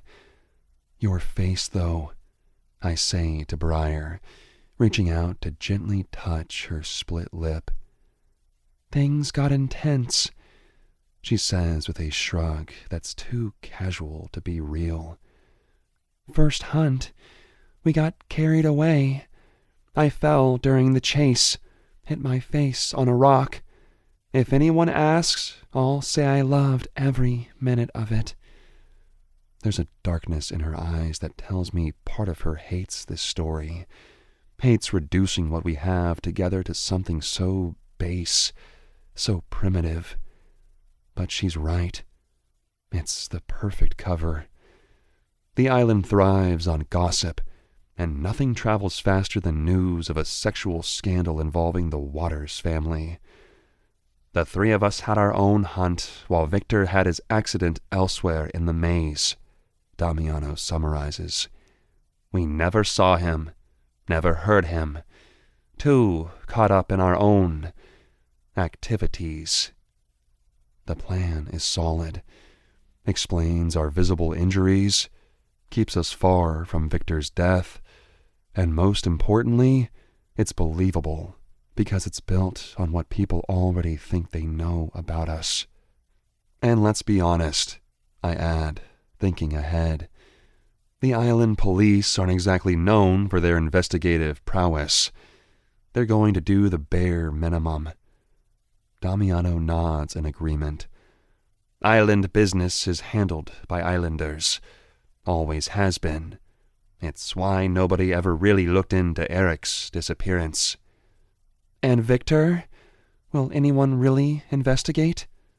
Briar searches our faces. "Victor was the last of the Bastian brothers," Damiano says. "There's no one left to push for answers." Some might suspect, I add, but no one will say it out loud. That's how this island works. Victor had enemies everywhere, Damiano continues. He was feared, not loved. I've heard the vault staff talk. Half of them have scars from his disciplinary actions, and the other half were waiting for their turn, I say bitterly. Trust me, there will be relief more than grief when the news spreads. Briar looks between us. So, even if someone connects the dots, they'll keep it to themselves, I finish for her. No one's going to be the hero who speaks up for Victor Bastian. Damiano's lips twist into something between a grimace and a smile. The island has its own justice system. Always has. Some might even see this as karmic. It's perfect. Get back to the house, I tell Briar. Clean up, get into bed. Look like you've been thoroughly fucked and fell asleep exhausted if anyone checks. I turn to Damiano. You go with her. Make sure she's okay. I'll stay here and make the call once you're clear. Damiano hesitates. Flint, go. I cut him off. I'm the one who killed him. I should be the one to see this through. He studies me for a moment, then nods. We need to wash off in the greenhouse first. Can't risk the house. Too many surfaces. Too much evidence. I watch as Damiano leads Briar out of the maze to his place, her white nightgown ghostly in the darkness. The two people I care about most in this fucked up world. Yes, I can admit that now. Standing over the body of the man I just killed to protect them. Once they're gone, I kneel beside Victor one last time. His eyes are open, staring sightlessly at the night sky. I close them with 2 fingers, not out of respect, but because it looks more like an accident that way. You would have killed us all, I tell his corpse. Maybe you still will. I take one final look around, making sure everything is in place, all evidence of our presence erased. Then I walk out of the maze, taking a different path than Damiano and Briar. I need distance, need to establish myself somewhere public before making the call. I head to the road, walking back toward town. My clothes are stained, but not obviously with blood. Could be anything. Dirt, grease. My hands are clean enough now. I scrubbed them in a puddle that had formed at the edge of the property. Not perfect, but it will do until I can get to a proper sink. About half a mile from Windward Estate, I pull out my phone. The one I use for work, not the one with all our text about covering up Liam. I dial the island police, my voice steady when they answer. I want to report something, I say, disguising my tone slightly. I was up near Windward Estate, the Waters place. Saw someone in one of those hunt masks stumbling around the maze during my own hunt. Looked pretty wasted. Just wanted to let someone know. People shouldn't be wandering around there drunk. Private property and all. I hang up before they can ask questions. The call serves its purpose. Draws attention to the maze without mentioning any screams that would contradict our accident story. Let the police find him by coincidence while checking the property based on a vague tip about trespassers. The fog swallows me as I continue walking, heading back to the vault where I'm supposed to be working. I need to establish my alibi, be seen by others. My mind is already constructing the story. I stepped out for air. The party was too intense tonight. Needed a break from the Heathens' madness. Behind me, Windward Estate stands dark and silent, its secrets multiplying beneath the moonlight. Another night, another Bastion brother. Will this be the last one? Or are we caught in some sick cycle that will keep playing out until there's nothing left of any of us? I don't know. But what I do know is that I'd do it again. Kill Victor all over again, if it meant keeping Damiano and Briar safe. The thought should scare me, but instead, it settles something inside me. A certainty I haven't felt in years. Chapter 31. Briar. The sun rises over Heathens Hollow, casting long shadows across the maze where Victor Bastion's body lies, arranged to look like a terrible accident. I watch from my bedroom window as the first police cruiser pulls up the long driveway, its lights flashing but siren silent. An officer I don't recognize steps out, followed by 2 deputies. My hands shake as I step away from the window. The bruises on my wrists have darkened overnight, purple-black against my pale skin. My split lip throbs with each heartbeat. In the mirror, I barely recognize myself. Eyes hollow with exhaustion, hair tangled from the night's events, dried blood still crusted at the corner of my mouth, despite my attempts to wash it away. I didn't sleep. None of us did. After Flint left to create his alibi at the vault, Damiano and I cleaned up in the greenhouse. We scrubbed Victor's blood from under our fingernails, stripped off our stained clothes, and burned them in the old drum behind the tool shed. Then we returned to the house separately, me through the front door, him circling around to slip in through the kitchen. If anyone asks, we spent the night together, just the two of us while Flint worked his shift. I hear car doors slam outside. No Mrs. Fletcher to announce the police. She's away in Anacortes, which makes this both easier and harder. No witnesses in the house, but also no buffer between us and the authorities. I pull myself together and head downstairs to meet them before they can knock. Damiano appears from the kitchen, our eyes meeting in silent communication. His throat bears visible bruises despite the black turtleneck he's thrown on. We've prepared for this moment all night, rehearsing our story until it feels almost like truth. I open the front door just as an officer raises his hand to knock. "Can I help you?" I ask, feigning confusion at their presence. The officer, older with salt and pepper hair and a weathered face, looks surprised to see me. "Ms. Waters, I'm Officer Miller with Heathens Hollow Police. I'm afraid there's been an incident on your property." "An incident?" I step back, allowing them into the foyer. "What kind of incident?" "We received an anonymous call about someone in your maze last night," he explains as the deputies hang back, eyes scanning the entrance hall. "When we investigated this morning, we found a body." I let my face show shock, then horror. It's not entirely an act. Even knowing what we did, what we planned, the reality of it, a man dead, police in my home, hits me with fresh force. "A body? Whose body?" My words shake appropriately. "Victor Bastian," Miller says, watching my reaction closely. "Did you know him?"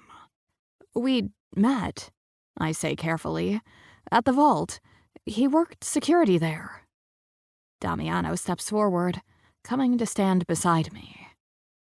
"What happened to him?" He sounds calm despite the circumstances. Miller's eyes flick to Damiano, noting his presence with interest. "It appears Mr. Bastian fell and hit his head on one of the stone benches in your maze. We believe he was participating in the hunt last night and may have been intoxicated." "The hunt? Here?" I wrap my arms around myself, feigning distress. I had no idea anyone was on the property. One of the deputies, younger with calculating eyes, speaks up. "We found a red light bulb above your front porch, Ms. Waters. That's the signal for the hunt participants, isn't it?" Damiano's hand finds the small of my back, studying me. "We put that up," he says smoothly, "for our own private hunt. Just the three of us." The deputy raises an eyebrow. "3? "Myself, Breyer, and Flint Bishop," Damiano explains. "He works at the vault but joined us during a break from his shift. Went back afterward." The deputy's eyes travel over my split lip, then to the bruises visible on Damiano's neck despite his turtleneck. "Things got a bit rough, I see." I feel heat rise to my face. Not entirely feigned. It was consensual. "And you didn't see or hear Victor Bastian anywhere on the property?" Miller jots notes in his small book. "No," I say, shaking my head. "We were focused on our own activities." "I see." Miller's tone is professional, but his expression betrays discomfort. "We'll need formal statements from both of you, and we'll need to speak with Mr. Bishop as well." "Of course," I say. "Whatever you need." The deputy continues to study me. eyes narrowed. "Did you know Victor Bastian was looking for his brother? Liam disappeared after a party here, a couple weeks back." My heart stutters, but my face remains composed. "I heard something about that. I didn't know Liam well. He was just one of many guests at my birthday party. Interesting coincidence." The deputy doesn't look convinced. "Two brothers, both last seen at your estate." Damiano's hand presses more firmly against my back. "Officer, is there something you're suggesting?" Miller steps in before his deputy can respond. "We're just gathering information. Would you mind if we looked around the house? Again, just routine." "Not at all." I gesture toward the hall. "Feel free. I'm still a bit shocked." The officers move deeper into the house, leaving Damiano and me momentarily alone in the foyer. "You're doing well," he whispers, his lips barely moving. "Stay calm." "They suspect something," I whisper back. "They have suspicions, not evidence," he reassures me. "Remember that." The rest of the day passes in a blur of police questions, formal statements, and barely concealed anxiety. By afternoon, the news has spread across the island. Victor Bastian found dead in the Waters Maze, apparently the victim of a drunken hunt gone wrong. Flint arrives as the police are preparing to leave, his timing impeccable. He plays his part perfectly. Concern at discovering a death on the property, shock that it's Victor, careful answers about his whereabouts the night before, all backed up by witnesses at the vault who saw him tending the bar. "We're done for now," Miller tells us as his team prepares to leave. "The medical examiner's initial findings support the accident theory. Too much alcohol, possibly combined with other substances, leading to impaired coordination. A fall. A single impact to the head." I exhale slowly, relief washing through me. "So, that's it?" "For now." He gives me a long look. "I'm sorry this happened on your property, Ms. Waters, particularly given your health situation." "I'm stronger than I look," I say. "Clearly." His eyes drift to Damiano, then to Flint, who's standing by the fireplace in careful neutrality. "You three take care of each other. You hear? Island gossip is one thing, but trouble has a way of following certain arrangements." When the police finally leave, the three of us remain frozen in place, listening to the crunch of tires on gravel fade into the distance. Only then do we move, collapsing together on the sofa, bodies pressed against each other in exhausted relief. "It worked," Flint murmurs, his hand finding mine. "For now." "They still suspect something," Damiano says, rubbing his throat where Victor's hands nearly crushed his windpipe. "That deputy isn't convinced." "But they don't have proof," I point out. "And they won't find any." We sit in silence for a long moment. The weight of what we've done, what we've successfully covered up, settling around us like the island fog. "What now?" Flint finally asks, looking between us. Damiano's hand slides to my shoulder, fingers tracing the bruises hidden beneath my shirt. "Now we decide." "Decide what?" I ask, though I already know. "Whether we stay," Flint says, his eyes serious, "or whether we run. Because maybe this is the island telling us enough is enough. It's time to get away before the body count keeps climbing." The question hangs in the air between us. I look at these two men, one who's never truly left the island, one who's never felt he belonged anywhere, both now tied to me through something deeper than I could have imagined when I first arrived at Heathens Hollow. I don't want to leave, I say, surprising myself with the certainty I feel. Not when I've just found something worth staying for. Flint's eyebrows rise slightly. Even after all this? 3 bodies, Briar. 3 fucking bodies. I know. I meet his gaze steadily, but I've never felt more alive than I have with you both. Even with everything that's happened. Maybe because of everything that's happened. Damiano traces lazy patterns on my shoulder, his touch grounding me. I tried leaving once, he says quietly. It didn't work. You came back, I say. I always knew I would. He looks around the room at the house that's seen so much darkness and yet somehow still holds light. This island. It gets in your soul. So what? We're just stuck here? Flint asks, but there's less edge to his question than I expected. Haunting this place like fucking ghosts? No, I say slowly, the truth crystallizing as I speak. Not stuck. Chosen. I look from one to the other. I came back to this island to die. I was so sure I was just wasting away. And then I met you both. And killed someone, Flint adds dryly. Despite everything, I laugh. Yes, and killed someone. And somehow ended up covering for 2 more. And found whatever this is between us. I take a deep breath. Listen, Windward Estate has always been mine.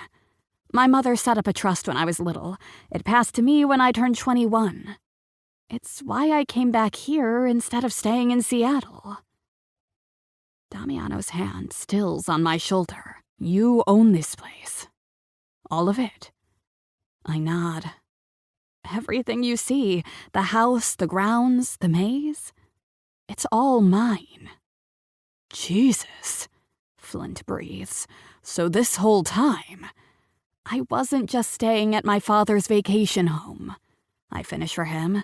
I was coming back to the one place that's truly mine. For a moment, none of us speaks. The weight of the revelation settles over us like the island fog, changing everything and nothing at once. I'm not saying we need to figure everything out right now, I continue, looking from one to the other. I'm just saying I don't want to run. Not from this island, and not from whatever this is between us. Damiano's fingers find mine, intertwining them. I'm not running either. We both look at Flint, who stares back at us with the calculating gaze I've come to know so well. Eventually, he lets out a long breath. I've never been able to leave this island. And now, I don't want to.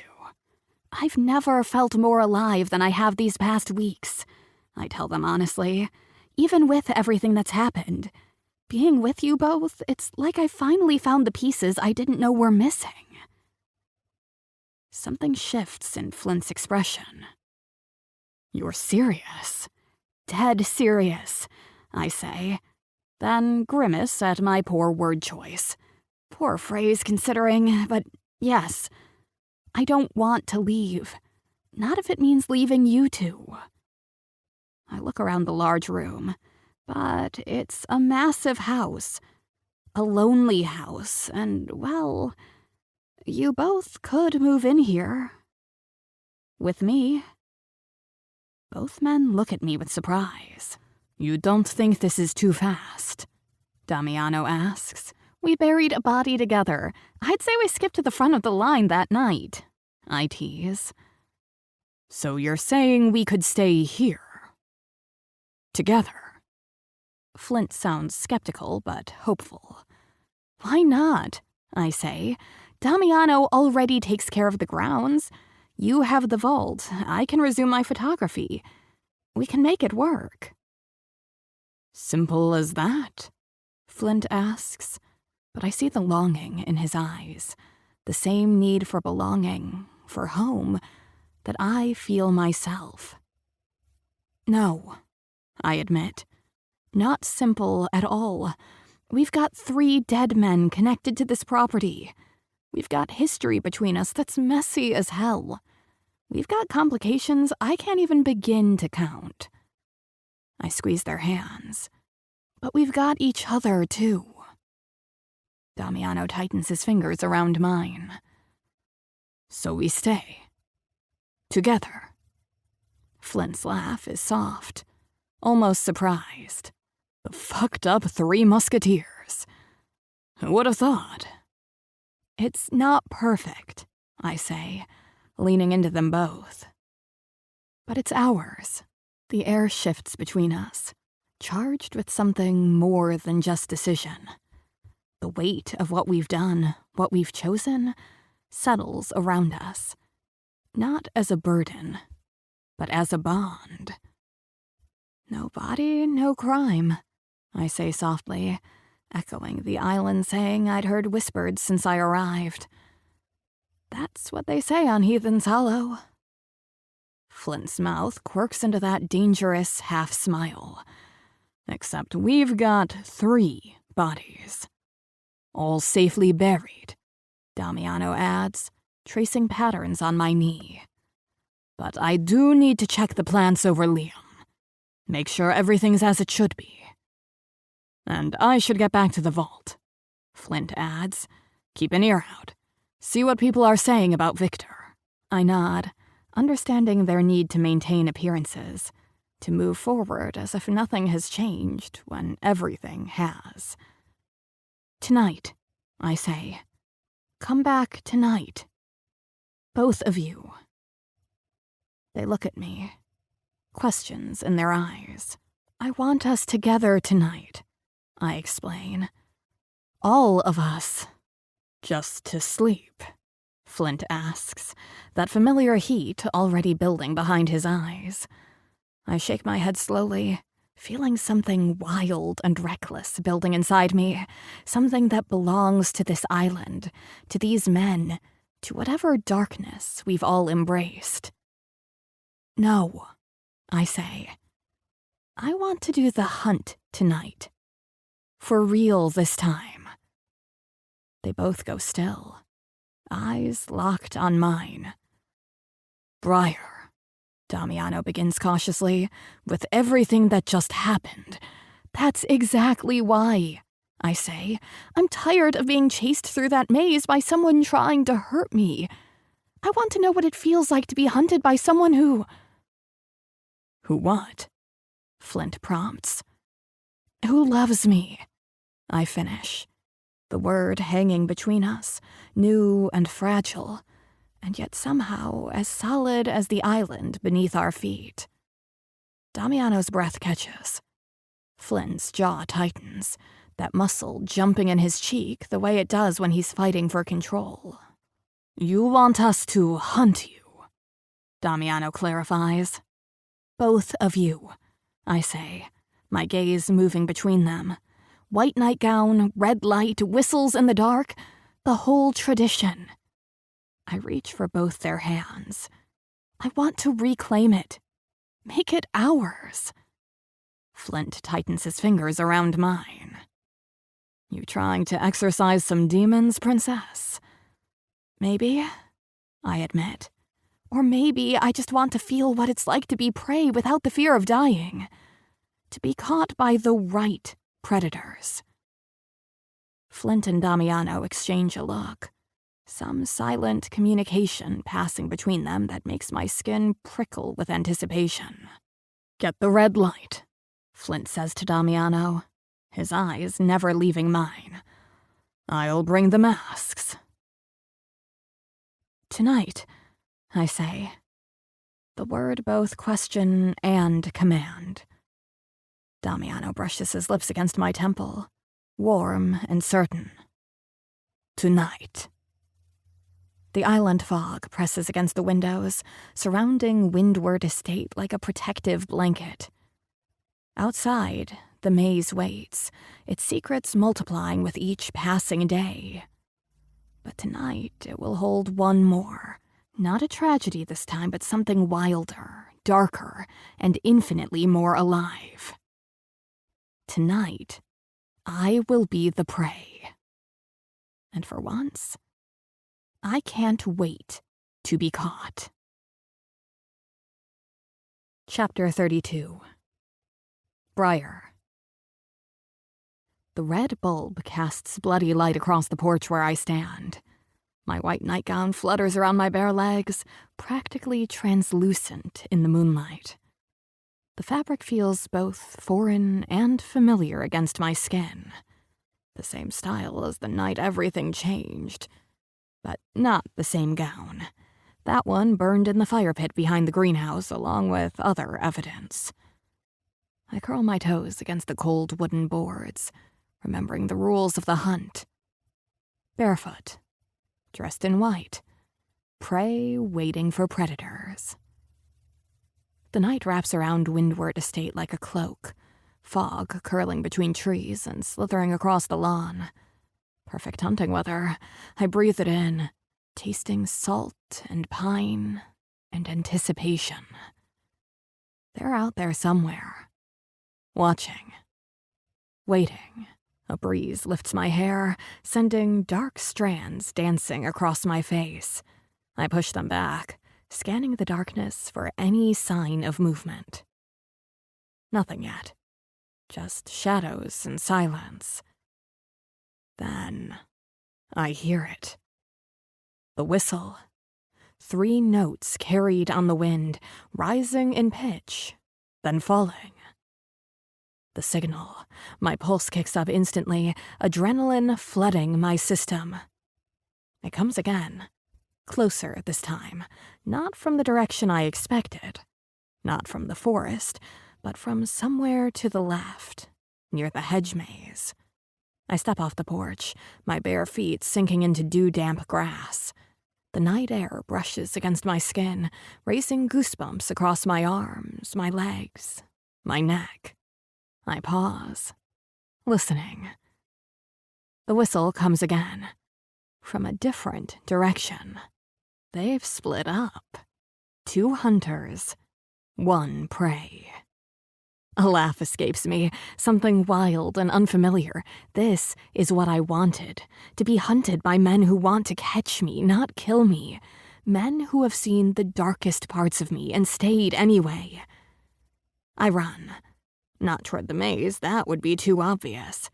Instead, I head for the gardens, darting between sculpted hedges and stone pathways. The dewy grass muffles my footsteps, and the fog swallows my white-clad figure almost immediately. Behind me, the whistle comes again, closer. They're tracking me. Good. My lungs burn already, my body's weakness making itself known. But I push through it. Tonight isn't about limitations. It's about freedom. About choosing what scares you instead of letting it choose you. I cut through the rose garden, wincing as thorns snag my nightgown, scratch my legs. Small sacrifices. The path curves ahead, leading toward a decorative fountain. The moonlight catches on the water, creating ghostly patterns that dance and swirl. I stop, listening again. Nothing. The whistles have gone quiet, which means they're close enough that sound would betray their positions. My heartbeat seems too loud, my breathing too harsh. I glance around, trying to spot movement in the darkness. The statues scattered throughout the garden look too much like men in the fog, making me jump at shadows. Fuck, I whisper as my toe catches on an uneven stone, sending pain shooting up my foot. That's when I see him. A silhouette against the fog, tall and broad-shouldered. The antlers of his mask rise above his head like a crown. Damiano. It has to be. I recognize the way he moves, fluid and deliberate, even in the darkness. I bolt, changing direction, heading now toward the maze. If I can reach it, I might be able to lose him in the twisting paths. He whistles again, the sound sharper, more urgent, signaling to Flint, telling him I'm heading for the maze. The entrance looms ahead, a dark mouth opening into deeper darkness. I plunge in without hesitation, immediately turning left, then right, navigating by memory and instinct. The hedge walls rise around me, blocking out what little moonlight filters through the fog. I slow down, forced to feel my way forward, hands brushing against the dense foliage on either side. The scent of crushed leaves fills my nostrils as I push deeper into the labyrinth. Right turn, left turn, straight ahead. The slap of footsteps reaches me, not from behind, but from somewhere to my right. Through the hedge wall. Someone's cutting through the maze, taking shortcuts I didn't anticipate. Flint. It has to be. Damiano would never damage his precious hedges. I pick up speed, ignoring the way my lungs scream for more oxygen, just a little farther. The center of the maze isn't far now, if I can reach it first. A figure steps out from a side path directly in front of me. The bone mask gleams in a flash of moonlight breaking through the fog. Flint. He stands there for a moment, head tilted, the stance somehow both threatening and enticing. I skid to a stop, changing direction instantly, doubling back the way I came. But I've only gone a few steps when I hear movement ahead. Damiano, approaching from the direction I just fled. Trapped. I glance around frantically, looking for another path, another escape route. There, a narrow gap between two hedge sections, barely visible in the darkness. I squeeze through, branches scratching my arms, tugging at my nightgown, catching in my hair. I stumble into another path, momentarily disoriented. Which way leads to the center? Which way takes me deeper into the maze? A twig snaps behind me. I spin around to find Flint emerging from the same gap I just squeezed through, his mask pushed up to reveal his face, those eyes gleaming with predatory intent. "Running's only making this more fun, princess," he says, tone low and rough with desire. Behind him, another masked figure appears. Damiano, his mask also lifted. Expression hungry. "Caught you," Flint says, stepping closer. I press my back against the hedge wall, feeling it give slightly.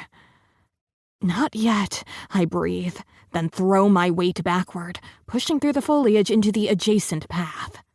Branches scrape my skin, leaving burning trails across my shoulders, my thighs. My nightgown tears, the sound sharp in the quiet of the maze.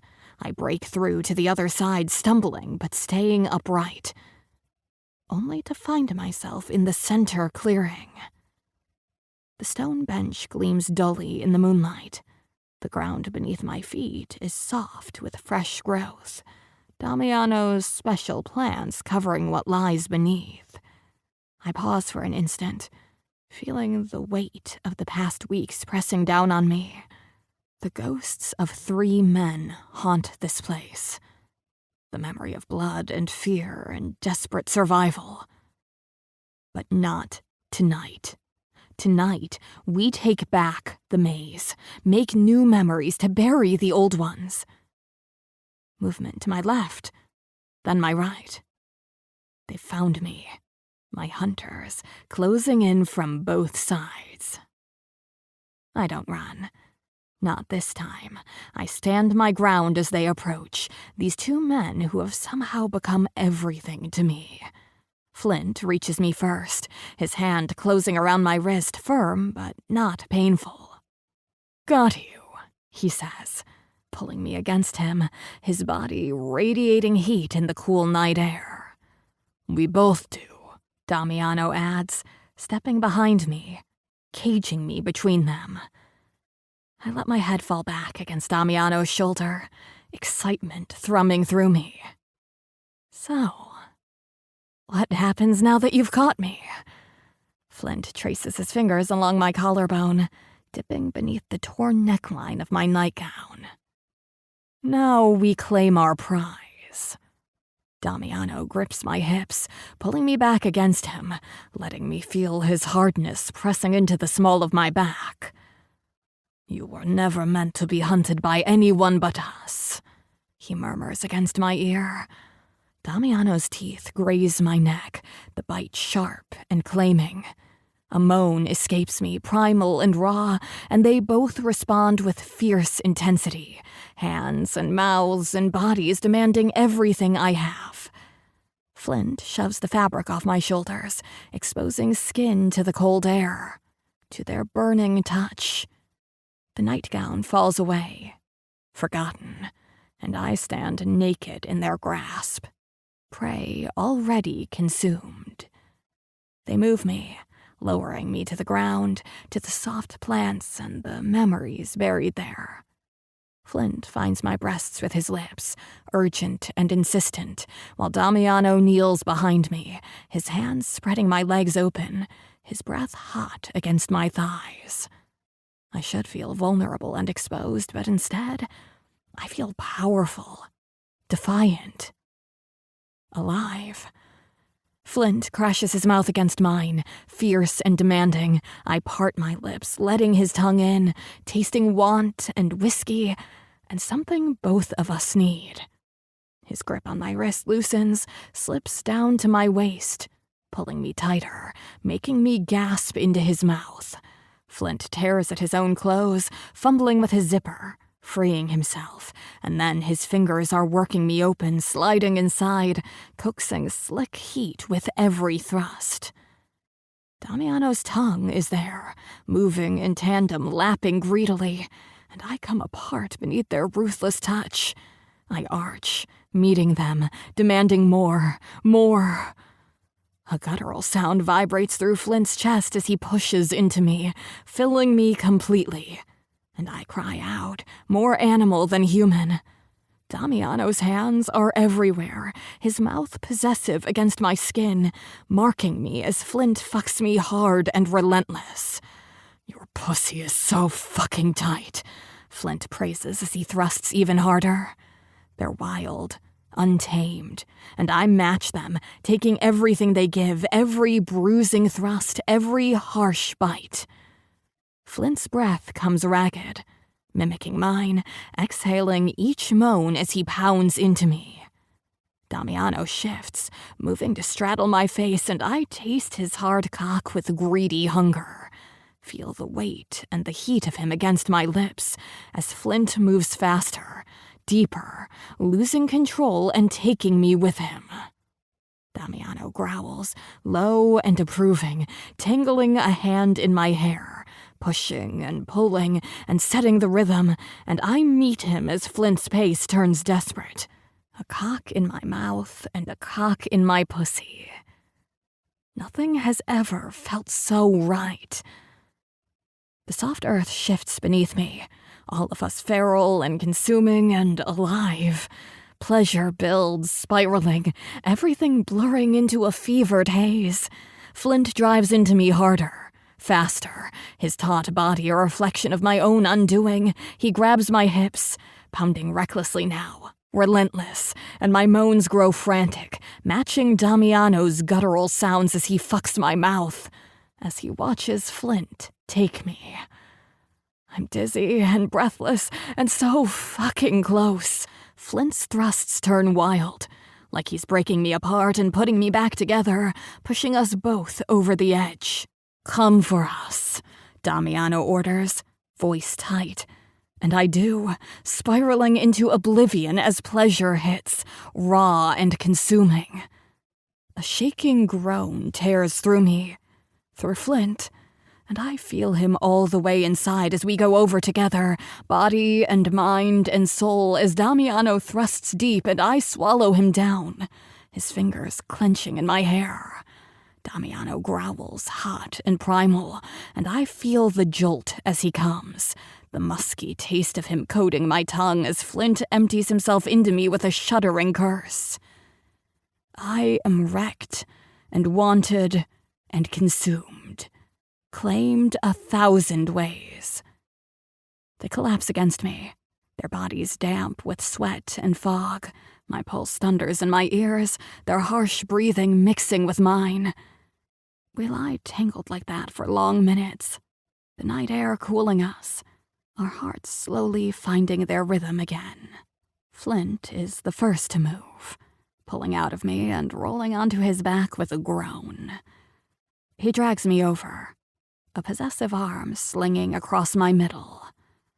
"Damn," he murmurs, full of awe and satisfaction. Damiano chuckles low in his throat, shifting to my other side to claim the space there. His lips brush my temple, lingering and tender now. "Our girl," he says, and there's something like reverence in his tone. I curl against them, surrounded by warmth and strength and everything I've ever wanted. I'm finally warm, so fucking warm. The dead bodies are beneath us, far away and forever covered. There's no fear here anymore.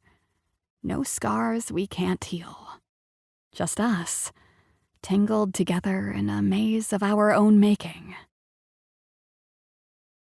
This recording of Hollow, a dark gothic romance, was presented by Dreamscape Media LLC. Narrated by Shayna Somerville, Daniel Chambers, and Ash Beverly. Published by arrangement with Alta Hensley. Copyright 2025 by Alta Hensley. Recording copyright 2025 by Dreamscape Media LLC.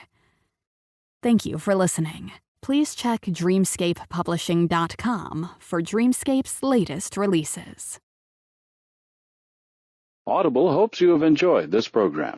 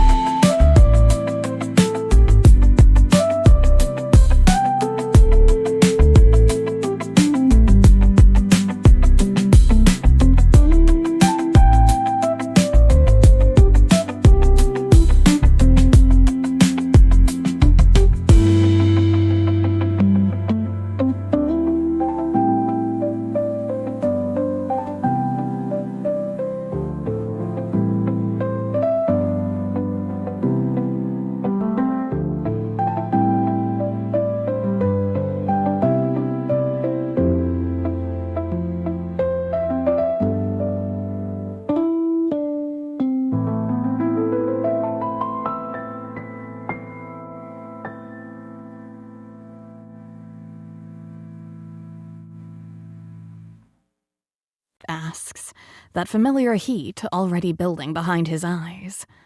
I shake my head slowly, feeling something wild and reckless building inside me, something that belongs to this island, to these men, to whatever darkness we've all embraced. No, I say. I want to do the hunt tonight. For real this time. They both go still, eyes locked on mine. Briar, Damiano begins cautiously, with everything that just happened. That's exactly why, I say. I'm tired of being chased through that maze by someone trying to hurt me. I want to know what it feels like to be hunted by someone who... Who what? Flint prompts. Who loves me, I finish. The word hanging between us, new and fragile, and yet somehow as solid as the island beneath our feet. Damiano's breath catches. Flint's jaw tightens, that muscle jumping in his cheek the way it does when he's fighting for control. You want us to hunt you, Damiano clarifies. Both of you, I say, my gaze moving between them. White nightgown, red light, whistles in the dark, the whole tradition. I reach for both their hands. I want to reclaim it.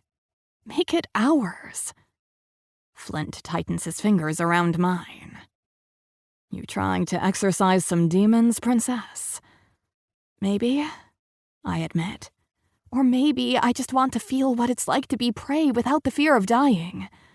To be caught by the right predators. Flint and Damiano exchange a look. Some silent communication passing between them that makes my skin prickle with anticipation. Get the red light, Flint says to Damiano, his eyes never leaving mine. I'll bring the masks. Tonight, I say. The word both question and command. Damiano brushes his lips against my temple, warm and certain. Tonight. The island fog presses against the windows, surrounding Windward Estate like a protective blanket. Outside, the maze waits, its secrets multiplying with each passing day. But tonight it will hold one more. Not a tragedy this time, but something wilder, darker, and infinitely more alive. Tonight, I will be the prey. And for once, I can't wait to be caught. Chapter 32. Briar. The red bulb casts bloody light across the porch where I stand. My white nightgown flutters around my bare legs, practically translucent in the moonlight. The fabric feels both foreign and familiar against my skin. The same style as the night everything changed. But not the same gown. That one burned in the fire pit behind the greenhouse along with other evidence. I curl my toes against the cold wooden boards, remembering the rules of the hunt. Barefoot. Dressed in white. Prey waiting for predators. The night wraps around Windward Estate like a cloak, fog curling between trees and slithering across the lawn. Perfect hunting weather. I breathe it in, tasting salt and pine and anticipation. They're out there somewhere, watching, waiting. A breeze lifts my hair, sending dark strands dancing across my face. I push them back, scanning the darkness for any sign of movement. Nothing yet. Just shadows and silence. Then I hear it. The whistle. 3 notes carried on the wind, rising in pitch, then falling. The signal. My pulse kicks up instantly, adrenaline flooding my system. It comes again. Closer this time. Not from the direction I expected. Not from the forest, but from somewhere to the left, near the hedge maze. I step off the porch, my bare feet sinking into dew-damp grass. The night air brushes against my skin, raising goosebumps across my arms, my legs, my neck. I pause, listening. The whistle comes again, from a different direction. They've split up. 2 hunters, 1 prey. A laugh escapes me, something wild and unfamiliar. This is what I wanted, to be hunted by men who want to catch me, not kill me. Men who have seen the darkest parts of me and stayed anyway. I run. Not toward the maze, that would be too obvious. Instead, I head for the gardens, darting between sculpted hedges and stone pathways. The dewy grass muffles my footsteps, and the fog swallows my white-clad figure almost immediately. Behind me, the whistle comes again, closer. They're tracking me. Good. My lungs burn already, my body's weakness making itself known. But I push through it. Tonight isn't about limitations. It's about freedom, about choosing what scares you instead of letting it choose you. I cut through the rose garden, wincing as thorns snag my nightgown, scratch my legs. Small sacrifices. The path curves ahead, leading toward a decorative fountain. The moonlight catches on the water, creating ghostly patterns that dance and swirl. I stop, listening again. Nothing. The whistles have gone quiet, which means they're close enough that sound would betray their positions. My heartbeat seems too loud, my breathing too harsh. I glance around, trying to spot movement in the darkness. The statues scattered throughout the garden look too much like men in the fog, making me jump at shadows. Fuck, I whisper as my toe catches on an uneven stone, sending pain shooting up my foot. That's when I see him. A silhouette against the fog, tall and broad-shouldered. The antlers of his mask rise above his head like a crown. Damiano. It has to be. I recognize the way he moves, fluid and deliberate, even in the darkness. I bolt, changing direction, heading now toward the maze. If I can reach it, I might be able to lose him in the twisting paths. He whistles again, the sound sharper, more urgent, signaling to Flint, telling him I'm heading for the maze. The entrance looms ahead, a dark mouth opening into deeper darkness. I plunge in without hesitation, immediately turning left, then right, navigating by memory and instinct. The hedge walls rise around me, blocking out what little moonlight filters through the fog. I slow down, forced to feel my way forward, hands brushing against the dense foliage on either side. The scent of crushed leaves fills my nostrils as I push deeper into the labyrinth. Right turn, left turn, straight ahead. The slap of footsteps reaches me, not from behind, but from somewhere to my right. Through the hedge wall. Someone's cutting through the maze, taking shortcuts I didn't anticipate. Flint. It has to be. Damiano would never damage his precious hedges. I pick up speed, ignoring the way my lungs scream for more oxygen, just a little farther. The center of the maze isn't far now, if I can reach it first. A figure steps out from a side path directly in front of me. The bone mask gleams in a flash of moonlight breaking through the fog. Flint. He stands there for a moment, head tilted. The stance somehow both threatening and enticing. I skid to a stop, changing direction instantly, doubling back the way I came. But I've only gone a few steps when I hear movement ahead. Damiano, approaching from the direction I just fled. Trapped. I glance around frantically, looking for another path, another escape route. There, a narrow gap between 2 hedge sections, barely visible in the darkness. I squeeze through, branches scratching my arms, tugging at my nightgown, catching in my hair. I stumble into another path, momentarily disoriented. Which way leads to the center? Which way takes me deeper into the maze? A twig snaps behind me. I spin around to find Flint emerging from the same gap I just squeezed through, his mask pushed up to reveal his face, those eyes gleaming with predatory intent. "Running's only making this more fun, princess," he says, tone low and rough with desire. Behind him, another masked figure appears. Damiano, his mask also lifted, expression hungry. "Caught you," Flint says, stepping closer. I press my back against the hedge wall, feeling it give slightly. "Not yet," I breathe, then throw my weight backward, pushing through the foliage into the adjacent path. Branches scrape my skin, leaving burning trails across my shoulders, my thighs. My nightgown tears, the sound sharp in the quiet of the maze. I break through to the other side, stumbling but staying upright, only to find myself in the center clearing. The stone bench gleams dully in the moonlight. The ground beneath my feet is soft with fresh growth, Damiano's special plants covering what lies beneath. I pause for an instant, feeling the weight of the past weeks pressing down on me. The ghosts of 3 men haunt this place. The memory of blood and fear and desperate survival. But not tonight. Tonight, we take back the maze, make new memories to bury the old ones. Movement to my left, then my right. They found me, my hunters, closing in from both sides.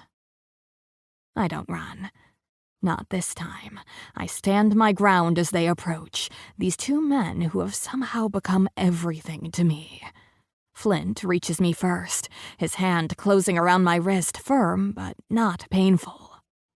"Got you," he says, pulling me against him, his body radiating heat in the cool night air. "We both do," Damiano adds, stepping behind me, caging me between them. I let my head fall back against Damiano's shoulder, excitement thrumming through me. "So, what happens now that you've caught me?" Flint traces his fingers along my collarbone, dipping beneath the torn neckline of my nightgown. "Now we claim our prize." Damiano grips my hips, pulling me back against him, letting me feel his hardness pressing into the small of my back. "You were never meant to be hunted by anyone but us," he murmurs against my ear. Damiano's teeth graze my neck, the bite sharp and claiming. A moan escapes me, primal and raw, and they both respond with fierce intensity, hands and mouths and bodies demanding everything I have. Flint shoves the fabric off my shoulders, exposing skin to the cold air, to their burning touch. The nightgown falls away, forgotten, and I stand naked in their grasp, prey already consumed. They move me, lowering me to the ground, to the soft plants and the memories buried there. Flint finds my breasts with his lips, urgent and insistent, while Damiano kneels behind me, his hands spreading my legs open, his breath hot against my thighs. I should feel vulnerable and exposed, but instead, I feel powerful, defiant, alive. Flint crashes his mouth against mine, fierce and demanding. I part my lips, letting his tongue in, tasting want and whiskey, and something both of us need. His grip on my wrist loosens, slips down to my waist, pulling me tighter, making me gasp into his mouth. Flint tears at his own clothes, fumbling with his zipper, freeing himself, and then his fingers are working me open, sliding inside, coaxing slick heat with every thrust.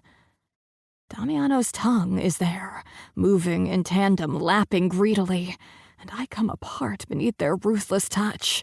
I arch, meeting them, demanding more, more. A guttural sound vibrates through Flint's chest as he pushes into me, filling me completely. And I cry out, more animal than human. Damiano's hands are everywhere, his mouth possessive against my skin, marking me as Flint fucks me hard and relentless.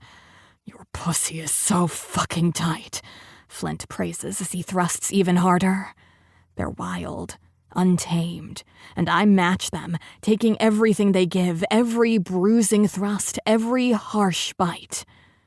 Flint's breath comes ragged, mimicking mine, exhaling each moan as he pounds into me. Damiano shifts, moving to straddle my face, and I taste his hard cock with greedy hunger. Feel the weight and the heat of him against my lips as Flint moves faster, deeper, losing control and taking me with him. Damiano growls, low and approving, tangling a hand in my hair, pushing and pulling and setting the rhythm, and I meet him as Flint's pace turns desperate. A cock in my mouth and a cock in my pussy. Nothing has ever felt so right.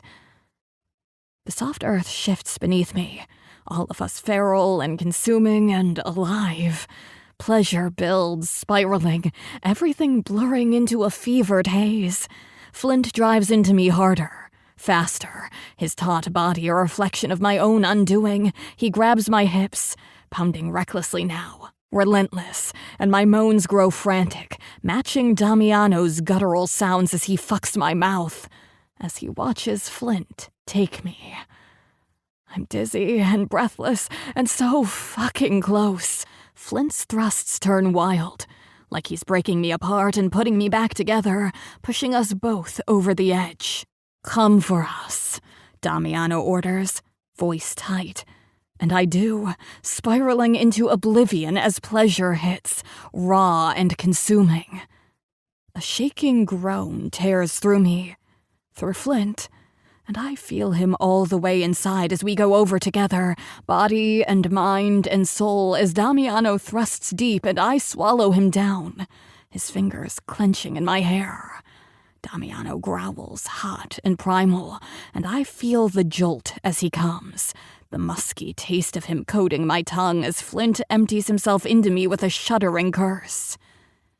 I am wrecked and wanted and consumed, claimed 1,000 ways. They collapse against me, their bodies damp with sweat and fog, my pulse thunders in my ears, their harsh breathing mixing with mine. We lie tangled like that for long minutes, the night air cooling us, our hearts slowly finding their rhythm again. Flint is the first to move, pulling out of me and rolling onto his back with a groan. He drags me over, a possessive arm slinging across my middle. "Damn," he murmurs, full of awe and satisfaction. Damiano chuckles low in his throat, shifting to my other side to claim the space there. His lips brush my temple, lingering and tender now. "Our girl," he says, and there's something like reverence in his tone. I curl against them, surrounded by warmth and strength and everything I've ever wanted. I'm finally warm, so fucking warm. The dead bodies are beneath us, far away and forever covered. There's no fear here anymore, no scars we can't heal. Just us, tangled together in a maze of our own making. This recording of Hollow, a dark Gothic romance, was presented by Dreamscape Media LLC. Narrated by Shayna Somerville, Daniel Chambers, and Ash Beverly. Published by arrangement with Alta Hensley. Copyright 2025 by Alta Hensley. Recording copyright 2025 by Dreamscape Media LLC.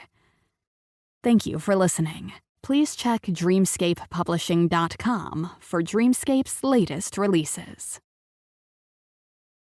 Audible hopes you have enjoyed this program.